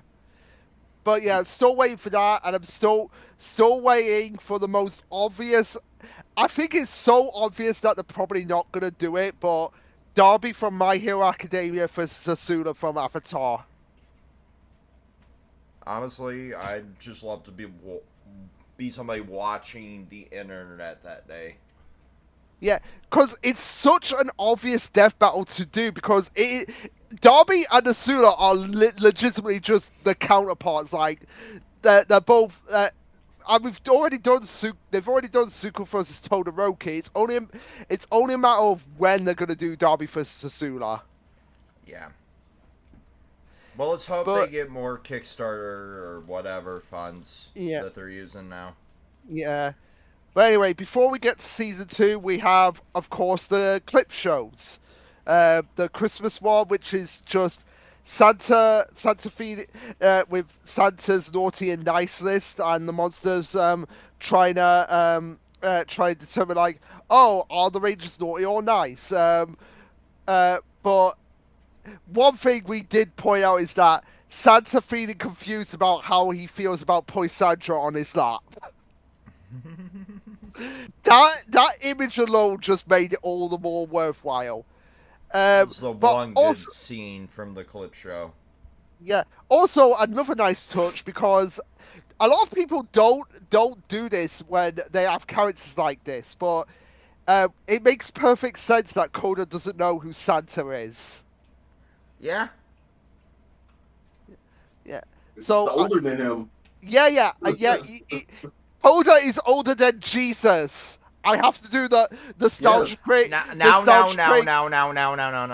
You know damn well that Jesus Christ is a white man with chiseled abs. But no, I was doing the reference from Nostalgia Craig's motherfucking T-Rex Jurassic Park scene. Coda, I'm older than Jesus. Because it's true. There's no beating around the bush with it.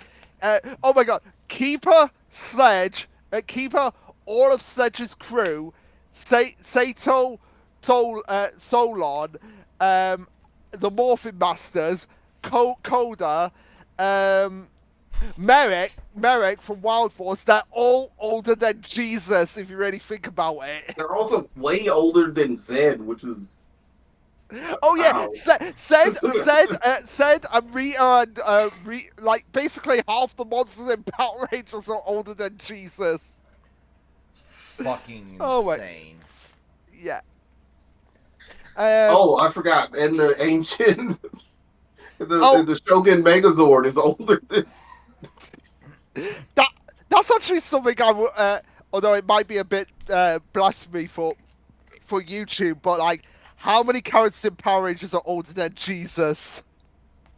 I got IDF propaganda for that. And it's I not don't really think- blasphemous because we use them as like a measurement of time. Right. I don't think propaganda is the thing on YouTube or blasphemy.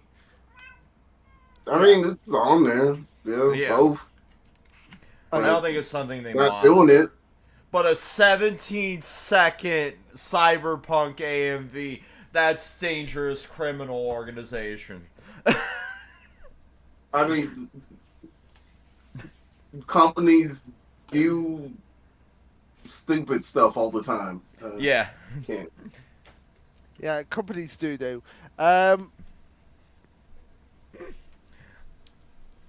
Let me Leave get my my. pants alone, dog.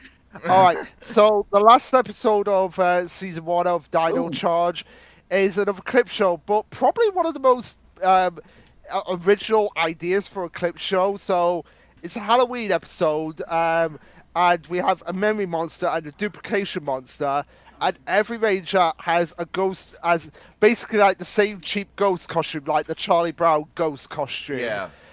where one of the Rangers is basically captured, their memories are altered, and they make a duplication of said Ranger, and no one can figure out like, oh, who is it that's actually being cloned? So they have to interrogate the Rangers, and the way they figure out is actually quite clever because I picked up on it right away when it happened. Like, Kendall figured out who the fake was because it turns out Coda was the fake. Was the fake one out of all the Rangers, because the fake Coda did not take into account like, hey, Coda calls Kendall by her first name. He doesn't call her Miss Morgan. Right. But again, shows how close Coda and Kendall are, considering she quickly figured out like, oh, oh, it's definitely Coda's the fake because he's calling me Miss Morgan and not Kendall. That was such a cool way to show how they deduced everything. I do also love the like Cupid costume. I think that's what we're going with. Yeah, it was a Cupid costume. Yeah, it was. But yeah, very. But yeah, because it's like one of those subtle things that you don't pick up on until it's actually pointed out to you. Like, oh yeah, that's right. He's never called her Miss Morgan. Exactly. But yeah, so that was really all the notes I had for the clip shows. Now we can get on to season 2, Dino Supercharge, where we start off with a bit of a time skip because it's been a few weeks since the end of the first season, and Tyler is recapping the events of the first season. And this is where we actually get Snide, who takes over as the main villain of season 2 along with Heckle, because as it turns out, Heckle is Snide.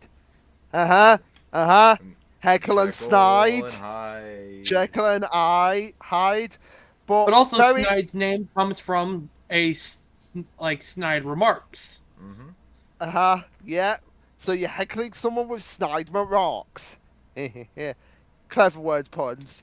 But very much polar opposites in terms of how they're evil, because Heckle is a lot more cunning and patient, whereas Snide is just, I want to get in there, I want to cause destruction all out.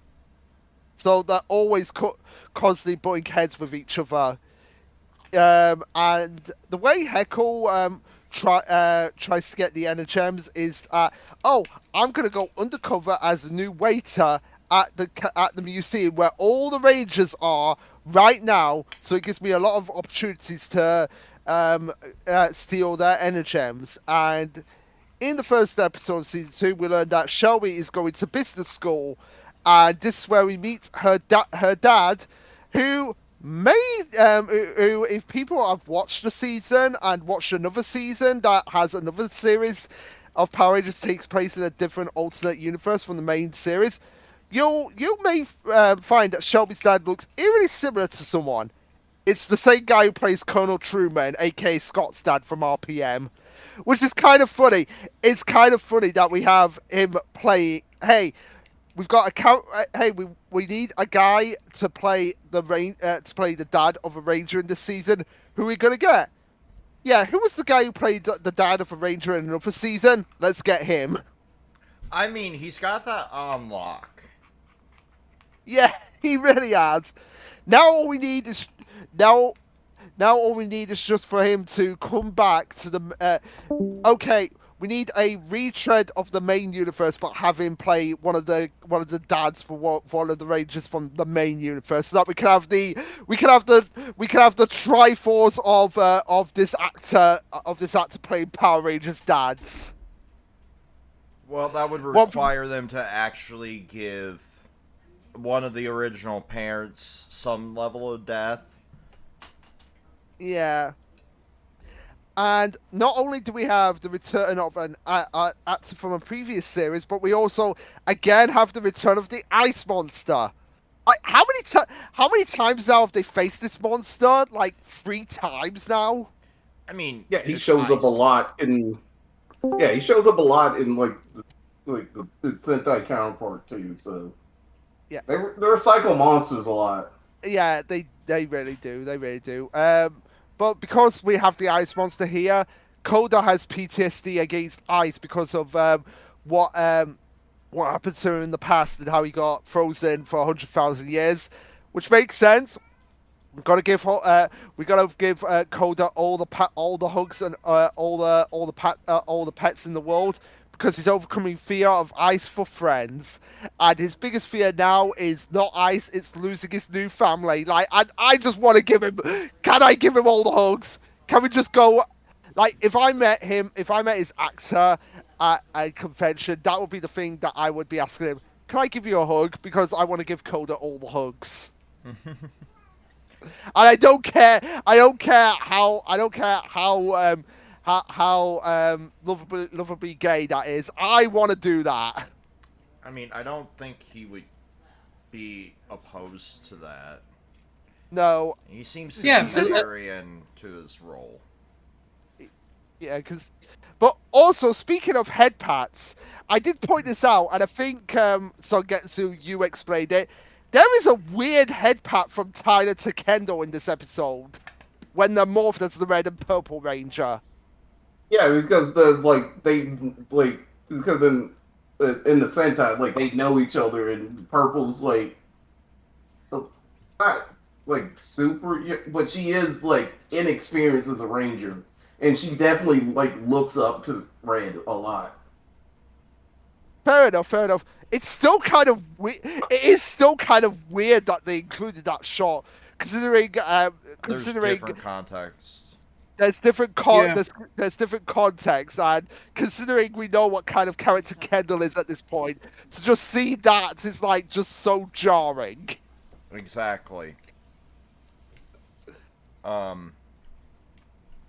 We get the Super Drive as the season 2 buff. Yeah, which we also get like the Super Drive Saber, which in the other server where I was watching when I was watching this season, somebody did ask the question who had already seen this season: do they use the Super Drive Saber outside of the cockpits? And I can actually confirm 100% now: no, they don't. It's only exclusively in the cockpits. Such a weird Which- choice.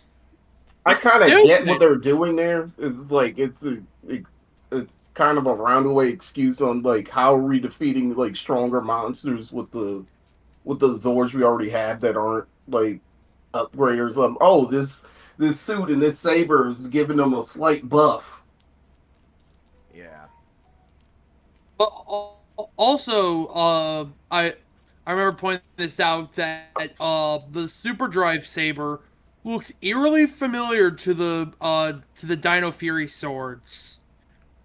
It kind of does. I feel like this might have been a prelude to the to like the Kuruja swords that are going to come later for Super Sentai. I kind of get with the dinosaur head, but it's about as much they have in common, really, other than that and being like red. Yeah, but I can see what your thought process is, Tyler. So yeah, episode 2. We have another classic bully episode because we have Riley's old bully returning, and Riley using his energy to teach the bully a lesson. Which when I did this, I did point out that what Riley really should have done in this moment where his bully was like egging him on to like, hey, come and challenge me while Riley is working. Need I point this out? Riley is working, his bully comes in, starts taunting him. The sensible thing for Riley to do is go over to Kendall and say, these guys are being arseholes, can we kick them out? Yup. Yeah, and Kendall comes over and is like, why are you harassing one of my employees while he's on his shift? That would have been 'Cause so I- much easier. Yeah, because at that point they cannot do anything. They cannot say anything because they are in the wrong. They are. It doesn't matter like if they know them in real life outside of work. Right? If you're going to a place of work and harassing the staff, you're gonna get kicked out. Normally speaking, if you have a Yeah. boss that's worth a damn. Yeah. So in this episode, because the whole concept of this is again erasing the memories of people, Heko is able to find out about the base itself in the second episode of the season. So surely this cannot backfire in any way. And because of the Rangers succumbing to the memory loss, Heko nearly steals them. I would have stolen them if it weren't for Riley stepping in and fixing everything. And of course, by the end of the episode, Heko drinks the memory erasing water himself and loses memory of where the Rangers base is. So, and of course, by the end of the episode, the bully has learned the error of his ways and makes up with Riley. Because you What? can't have a bully stay a bully. No, you can't. We can't have another broken skull. Yeah. So, episode 3. And yeah, this is where I pointed out, like, why is it with Colonel Truman's actor being typecast as dickish dads? It really is so odd. Yeah. Because in this episode, we learn that Shelby's family does come from a successful ice cream business, and Shelby's dad advertising his business in another business. Gets you kicked out. Probably not the smartest move to do. Yeah. That would be like if an executive from, I don't know, Xbox went into Nintendo and started advertising Xbox. I mean. I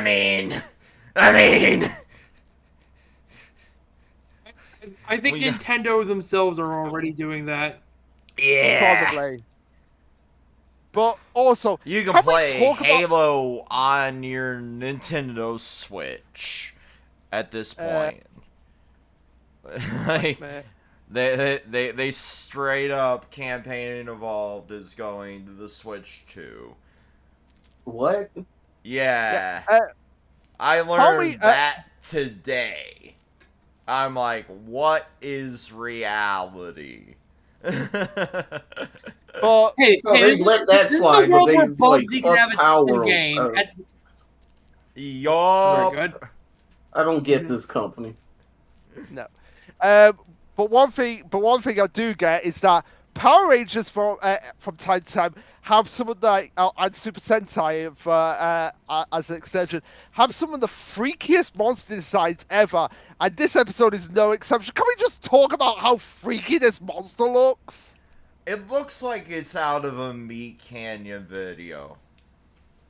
Yeah, it is like one of the freakiest. So it's like, so for context, everyone, it's a sheep because it's all episode is about not falling asleep because of the monster, but also falling asleep because of the monster and the monster giving them nightmares. And the monster this side is like guy in bunny. It's a sheep. Rabbit onesie with sheep head, like freaky sheep head, like jagged teeth, glowing red eyes, and upside down ram horns. Because it's a a fucking nightmare. Freddy Krueger. Right, It is- because it's a nightmare. That's why it's looking like that. Also, the face on the side is because like most of the monsters are Yeah. themed around emotions. Yeah, I was gonna say that. Like all the monsters in this season, it's the season where all with monster faces because all the monsters have a face. Yeah, that's have like. Yeah, go ahead. I was gonna say, but the emotions for them are like secondary compared to like their main ability. But for like the main generals, their whole thing is just that emotion. Mhm. So it's just wrath, sadness, happiness, etc. For like Yeah. the generals, and it's like it's a side thing for like the monsters of week. Oh, so So- that's why he's called Fury. So yeah, the nightmare sheep monster because causes Shelby to see her friends as enemies because of a fucking pillow. A pillow that makes you see your friends as enemies. I mean, that's not the weirdest thing in this franchise. And Kendo at this point is like, okay, none of you can fall asleep at this point until the monster's destroyed. Which means, you know what this means, Vex? We have to have a sponsorship for Monster Energy. I'm honestly surprised they did not do it. They did not. They did not do that. Like, just have But they like, don't want to promote like no. one. An energy drink on screen, like just like an energy drink on screen. It's Oh, like generic energy. generic energy drink, but it's so obviously Monster Energy. This episode of Power Rangers brought to you by Prime Energy. No, brought to you by No. I've got it. Brought to you by Monstar Energy. Warner Brothers is knocking down the door because this is copyright. Oh, I got one. Brought to you by the Mad Knight of Xandar energy drink. Yeah. Honestly, that works in universe. I was more Honestly, saying they play on like the YouTuber sensation with, Prime. Yeah. But honestly, Warner Brothers have no right to complain about copyright when only now we're just getting the Coyote and Acme film. When are we gonna get the terrible like Batgirl movie that never released? That tested so well, it was rivaling Nolan movies, but they didn't want to, have that. Also, speaking of Prime, like I see it all the time at like my like at the grocery market, and it just sits there. It's like I don't think anybody buys that. No, Yeah. that's the whole thing. Does it suck that bad? I tried one. It was a passable orange flavored energy drink. That's my review. Fair enough. But yeah, back to the episode. The other notes I had for this was like Echo basically saying, "Screw it, I'm gonna just go all out now. Make the Rangers fall asleep, get the Red Gems," and he would have got away with it if Shelby hadn't have come in at the moment he was doing this, and he was like, "Okay, I'm busted now, so yeah, they're gonna find out I'm snide, and yeah, better bugger off." Yeah, that was pretty much it, actually. Yeah, that was pretty much it for episode 3. So not really much in terms of like Echo going undercover there. It would have worked if it was like a few more episodes before we got the Rangers find out like, oh, Heckle was snide. It is strange that we didn't get more of that. Yeah. But you want to know what's even stranger? With episode 4, Chase being addicted to a girl, but Chase being jealous of himself when his girlfriend dumps him for him as the Black Ranger. It is like at this point he might as well just come out and say, "Hey, I'm the Black Ranger." I mean, I think the whole point of this plot was like imposter syndrome, like feeling like you're not good enough, while also obviously being good enough. Yeah. Because he literally goes, she dumped me for me. Mm-hmm. Angel and the Marble Syndrome. Yeah, and the only other notes that we have about this episode is that they at least tried to make it work, chasing his girlfriend, but it's gonna be difficult. And we have a new general, Singe, which they make so many jokes about Singe being a birthday cake. Essentially, he's a walking talking candle, and they make so many jokes about that. They really went like full Spider-Man here. Yeah. But also as well, we get more updates on Tyler's dad when Tyler meets a guy who was with his dad, and we finally do find out what Tyler's dad's name actually is. It's James. Fucking basic ass name. Well, a lot of the names are pretty basic in this season, like Tyler, Riley, Chase. Uh, um, I mean, Coda is unique because he's a unique character. Kendall, yeah, that's pretty okay. Uh, but yeah, I think they really were stretching it here with like, oh, we got Tyler's name, like, oh, what's his dad called? James. At least they didn't go Jason or Tommy, and then went into Yeah, all like theory crafting. yeah. I mean, they could have. Well, there's already theory crafting with Kendall, considering her last name is Morgan, and Kendrick's from Lost Galaxy's last name is Morgan, so there's already theory crafting there. Yeah. Yeah. And also, one other final note: never let Chase on the grill again. Second time. Second time in both seasons, he's nearly managed to burn down the museum by forgetting the grill. In time, he'll be good at it. The restaurant portion, maybe not. Yeah. So episode 5, we have Tyler going to find a time capsule. Things he puts in when thinking of his dad, and one of the only fights that we get from Tyler and Shelby as a duo, because in regards to his dad, with Shelby basically being in the wrong here by basically telling Tyler like, "Hey, you should give up because it's likely your dad is dead." I mean, it's not the worst theory, given the time and everything. Yeah, but there is a time and a place to say it. Yeah, 100%. She just said it at the wrong time. Yeah, but we also have in this episode where a monster uploads the virus to the Dino chargers, and it causes Tyler to literally lose his humanity and become a motherfucking T-Rex. A motherfucking T-Rex. I love this. Yeah, literally go full on T-Rex, right down to the point he's roaring in front of the moon like a werewolf. It was so perfect. Yeah. But also as well, we finally get introduced to the Aqua Ranger, and shock of all shocks, an episode talking about Tyler and his dad, it's revealed that Tyler's dad is the Aqua Ranger.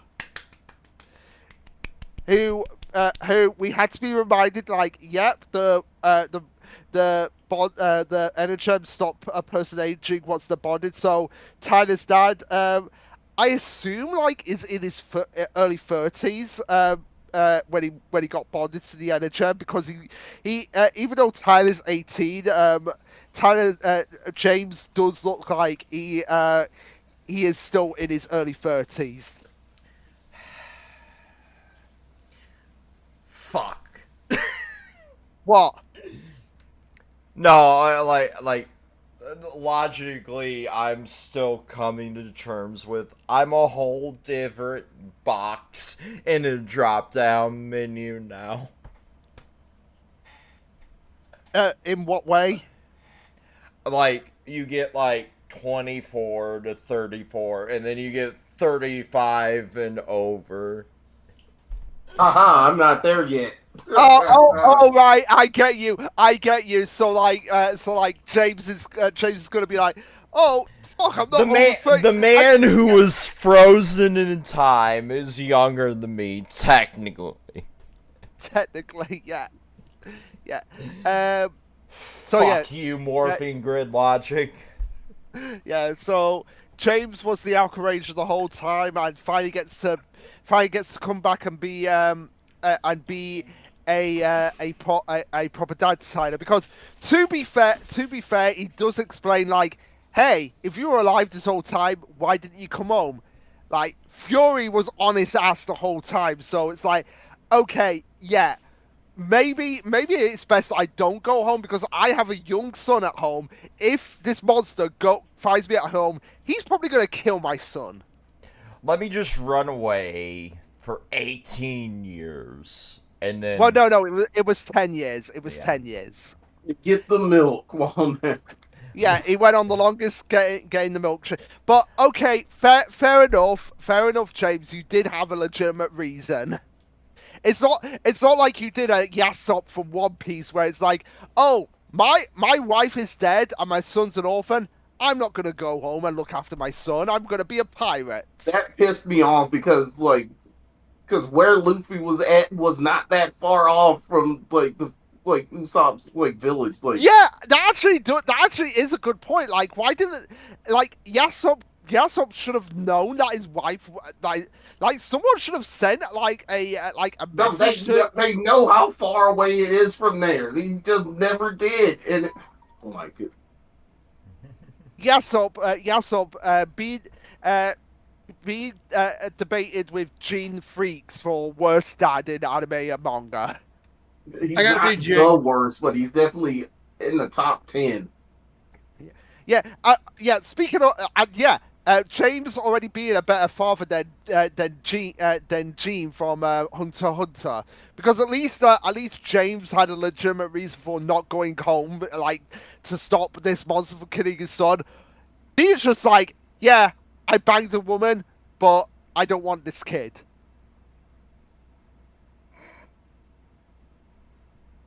Just why do people? Why did Gon even want to meet his dad in the end?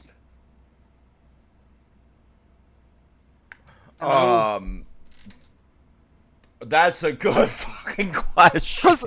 Because here's the thing. Even after he meets his dad, like they only spend like one afternoon with each other before he goes off again. Yeah.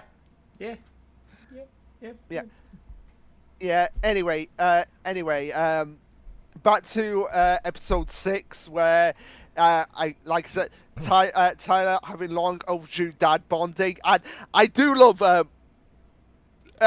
James's introduction to the team, where he learns about Koda and Ivan being like, oh hey, this is a 100,000-year-old caveman. This is a knight from 800 years ago, and then he's like, oh, next you're gonna be telling me that guy is the Prince of Sandor, and he's literally pointing at Prince Philip, who's just there, just chilling out in the base. Just like, yeah. Yeah, and he's like, yeah, I am the Prince of Sandor.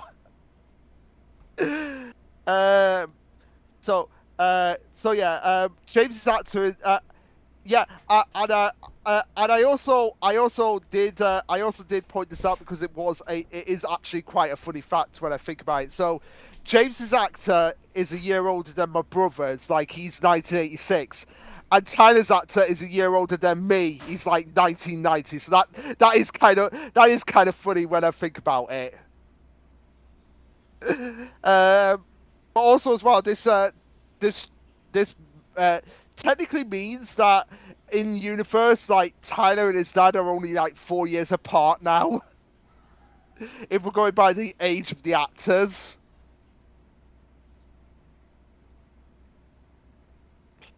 That is freaky when you think about it.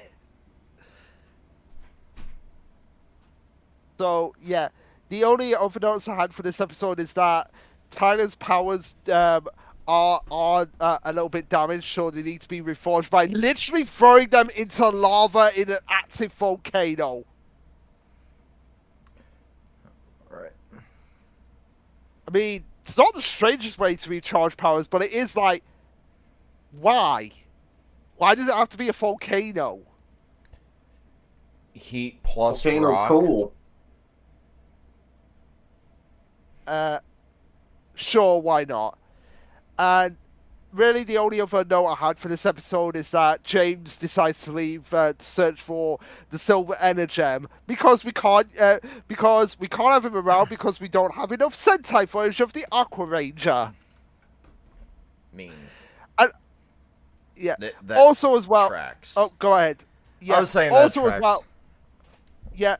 Also, as well, the person that was watching this in the other server, they had a huge that throughout the most of season 2, they had a huge complaint about how underutilized Kendall was as the Purple Ranger, because there is literally no excuse why they don't have more of Kendall being the Purple Ranger, since she's always there.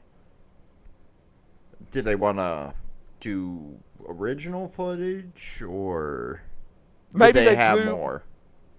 Maybe they blew through all the original footage from episode 1. They blew through all that footage, all the budget from that footage.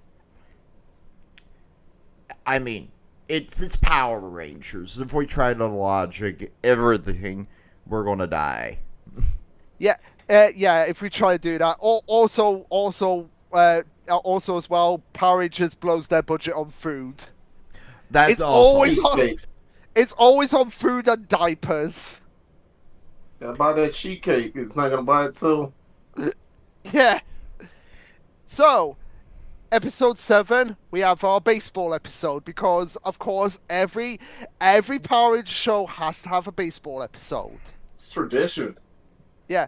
And again, I know they're two different sports, but I have to keep bringing it up.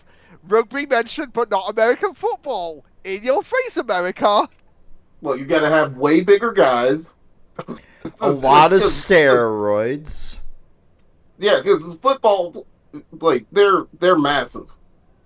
Yeah, I know they're massive. Do I know you they're massive. expect them to pay sheet cake budget for 2? Like, imagine trying to build up, like, an actual football team. Anyway. Yeah. Wait. So, my other note for this episode is, because Coda gets recruited for a baseball team, Riley vicariously living out his dream of winning a Major League Baseball tournament through Coda. and this doesn't paint Riley in a very positive light, especially when it comes to, like, just pressuring Coda to the point that they neglect their Ranger duties. Especially considering we had the episode with the scissors monster, and how how much of a good bonding moment that was for Riley and Coda. To have that and then go to this where Riley is just there like, oh, we're gonna win a Major League Baseball. It's what you want, Coda. And Coda is obviously like the most nervous of nervous people ever. How is a caveman more well-adjusted than a modern man? Because this is Power Rangers, and it has to happen for the plot. Also, test Coda's piss. Yeah. And also, because we have to have exploding bats as well. Because, yeah, that's the only reason why Coda is so good at baseball. He's using a magic bat that the monster had, and it's an exploding bat. Because, why the hell not? Everything explodes in Power Rangers. Yeah. Yeah. Even cake in upcoming episode, cake explodes. The So, yeah. pyro guy and the like craft services chick were banging that day. Oh, absolutely. Absolutely. Exploding cake, please. Takes off clothes. Anyway, we want this to, like, not get age gated, so we end the joke there. Episode 8. And yeah, we go right from that joke to another joke that I had, because what did we learn about this episode? Jeff Bezos is coming right now and he doesn't know why. Because it's literally just Ivan having to make $2 million because him basically destroying a priceless artifact that he calls tacky. In the time we've recorded this video, which is right now 2.5 hours, my building has made roughly 85 times that. If you ever want a reason to hate Amazon, There you go. Wow. Yeah. But also, this is the episode where you have greed everywhere because the monster is used. Because the monster in this episode makes gold coins appear, and that's why I said Jeff Bezos is coming right now, and he doesn't know why. But not only so, last season we had discount Alan Grant. This season we have discount John Hammond, because the guy, and this is the episode with like the assistant with the claws and everything. Songetsu. Mommy. She just started trying to fight people like she was a Tekken character. Yeah.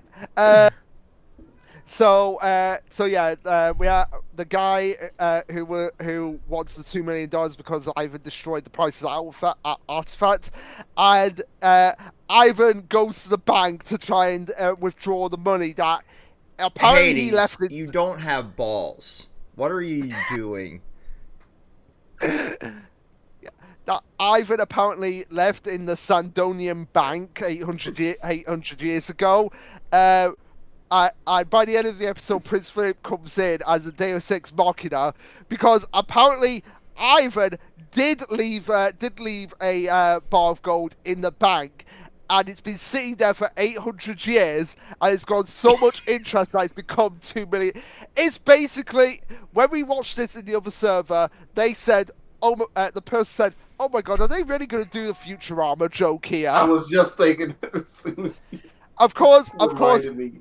it reminds me of another joke from another series. Red Dwarf does a similar joke here. Now it's obviously in Red Dwarf done as a joke, but it's very similar. It's very similar in there as well. Like leaving money in the bank and it just sits there for like for like hundreds of millions of years and just builds up interest over time. Shion, I can't judge. I'm just as much of a whore, but you needed to shut up. You're going in the grave. Yeah. You don't want Shion being chased by the cat lady in this episode, Vex? I do believe Vex has left to put Shion in the crib. Yep. Yeah. But also, the other note I had for this episode is Singe being secretive about something, which is not going to come up for a good few episodes at this point. But episode 9, let me count. 1, 2, 3, Yeah, 9. 4, 5, 6, 7, 8. Yeah, episode 9. Oh my god, this episode with Shelby's BFF. AKA this, AKA, or it should be BPF, best plagiarist forever. Yeah, best plagiarist forever. Cause literally, Fred takes credit for everything. Everything that everyone does. If that's a friend, I'd hate to find out what an enemy is. Yep. We got the apology tour episode, as I put it here. Yeah, I put it as like, this is literally a repeat of the Megaforce episode with that jock saying he's the Red Ranger. Mm-hmm. Except it's with the Pink Ranger in this case. And although it's like your supposed best friend and they've been doing it your entire life. At that point, I was like, you know what? No, I'm not gonna forgive you. You're a terrible friend. Leave me alone. Yeah, I feel like at the point when Shelby's friend literally gives out her phone number to random strangers, I feel like at that point you would be like, okay, we're no longer friends anymore. You have literally committed an invasion of privacy here. I don't even know what I would do at this point, right? Because, like, so few people have my actual phone number, right? Yeah. Like, iMessage, whatever, Signal, all those other apps, I don't care, right? You're gonna have my social media. My phone number, like, my own partner did not have my phone number till, like, 2 months ago. Right. But yeah, I imagine if I knew your phone number, Fex, and then I just gave it out to random strangers, I think at that point you would have been like, if it was me, you I'd would be have been more like, pissed about the roaming charges than anything. No, but I'm just using it as an example. Like, you would have been probably so pissed at me that you probably wouldn't want to speak to me ever again. Yeah, pretty much. Because that'd be like a $45,000 phone bill at that point. Yeah. But yeah. Although the one thing I do kind of like find really okay, yeah, she's really committed to the act of being the Pink Ranger here. She literally changes her outfit mid-episode to all pink. Just to keep up with the ruse that she's the Pink Ranger. And also, my last note for the episode is, it's another Thoring episode where she's literally baked into a pastry.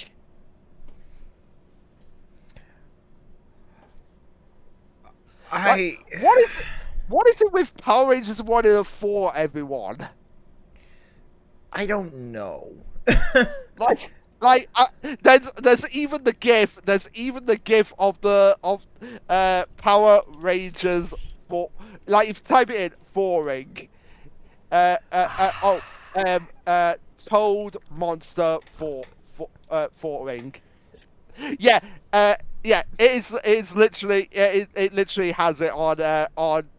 Yeah, there it is. I hate this. Yeah, like there, the Toad Monster from Mighty Morphin just Thoring the Rangers. God. It's just a Sentai staple. It happens a lot. I love that it's also tapping the belly, like, get in my belly. Fucking an abomination. Yeah, no, that was the gift. That was the gift I was finding. Like, also, why did why did it have 3 monsters that did that? So, you got the pig that eats the weapons. Yeah, but yeah, like, just like some of the random stuff they pick, like they're like just like nom nom nom nom nom, get in my belly. Again, we have to have the meme. The writer's poorly disguised fish. They want to be fought by a monster. It's not even poorly disguised at that point.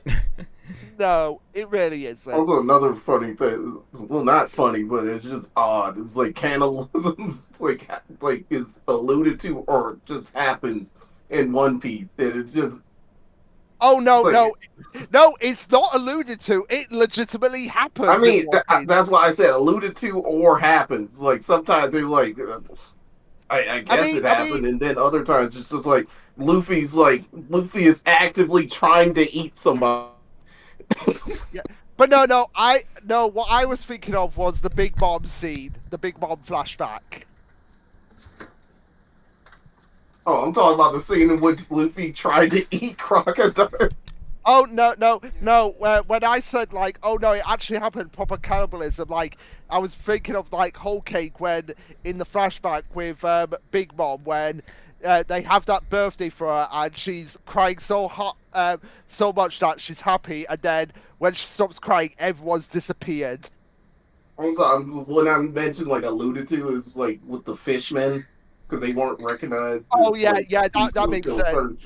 That makes sense, but no, like One Piece has definitely done the cannibalism thing already. Anyway, episode 10, we have Riley and the Rangers out fishing with his brother. And we get update on the Silver Energem, the final Energem to be found. It's not on Earth, but we do get a message from the Silver Ranger. And we also get the first look at the Titanosaur sword taken from the Titanosaurus, which I'm surprised. I'm genuinely surprised that this was, the writer's explicitly advertisement. I had that somewhere. I had to find it. Yeah, but this was a fact that I was like really shocked by. Like when we found out like what all the swords were, some of the people in the other server did not know what a Titanosaurus was. So I was generally surprised by that. It's like, oh, really? You don't know? You've never seen the Titanosaurus? I'm yeah. gonna be 100% honest here. Some of these I didn't know what the fuck they were, so I'm just like, hey, you know dinosaurs? What the fuck is this? Okay. Like most of them are just very popular dinosaurs. Yeah. Yeah. Although Next Dino season, we should have a Platypelodon. no, next Dino season we need the Gigasaurus. We need We the need to Gigasaurus. not have another dino season. Holy Well, shit. they're way on that because Yeah, because Power Rangers at this point is in kind of like a limbo state. it's on hiatus as much as Sentai is. Yeah. So anyway, in order to activate the Titanosaur, they need all the Dino Chargers to create the Titano Megazord. Sure, why not? Yeah, sure, why not? Cool. Yeah, and yeah, that was really all the notes I had for this episode. It was literally just introducing the Silver Ranger and the Titanosaur. I love it in its massive axe. Yeah, with its massive axe. Perfect for killing billionaires. Yeah. Anyway, Heckle was correct.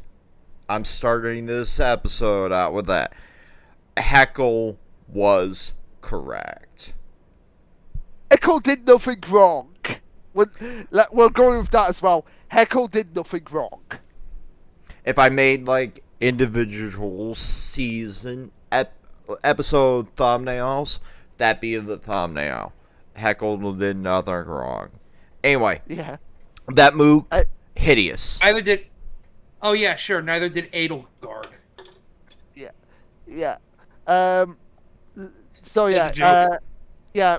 And other notes I had for episode 11 were we get follow up on Chase with his girlfriend, and to be fair, Chase being really adorable. Like, okay, he's learned to, hey, I must listen to my dad. I must listen to my girlfriend. What does she like? Oh, she likes space. So he builds out a model rocket and has a picnic with space food, which, okay, he says he got it from the space. Like, how is it easy to get space food from You can literally buy it on Amazon. Really? Mm-hmm. Huh? Didn't know that. It was super big during COVID. The more you know. Yeah, those and those prepper meals. Mm-hmm. And of course, we have the standard misunderstanding love triangle episode where Chase has to flirt with a monster to kind of get it to change back into a monster after taking over a girl's body. But they have Prince Philip in this episode. Why can't he do it? Why does it have to be Chase? Because you know, as soon as Chase's girlfriend is going to find him flirting with another girl, she's going to be pissed. And rightfully so, she was pissed about that. Right. Until she finds out he's the Black Ranger. Everybody wants Ranger Dick. Nobody ever wants Ranger Pussy. Have you noticed that? Well, there is one person who definitely wants Ranger Pussy. We don't count Tommy. No, I'm not talking about Tommy. I'm talking about Izzy from Dino Fury. She wants her. You know what? Yeah. She wants her golden golden orange pussy with her girlfriend. Fair enough. Point withdrawn. Yeah, point withdrawn. Not to mention Andros from In Space. Did he even understand what was going on? Or was he groomed? I think he Knew kind where it of. was going. Well, no, he knew what was going on because he has his sister is on the same planet, so he obviously knows. Oh no! We've got also actually, we can include someone other than Tommy and Izzy. Tyler, because Tyler really wants his pin. Oh my God, we could do the joke. We could do the joke now. God I damn know it. that we're not going to get monetized for this, but Tyler really wants his sweet pink pussy with his pink ranger. I thought we already weren't monetized. There's like no right way. in the middle of this. There is no way. They're There is not no way. scanning like 3 hours into the video unless The somebody AI mass is, reported. though. Come on! You have to. He is literally in love with the pink ranger. Yes. You have to do that Yes. joke. I'm like, God damn it! I opened up a bag of worms. You did open a bag of worms. It's kind of Anyway. weird. That's a thing that kind of cross over for both. The red and pink ranger are into each other. Yeah. Anyway, the only other note I had for this episode is that the Silver Ranger can't come to Earth. For some reason. So, episode 12. Yeah, episode 12. We have Kendall's grandmother appearing, which again takes away my theory that Kendall is fully an orphan. But also, I do like her grandmother's introduction in this episode because it is literally just like the aeroplane joke where she takes off the sunglasses only to have actual glasses on underneath. I love that this, of all episodes, was our seasonal dark episode. Yeah. There was one line in here that was like really good. It's no one hunts, tribe starves. Yeah, that's what I did have that note. I was like, so they go to Coda's old home, and the monster that's released from that home that his grandfather captured creates a permanent vacation, and it's like he mentions that the grandfather's stories that everyone, because of this monster's ability, would cause them to starve to death. Mm-hmm. Yeah.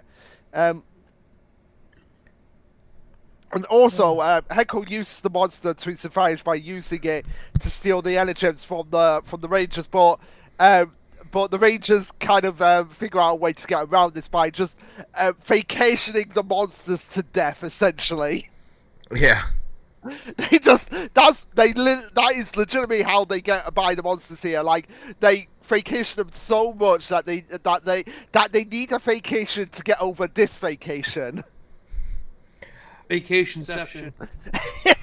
Like, When the credit card is maxed out. yeah, but also the other worthy note here is that we get the first mention of the Dark Energem from the Silver Ranger, and of course we all know who gets that later.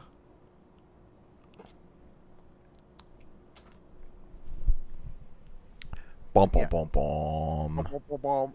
Clearly not the obvious guy in the room that should be a ranger but isn't a ranger currently until seasons later. So yeah, episode 13 is the episode with the exploding cake. Stripper net. Yeah. It took Devastating. 22 seasons, I think, to get the, hey, I fucked up. Can I check in that to get the gem back?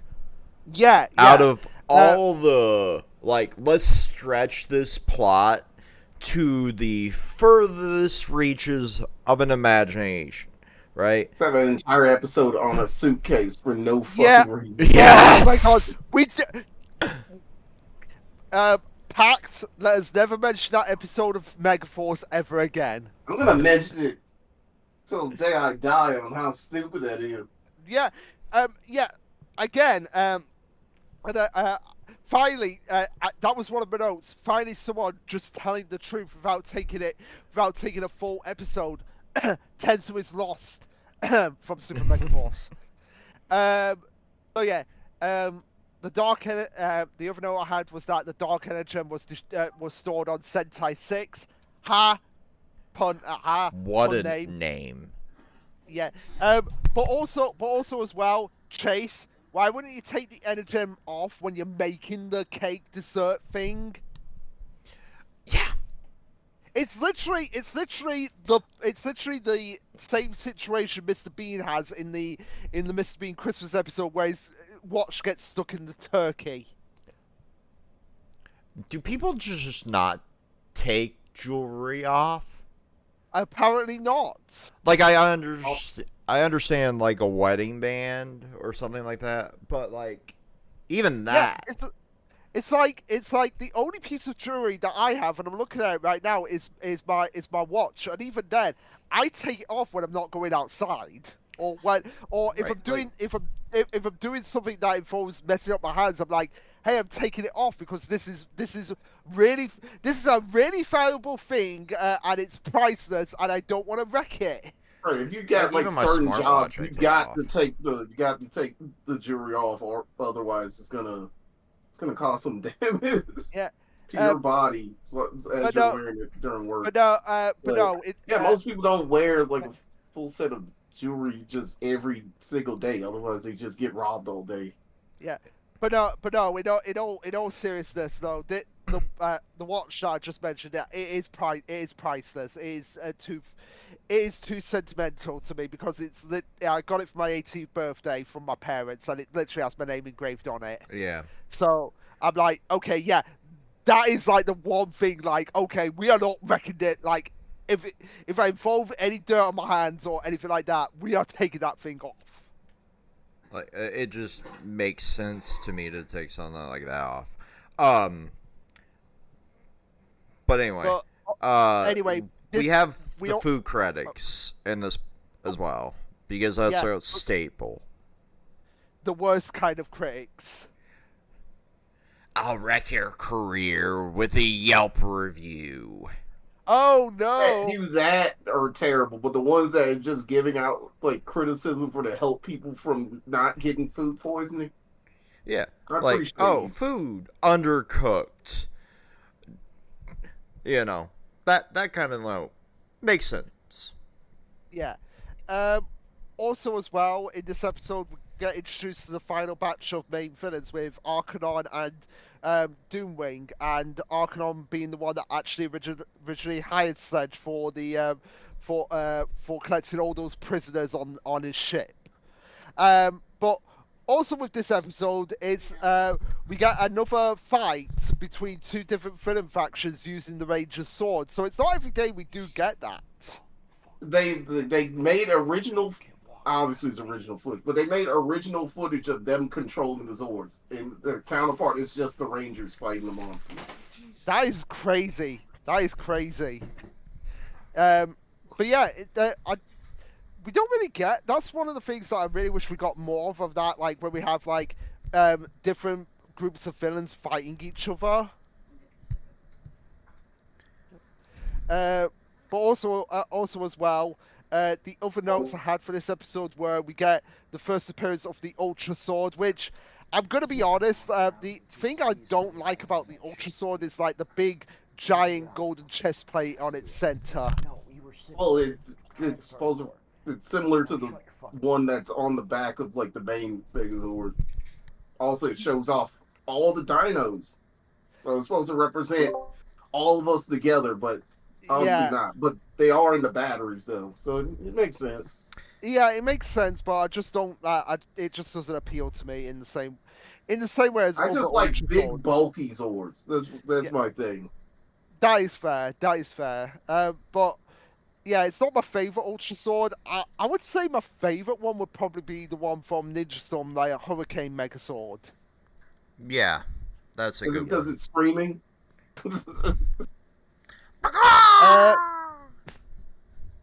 It screams when the fan goes. Yeah.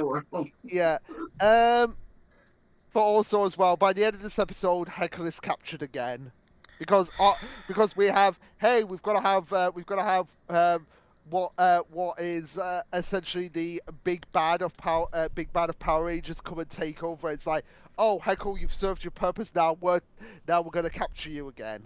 Mm-hmm. Yeah. So yeah, episode 14, we finally get the proper full introduction of the Silver Ranger, and I do like how quickly they pick up on the fact that the Silver Ranger is not on the up and up, because he comes in is like, oh, Arcanon captured me, but I've got all the Dino charges here, except for this one obvious one that kind of slipped my mind, and then like, wait a minute, how did you have all this information?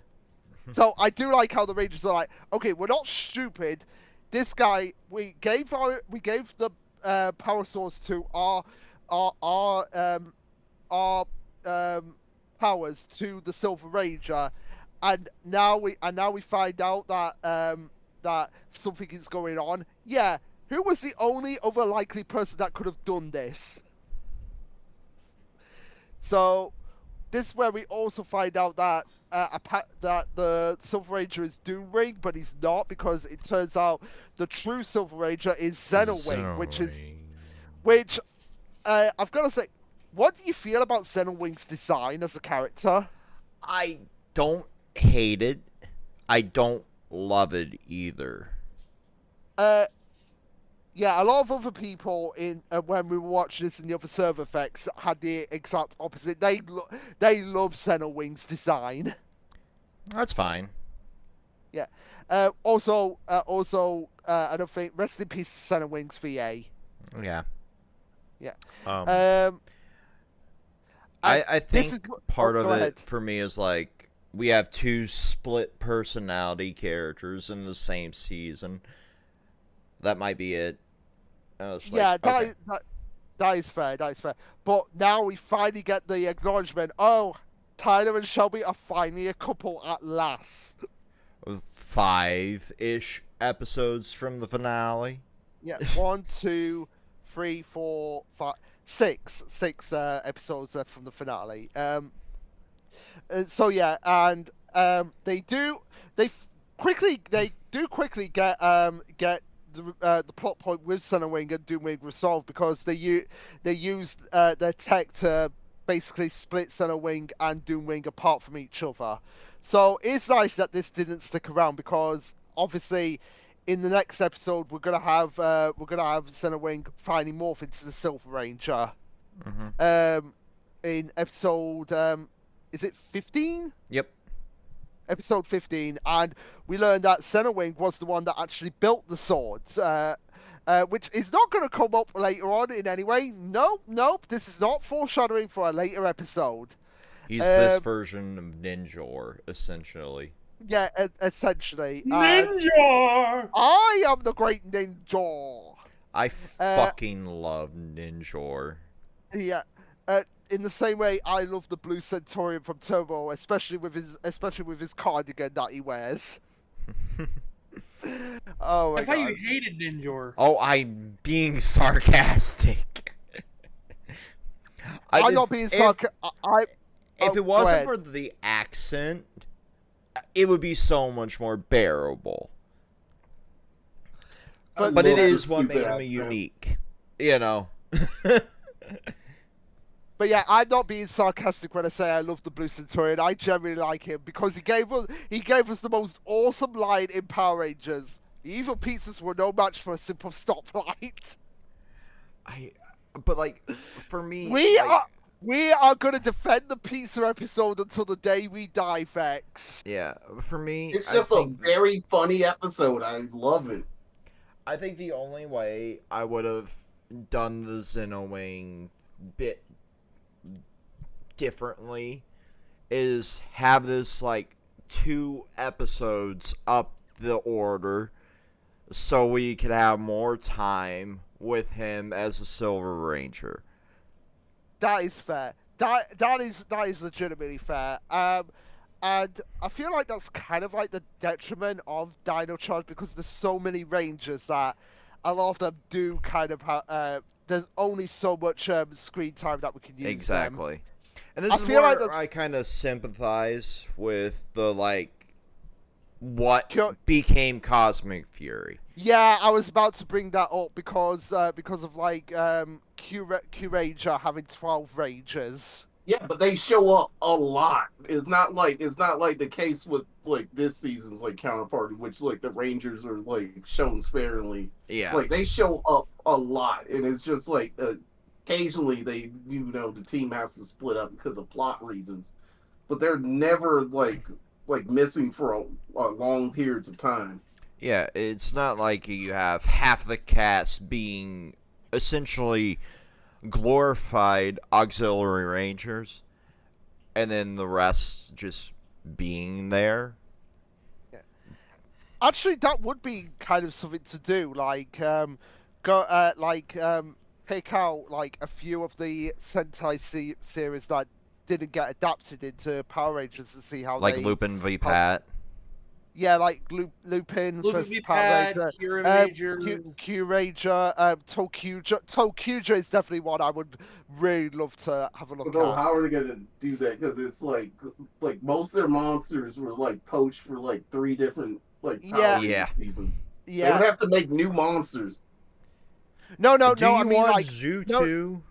no. What I mean is like, at some point we just do that. Like we go, we look at, we watch a few of those seasons. I Like, mean, Oh, we well, joked for about sure, like I doing definitely all would. the Sentai. So No, not doing all the Sentai. Just picking the ones that we have had a interest in, because Oh there's yeah, so, could we do the furry season first? yeah. Cause do you I would have like- any idea how little that narrows it down? It does because it has Minecraft in it. Oh my god. Fucking Because kill me. in In Minecraft.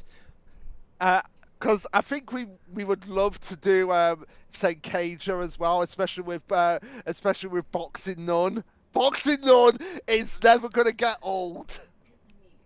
Can I just fuck Boxing Nun? Yes, you can. You've seen the image of Boxing Nun, haven't you, Fex? You've sent it to me no less than 20 times. I've seen it. Yeah. But yeah, also as well, I would like to go through like King Onja as well. That's another Oh, season. King Oger is like. Unironically interesting to me. Also, it has a crossover with a certain season that has a lot of similarities with this Power Ranger season. Ooh.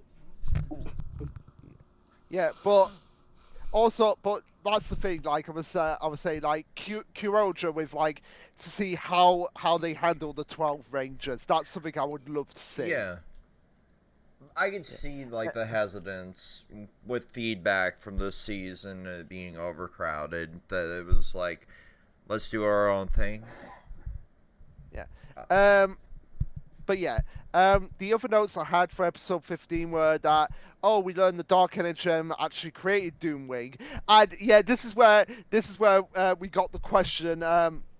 We got the question about Senna Wing's wings, like because when I was watching it in the other server, they were questioning like, how does this work with his wings? Like when he morphs into the Silver Ranger, like what happens to his wings? And we just basically had to say, don't question it.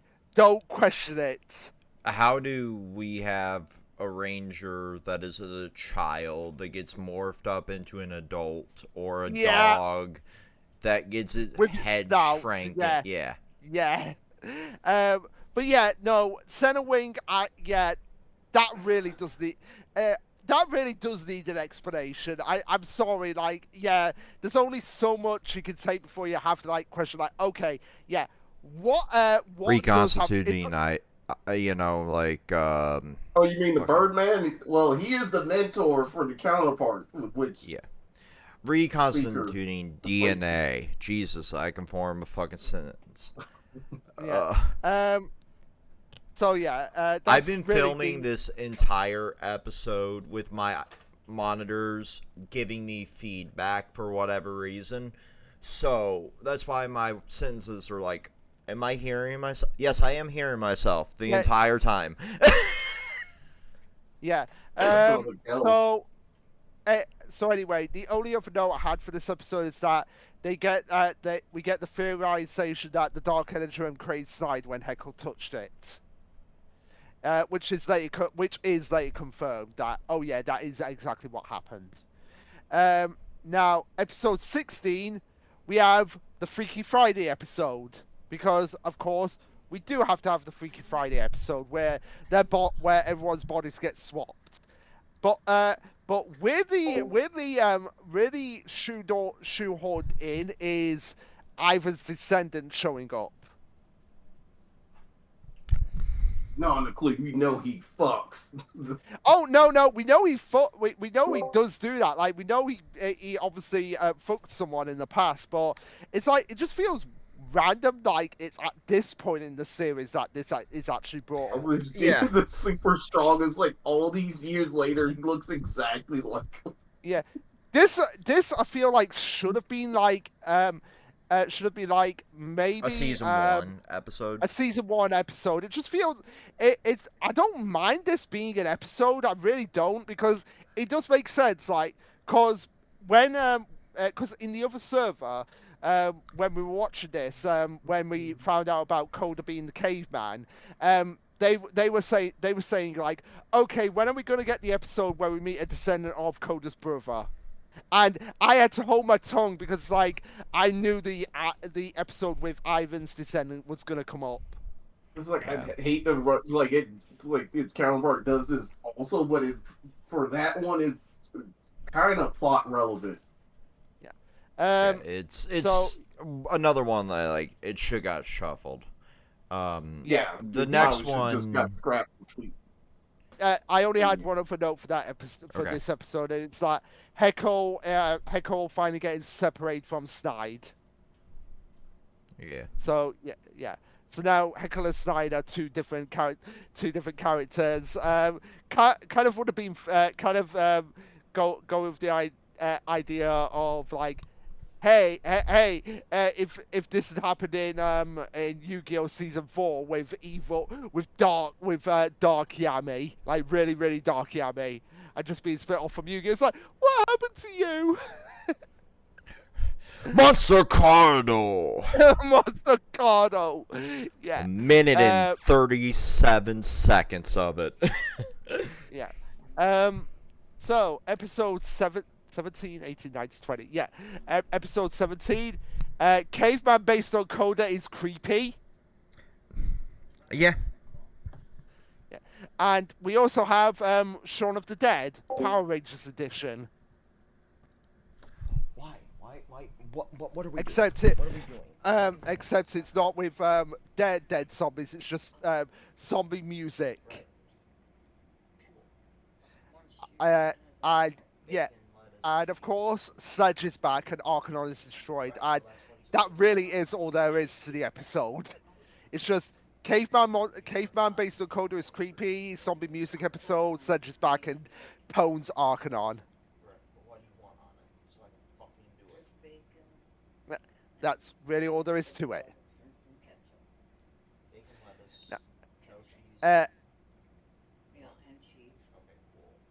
May want to pin this for later. Is that for? It's all the Sentai seasons and some of the Common Raiders. Okay, let's quickly pin that. It's done. Now can I finish my goddamn video? And he shut up. There we go. I've pinned it. So yeah, episode 18. We finally find out what Sledge has been up to this whole time. He's been around the world being a chicken and planting eggs. Okay, cool. But then you can just order another. And he's been to Hawaii, which, oh my god, what did they do to him in Hawaii? This man was having the time of his life away from his fiance. Yeah. So we wanted to see what it would be like if the monsters wore Hawaiian shirts. Well, we finally got it in this episode. Why the fuck not? And in Japan, nobody has fun in Japan, and he's literally just partying in Japan. Like I want to know, like those Japanese people that he's partying with, where he's like, whoa, roll, throw up your hands, having fun in Japan. Like, what do they think? Like, how did he approach them, and like, how did he even get involved with that? Japan, they're probably used to monsters showing up all the time. Is this Probably. promotion Yeah, for Godzilla another shows up, fucking like, Godzilla movie? once every couple of years. Whatever. Yeah. What were you saying, Tyler? I was just saying, Godzilla shows up once every couple of years. Oh yeah, that is true. That is true. But finally, in this episode, we have all 10 Rangers in the same episode. 3 episodes before the end. So, yeah. Also as well. So apparently, the monster in this episode destroyed the Karuja galaxy. Ha ha ha! It destroyed Super Sentai, essentially. I mean, Also, Sentai 6, which is Yeah, it's Sentai 6. Gogol 5. Yeah. And yeah, this is where we get the Dr. Stone reference. The monster literally turning the Rangers to stone and literally saying, "I am petrifying you." Quick, Senku, get your revival fluid. You can save them all, right? Right? Get the rats. I mean, sorry. Get the bat poop. Yeah, get the bat poop and the nitric acid, or get Pikachu to cry on them. No, better one. Get Corona and Andros. They can cry on all the Rangers and bring them back. So yeah, this is where we also get the follow up on Centerwing telling the Rangers, "Hey, I built the swords, and you could build a sword as well. All you need is just these materials to make it, and you can use it in a geo." And Shelby needs to be the one to make a sword, and the one she goes with is the Spinosaurus sword. growing a spine is hard. Yeah, growing a spine is hard, and even though Heko does help them in this episode because he's now reformed after learning about, oh hey, I used to be this good person and you guys corrupted me, so I'm gonna take off now. He warns them, yeah, maybe you should get off the planet because, yeah, things are about to go a little bit crazy in more ways than one. So we get to the finale. Yeah, because we're approaching 3.5 hours. We are It's approaching fucking 9 p.m. here, so I can only imagine what it is over there. It's 2 p.m. It's 2 p.m. here, so yeah. Well, let's quickly wrap this. Let's quickly wrap this up as quickly as possible. So yeah, episode 19. The eggs. One of the places that the eggs get planted is England. I'm not. I'm not responsible for the destruction of the planet. No. The UK can go. It's fine. No. But you lose me then. You lose me. You have plenty of options to immigrate to other European countries, and it'd be a hell of a lot easier than us. Yeah, try doing that after. Try doing that when you're on the cusp of buying a boat. Yeah. Well, you got an easy out. You could just live on the boat. Yeah. No. That's a good point. That is true. That is true. Now that You can use like the international waters piracy bit at that point. You know. Yeah. Do you have to pay taxes at that point? Well, technically, don't have to pay taxes on the boat that we're getting. They don't have to pay taxes on it. Anyway, so that is good because Heko at this point is just like, you know what? I'm gonna die anyway, so I might as well have some fun. So shut the fuck up. Because he basically goes through his bucket list of like, okay, all the things I want to do, but I've not had a chance to do. I'm gonna do them before the planet turns to crap. And there we also have Slide getting destroyed thanks to Heckle's helps. And finally, after over 65 million years, probably the longest engagement in history, Sledge and Poisandra finally get married. Boo! I think this should have happened in season 1. Yeah, it really should have been the case of like after they got blasted into space and returned, they really should have just married out of boredom. No, like literally. Like at that point, what haven't you done? Yeah. Well, apparently not. Well, apparently asteroid surveying, which is what they're going to be doing on their honeymoon. Apparently. How the fuck do you go from getting married to asteroid surfing? Like the logic. You know what? It's Power But Rangers. It's Power fine. Rangers, and we have a monster in a tuxedo getting married. So why the hell not? Also, But like these big bad monsters are afraid of space rats.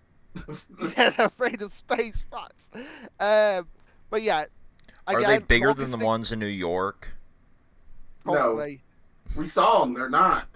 But yeah, yeah. So again, like I said, longest engagement in human history.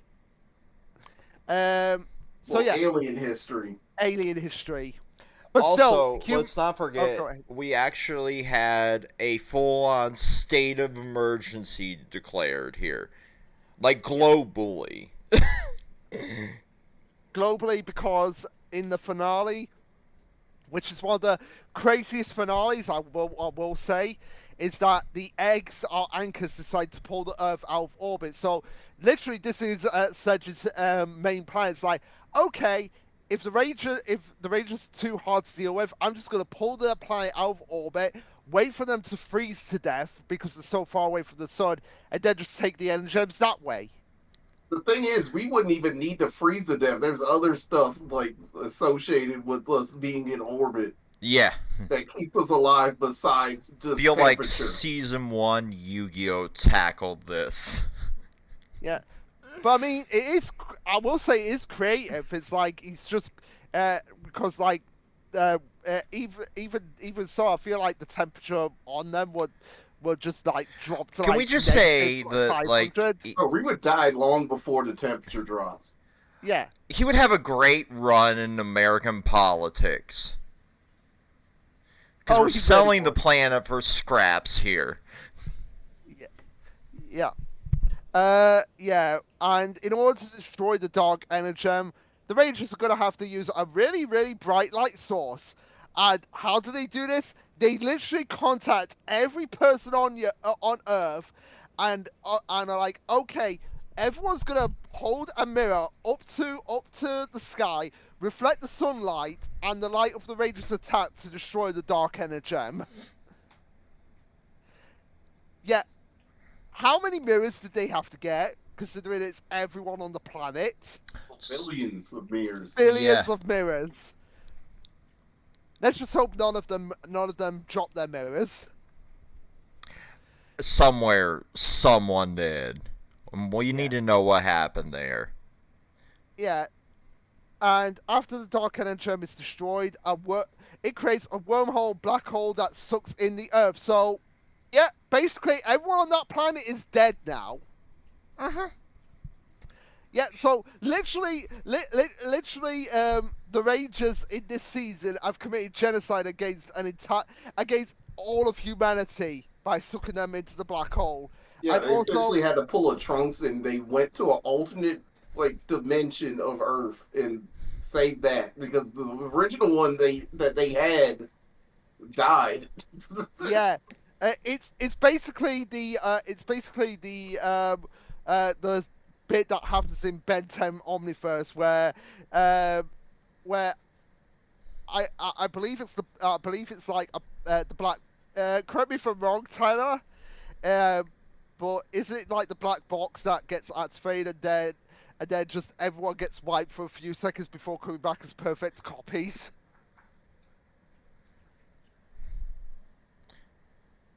Tyler's muted.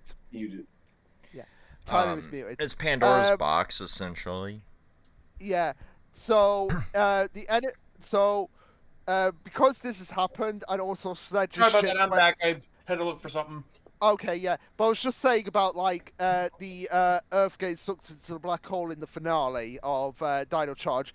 It is basically the Omniverse thing where everyone on Earth gets erased for a few seconds before coming back as perfect copies, but those original characters are technically dead, aren't they? Yep. Yeah. Everybody you know and love is dead. Yeah, so everyone the Rangers know and love is dead on that Earth now, and Sledge's ship gets sucked into the black hole as well. So where do they end up? Who knows? So the energems, it turns out, are a time vortex that are able to send them back basically send them back to the beginning of the season, literally the first episode of season 1. Where they fight and destroy Fury in the past. So now that Fury is destroyed, Ivan wouldn't be captured, technically.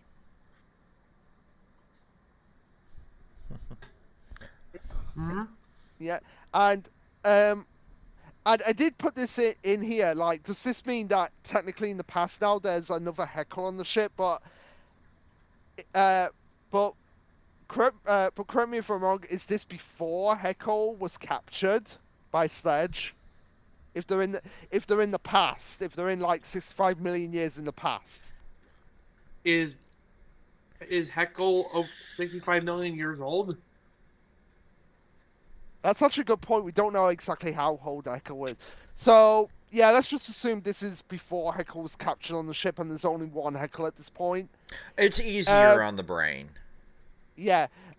So Sledge in the past is destroyed by being blasted into the sun, and because of that, the asteroids don't land on Earth and wipe out the dinosaurs. So Which means... which means after Ivan and Coda are allowed to return to their time, so Coda and manly tears for Coda returning to his own time, which again makes me wonder. Like, at this point, is Coda? Is there going to be like 2 Codas in the past, like Coda in the glacier, and then the Coda that's just running around? That's a good fucking point. Yeah. Unless that Coda gets like erased from time when Coda like in a season that spent so much on like the natural sciences, right? They really didn't do their sci-fi work. No, they really didn't, because this just opens a lot of Pandora's box questions, because it turns out that the dinosaurs didn't go extinct and are now in a zoo. So yeah, instead of it being the Amber Beach Museum, it's the Amber Beach Dinosaur Zoo. And of course, Heckle and Zenowig are sent back in time to stop the Dark Energy from being evil, which directly leads into the comics, which take on their own continuity, which is its own bag of worms, and yeah, it's like also 3 different timelines now.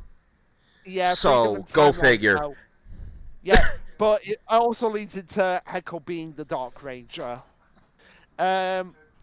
So yeah, the dinosaurs don't go extinct and are now in a zoo, but again, it might be a case of like, okay, the dinosaurs, even though they didn't go extinct in the fencing recorded history, I imagine they still partly went extinct because wouldn't the Ice Age still happen?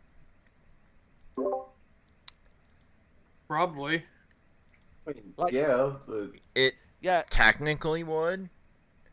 Yeah. I would assume it probably wouldn't have like the volcanic eruptions and stuff to Yeah. smoke out the dinosaurs to death. But So also maybe adapt it to the cold. But also as well, I'm just thinking now, because it's like you said, Songetsu, volcanic activity. I feel like because from what I understand, volcanic activity was just like the precursor to it, and like the meteor arrival from space just escalated. But I would still think that the volcanic activity would still wipe out a lot of the dinosaurs. Just yeah, like it wouldn't be like full extinction. It would be more like the endangered species. Critical endangered species. So no, it caused like a mass extinction. That's what mostly caused it. You thought like an asteroid caused all that? No, it speeded it up a little. Yeah, it speeded it up a little. But also as well, Also, as well, there was like another extinction event that happened after the dinosaur extinction, where apparently 80% of all life on Earth did die out. Yeah. Again. Yeah. And So, with that, but yeah, I'm gonna chuck it down to like, hey, they some dinosaurs are still alive, but it's like they can't exist in the wild. That's why they're in a zoo now. this the same as like our zoo infrastructure where we have now. Like it's easier to conserve inside than it is outside, kind of thing. But there are levels of humanity and cruelty to all. Yeah. So anyway, just quick notes on the clip shows for Supercharge. The Halloween one basically has the Rangers dressing up for Halloween as a pirate, Sherlock Holmes, Inigo Montoya from the Princess Bride, and Zoro from One Piece. So Kendall is a pirate, and Ivan is just the scarecrow from the Wizard of Oz. And the Shakespeare line makes no sense from Ivan about being a good friend of Shakespeare, since if Ivan was from 800 years ago, it makes no sense because if he's from the 13th century, he's 400 years before Shakespeare was even born. Yup. Yeah. Get your history facts right, Power Rangers. And the Christmas episode, it takes place after the finale with the T-Rex and the Bronchosaurus with Christmas hats on their heads, which is just the most bizarre things ever. Rangers arguing, I guess nothing changes. Evil lumps of coal. But I do like this. There is a nice thing here because the mission is over. They've done their duty. Now Kendall is allowing all the Rangers to call her by her first name. Yep. And with that, we're done. Yeah. We We're got done with- roll calls and final thoughts at 3:40. For comparison, because I just threw like all of the freaking other footage out to the editing software. 2 hours and 34 minutes was the entirety of Mega and Super Mega. Oh my god, this was at like an hour A full, more. almost hour and a half longer. Wow. That just shows how much we had more to talk about with Dino Charge. And we still got... Also, would anybody want to watch a single episode of the Space Sentai? I'm probably gonna after this. I'm probably gonna crash out for the rest of the night. To be I honest. have shit I gotta do. So we got... But yeah, I wouldn't mind watching.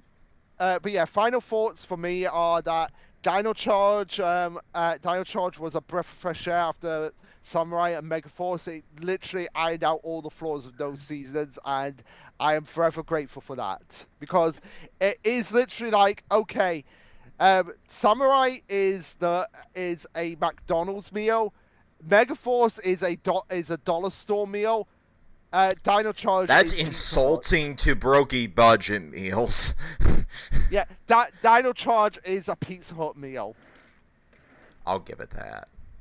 Yeah. So yeah, really, really fun, enjoyable season. Easy to get into if you're not a Power Rangers fan and you just want a season like, hey, what's an actual decent season? But I don't need to know an awful lot about the franchise to get it. Doesn't RPM do that purpose rather well? RPM does it as well, but I would say as this well. Is more digestible.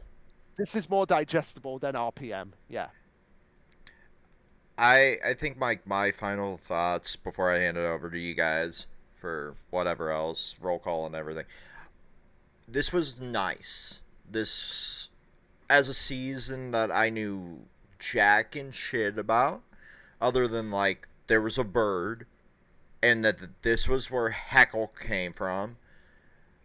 Like, I was impressed. I think like the writing, the way it handled like the actual science that showed respect for the planet and everything else, which is a rarity from this era. I will say, like, I will have shifted, like, especially near the rear end of this, I will have shifted some episode orders. But compare this to the, like, dime store bullshit that we got the last 2 seasons. It's remarkably impressive how fast they recovered. It's a shame that, like, there were so few seasons after this to kind of continue that run, right? Because we got the ninja, we got Beast Morphers, and then we got Dino / Cosmic, and then end of franchise. Yeah. So yeah, roll calls and the remainder of the final thoughts. It's all you guys. So, for our roll calls, we have Philip, Albert, and James joining a very prestigious club of having 0.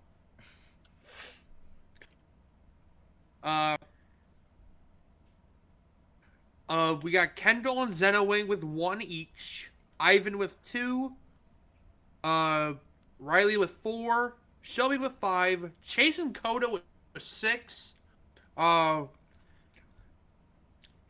then Tyler with 9, giving us a grand total of 34, which is the new low. I was gonna say that has to be a record for the lowest. It is. Damn. Yeah. Alrighty. But final thoughts for me, this is a pleasant surprise. I've heard a lot of mixed things about Dino Charge. Can say I really enjoyed it. Yeah. That is fair. Anyway, final thoughts for you, Songetsu? It's just a solid season and a very like mixed bag era of Power Rangers. Yeah, For sure. that is fair. For sure. But now we get to a season that I've heard very, very mixed things about. So it'll be interesting to see what we think of it when we tackle next time space, ninjas, and the return of a really Staple. well-known staple with Cousin Anderson, not replacing his role as Boom from SPD, but being a completely different character. Alrighty. Till then, peace. Peace. Ninja Steel time.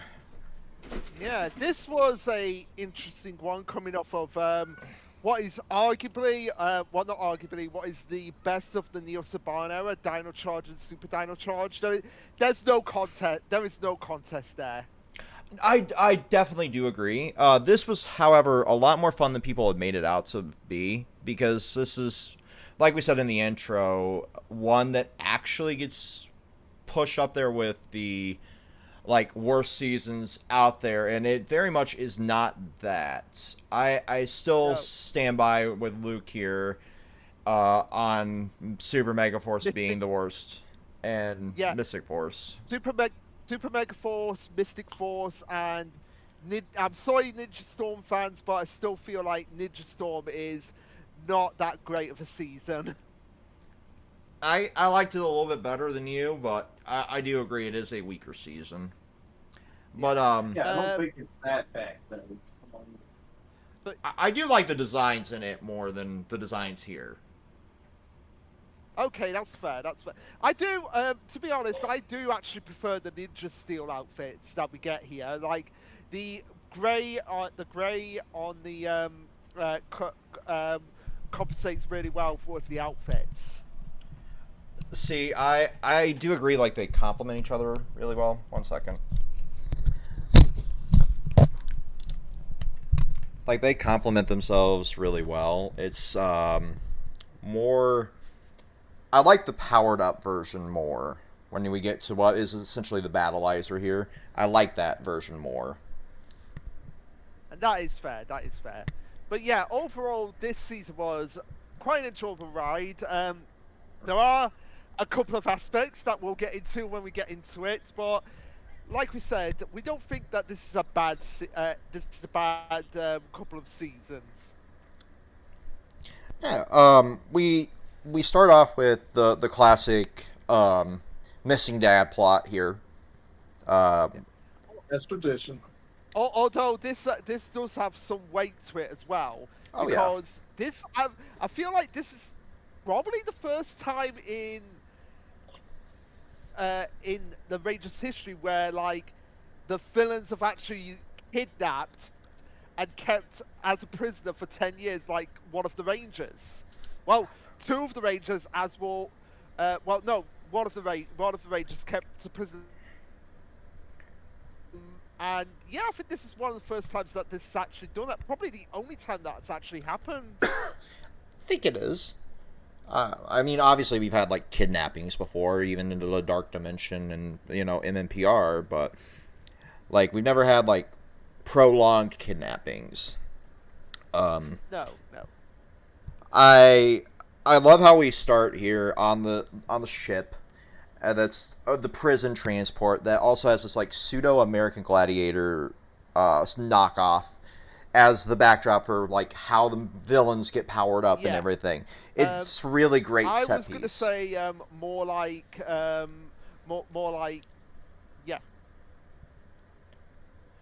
I was going to say more like what is it? Like Robot Wars or wrestling matches with Power Rangers monsters. That's fair. Like, I would say it'd be like sort of Lucha Underground-esque if we want to use wrestling as a backdrop there.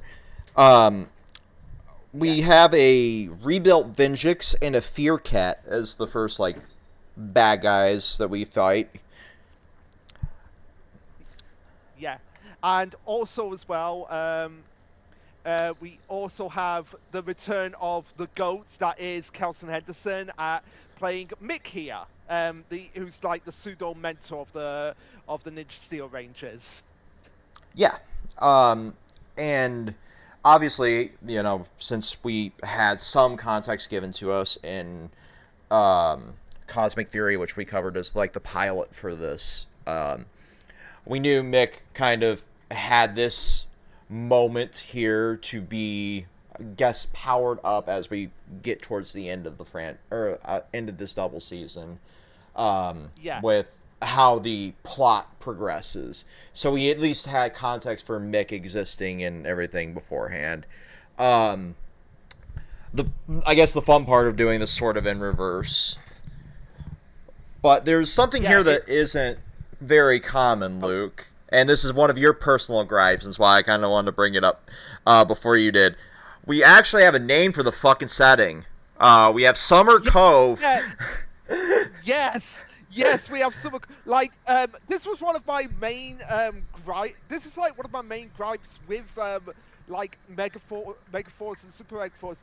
We don't get an actual name for the city. Like, the best we get is Harwood County. Which is still, I guess, something to go off of, but there's still...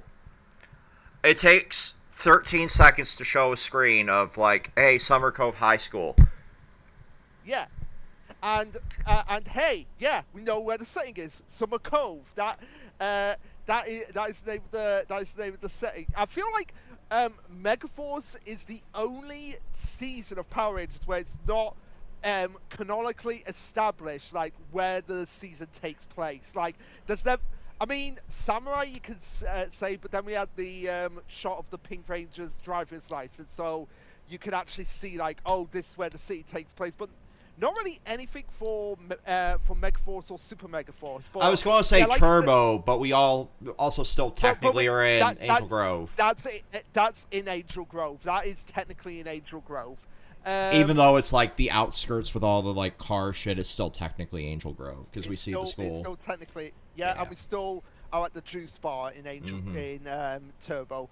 But also as well, one thing that a lot of people have theorized, or at least I saw on Reddit through secondhand, is that the school that this takes place in, and this actually adds a lot of credence to why people are like, oh, hey, the Pink Ranger has a hoverboard here. Has a hoverboard, like a legitimate proper, fully functional hoverboard, and nobody's fazed by this, that the high school is a private technical school. That makes sense. Like, we have like magnet schools here where I live. Like, we have a whole ass art academy down the road, so it's not like far from possible. Yeah. Also, one of the things I wanted to say about this episode is that, okay, we have instead of like with Dino Charge, where it's like, oh, we have Sledge for one season, then we have Heckle, then we have Arcanon, and then we get back to Sledge. In this season, we have really only two major villains, Galvanax and Madame Odious. So we have Galvanax for Ninja Steel and Odious for Super Ninja Steel, and Galvanax is voiced by the same person who voices Keeper in Dino Charge. So that's kind of interesting. They go from being the mentor to being the main villain. Yeah, we get introduced to the bully duo early on in here. I'm going to say this with the utmost discretion. These motherfuckers are gay. Oh, absolutely. I was waiting all season for like, okay, when are these two actually gonna kiss each other on the cheek? Because you can't have lip kisses for some reason. But no, I was waiting like, okay, when are they either gonna hug, hold hands, or kiss on the cheek? Like, it's very like overtone, but it's like, don't say anything. Like Voltron, for example, did this really like subtle but not so subtle. Like, Shiro was gay, and then they killed off his lover, and everybody threw a temper tantrum online. I would have thrown a party, champagne and all, if they killed these motherfuckers off. They are the most annoying. They caused so many of the problems for the Rangers in this season for no reason other than I want to get a 50th trophy. That is the whole gimmick of them. They want to get a 50th trophy because you can't have 49. You have to have like the round 50th trophy. Why? I'm guessing it's to beat some sort of legacy record. I don't know if you guys had like the big sports star in your school where everybody tried to beat him but nobody could because the odds are different, or the way the fucking sport is played is different between when that happened and now. Yeah, but it's kind of weird when it's in a school, like particularly like around tech. Yeah. Yeah, that's kind of weird. And also as well, again going back to the private technical. We got confirmation from Tyler because Tyler's not here for this one. Tyler is still at work. Gotcha. Okay. Let him know what's going on in the background, and we can keep going. Yeah, he has confirmed that we can go on without him. Okay. So, Cool. Okay. Cool. But anyway, yeah. So it's kind of going back to like talking about the private technical school. It just adds like, because these two are just like. They're just like two of like the dumbest characters, and I'm saying this with the when we have characters like that go, there's no such thing as monsters. These two have to be like two of the dumbest characters in the entire series. So dumb that in a later episode they don't know where milk comes from in a cow. Oh yeah, no, like 100%. Interesting. But for me, I just got a refund that I had no expectations on ever getting. That's cool. Money that you never thought you'd see again coming back to you, really great in the middle of a recording and derailing your thoughts. Yeah. I gotta say, like, as we do this, like, technical background in the school, like, I love how diverse the term technical is here. Because we see inventions later on, like the cooking machine that ends up being used as part of the plot of one of the episodes, where it would just make from like nothingness essentially cupcakes and sweets and all this stuff. That was a really cool thing. But then over here you have like a magician class for whatever reason randomly as one of the plots. Like, it's so cool to see something that diverse and how they treat the arts, because that's something we fundamentally seem to have forgotten here in America. Yeah, absolutely, absolutely. Um, my my other note as well for this is that Brody the Red Ranger has an Omnitrix connected to the villain ship, like a I, literal proper Omnitrix stuck on his hand. I love that too. Um, Yeah. my note for the suits here for like the first morph was like the mess suits were made better by the sash and belt, and that's kind of where the accents to a lot of these later seasons is better than the suits itself. If you look to Cosmic Fury, for example, like they look like morph suits from Spirit Halloween, but like the padding on the Champagne Ranger Zato made it look better.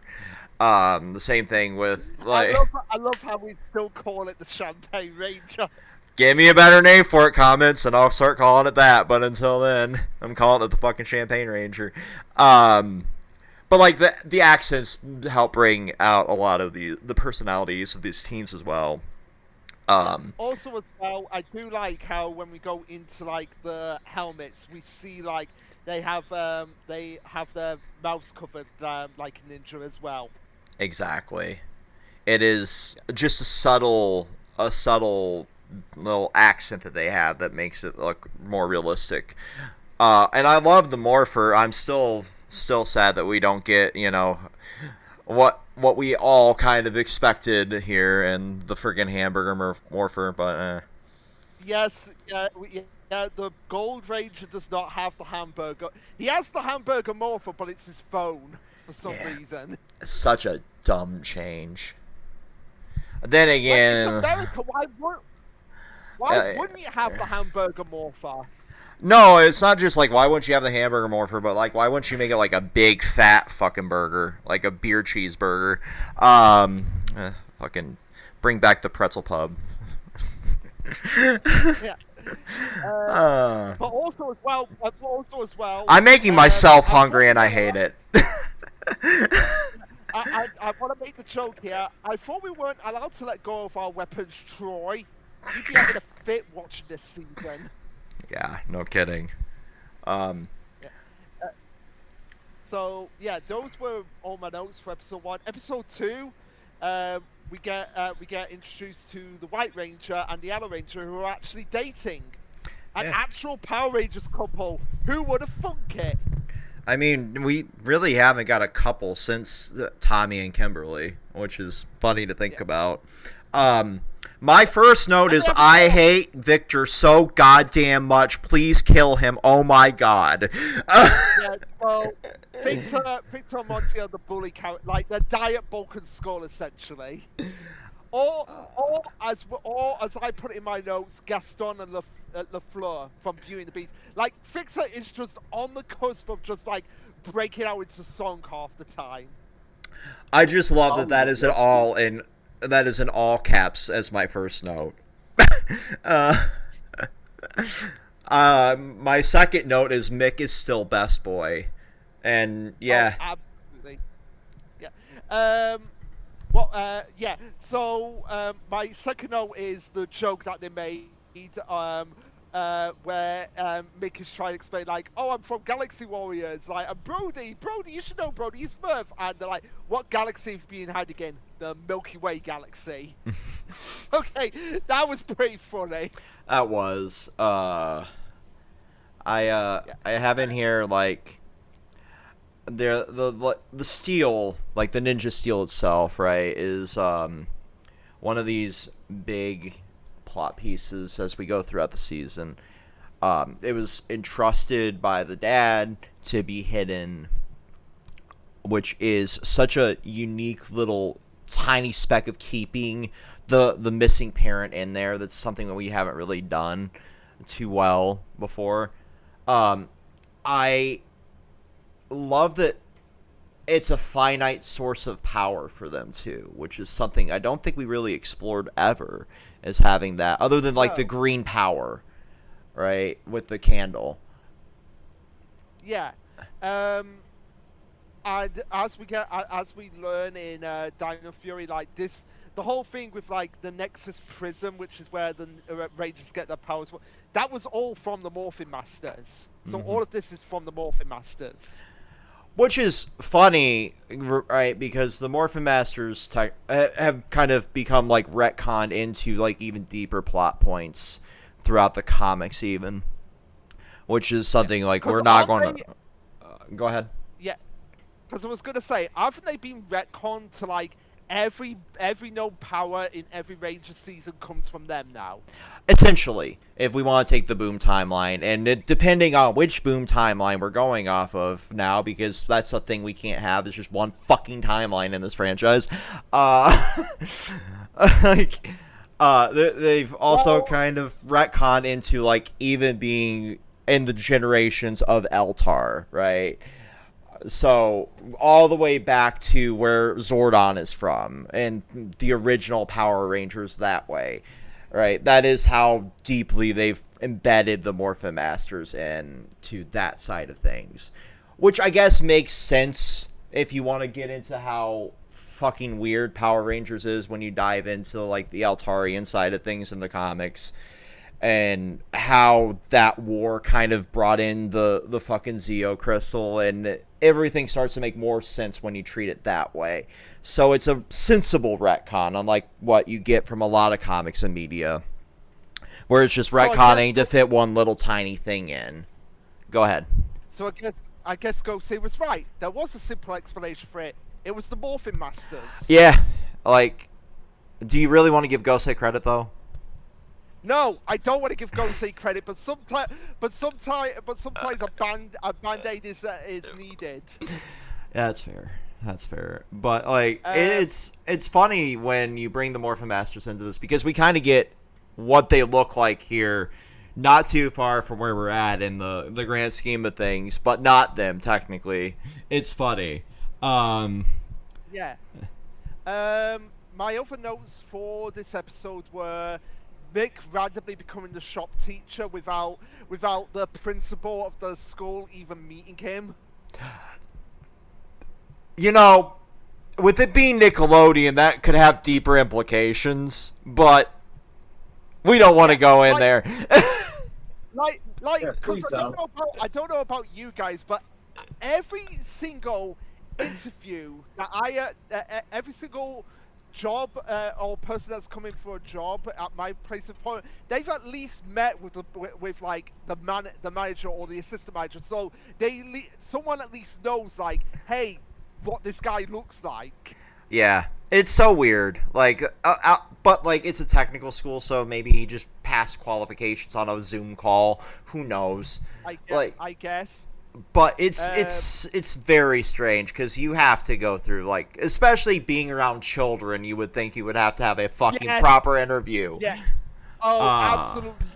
You would need to have like a proper background check as well. Yeah.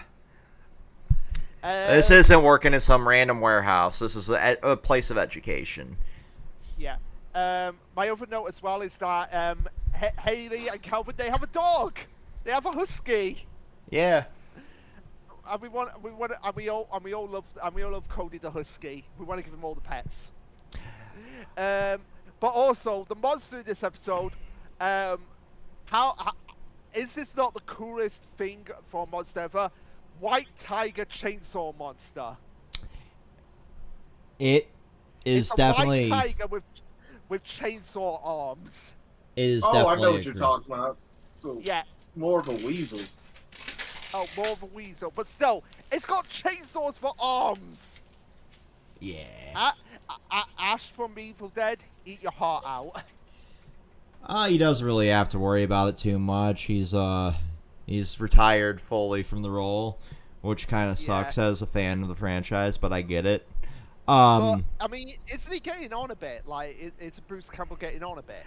Well, he had, I think it was some sort of cancer that he ended up having treatment for, and that was one of the reasons why he stepped back and did more voice acting, and then he's like, I'm just not going to, really do anything anymore, because he's old, and at this point, past any point of needing to act anymore. Right.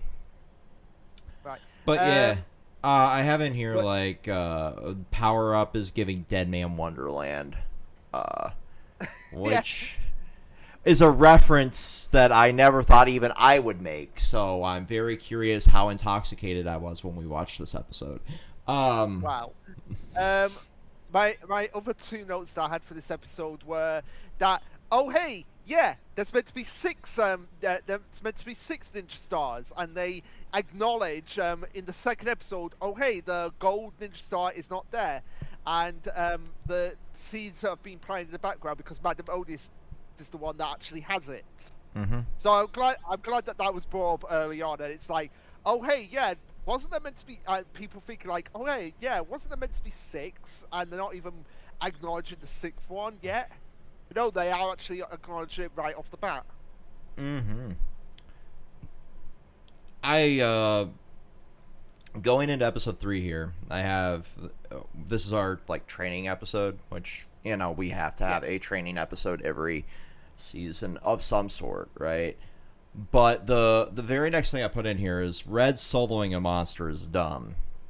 And that's always been like a pet peeve of mine, is like when we get that initial power boost, the immediate, it's a trope, I get it, but like the immediate like I can solo everything so I get to be a little bit hot-headed is kind of played out. Yeah.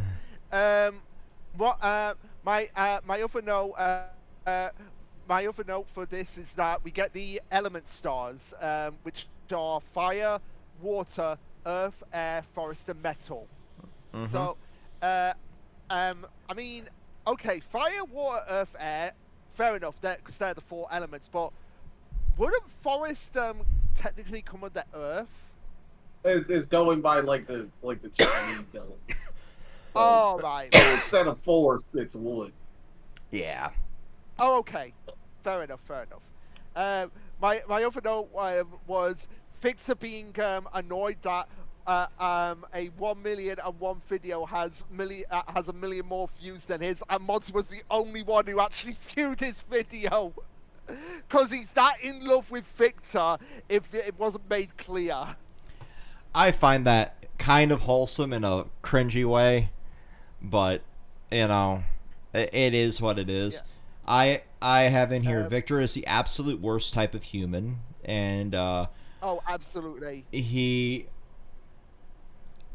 This cheating on the test thing that was going on in the background as the B plot was kind of relatable in a way, because like you want to you just want to get the test over with, especially if like in the back of your head, like if you were now a Power Ranger, you would want to focus on being a Power Ranger when you're a kid, right? So it's just like getting everything out of the way as quickly as possible makes perfect sense in that childish mentality. But yeah, obviously the lesson had to be don't fucking cheat. Yeah, and also don't rely on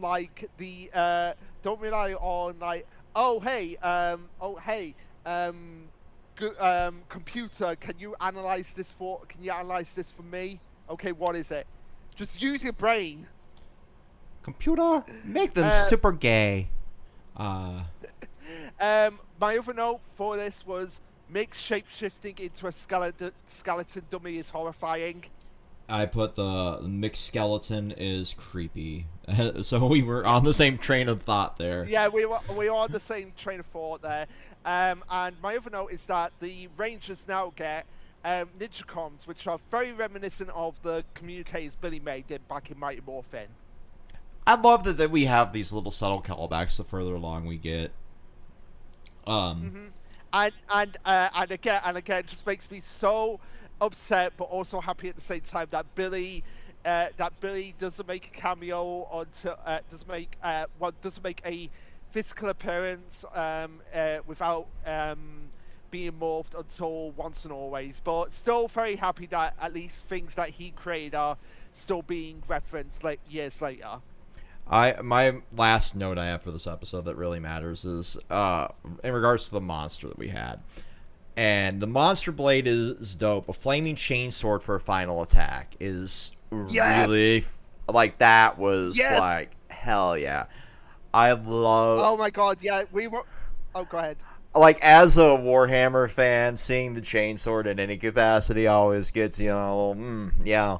But fucking, when it's on fire, it's just like, come on. Monkey brain go brewer. Yeah, I can't deny it. The flaming chainsaw sword is pretty cool. But my final note that I had, which is not relevant, but I want to mention it anyway. Victor just being knockoff Logan Paul. Because he's more interested in views despite the content. Yeah. That's kind of his whole personality, if we're gonna be honest. Mm-hmm. It's weird, right? Because, like, when you have that big of a fucking ego in the background, just fucking, it's insane. Especially when he's that young, which is ironically around the time Logan Paul would have started, so it does play into that. Fucking hell. That's actually scary to think about. Like, we could have had another Logan Paul there if they wanted to play too deeply into that. Which would have bred a whole lot of... Well, we already have a whole lot of them. Look at, like, nuisance streamers. Who am I kidding? On episode 4, though. Why are we getting Venjix again? Well, it's pretty funny to see Galvanites criticizing a Venjix-style monster. That's fair, but it's just like, it's kind of weird to replay that again. But whatever. It's just a background monster. It is what it is. And my question is that, okay, so this is primarily focused on the Blue Ranger Preston and apparently failing as a magician, but people doubting his magical abilities despite him proving it right in front of people. See, can I be honest with you guys? I did not like Preston as a ranger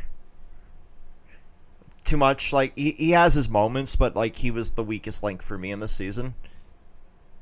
Which is a shame, considering that his actor is the real life brother of Coda's actor from Dino Charge. I know, which is why I wanted desperately to like him, but he is just like the weakest of them for me. I'm sorry. I can't really place like all the reasons why, but he's just. I think is it because he relies too much on the magic? Is that the reason why? Like the magic is used as like a Deus Ex Machina for him. I think that's a big portion of it, and I think it's how cringy they made that look. Also helped me like make it, just like ugh. I get the feeling. I feel like it's the way I look at it. To use a parallel here is comparing how in Doctor Who, in the classic series, how the sonic screwdriver is used compared to the new series, because the new series uses it too much as a magic wand. I do agree with you there. With my limited knowledge of Doctor Who, it does go from like a weapon to a like full-on magic wand. I can get out of any situation. Kind of Deus Ex Machina. I do want to say, like, the actor is very good. You can tell that he put a lot of heart and passion into this role. It's just the way he's written with that I'm not a fan of. Yeah, that's fair. That's fair because him and Yoshi's brother, they grew up like apparently Power Rangers was one of the seasons that helped them to learn English. And you can tell how passionate for Yoshi. You can tell how passionate they were. Because you look to Yoshi, like, still being involved in this to a degree. And it's like, and I think the funny part for me is like now, in hindsight, I might have been too harsh on previous characters writing, because this was a lot worse than some of the earlier seasons that we did for how his character writing was. But, you know, commit to the bit, right? Yeah, commit to the bit. My other notes that I had for this episode is Galvanax actually going to fight the Rangers, but then retreating to save face in the face of his monsters. Yeah. That's why I love Galvanax's design, and I love how they created him as just like, I want to be superior, but I'm still willing to like look good for my soldiers, because normally it's one or the other. Yeah, it really is. And also spitting facts by saying, I love that guy about the monster. Just him spitting facts. Mm-hmm. But it also, as well, it seems that the Ninja Nexus prison has been influenced by Sordon, because it won't let Preston use magic for personal gain. Yeah, that is pretty cool. Never use your power for personal gain. And then we had a couple ninja. Snatch it up right from under you. Yeah, no, for real. I wonder, like, if in this episode in particular, like, if Preston was able to just use the magic and use the powers for his own gain, how much further along he would have gotten in this, because he probably would have soloed everything. Yeah, because like you can tell there's some restraint further along in the season after learning the lesson, like you can't cheat your way through, but there is still like a lot of reliance on the magic too. I have it listed as Zordonism. I guess I coined a term for this. I love the dragon formation that we get in this episode. That was my key takeaway here. Oh, absolutely. Absolutely. Although I would have preferred if Monty stayed sawed in half, but that's just a personal preference. Yeah, that's personal preference. Episode 5. Okay, this is kind of funny. This is kind of a funny irony, is that Kelvin the Yellow Ranger is a mechanic, but he doesn't know how to drive. That is a pretty funny irony. But he does have past trauma from that. Okay, fair enough, because I have past trauma which has made me not want to drive.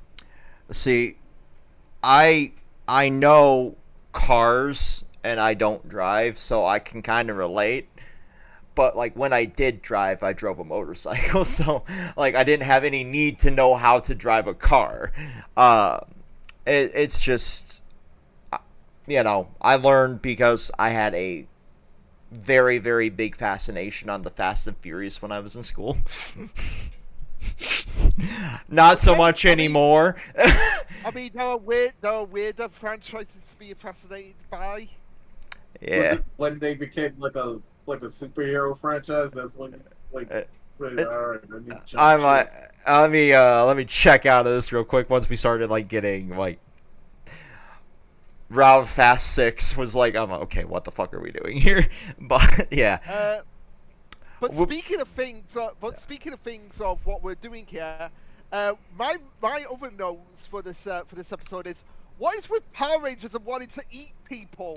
So cue the like fucking, is it Wacko does the countries bit in the background from Animaniacs where he just names all the name that for all the fucking fetishes in this episode, because we have vor, we have cannibalism, we have fucking water sports, we have fart fetish, we have inflation.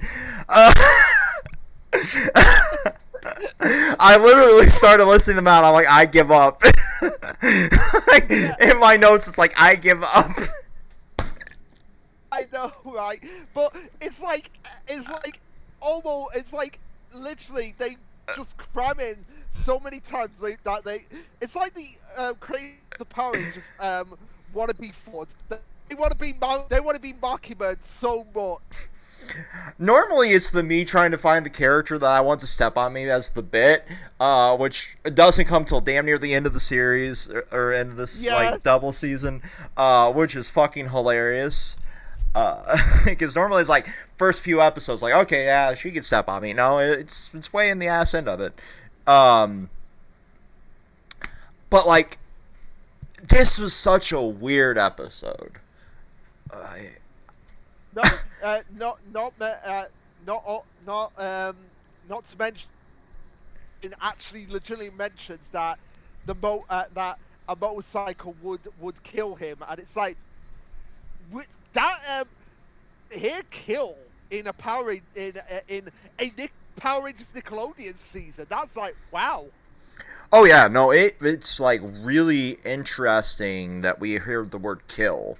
And I feel like as we got closer towards the end of the franchise for now, since as of recording this, you know, the reboot's kind of on ice because Disney canceled their plans to do it. Like, as of now, I think we only really got death reference once per era. Yeah. Which is crazy to think. But not as crazy as one line that happens later in the season, which we have to will take like, did we really just hear that? We know, you know the line. It's the muffled line. It's the muffled line. Yeah, we'll talk about that when we get to it. But anyway, my other note for this episode was the Rumble Megazord as dual-bladed axe. Oh shit. I really love the design and love the color green in general. So, like, I was very, very impressed with like that particular design. I never really would have thought of having double axes on a Zord. As weird as that is, considering like how many different weird combinations of weapons we've got. We've had drills, we've had like wrecking balls, we've had freaking cannon arms. Like we've had it all. But why axes never came to my mind. It was like shit. It led to one of the better puns in the season too. But what got me is, like, we finally get the license at the end. We had this, like, moment, and we've had this a couple times where it's like, the ranger has to get their license or get their license back. It's such a funny thing, and it's such a very American thing, because we rely on cars so much here, unlike, like, in the UK, where, like, you have decent public transportation. Not great public transportation like China and Japan, but you got decent. It's not like New York public transit, or, you know, Michigan public transit in general is absolute fucking dog shit. Oh, absolutely. Like, there's a bajillion, like, I have zero excuse of not being able to get into work. There's, like, about 7 or 8 different ways I can get there. From where I'm at now, my transport to work could be anywhere from 5 minutes to 3 hours. I'm not exaggerating. Wow. That is just crazy. That's because the road that I live on is constantly under fucking construction. Okay, that makes sense. That makes a lot of sense now. So yeah, episode 6.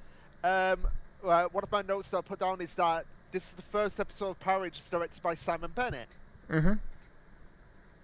Who has very, very, very mixed reputation in the fandom, which is unfortunate because I don't think he really did anything wrong. I just think he over-exerted himself. Yeah, oh, absolutely. He did over-exert himself. I feel like he underestimated like how passionate the fandom can be. Mm-hmm. And a passionate fandom is definitely a double-edged sword, especially when it's as varied in the levels of tolerance as this one is. I can't say 5 of the words that I have in this notes in my in this video, or this video will get instantly nuked off of YouTube. I think I know because I've actually put down one of the words. So the monster doing questionable poses. Let's just leave it at that. But also as well, Redbot, the robot assistant to the Rangers, in this episode is literally just a combination of Robo Knight from Megaforce and Crichton from Edge World, so I get the best of both worlds here. One of the words is in reference to Victor, so, and what he's wearing in this episode. Yeah. But also, remember kids, Redbot has feelings too. Also, the only reason Mick isn't in this episode is because he's voicing the bagpipe monster in this episode. That is the only reason he's not here. As somebody with some Scottish heritage, I never want to see another fucking bagpipe in my life. I fucking hate bagpipes. And then being in this episode made me hate them even more. But yeah, my only other note for this episode was that Madame Odious actually has the Gold Ranger in captivity. Mm-hmm. In secret as well. Oh yeah. It's her moment of like trying to undermine everything in the background, which we see a lot of, like, both sides of the villains playing. Look to, like, Time Force, for example, for a big one. Yeah. I will say there is one scene in here that might be one of the single most badass action poses I've seen in an episode of Power Rangers, and it's where we get the bike kick. Oh, who doesn't love a good bike kick?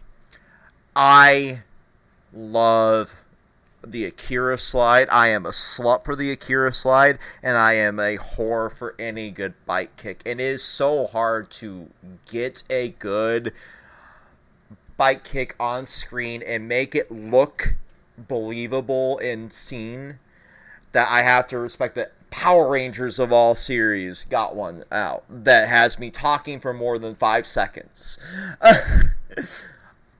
And Redbot is an amazing character. Like, this cemented him as, like, one of the best characters that are a companion. Again, why is it that the robots in Power Rangers are, except for Tenzu, Tenzu's the only exception to this rule, but why are the robots sometimes more emotive, more expressive, and we care more about them than the actual humans? No, literally. It's so freaking cool. And because we had the like, you have to respect everybody's feelings, and robots can have feelings too, although I don't know about the robots that I work with, but robots have feelings too is a great lesson. Although we're very anti-robot right now. That's right. That's right. Google's AI has feelings, so help them out. I can't say that. By the way, speaking of which, going on to robots. Speaking of which, have you ever done the thing where you've asked the Alexa app to marry you? No, I have not. I've not done that. Yes. So guess you can literally ask Alexa, "Will you marry me?" And she will ask you a bunch of questions, but she'll still reject you in the end, but still say, "Thanks for saying I love you." Oh my god, I think I want to fucking die. I am not How kidding. down bad is the person who first asked that they had to come up with this. I am not kidding. I just thought. Okay, I just didn't have want either that of you day watched because before- Archer? No. Oh yeah, I have. It reminds me of, like, Dr. Krieger with the freaking hologram wife. Like, we're like one step away from that as a society at this point. Holy It's already happened before. I would not be shocked if it hasn't. Redbot did get his dance in the end, and that made me happy. You know. Yeah. So, episode 7. We have Sarah the Pink Ranger being an overachiever. with her holograms, creating hologram versions of herself, a la C from SPD. I love that this and comes back into play too. yeah. But also, my other note I had was that she makes a boomerang arrow. Soccer is frothing at the mouth right now, and he doesn't know why. My only note that you haven't already covered here is why is a Dino Charge theme playing? I think it was you that pointed this out, Zangetsu. Yeah. I mean, hey, it's a cool theme. It is, but it was weird that it happened. Yeah. Yeah, it is weird. But honestly, those were the only notes I had for episode 6.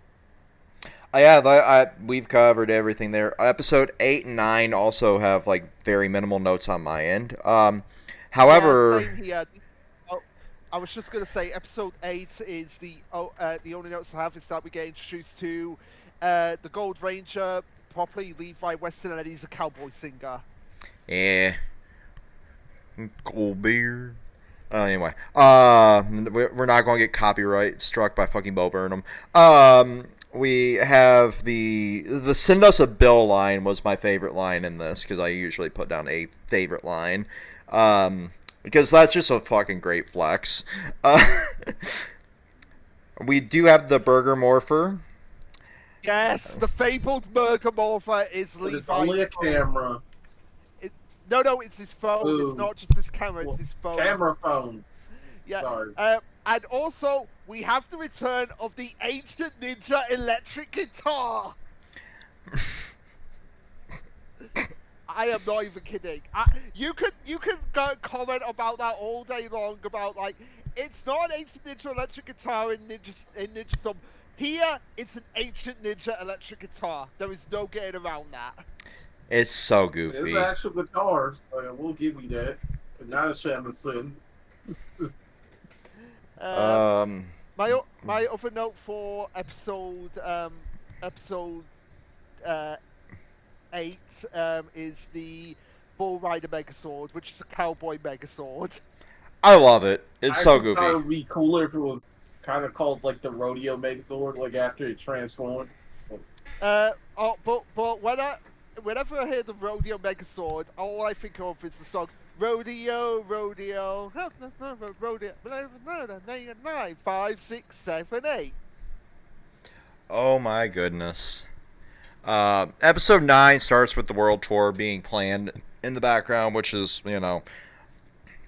what the Gold Ranger had to do to begin with, is he's a country singer, and he's got to, not have the country drawl like I got right now, but, like, he's fucking going on a world tour, and they're like, but you're also a Power Ranger. That's this entire episode.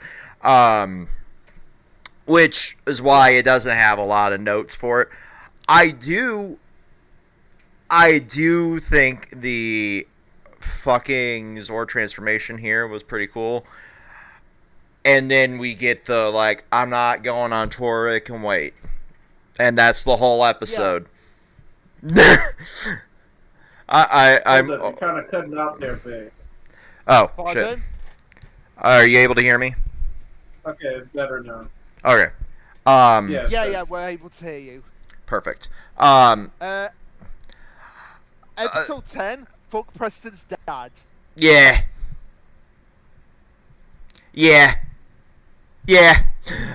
I don't understand how anything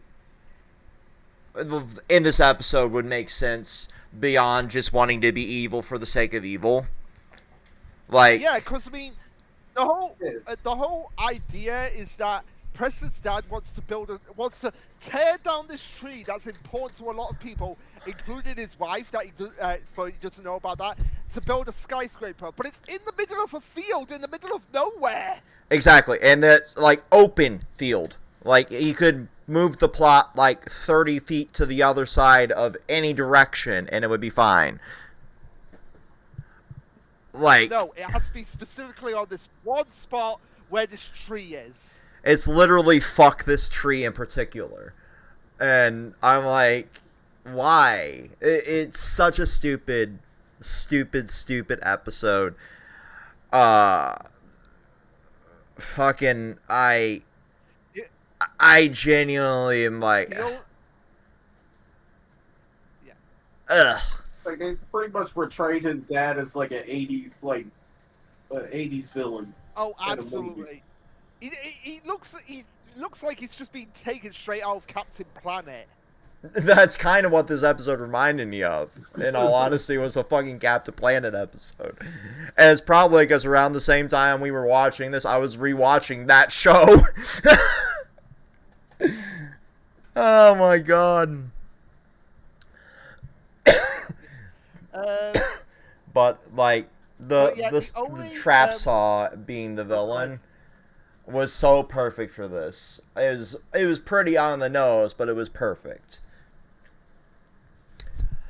That's all I have to say for this one.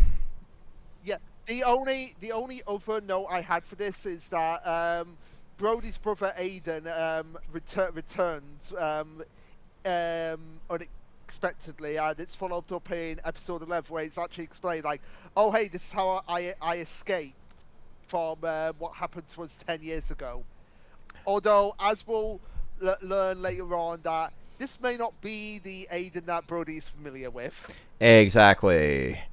I love that you brought that up, because in this I also have the note of like a possession, because like we were still kind of figuring out what the hell was going on there.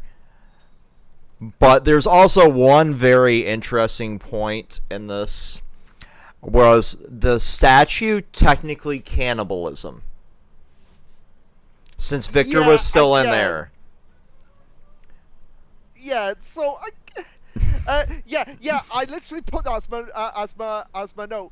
Does the fact that Victor was I can't believe I'm using it, chocolatified and was on display for eating purposes, does that count as pseudo cannibalism involving kids? It isn't pseudo. It is cannibalism because he was still himself encased in the chocolate. So yeah, they were. Again, this is a show for kids. One of them was gonna bite him.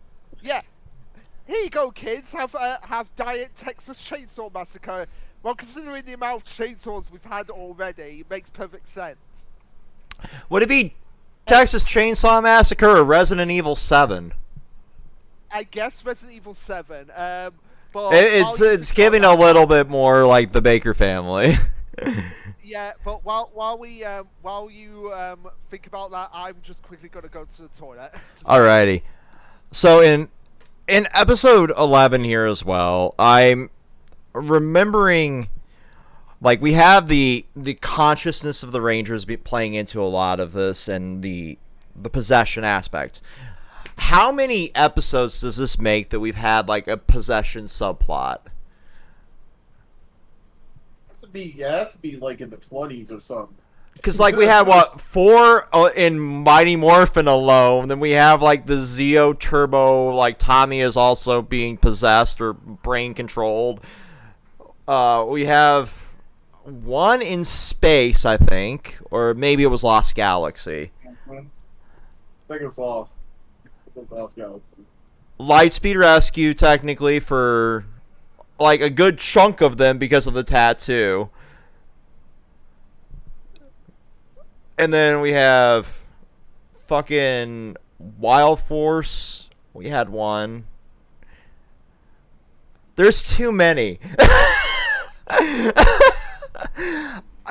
And I get that we're like playing off of the source footage here for a lot of this. I just find it really interesting that that's such a commonly reused trope. But going on into episode 12, and Luke can weigh in when he gets back from the toilet. I love that we're using Ripcon as the bait here, because I think Ripcon might be one of the better designed of these like Monster of the Week style bad guys. All right, I'm back. So, what episode we were talking about? We just gotten on to episode 12, and Ripcon being the bait. And Okay. I'm loving him being used as a bait because I love his design. I think he's one of the better designed like Monster of the Week styles. But all of us Yu-Gi-Oh players here, like former Yu-Gi-Oh players here, we were like, this is just Swords of Revealing Light mixed with the Moon Knight random bullshit Go meme. This fight, it was so fucking cool. Yes, I did put that. Ninja Fusion Star Attack is Swords of Revealing Light. But also I put, again, going back to the foring, the Magical Absorbing 4 hat of Victor Monte that has a big bunny. Yeah. But yeah, also this is where we get the big reveal of like, oh hey, turns out Aiden wasn't actually Aiden, but instead a robot that had Levi's memories, and yeah, Levi is Aiden. Yeah.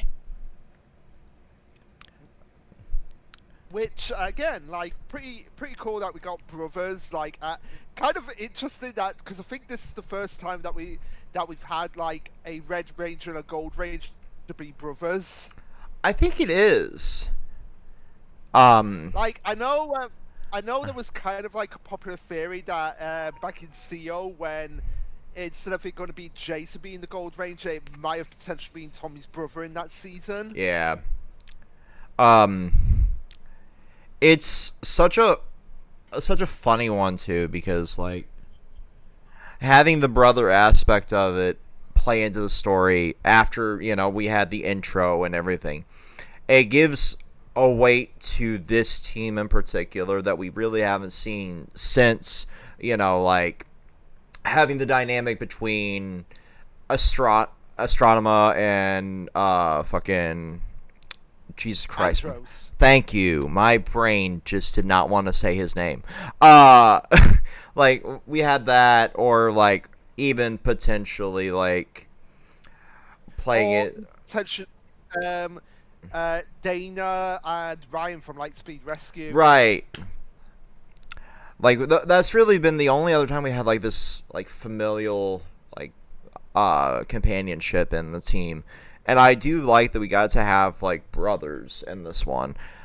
And obviously, like, in this wonderful episode, we had to have one of my least favorite tropes in all of fucking every bit of fiction is the sing-along. We have a sing-along to end the episode. Again, it kind of works for here because it's like, hey, they've just regained their memories, and it's like a song they're familiar with. So it kind of works here. We are going to stretch like 30 more seconds before I say the words that I'm going to say, so YouTube's AI doesn't pick it up. Because we've hit episode 13. Go ahead, whatever you were going to say. I'll give more time. Okay, I was just going to say, I do love the meta joke about, oh, even though Levi is Aiden, they're like, yeah, we're just going to still call you Levi. It's goofy, but it's fun. It's kind of like the writers and directors like, yeah, we could change it to just call him Aiden, but like people are just going to know him as Levi, so let's just keep it as Levi. Yeah.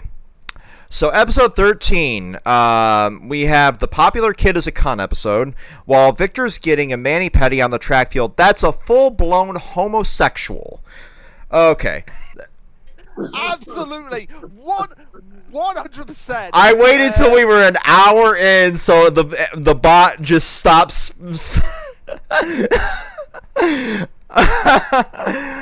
Like, what are we doing here? Why are you getting a mani-pedi on the track field? Okay, why?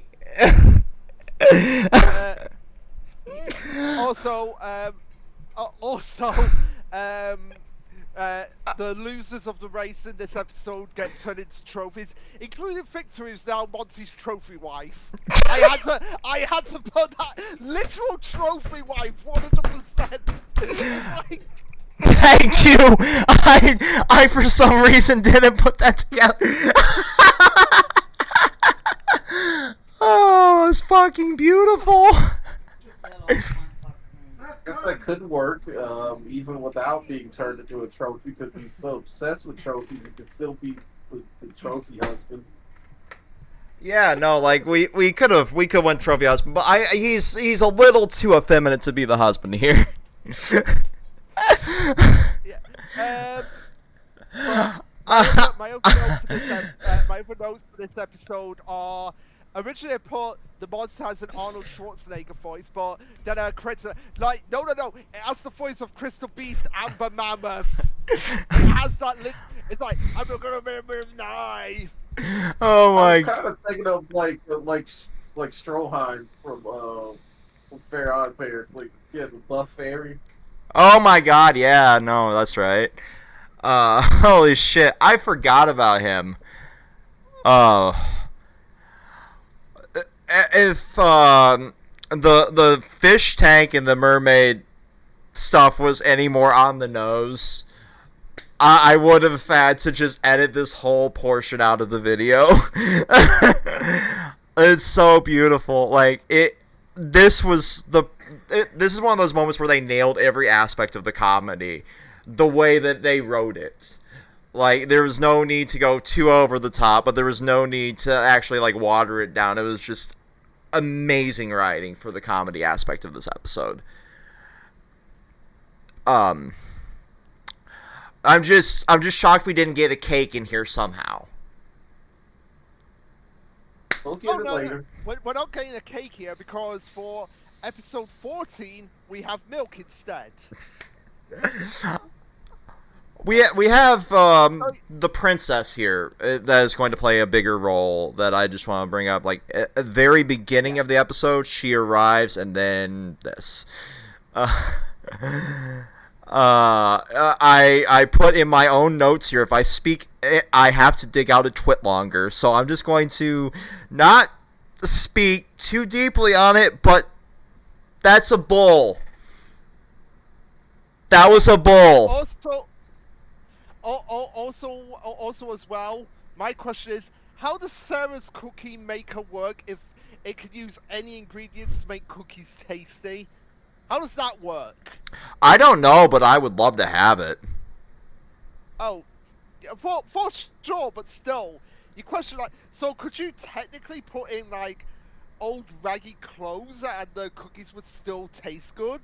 Yeah, at that point, it's kind of like more, like less technology and more just bullshit magic. Yeah. Yeah. And of course, this is the infamous episode where Victor and Monty are so stupid that they don't know where milk comes from on a cow. That is a whole ass bull. I love the gag of the of the witness when they're in jail is the bull itself. Yeah, it's literally just the bull cow just being the witness to the feat. But also, how did they steal a cow or / bull?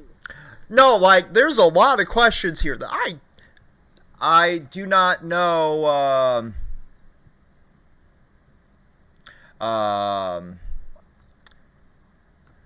One second. I'm responding to my dasher here. Okay. There's a aspect that could be just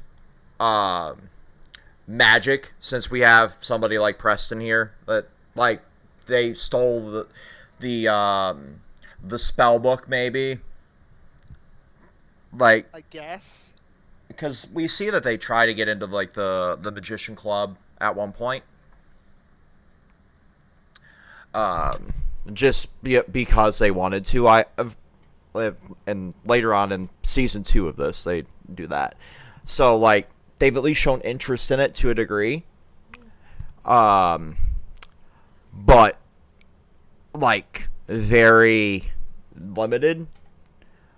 Or they could just tied a rope to this bull and walked it in the middle of the night like you would do for like some sort of hazing ritual. I guess so. But the biggest question of all of it is, how unrealistic is the milk drawn from the cow bull? Because that comes out way too quickly, way too much. Also, It's not milk. Yeah. That's just such a bizarro world episode. Yeah. Also, you know what it also reminded me of? Barnyard, when it had the male cows had udders. Oh God. Yeah.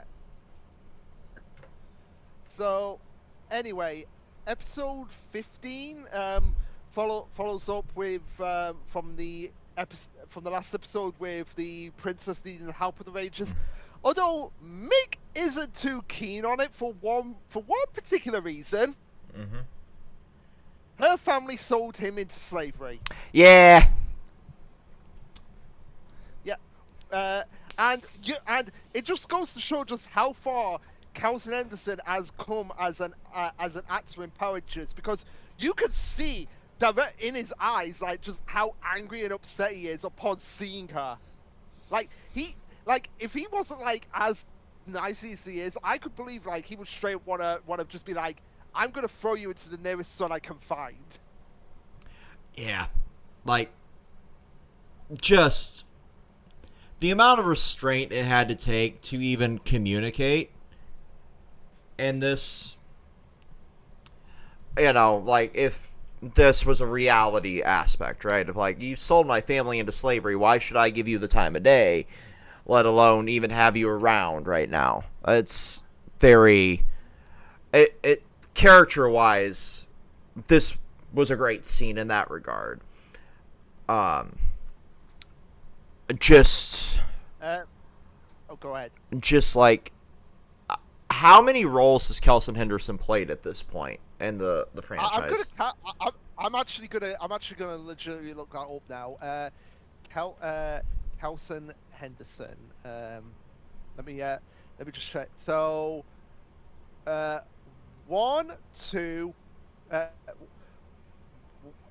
1, 2, 3, 4, 5, 6, 7, 8, 9, 10, 11, 12, 13, 14. 14 before this point. Yeah, so an impressive resume. That's actually more than I even expected. I thought it was like 5 or 6. Holy shit. Nope, he's done 14 roles. Damn. Yeah. But also as well, in this episode we get the Battleizer, which is the Red Ranger Lion Fire mode, which is basically Shogun armor. Yeah. Which is really also, fucking cool. Oh, go ahead. Like, it's just really fucking cool. Oh, it absolutely is. Yeah. And also the Red Lion Megazord with shuriken weapons. Again, a Ranger must never let go of his weapon, but we've got shurikens. Yeah. That line is so steep. I have to say that is probably like okay, which is more egregious? There's no such thing as monsters, or a Ranger must never let go of his weapon. Actually, there's no such thing as monsters, because they had precedent, like they had it on the news and everything, and then this lady's like, well, there's no such thing as monsters. It's like, what are you talking about? Yeah, that's fair. Honestly, I give it to that. That is fair. But Okay, like, that is fair. Although the Ranger must never let go of his weapon, that is a definite number 2. and also like even by that point, we had what 20 weapons that were like technically loosed in some capacity, from a bow to like literally chucking axes at monsters. Mm-hmm. Like, what are we doing there when we wrote that line? But like the funny part in that even is like they had access to those modes with those weapons. So yeah, it's very close. Were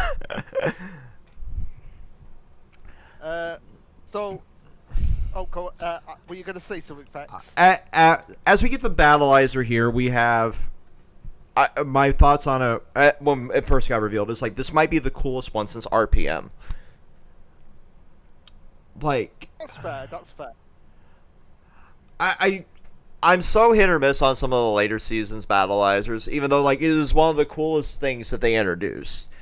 It's just design-wise, some of them don't really fit, and I feel the same way about some of like the Americanization of some of the suits that we got. And I even put in here like the Lion Fire Zord is fucking cool as shit. And I still like as we continued with the season, like that still was one of the standout Zords for me. Okay. So yeah, episode 16. Okay, this is weird because it's placed here as like the Halloween episode, even though it takes place after the season. But honestly, there's not really much that spoils later events. So it was like okay, and we were halfway through the episode, so we thought we might as well just finish it. Yeah. The Royal Guard outfit was like really stupid. Like really stupid. I know that was my second note after just pointing. Oh, this is Halloween. Brody dressing as a Royal Guard of the UK for Halloween. How evil! I mean, technically speaking, the Royal Guard isn't like good. I know. I after I put that, I then realized like, wait a second. Yeah, they could literally beat your ass if you're not careful. Yeah. Now that I think about it. It's like an average cop over here. I put in here, like, my only other note, other than it's out of order, which we figured out halfway through, is, like, this isn't a full clip show, but a gauntlet episode. And that was a unique twist, because getting to watch them fight one after another was so freaking cool. And it's done in like a Jumanji, because they get literally sucked into this board game a la Jumanji. Mm-hmm. So it's like, it's a board game clip show, Jumanji style. But also, one of the best lessons of this entire season, where Levi is dismissing the game of like, nah, I don't play games. Like, really, you're playing board games? Like, hold on. And Mick's like giving him advice of like, take part in the activity, even if you don't like it, because your friends would do the same thing for you. And they have, which is like the whole real lesson here is like if they're taking time to take interest in what you're interested in, you have to do the same. It's not fair to just do it one way or the other. Even if you don't like it in the end, like you've still at least tried it. It's kind of like when people say like, no, it's not really my thing. This film, like, oh, not really. Like, just watch it, and then if you don't like it, you don't like it. Mm-hmm. It's a lot different for, like, I guess, physical activities for some people, you know, being, like, on the spectrum or whatever, maybe. But, like, I went to genres of concerts, like, that are completely out of my taste just for the experience to be with friends, you know? Like, it doesn't take a whole lot of effort to go one way or the other when you just want to be with the people that you're around. And if they're, like, actual friends, as they treat them in the episode, put the fucking effort in. Anyway, with getting out of that episode, since there's really not a whole lot more to talk about, I gotta bring up the question here. That's my first one. Why do we have to have an election, like a student council election or county something collection? Because every other season. Because we have to have the Rangers fight over something. We have to have. It's a tradition, Fex. We have to have the Rangers fight at one point over something stupid. Yeah, pretty much. But also, again, another question: did we really need to have another food fight? Right. As tradition. Again, Power Rangers loves wasting money on food. They really do. Remember the baby episode where it was literally just spent on food and diapers? Yeah. And the funny thing is, like, it was done in such a cheeky way that it was to get, like, the actual diapers for the kid. Like, interesting way to do it, but still. Which I still love bringing up that episode because I still love bringing up the fact that the kid is Jason David Frank's son, and it was like, oh, go to work for your parents' day. Yeah, this was the episode where I'm like, Victor is just Gaston, like, legitimately. Oh, absolutely, he really is. And And put in here, Mick is leagues better in the mentor category than Gosei ever would be. Yeah, literally telling them not to believe, like, oh, he said, she said.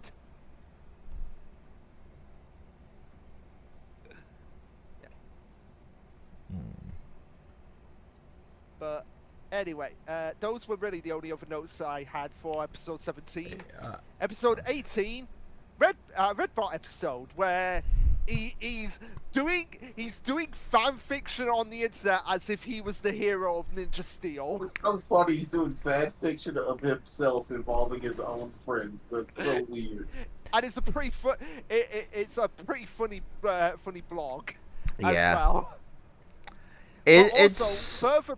Oh, go ahead. What I put in here is like having Victor and Monty as a manager is a curse. 'Cause they're so incompetent at everything that they do, but they over exude that false confidence. It's frustrating. They're the worst type of people. But my only other note that I put in here for this episode is this is just boring. Like, I had nothing else for this one. My only other note is that it's further proof that the school is a private technical school, because Redbot just literally walks around the entire school and the only reaction is like, oh, Mick has a robot. And that's it. I never even thought of that. And I don't know why I didn't think of that. Because you have a great point there. Because anywhere else on the planet, a giant robot like that walking around, like not giant, but like child-sized robot, would freak people out. Well, I guess not now, because like look to downtown LA and San Diego, and you got the fucking delivery robots. But when this episode was airing, that wasn't a thing. Oh, absolutely. But yeah. Episode 19. Yeah, episode 19. We're very kind of interesting that we're very near the end of season 1. Yeah, hour and 20-ish minutes in. We have the Return of the Lion Firestars and a special spell book for Preston, which fuels this entire plot. And it being a Preston episode, I don't really have a whole lot because he just didn't interest me. Yeah. But I do have in here one funny thing of like Redbot getting hair because of the spell book.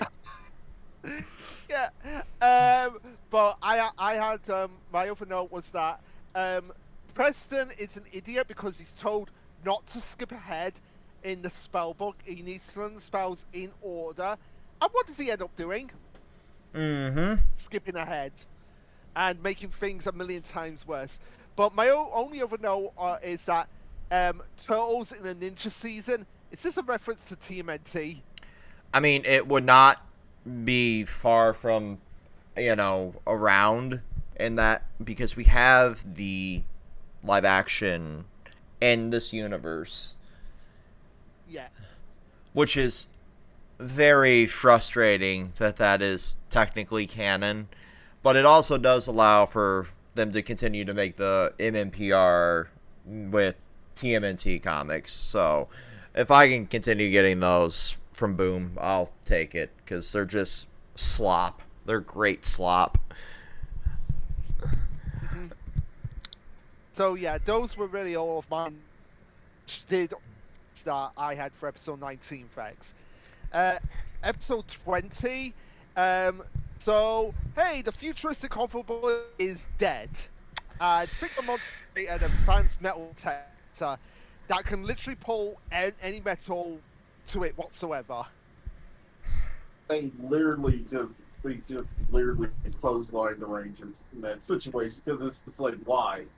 Yeah, and also as well, much as Galvanax is quite interesting as a villain, if he was a lot more smart, he would have thought about this like ages ago. He'd have been like, oh, the Ninja Steel, what is that made of? Steel. What's steel? Metal.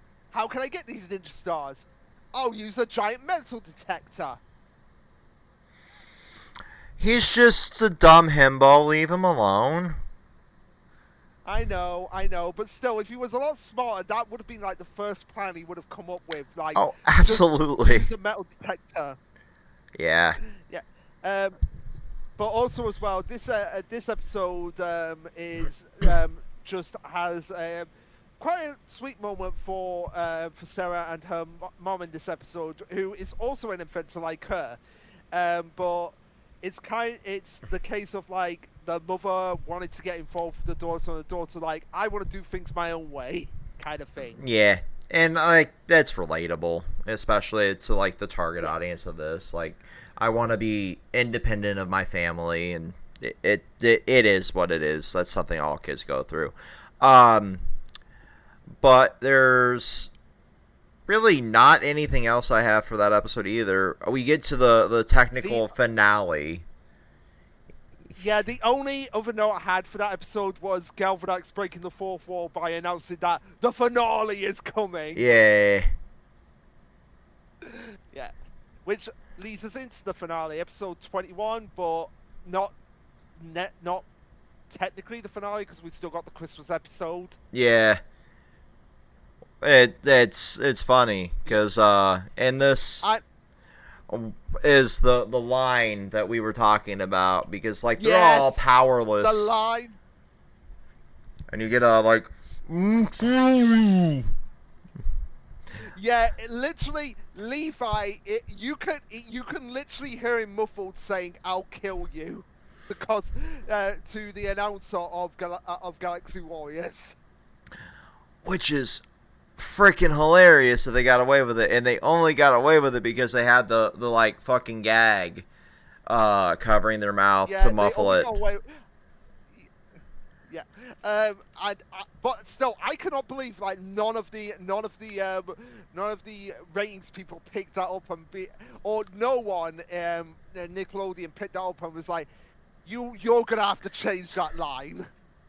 Here's an ADR booth. Get in there, you stupid fucker. You can't say kill in a kid's show. Yeah, but it's great that we got it. Like, I love that we were able to slip one adult joke in, or one adult line in this. That wasn't like fart fetish. Oh, but we do get the more fart of that. We do get the fart fetish in this episode, but not before we have Brody breaking his ninja star to stop Galvanax actually getting it, which in turn creates a kind of Deus Ex Machina where he creates 3 new ones, meaning you can have 3 red Ninja Steel Rangers for the briefest of moments. So which kind of plays into like Cosmic Fury and the ability to have Nick as a Red Ranger. Yeah.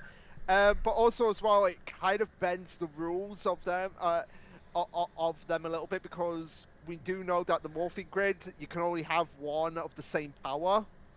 So it kind of bends the rules for the briefest of moments. Yep. I do love when we get these abilities to bend the rules for like little tiny blips of time. Like the giant fight at the end of Zeo was like one of the funnier ones. But there's something to be said about having 3 Red Rangers, because we also have like classic lines like, we can't have too much pink energy. Would this create too much red energy is danger. Yeah. Yes, it would. Too much red energy is dangerous, Specs. That's Red 40. Oh god. Just inject it into RFK Jr.'s veins, and maybe we'll get him to turn a different shade for a change. Yeah.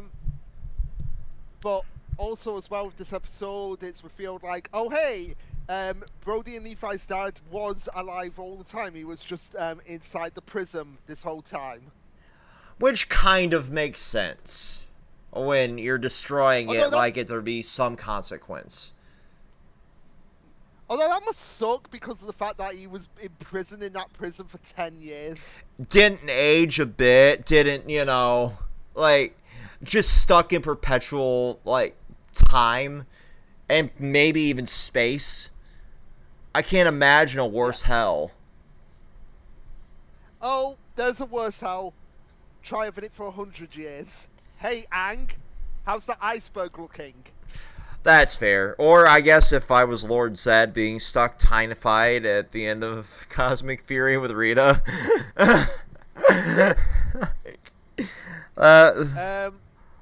Oh my goodness. Well, yeah, very unique thing happens here is that Galvanax, who you would expect to be here for both seasons, nope, destroyed at the end of this episode. I'm fully destroyed, so that Odious can take over. And Odious is such a better villain, but we'll get to that after the clip show. And I'll be right back. I'm going to go grab my DoorDash from the door. That's fine. Because I did have one other clip, not one other clip, one other note that I had that was, besides the Rangers, apparently Victor and Monty are the only ones who have been near aliens. That is not true because we've had Ernie, we've had Bulk and Skull, we've had Mr. Burley, we've had most of the Rangers' parents, Cassidy and Devon from Dino Thunder, the entire cast of Mystic Force, Andrew Hartford and Spencer from Overdrive, and the entire supporting cast of Zeo, Turbo, In Space, Lost Galaxy, Jungle Fuel. Like, I could go on and on, but like, yeah, that is like a BS statement. Because where did you get that? Where did that even come from? Yeah, because the Did that come from the wiki? Like, where did it come from? Pardon? No, the statement. Where did it come from? Yeah, like that statement just comes completely out of nowhere. Like, hell, you'd figure that Angel Grove would have given like every single Angel Grove now would like have a track on like where are aliens and Rangers appearing. Like, okay, we'll give you the rule book on how to deal with alien threats. Like, it just doesn't make any sense. But it really doesn't. Yeah. I was just talking about, like, apparently Victor and Monty are the only ones who have been near aliens.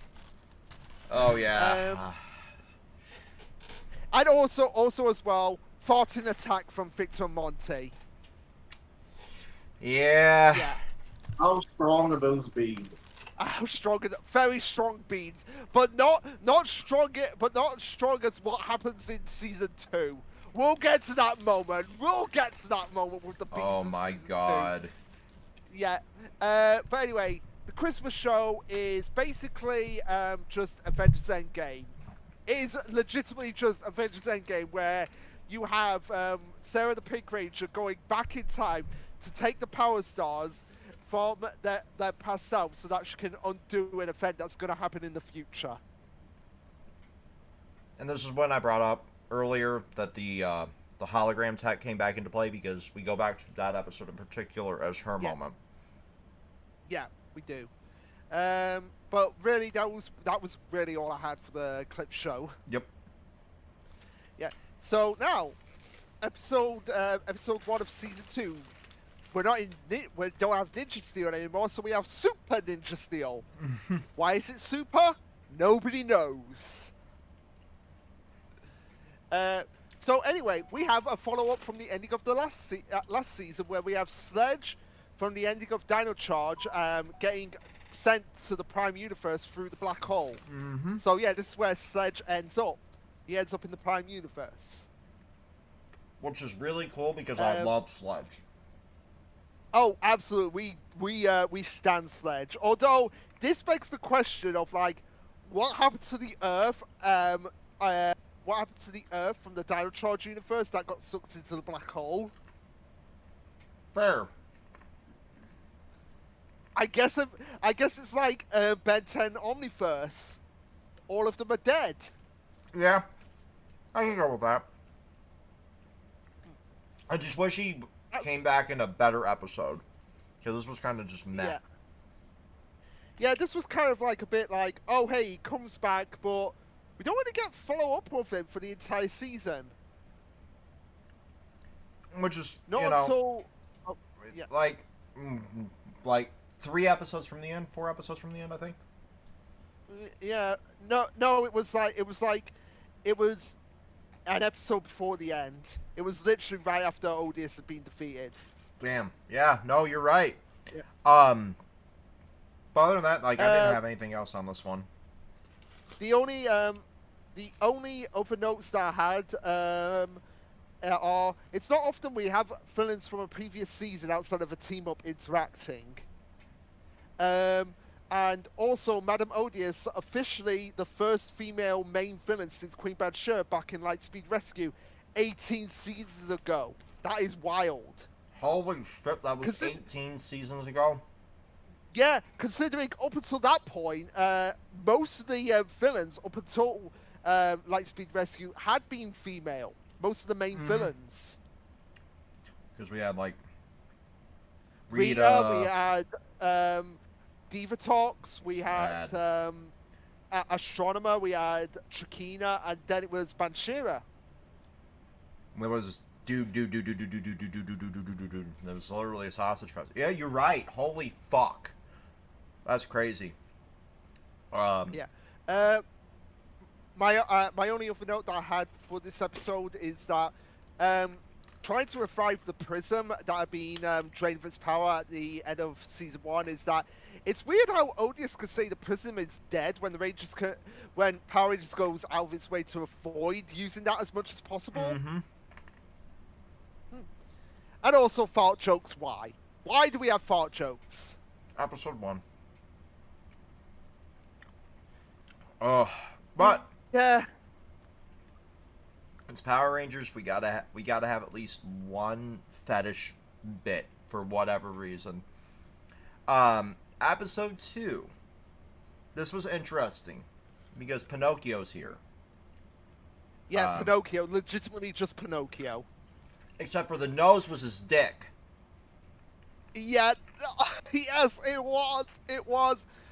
But also as well, why doesn't Calvin tell Haley the truth that he forgotten to book about their anniversary and booked bowling? Why does he A, tell the truth, and B, invited to the bowling? Literally could have just like, hey, you want to go bowling? You know.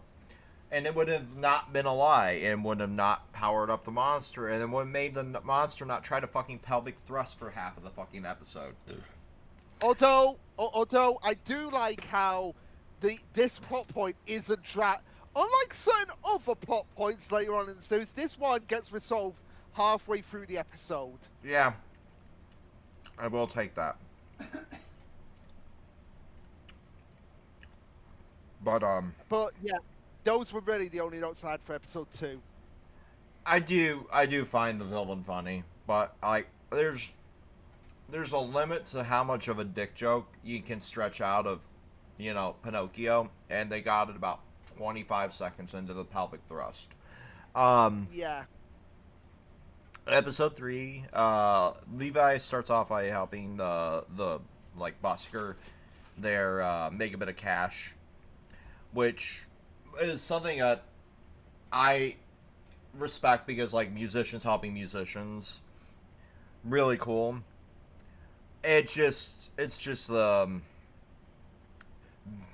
this was kind of, I think, top 5 in this season for me, and just how this episode plays out, because I love the fact that like the busker turns out to be the villain for the episode, and is using like the power of music to corrupt Levi to progress this really cool like background plot of stealing all the power stars again. Yeah. And he just falls for it hook, line, and sinker because cute. But nowhere near as much as Victor, because randomly streaking for a girl. Victor is more desperate than Brock from Pokemon. It's official. He is more desperate than Brock. And he doesn't have a crow gunk.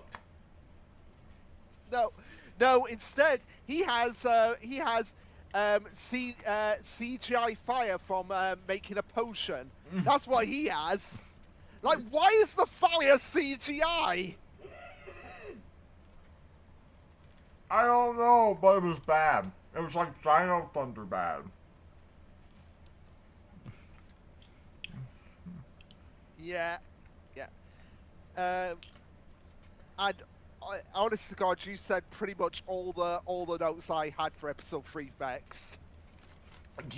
Like, I wonder, like, between Chris McClane and Victor and Monty, who would have a higher criminal record? Chris McClane.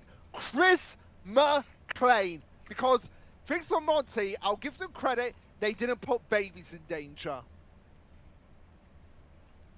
Or you eject a dude from a plane and turn him into literally Smeagol from Lord of the Rings. Yeah, or mutated a person, or broke the jaw of one of the contestants. And then make them sign a bribe before they would give them medical attention. Yeah, yeah, like serious. Well, here's the thing. And also mutate another of the contestants, which ironically turned out to be one of the greatest relationships in the whole of Total Drama. Yeah. But yeah, it's no Chris McClane definitely, because at least because Fritz and Monty didn't do anything as bad that sent them to prison. They should appear. Oh, they should have done, but they didn't. So, you get off scot-free. You get one, Victor and Monty. You get one. Everybody gets one. Yeah. Family Guy except Spider-Man. Chris McClane. Except Chris McClane. He doesn't get one. You should have been in the volcano. He needs to be Thanos snapped. He needs to be Thanos snapped. I think Thanos snapping Chris McClane would save just about as much fucking resources as Thanos snapping half of the population. Oh, absolutely. Absolutely. Anyway, episode 4 is essentially just a Jaws ripoff. Okay, but why is a squid barking like a dog? I have no idea. And also as well, Victor, you are never going to get a 50th trophy. I don't care what the final episode says. You are never getting a 50th trophy. Except he does. But yeah, no, I refuse to accept that. I refuse to give them any more wins. They had their one win. That's all they're getting. But also, so this episode is primarily like, hey, Haley and Sarah, the White and Pink Ranger, who are best friends, they don't want their parents to be dating each other, and apparently, from what I've heard, looking it up, is they don't want to be seen as sisters. Yeah, it's interesting. There's so many micro beefs in the Power Rangers fandom. And in like the casts. Yeah. I'm genuinely shocked. Like, there's literally actors who can't be booked near each other. Yeah. Well, the most famous example, I'll say John Jason David Frank. And also, like, wasn't it Dino, Thunder, Yellow, and SPD Red? Yeah, they were in a relationship. And it went real bad. Yeah. So...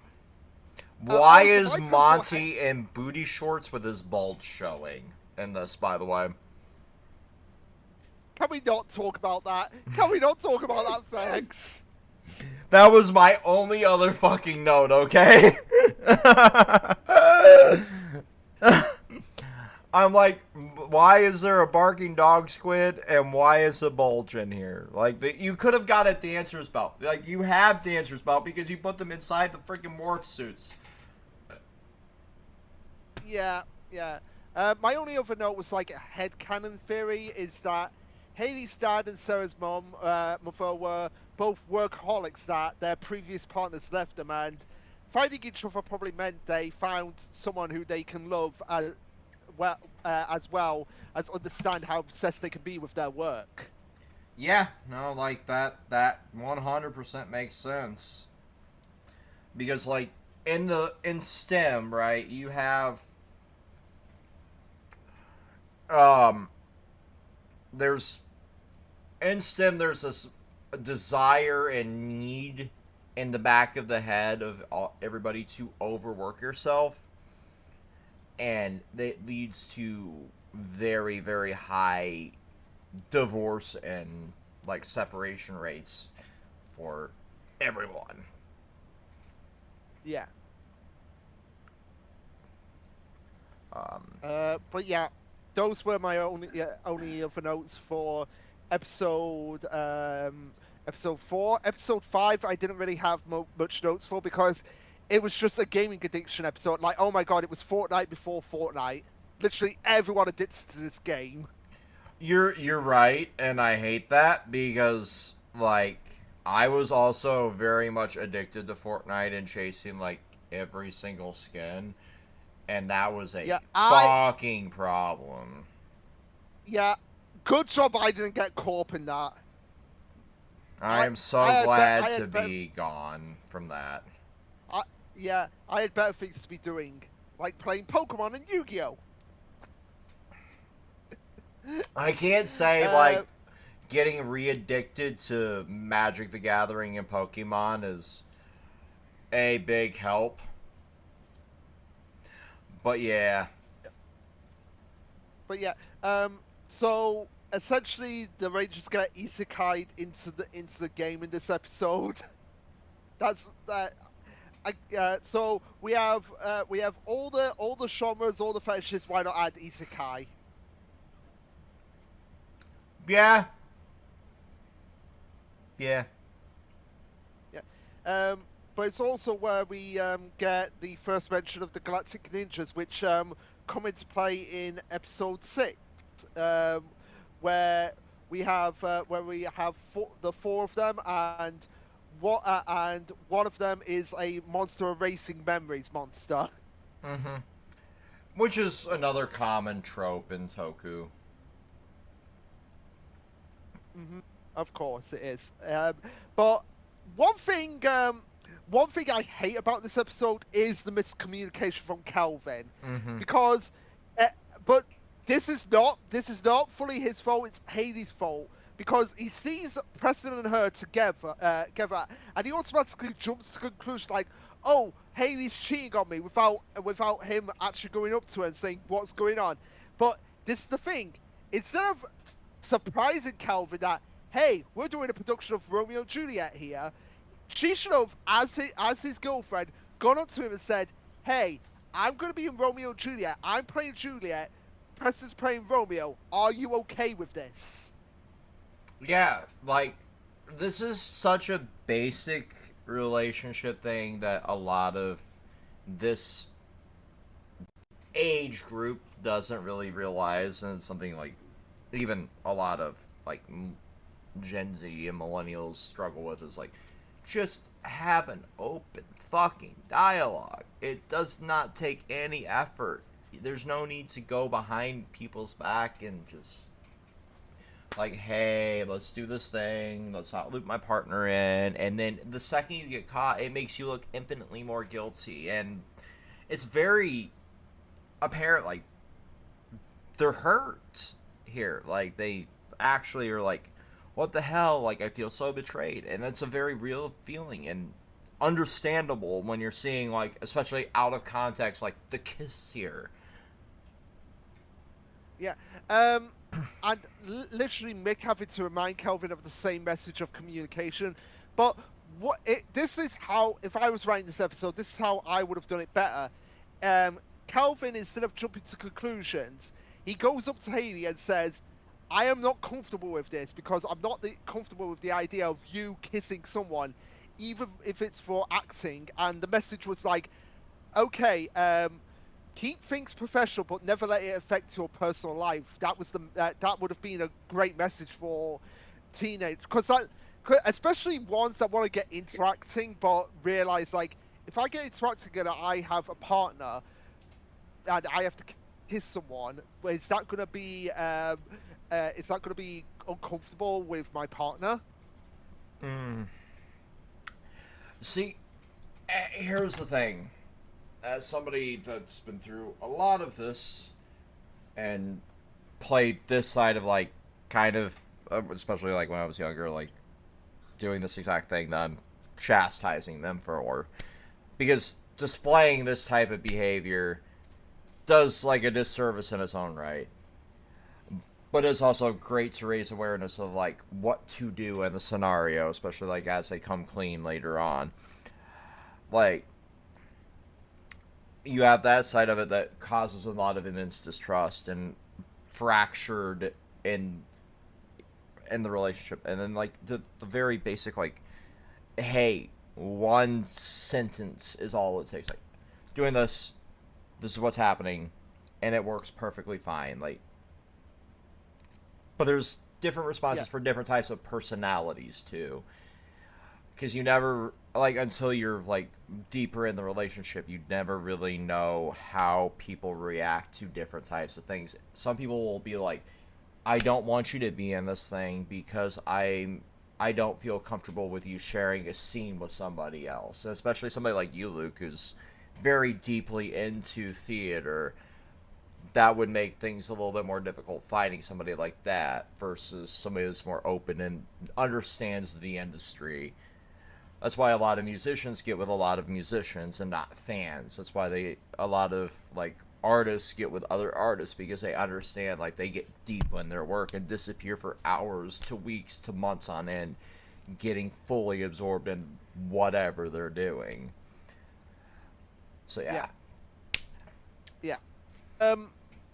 That's just general advice also, for anyone too. Like, know what you're into. Yeah, know full well, like, hey, especially like if it's like an actor game with a non-actor as well, just let them know, like, hey, are you comfortable with me doing kissing scenes? Like, set the boundaries. Mm-hmm. Yeah. Even though this production of Romeo and Juliet was not very good, considering they didn't use any of the Shakespearean language that they could so easily could have done, like just the bare basics ones. And that's just me being a bit geeky here, like being a bit like purist, like use the language, use the official language. But would the target audience for Power Rangers, Ninja Steel, or Super Ninja Steel understand that language? Because it skews a little bit younger than, like, middle to high school when you start learning Shakespeare. Well, here's the thing. It's funny that you mentioned that, Vex, because in one of the other servers, I'm watching the Digimon franchise with people, some people for the first time. We've gone to Digimon Frontier, where Mercurymon does speak with a Shakespearean dialect. I forgot that was a thing. That is and it's pretty funny. Especially when he's like pissed off and he's talking to somebody, it's very funny. It is. It really is. It kind of is like Entmon was the ape that does like fucking Elvis-ish thing. Like, it was so bizarre, but it worked really well for the scene. Oh my god. I should watch the new Digimon series. I've heard good things. I've heard good things, and but gonna wait to watch it before, because until we're in the watch through. Where did my notes go? There we go. That's pretty much everything I got for this. Yeah, so episode 7. Who on earth in the Power Rangers has the hoverboard record for it to be a world record? Marty Good McFly. question. Are we saying that Back to the Future is a true story in the Power Rangers universe? I mean, Could be. would it be far from possible? Could it? But like Back to the Future is just a bunch of bullshit. but like by tangential property, like they technically could fall under the same banner if they would have gotten I the guess. Disney deal, because it was a So, I guess. Fox property, if I remember right. So it's under Disney now. This is what happens when everything's a goddamn monopoly.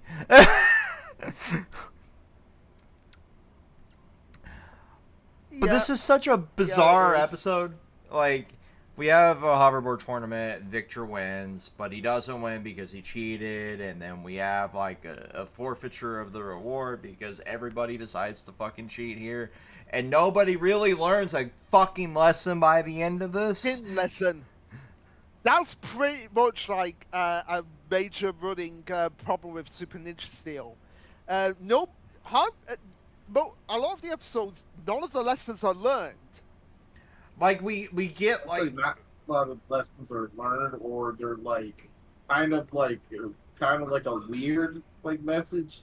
And it's like I don't think that should have been the solution to the problem, type of thing. like relying on magic to solve things. I think like 3 episodes down from here, where like we have the firing because of the sleepy time spell. Oh god, don't even get me started on that one. Don't even get me started on that one. But like we have a lot of stuff like that, which is just very bizarre. When Power Rangers has always been like this way to instill morals in kids, kind of like reading Rainbow and Sesame Street, teach basic manners and principles and media literacy and reading comprehension. This was like the morals one, and we're not really doing any of that anymore because essentially like it's all like how much can we sell merchandise instead of how much can we teach the children that are watching this. But yeah, we don't really have anybody win. We have nobody learn a lesson, and then we move on. But I will say, like, the running animation here was the dumbest thing I've ever seen. Yes, it was. It really was. So yeah, episode 8. Oh god, a camping trip. Mm-hmm. And not just a camping trip, but orienteering. But also, why is Victor trying to be Alan Grant? Because he can't have a personality of his own. No. And also Monty. Monty was a Boy Scout. That's not at all shocking. Isn't shocking, but still, he was a Boy Scout. But I'm one sure thing he I was do actually really like about- popular. Yeah, I'm sure. But one thing I will say about this episode is that, okay, Brody gets framed for taking something of the principal, apparently taking something of the principal's, but he sticks to his guns. I do like that about it. It's like he's not just going to admit to something he didn't do if he truly believes, like, no, I did not do this. I love that. Because that is something that a lot of people are just like, you know what, fuck it, yeah, I took it. Who cares? Like, let me go on the trip, or let me, just get blamed for it, because I'm going to get blamed for it anyway. Him sticking to his guns was really good.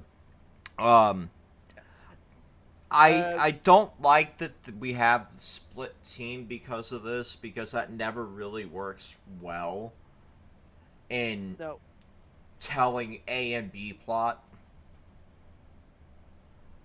No.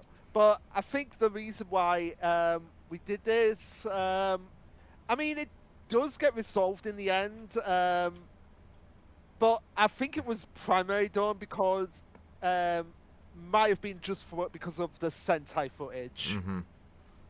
Oh, more than likely.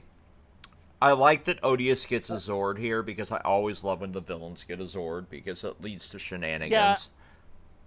I was gonna say that, like the Foxatron. I do like it say Foxatron. It fits for her. She's a baddie. Yeah, she's a sneaky little fox. Yeah.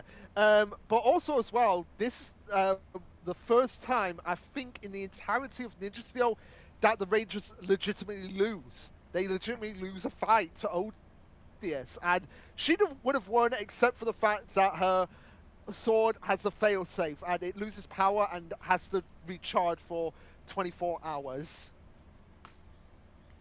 But if Which you didn't is have like such that a- recharge, It's such a go cool ahead. it's a cool restriction too, because it gives ability for plot to progress, which ends up being like, you know, being found innocent here and then getting to join the team and, you know, helping with the Blazord, uh, which is really an interesting way to bring these past Rangers back into this, continuing to play along with the like transporter devices to be able to jump through times.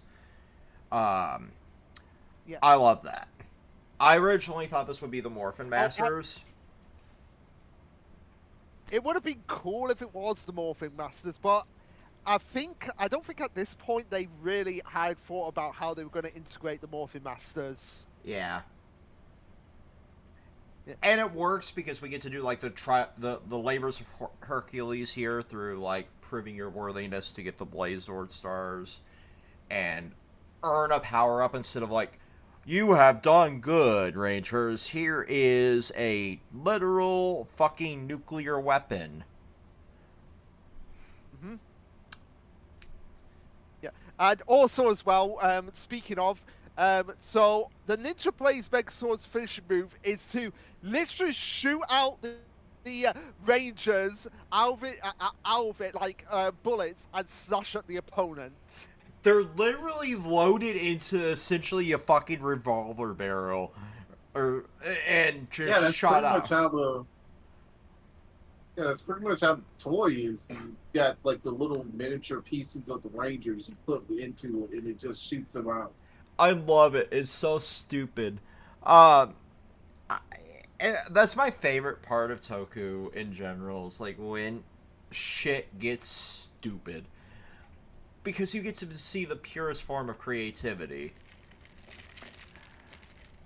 And that was the only other note I had here, which leads into episode 10, which is the Tommy Oliver suck off show. Oh God, yeah, That interested in this question beyond. yeah. So yeah, we're at the 25th anniversary episode. Uh, so yeah, we have a bunch of returning past Rangers. It's better than Legendary Battle. We can safely say that it's better than Legendary Battle. Yep. Okay, so as we go down the list here, I have 25th anniversary episode, final canon Tommy episode, because we technically have the stupid movie that Bat and Son is making. That is essentially Lord Drakon, but repurposed because he couldn't get the Shattered Grid movie off the ground. And then you have, you know, obviously like the comics that are like Tommy send-offs as well, where he's raging his kid. We have Wes, Gemma, Coda as like the masters, who were the cloaked people that came in the last two episodes.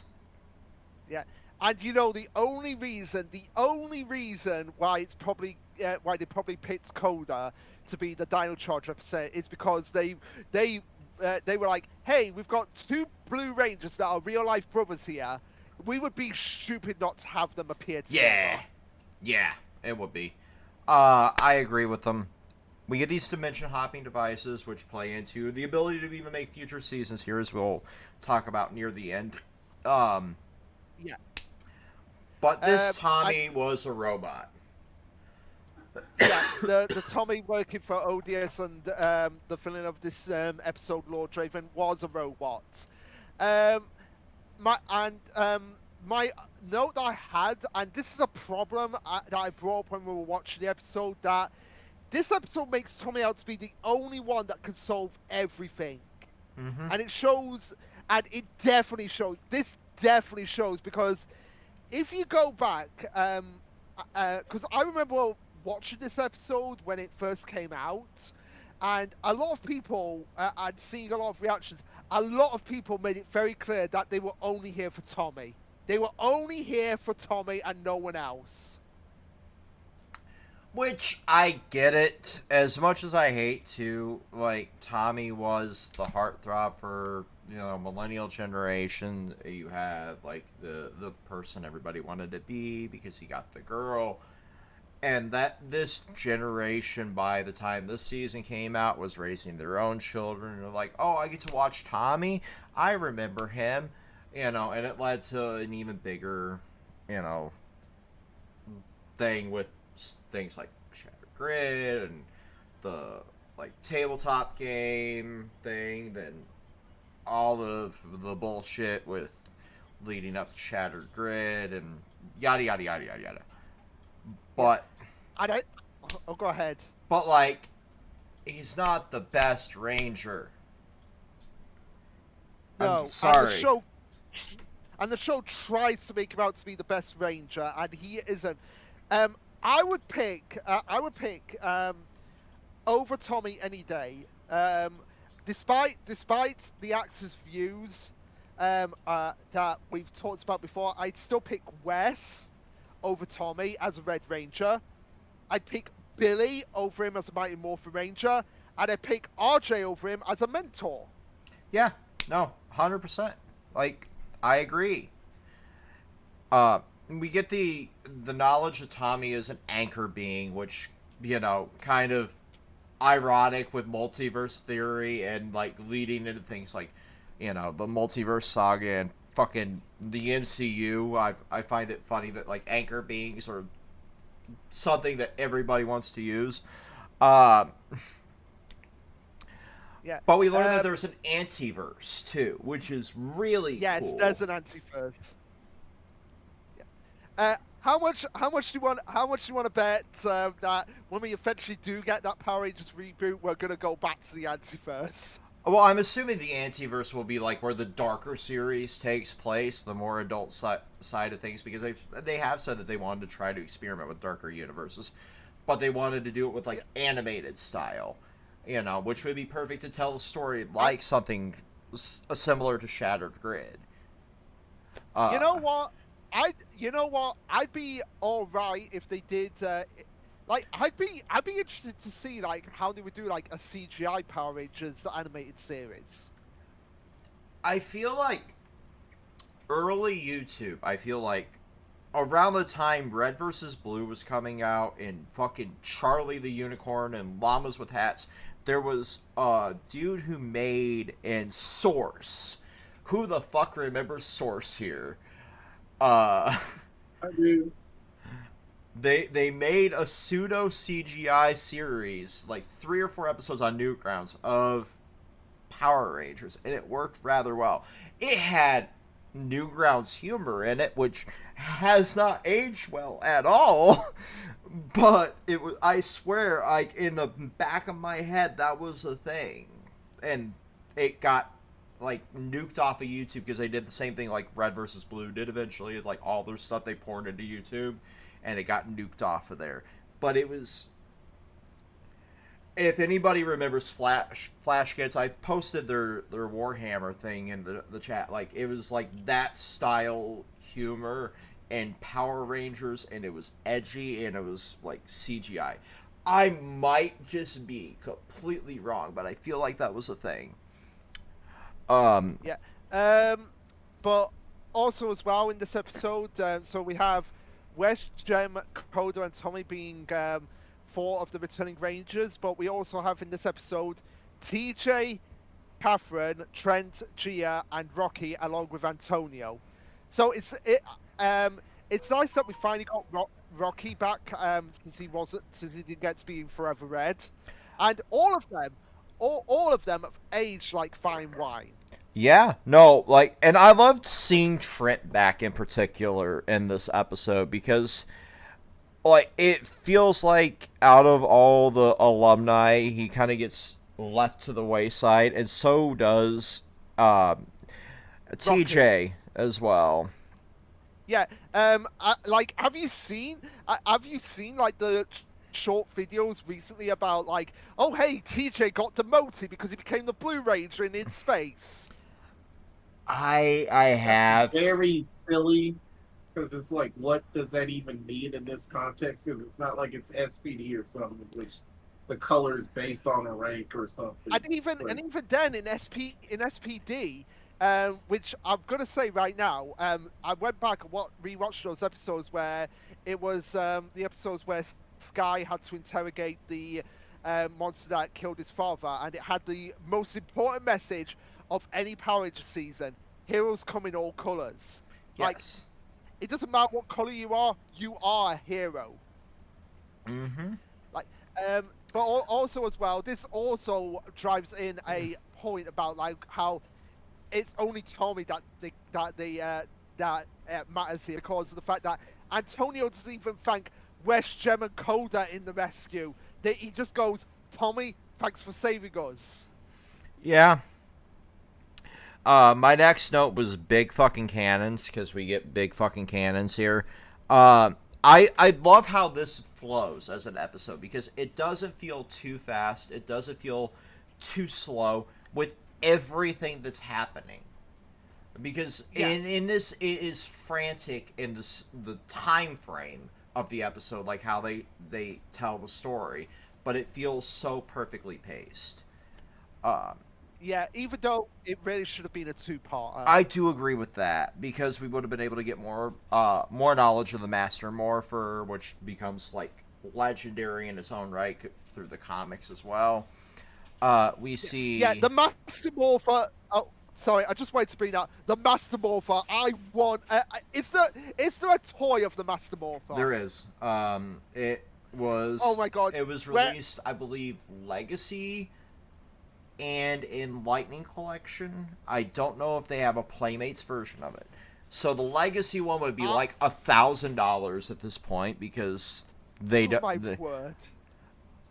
When I bought the Legacy Power Sword, it was like $350, and that was resale. I can't imagine now post Lightning Collection how much it is, and it's the better build. I'm looking at it on eBay right now. It is $334. That's less than I thought, but that's still, because it's out of print, not terrible by Power Rangers memorabilia standards. Yeah. Oh! I've just found. Oh my god! They've got the SPD Morpher. Oh yeah. For £50. And usually when the SPD Morpher goes for sale, it's a lot more than that. So that I would snag if you had the money and want it that bad. I am probably gonna. I'm probably gonna try to save just to get the SPD Morpher. But the thing is that I want to get Skyrim, Oblivion for the Nintendo Switch 2, as well as the Metal Gear Solid Master Volume Collection 2. Try mouse mode on those games with the Switch 2. It works really fucking well. Honestly, it's been working. It's been working all right for me playing them. Like yesterday, I completed Metal Gear Solid 1, and I've now moved on to Metal Gear Solid 2. Which, by the way, I did love the twist at the end of that game. I'm glad you finally got to experience it. I'm not the biggest Metal Gear fan at this point, but like I'm glad you got to experience. The only game that I played before was Metal Gear Solid 2, and now that I've played Metal Gear Solid 1 and looking at the prologue for Metal Gear Solid 2 and just hearing like the references to the characters, like I get it now. I get it. Metal Gear Solid 4 legit made me cry when I first played it. And there's very few games in that style that are just essentially military propaganda in its own right, but in like a decent way, because it tells the like dark side of war. Like it legitimately got to me. But back to this episode. I love that we got the Falcon Zord again. That was a nice Yes! touch. Yes. Because the we Falcon get Sword. the Tiger Zord all the fucking time. We get the Dragon Zord all the time. It was nice seeing the Falcon Zord again. Do you think? Subscribe to the theory that the swords are directly tied to the powers themselves? I do believe that because like we saw like the ninja coin get used at that point. So it ties to that era of the Ranger, which makes sense because we've always been taught like it's tied to what it is. But with the Master Morpher being all coins, the Master Morpher being all coins, like Oh my God! Can you imagine the Dragon Sword, Tiger Sword, Falcon Sword, and Brachio Sword? Like, try and make that a Mega Sword combination. well, we do have something like that in the comics called the Grave Zord, which was made like literally kit bashed from all the defeated Zords from Lord Dracon's universe. Like literally taking pieces of things like Serpentera and fucking the Tiger Zord and Dragon Zord. It's grimdark horrific, but it is awesome. God, I want to see that. I want to see that so badly. I'll send it to you real Yeah, quick. send it to me. But yeah, the only other note I had for the anniversary episode is that it was neat that they managed to get all eras of the franchise represented here. Mm-hmm. Here is the final version of the Grave Zord. I'm gonna put it in mod stuff. All right. Like, it's epic. epic. That is so cool. That is so cool. Yeah. I legit busted a nut when I first saw it getting fucking made. It was. I recommend reading the comics, even if we don't cover them. I recommend reading them because they're so much fun. Fair up enough. until Fair enough. up until the very last issue. But yeah, honestly, my other note is my other note is that we got a reference to the Time Force Ranger. So whether or not Wes got the cross-dimensional devices from the from like Jen or Trip in the future remains to be a debate. But since he specifically mentions the Time Force, I assume they were sent to him in the past. Yeah, and it makes sense because you would have to go all the way back to somebody like Coda in a past timeline in a separate dimension. Different universe. So it would make sense. Yeah, and also the final note I had for this is that it's a neat continuity that they did go out of their way to. I don't know if they used the same set or the same set, but they did do a good job replicating Tommy's house from Dino Thunder. Yeah, I figure they used like a portion of the set because, like, obviously you could take a section of it and then CGI the rest of it based on the footage. And like, Yeah, it's not terribly difficult. I do want to add in, like, this is a great send-off to the characters here that are no longer really tied to the franchise, because, like, this was the last real, like, anniversary hoorah of, like, multiple seasons at once being tied together. yeah.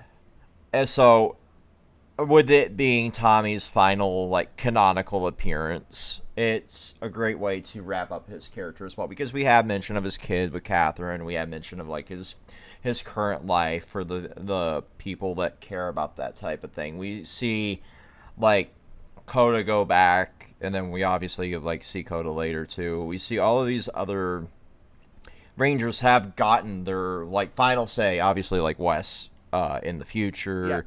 Yeah. Yeah, So, obviously we have Catherine and Rocky in Once and Always. Mm-hmm. So like we even get to expound upon like some of these things further, with even more additions to the universe, like things with Space Patrol Alpha, which leads into Space Patrol Delta that ties into obviously SPD. So it's been a cool way to build on lore as the world progresses. And this gives a nice way to potentially make additional seasons like we were talking about near the beginning of the episode with pocket universes, because we could technically teleport to any of these dimensions that have these devices now and learn more about future versions of those teams or other teams in those universes. Like, say we could even go into like Dino Charge's universe and get, obviously, like Zato being the very first Ranger, Coda technically would theoretically maybe be in the a way second oldest Ranger. Yeah. No. He technically is because it's so like I feel like in order of age, like canonically, it's Sato, then Coda, then Merrick. And then there would be the Rangers that were Zordon's first team, if we want to count like official teams. But technically the Altarian Guard could be considered maybe a team. If we want to stretch what the knowledge of a Power Rangers team is, because some of them technically do have kind of powers. But they're not really considered the teams. Well, technically, Zordon was a Ranger too in the comics, so yeah. I mean, technically, if we're gonna do a reboot, we could make it like a twist that, oh hey, this is not set on Earth, but actually set on a planet that we already know exists in the Power Rangers universe. Like, it could technically, like, if we did a reboot, it could technically be revealed at the end, like, this is actually, I don't know, KO-35 from in space. Yeah, we could go to KO-35, we could go to the Solar Rangers universe, we could go to, Eltar, we could do, a lot of different things with this. It is very, very vast how we want to handle things like that. Yeah, but for the time being, I feel like it would benefit the series if it did go on a hiatus for at least a few years. Yeah, like I do feel like this would benefit it, and if we would stop pumping out subpar merchandise, it would help too. That would, save face, because like, why the fuck are we kickstartering a Dragon Zord with multiple versions of the fucking other Zords that go with it to build the combinations? Also, did you hear about the fact that it didn't have the face for the Dragon Zord? Yeah. Like, what are we doing Insane. here? Like, so many people canceled their backer kit, and I don't really blame them, because, like, why are you half-assing something that you already have molds for? Like, you have redone the Dragon Zord no less than 10 times at this point. There is no excuse for this. Minor gripe about the rest of the franchise aside. We got the Valentine's Day episode. This is boring as shit. Oh, yeah, it really is. Like, because Preston's just trying to act cool, and it's just like the guys getting struck by a love monster here, and Preston's such an idiot for believing the arrow over the person that actually asked, believing the monster over the person that actually asked it. But it was so satisfying to see Victor get rejected. I love how Victor got rejected too, because not only did he get rejected, he got rejected after he bought all of this shit for this girl, who was clearly, like, from, like, any level of knowledge using him, but he is too much of a simp to realize it. So he got taken for literally thousands of dollars here, all because like the balloons popped. Which she wouldn't have went with him anyway, but like the balloons popping being the reason she said no was hilarious to me. Mm-hmm. How the fuck does Mick get paid? Does he have an actual Earth Bank account? I guess he does. I guess he does. Because like at this point, he's had to have like worked for at least 2 or 3 semesters, so he would have gotten his salary. Yeah. I mean, I'm trying to think here. Like, so I guess he like just went and just set up a. Yeah. Mick needs told, but does he have a bank account? He must have, since he is a teacher at the school. He is legitimately hired as a teacher. Or is he just using like Cash App like a drug dealer? I guess. That'd be kind of funny if he did that. I mean, well, he does provide power-ups through the fucking Ninja Steel and the Nexus and everything, so he kind of is like a crack dealer in a way. But yeah, I did have Such a lot of weird way quotes to for word that.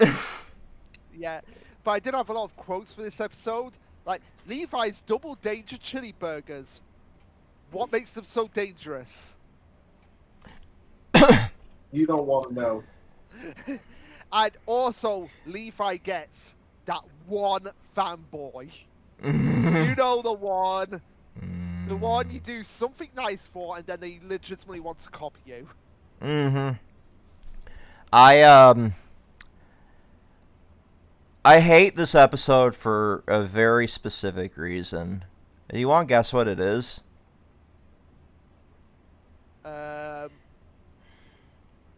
It doesn't go over the parasocial aspect of the Oh whole yeah, copy yeah, of oh, everything, yeah, saying yeah. that's It's not that. wrong. It's that, Oh, yeah. isn't it? Yes, it is.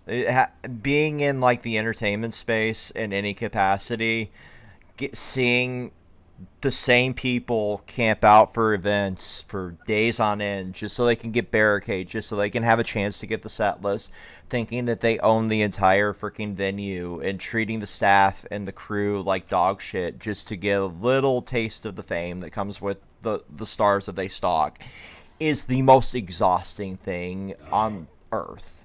So them not telling people that parasocial relationships are unhealthy when they have had so many of their own celebrities, like on Nickelodeon in specific, stalked to no end to the point of like almost killing themselves, is disgusting to me. Yeah. Also, another quote from Levi. Man, that guy started to annoy me. Literally every actor at every convention ever. Like, watching some of the people go up to the Power Rangers cast, you know, having had so many here, and some of them multiple times, like Jason's actor, for example, has been here, I think, 3 times now. But, like, seeing how some of these people interact with these celebrities makes you wonder if they've ever been outside of their house. Probably not.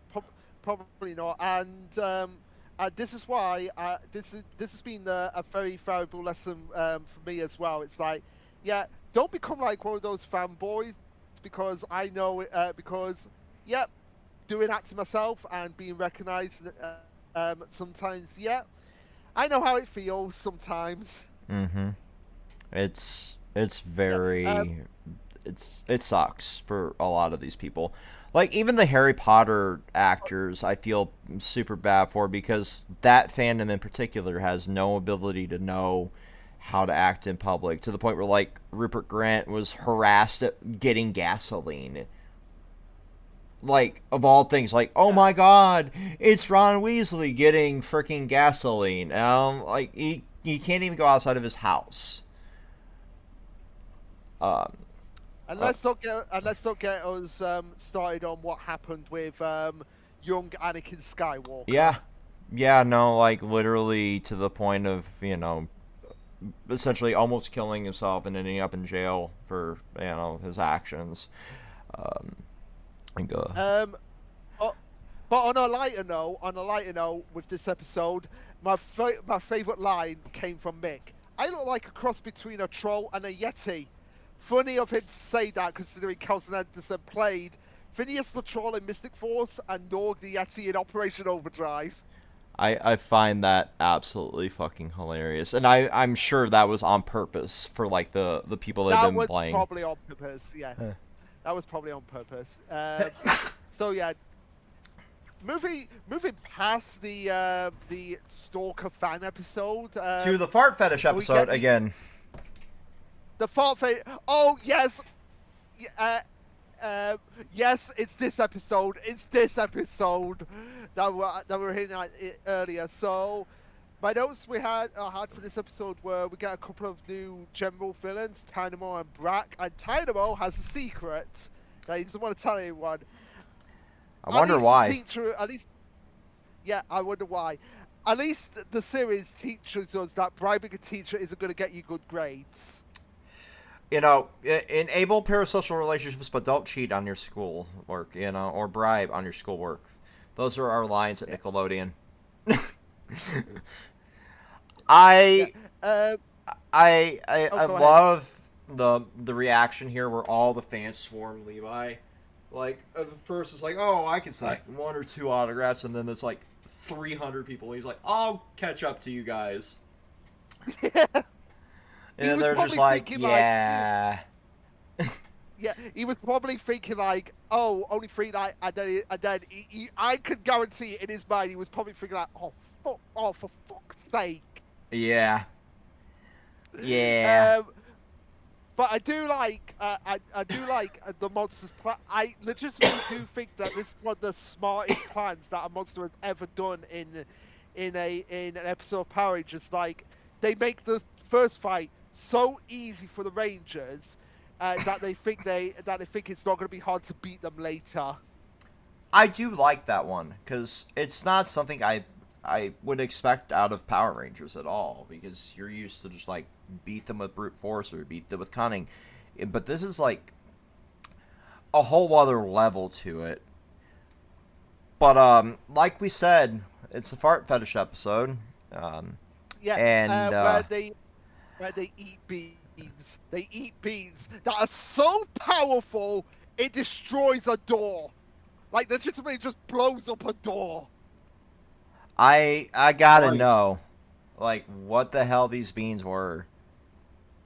Well, funny story that I have, and this is actually a true story. So, when I was at university, right, and I was doing a job. I believe it was was it Midsummer Night's Dream? No, it was a comedy play that we were doing, and during one of the rehearsals, the director came in like, okay, so picture this, just door, all glass, right, all glass, and just a handle, pushes the door so hard that the glass breaks. Yeah, no, like, and I'm just there, and we were all just there thinking like, how much force did you put into that push? Yeah, no, it's shocking. Like, that's not uncommon, which is very, very weird.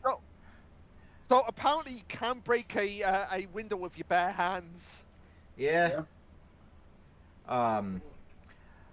The lesson here, and don't overestimate your abilities at any time, is a really good lesson, because if you get too confident, you just become lazy and complacent. And we got the blade power up, which was really cool. Episode 14, the villain looks like a nutsack. His name is Blammo. He creates bombs, which makes sense with his name. The bombs, however, look like they're straight out of, like, Turbo, kind of. And, like, they're just like the Acme round bomb, which is... Oh, can I talk about the bombs for a second? They kind of remind me of Lord Zed's ones he do the monsters sometimes. Yeah, that one too. I never. Yeah, shit. That's good. Yeah, giving power to Victor and Monty, bad idea. That was one of my notes. And the sheriff in this episode is told the Rangers stole the Nexus Prism. I mean, technically, the villains aren't wrong in that regard because they did find it and they did claim it for themselves for over a decade. Yeah, like let me go back because I had looked up what this Sheriff Skyfire came from. I think I actually put it in the chat. It's modified Jiraiya. Yeah, it's modified Jiraiya from Metal Hero. Yeah, it's a Metal Hero. Where are you? Oh yeah. Oh yeah. So I was looking up like, okay, what one of my notes were, what one of my notes were with the with the security guard and just and our big discussion about his role in this episode. Yeah, because I was playing devil's advocate here of like his actions in this episode. Yeah, sure, it's poorly it's poorly done, but like working in retail and people complaining about the tiniest things and not appreciating all that I do. It's like a lot of the times, like people come in and expect me to hold their hand. Like literally, they'll come up to me on the tills and be like, "Yeah, where?" They'll literally just come up, not even look around the store, and be like, "Excuse me, where are like the jigsaws?" And it's like they're just there. Like they literally walk past the jigsaw table right in front of them to the till, see me, and just be like, "Where are the jigsaws?" Yeah, I don't miss retail at all. Like Yeah, I would so, rather die. Yeah, so I do get the security guard, like the security janitor guard's frustration with the people in this episode of like, yeah, not really appreciated, just because like just have a bit of like common sense. That's not allowed. They can't have any self-awareness post-COVID at all. It Uh,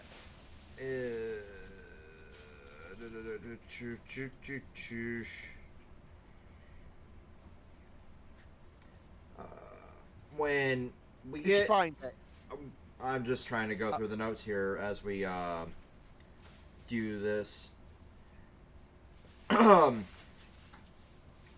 So Jiraiya is who he was and was adapted from. I have in here, but I was trying to look for the actual name of the season or the series. But obviously, like throughout the plot as it happens, he figures out like, oh no, they didn't steal it; it was stolen from them because the powers belong to them as the Ninja Rangers. Blah blah blah blah. We go back to the junkyard. Because this entire episode is around like recycling and not wanting to or not breaking the rules, and the security guard wanting to quit because he's having to do like 75 different things, which is very relatable as to somebody who has to wear like 85 different hats at their job too, and it fucking sucks because we don't want to ever hire enough people to do all the things. I'm sure you can relate as well.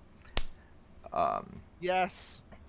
We have the security dude being a cunt because he's like very much overwhelmed and overworked and underpaid, as most like people in public service are, and customer facing, and in regards of like the kids here not wanting to pay any attention to what protects them. I understand a lot of this. Tyler and I had a very real problem with this being just fucking propaganda the entire time. Like, follow the rules or else nothing good will ever happen to you. You're the worst type of person if you don't follow the rules. I understand them wanting to push things like the helmet, for example, in this episode, with their target audience being kids. And obviously, like, recycling being a very good lesson to teach kids early, I get things like that. It's the way they went about teaching the method through the security officer who's playing just a diet cop here. And obviously, like, Sheriff Skyfire is a space cop. So yeah, we have one of the funniest lines in the entire season where it's like, "I'm not going back to space jail." And we have a cut back to the original footage that Jiraiya comes from, which was probably the best cut I've seen to Sentai footage in the Neo Saban era. Like, it was fucking masterful. And then there's one other, like, really cool moment where instead of using, like, the ninja sword, we like, "Here, take this," and he just hands him a fucking katana, and it's awesome.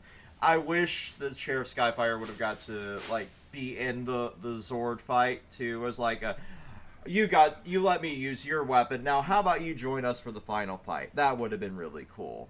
But that's all the notes that I really have here for this episode, if you want to weigh into it more. Fair enough. Yeah, so the next episode has probably one of the most original, most awesome Monster of the Week monsters ever. Yeah. It's the T-Mobile face monster. Oh, It's yeah. So, yeah, here's the funny part. So it's not just T-Mobile. It's the T-Mobile Sidekick, which is like the most millennial coded phone on the planet. Other than like the Motorola Razr. Like, those were the two phones you had as a millennial kid. Was like either the Razr or the Sidekick. And it was literally like fucking clicky with that. So seeing that as a monster was so funny to me. Because I was Team Razr, even though I wanted a Sidekick, but T-Mobile didn't exist where I lived. Fair enough, fair enough. Also, the name of the monster, Typeface. I love that. I love that. It's so goofy. It's literally a mobile phone as a monster. Oh my god, I cannot wait after this. After we've recorded this, to just show other people that monster, just get the reaction to it. I just don't know, like, what yokai is it, like, part of? Like, I know the phone bit, but what is the yokai? I don't know. I don't know. All we care about is the mobile. It's the cell phone mobile phone monster. So Emma filmed the fight in this, which is like the worst idea ever, because then she kind of gets emboldened throughout this. The monster's power being able to infect the weapons and technology of the Rangers, so they can get the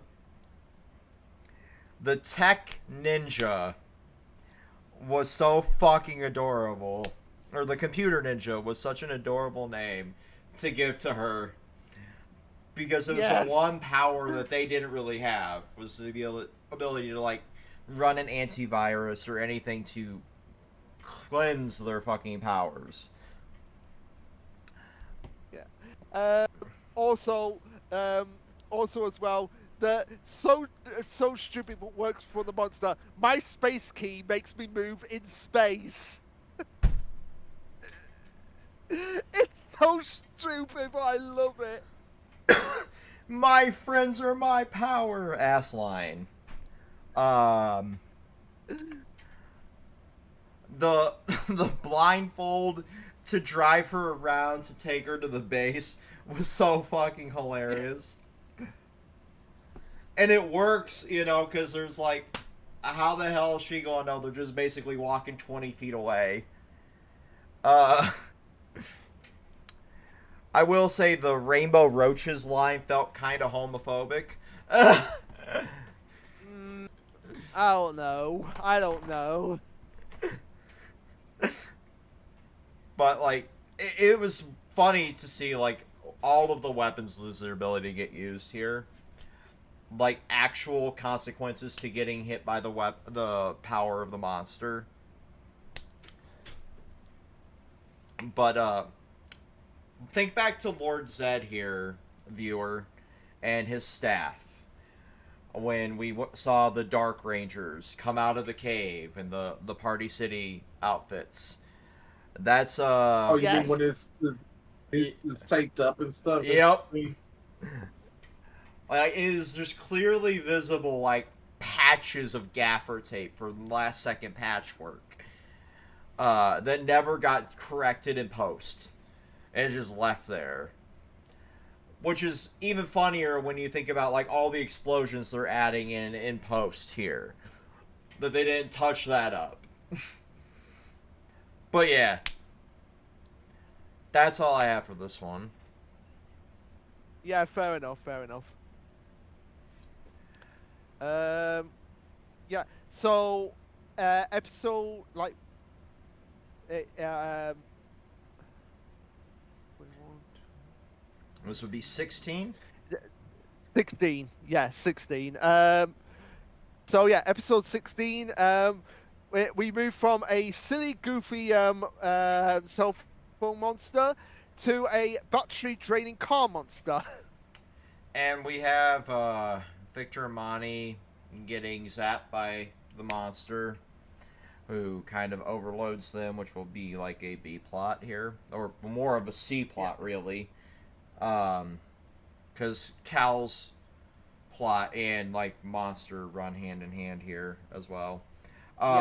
Because the whole idea is that Calvin is quitting school just because he got a full-time job, and he thinks like, oh, I don't have anything to learn from school anymore. Well, he already openly admitted he struggled with school, and I kind of get it. At his age, I was checked out of school as well. But I also, was stuck doing the entire day of school when I only had like a couple of credits left to get when I was their age. So I was just like, I would rather be doing anything but being here. As a teenager, like sitting at home playing Halo was like my one thing that I did in high school. So I would have, I'd rather be playing Halo and drinking lots of Monster and not worrying about this. So I kind of relate in that regard, not with, working on cars. Fair enough, fair enough. But the most interesting thing about this episode is that we have the actor who plays Tarek, Void Knight in Dino Fury, making an appearance in this episode as the mechanic takes Calvin under his wing. Mm-hmm. So it's pretty interesting to see him here, knowing where he'll end up. But also as well, not only that, we have Sledge's actor also playing an agent here who gets embroiled with Victor and Monty's plot. So it's kind of funny that we have two main villains of two different Power Ranger seasons in this episode. And both of them kind of playing like neutral parties to it too, because Double-O Sven really does nothing other than, inevitably helping drain the power out of Victor and Monty as they go around, kind of restoring power to the city. Because when this monster starts its antics, it ends up taking away seemingly almost all the power. So we have Victor and Monty go to a substation and a generator, or transformer, not generator, and power it up, and that's how they lose all the excess electricity. But as that's happening, we also see, the Zord get damaged here. Yeah, and also one of the Ninja Stars gets stolen. Mm-hmm. But as we're in the Zord here, Mick kind of pops up in there to help fix the Lionfire Zord, because Cal's in over his head but doesn't want to admit to it, because he still has something to learn. This was all part of the, just because you have access to this job in your dream doesn't mean you don't have room to learn and grow, which is a very good lesson to tie into this. Because, even if you want to be a mechanic, what if you had to repair a space robot? Would you be able to do that? No, because you don't know the fucking anything about a space robot.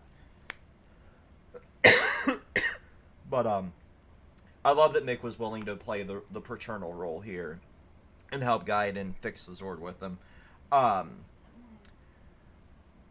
That the star that got stolen was the Ninja Fusion Star, which is like arguably one of their more important power stars. Mm-hmm. And this leads directly into episode 17, where Dynamo starts taking Levi point use for the Ninja Star. Mm-hmm. So again, very common plot point of monsters taking the voices of the Rangers to use against them. Yeah. And the way, the monster he creates with the Fusion Star, he creates a monster that's a mix of a lawnmower, a steamroller, and a cannon. Which sounds ridiculous. It looks even more ridiculous. But my God, was it fun to watch in action. Yeah, it's, and again, no different from the monster that was made from a pizza mascot that turned cars evil because the evil pizzas were no match for a simple stoplight. I am always gonna find ways to bring up the pizza episode. How? Out of all of the episodes, I- this would have made more sense for like the food machine episode.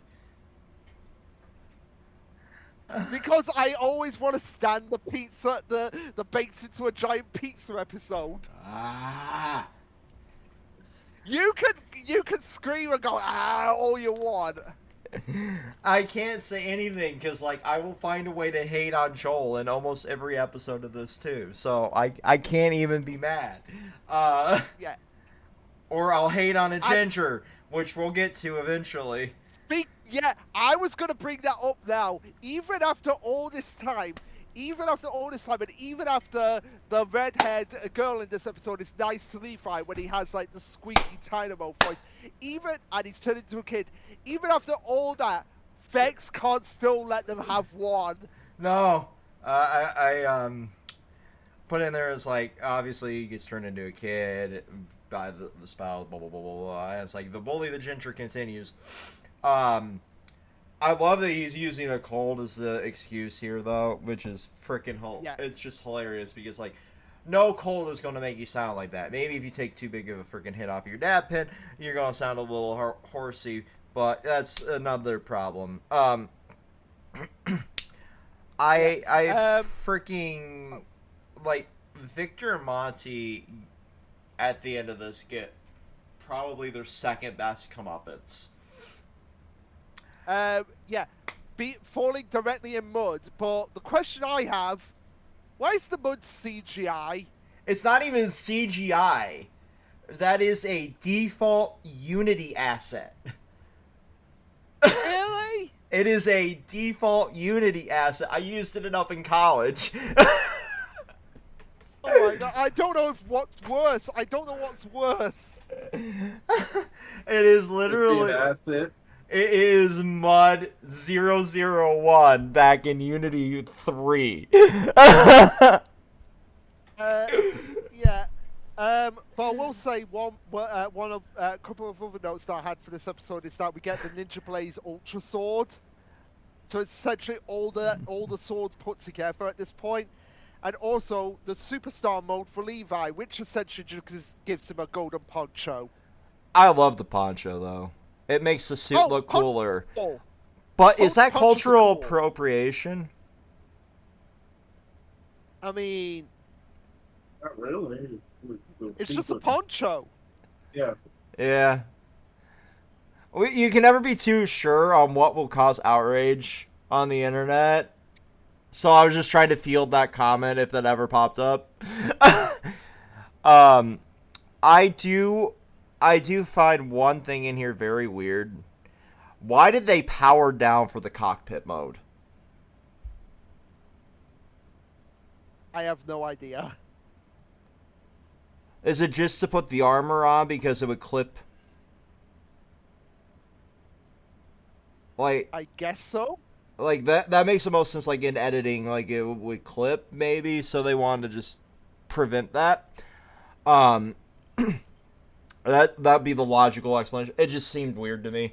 But when Monty and Victor fell into that mud, I don't think I stopped laughing for like 30 seconds because it was so freaking funny. Because it looked like, with it being a default Unity asset, like they just fall onto the ground. They don't even really fall into the mud itself. So it looks stupid in the shot, and it also, like, after all the bullshit they did in this episode, it just felt so beautifully mean. But as we get into episode 18, this is the one where I brought up earlier, the Magic Club. Yeah, and also one of the more infamously frustrating episodes because because the whole premise of this episode is that the teacher falls asleep and ends up getting fired because apparently he was sleeping on the job even though there was no class going on. Right, because this was the time for the extracurricular between classes, like if you had like a computer lab or a homeroom, it's where you get to go study or whatever in high school. That's kind of what this seemed like that period was, or if you wanted to go and practice with your instrument. You know. Yeah, I mean, the only explanation I can think of is that he was clocked in, and that was the reason why he got fired, because he was sleeping. He was sleeping when he was clocked in for work. But it seemed like he was coming from his lunch break when he got into the room. So would he have been punched in or punched out? You know, that it leaves a lot of questions. But also, like, I could see it if he was in charge of those students because they were in his room. You know, that would make sense because, like, if they got a hold of anything that he had in there that he shouldn't have had in there. For example, like, my science teacher liked to keep in his desk a PSP, which you really weren't supposed to, but all he did was he taught labs by that point. So he just would sit in there, he would play I don't know what on his PSP, and he would just oversee the labs that way. None of us gave a shit, but one day the principal caught him and he got big shit for it. Not, you know, the woodshop teacher that kept a flask of whiskey in his desk, he never got in trouble. The one that's sitting there playing a video game was, because it was setting a bad example for us. I feel like every woodshop teacher in America kept a flask of whiskey in their desk, though. But what makes this episode so frustrating is that Preston should have just told the truth. Would the teacher believe that his magic worked, though? Or the principal believe that his magic worked? Unless he used it on another student. Yeah, but also as well, it doesn't even have to be the magic. He could just say, Preston could just come up to the teacher and say, hey, or the principal, like, hey, it was my fault that he fell asleep. He's not to blame for this. What do you mean it's your fault? You know, it would have continued the argument. But yeah, you're right. Like, just be honest.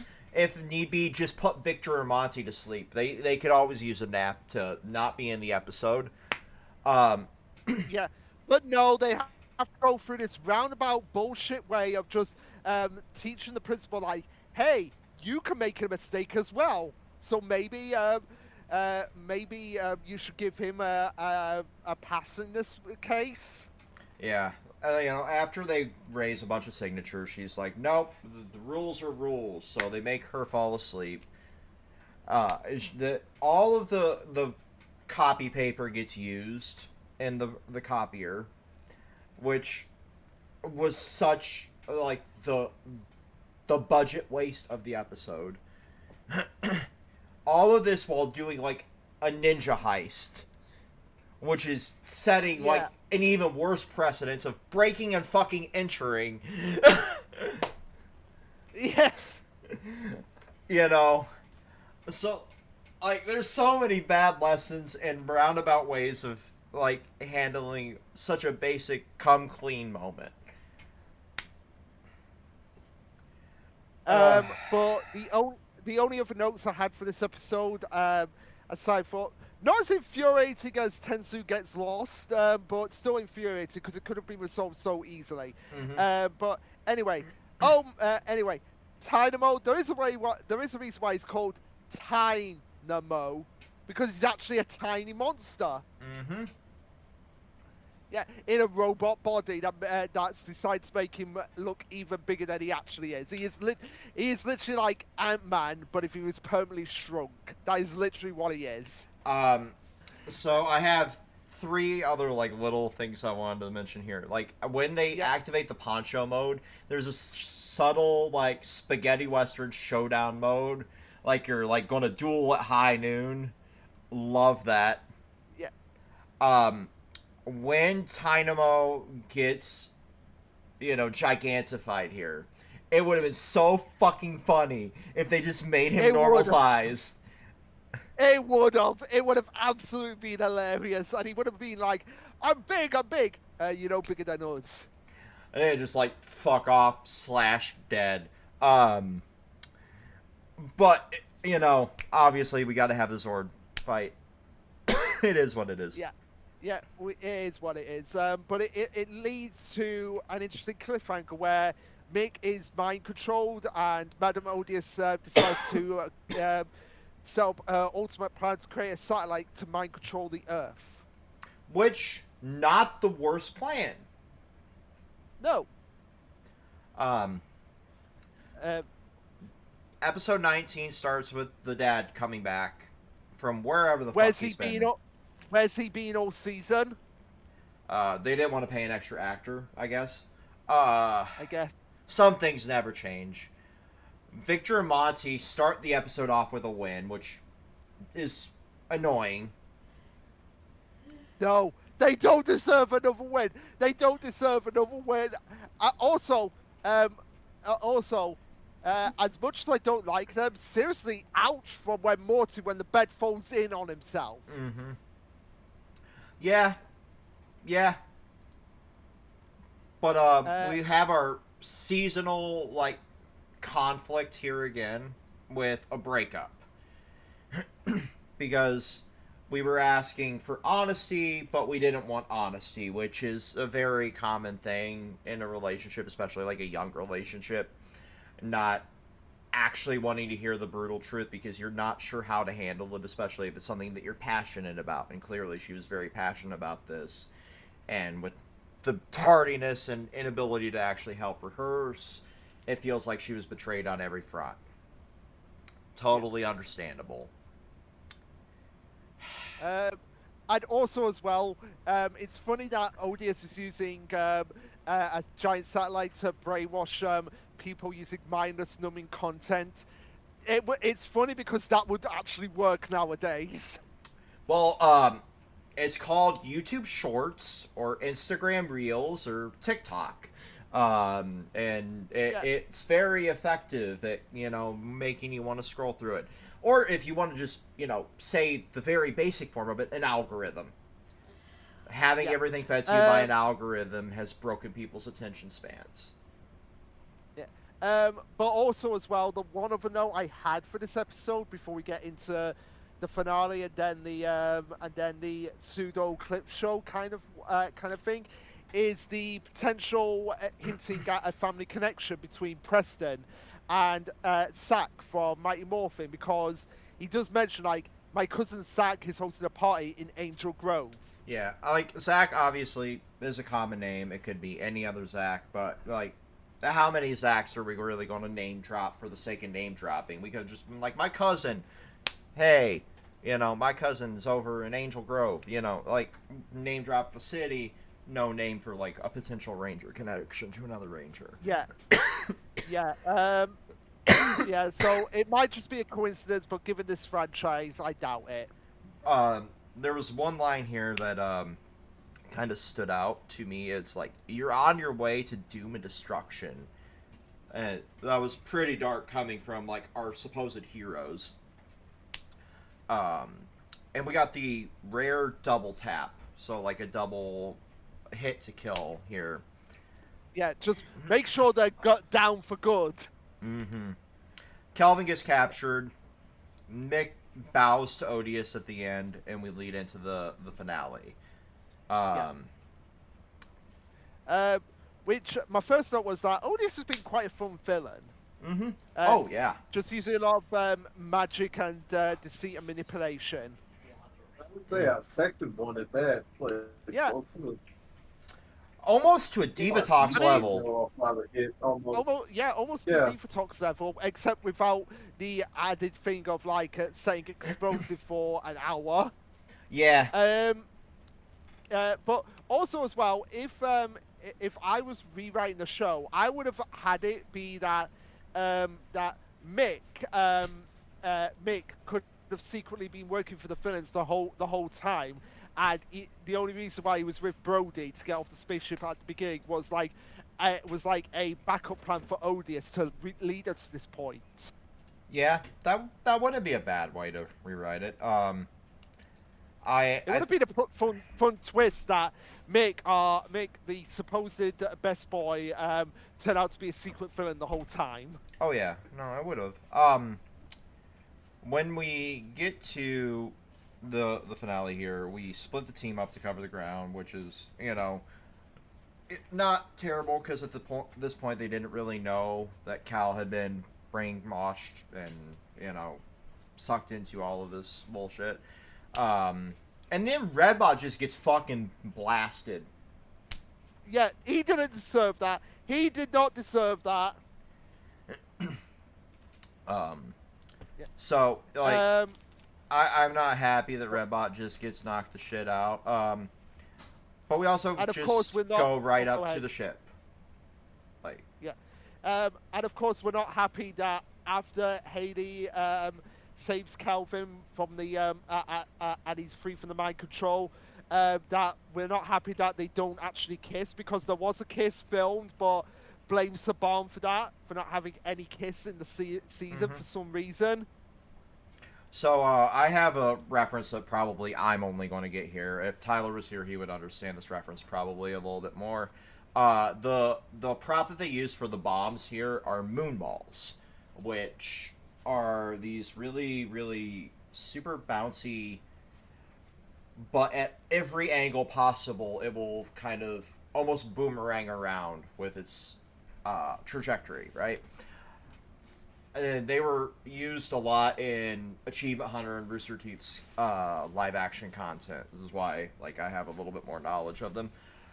They are crack to cats, because if they hit them against the wall, it'll shoot off in like 5 different directions. I love that. I know what you're referring to, like the balls that are just like super bouncy. Yeah, and they have like the little craters inside them, like moon craters. Yeah, and that causes them to go in all directions. Oh yeah, we sell. Yep. Yeah, we sell them. We sell them. Yeah. That's what they use for this prop, which was really cool. Fair enough.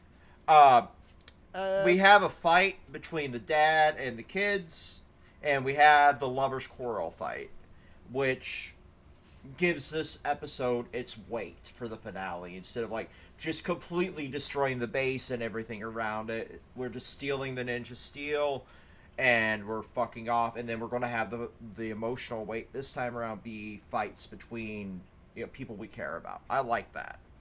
Yeah, but let's just get into the moment that we've been waiting for all season, Vex, where Odious gets the unlimited power from the Super Nexus Star, takes on her final form. We finally found Step on Me Vex material with Odious's final form. Literally the last canon episode, and I get the Step on Me mommy material. We found it. I found this so funny. I'm like, what is wrong with me? Why is there no villain hit? And then this is like, my response in my notes, I screenshotted it and posted it around, is why is she kind of bad though? Because it's such a fucking goofy design, but there's something about like how the whole body for the suit is that feeds on like animalistic instinct, I guess. I don't know. I'm weird. Yeah. I'm a monster fucker. We found it, which means that at some point we need to do like just a another random tier list of how much Vex wants these villains to step on them. I'll do that. Fuck it. Why not? It's so Power Rangers related. It's not breaking my like I'm done with content thing. But like we get the Nexus Prism buff, and we get the like all 6 Ranger powers and those combined with everybody for the final fight of the era. The good boy robot got some love, and Mick is just eating up this like, oh, I'm gonna miss you, but I'm not really leaving moment he got at the end. Yeah, and I'm not gonna lie, it was a pretty decent final fight. It was. I just wish Victor and Monty didn't get their 50th trophy here. Yeah, no, I don't consider that canon. That was all in their mind because of all the farting that they had to do. I don't consider it canon. They've not got their 50th trophy. They literally got high on their own shit. Okay, I can get. Yeah. I can get with that. Yeah. Episode course, 21 was the clip show. Yeah, it was the pseudo clip show because not really many clips in the clip show because it was following up with what happened with Sledge at the beginning of the season. Oh, I was meaning the one that we skipped. That was the Halloween episode. Oh right. Oh right. Yeah. We skipped that one because that's just a genuine clip show. Yeah, it was literally just like there was nothing there to like talk about. Episode 22 though, Sledge is back. We have like what I was mentioning earlier when we were at the anniversary episode with the dimensional portal device. They're back. Yeah. And this So is how Wes the gives powers. them their own dimensional. Yeah. Yep. Yeah. So we do have a lot of potential now when it comes to reboots in the future. Yeah, I think the only thing I didn't like about this episode is it was told through like a talk show, like a The View kind of aspect, and I can't stand that type of show at all. But like it being framed through that was like painful. But we had a lot of like kind of cool moments here. Coda and Preston getting like a little hug, funny because they're brothers.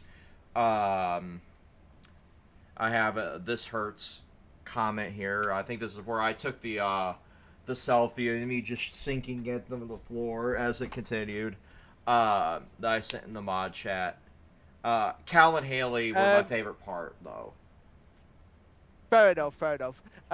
My other notes as well were what would Poisandra's parents look like, considering what she looks like. I'd assume a little bit like her, but a lot uglier because they'd be older. Yeah. Also as well, I do like how Sledge, because like Sledge is in a different universe, so he forgets like, oh yeah, these are different henchmen that I've got now. So I do like how he corrects himself with that. He kind of like corrected his pronouns, but for his mooks. Yeah. Also, of course, we have Santa Ex Machina and a kaiju snowman with the Ultra Sword. I love it. Like, that was stupid fun. But the way that Cal and Haley played into, like, the, like, Sledge and Poisandra's relationship being absolutely shit here with, like, telling all the times that they fucked up in their relationship. And just to be like, oh, but Sledge is even worse. Oh my god. Clutch's Pearls, it worked really well. There was a line in here that was just so funny. It's over for you, little boy blue. Yeah. But of course, we have a callback to the beginning of Dino Charge where, as Sledge is finally destroyed, it's a bomb! Here's my question. Would Santa be a terrorist? I guess so. But my question is that, okay, I can accept all the craziness that goes on in Power Rangers, but I draw the line at the inconsistency of celebrating Christmas when Jesus isn't born. The fact that this was where you drew the line had us dying. I know. I draw the line at that.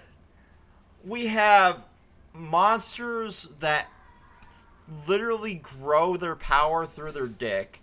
We had Satan incarnate. We have a tattoo that controls somebody's lifespan. We have a candle that controlled somebody's lifespan, technically. We had people baked into pizza. We've had numerous cases of cannibalism, but Santa and Jesus correlation was the line. Yes. My line was him delivering a bomb to people. I'm like, I thought your line was, no, we cannot have Joel have a win. I mean, that's a You line. draw the line at draw. I mean, yes, but no. Yeah. Like, it was just so weird. Like, there's a lot of what the hell are we doing here moments in Power Rangers in general, and I love that for this franchise. You know, and Yes. there's so many moments where you just gotta shut your brain off because that's how Toku in general is. Like, whether it's Ultraman or Kamen Rider or Godzilla, whether it's Power Rangers or Super Sentai, you have Metal Heroes or Gavin Infinity now. Like, you just gotta shut your brain off and enjoy the ride. Yeah. Even when you have really, really bad seasons like freaking Super Mega Force, or, you know, seasons that are just kind of middle of the ground like Samurai. And that's kind of what the whole Neo Saban era was just like, it was replaying a bunch of the greatest hits safely, but at the same time giving interesting new moments to it. Even if those interesting new moments were absolute dog shit, the actors, for the most part, tried. Looking at you, Troy. Troy. Yeah, Troy. But yeah, that was all of Ninja Steel. Overall, aside from the fart jokes and Fitz and Monty, not a terrible season. If we could have gotten rid of like half of the fetish content and Victor and Monty in general, this would have been a 8 out of 10 season. Instead, it's more of like a 6.5 out of 10. It's not terrible. I would agree. Yeah, I would agree with that. I would give it a 6. I would give it a 6 as well. That is a very middle of the road rating, but we've seen worse from the franchise. Yeah. We've seen worse from the franchise. We've seen it with Super Mega Force. We've seen it with Mystic Force. We have agreements and disagreements on like Turbo and, you know, Lightspeed Rescue and a couple other seasons. It's how this franchise is, right? Everybody has different favorites and least favorites, and that's perfectly serviceable. Yeah. We have technically at the point of recording this, obviously there should be more than just one season, but if you go through the playlist, we only really have Beast Morphers season 1 and 2 left to do. We might do the 2017 movie as part of this, and we might also do the MMPR, the Last Power Ranger parody, possibly. We don't know really if we want to end up doing these. And we're not going to sit here and re-edit together all of the Hasbro era into one video. I'm going to try to tinker with how the YouTube playlist function is to kind of move like Dino and Cosmic Fury all the way to the ass end of this, even though we recorded them first. So it's kind of in canonical order for viewers. But I don't know if YouTube will allow me to do that without deleting the whole playlist, and that fucks up a lot of other shit algorithmically. So if it ends up staying the way it is now, it's staying the way it is now for YouTube purposes. Yeah, it'll just have to fall with it. I do want to reiterate that after we do this, we'll be doing Naruto as well. And so if you've enjoyed this so far, it's going to be more of that, but with a lot more of like, why did we have to stretch this one plot point through 17 episodes? Because that's how that is. And considering I'm the Naruto virgin, this will be interesting for me to experience. Luke, you might try alcohol after it. I'm going to be real honest with you, because once you get to like the middle of Shippuden, you'll want to eat shards of glass. I am not gonna eat. I am not gonna drink alcohol. Nothing. Like I survived. Total Drama All Stars. I survived Megaforce. You're a better tripper than me, I say, as I take a hit from my Benjamin, and bid everyone until next time. Peace. Peace. All right.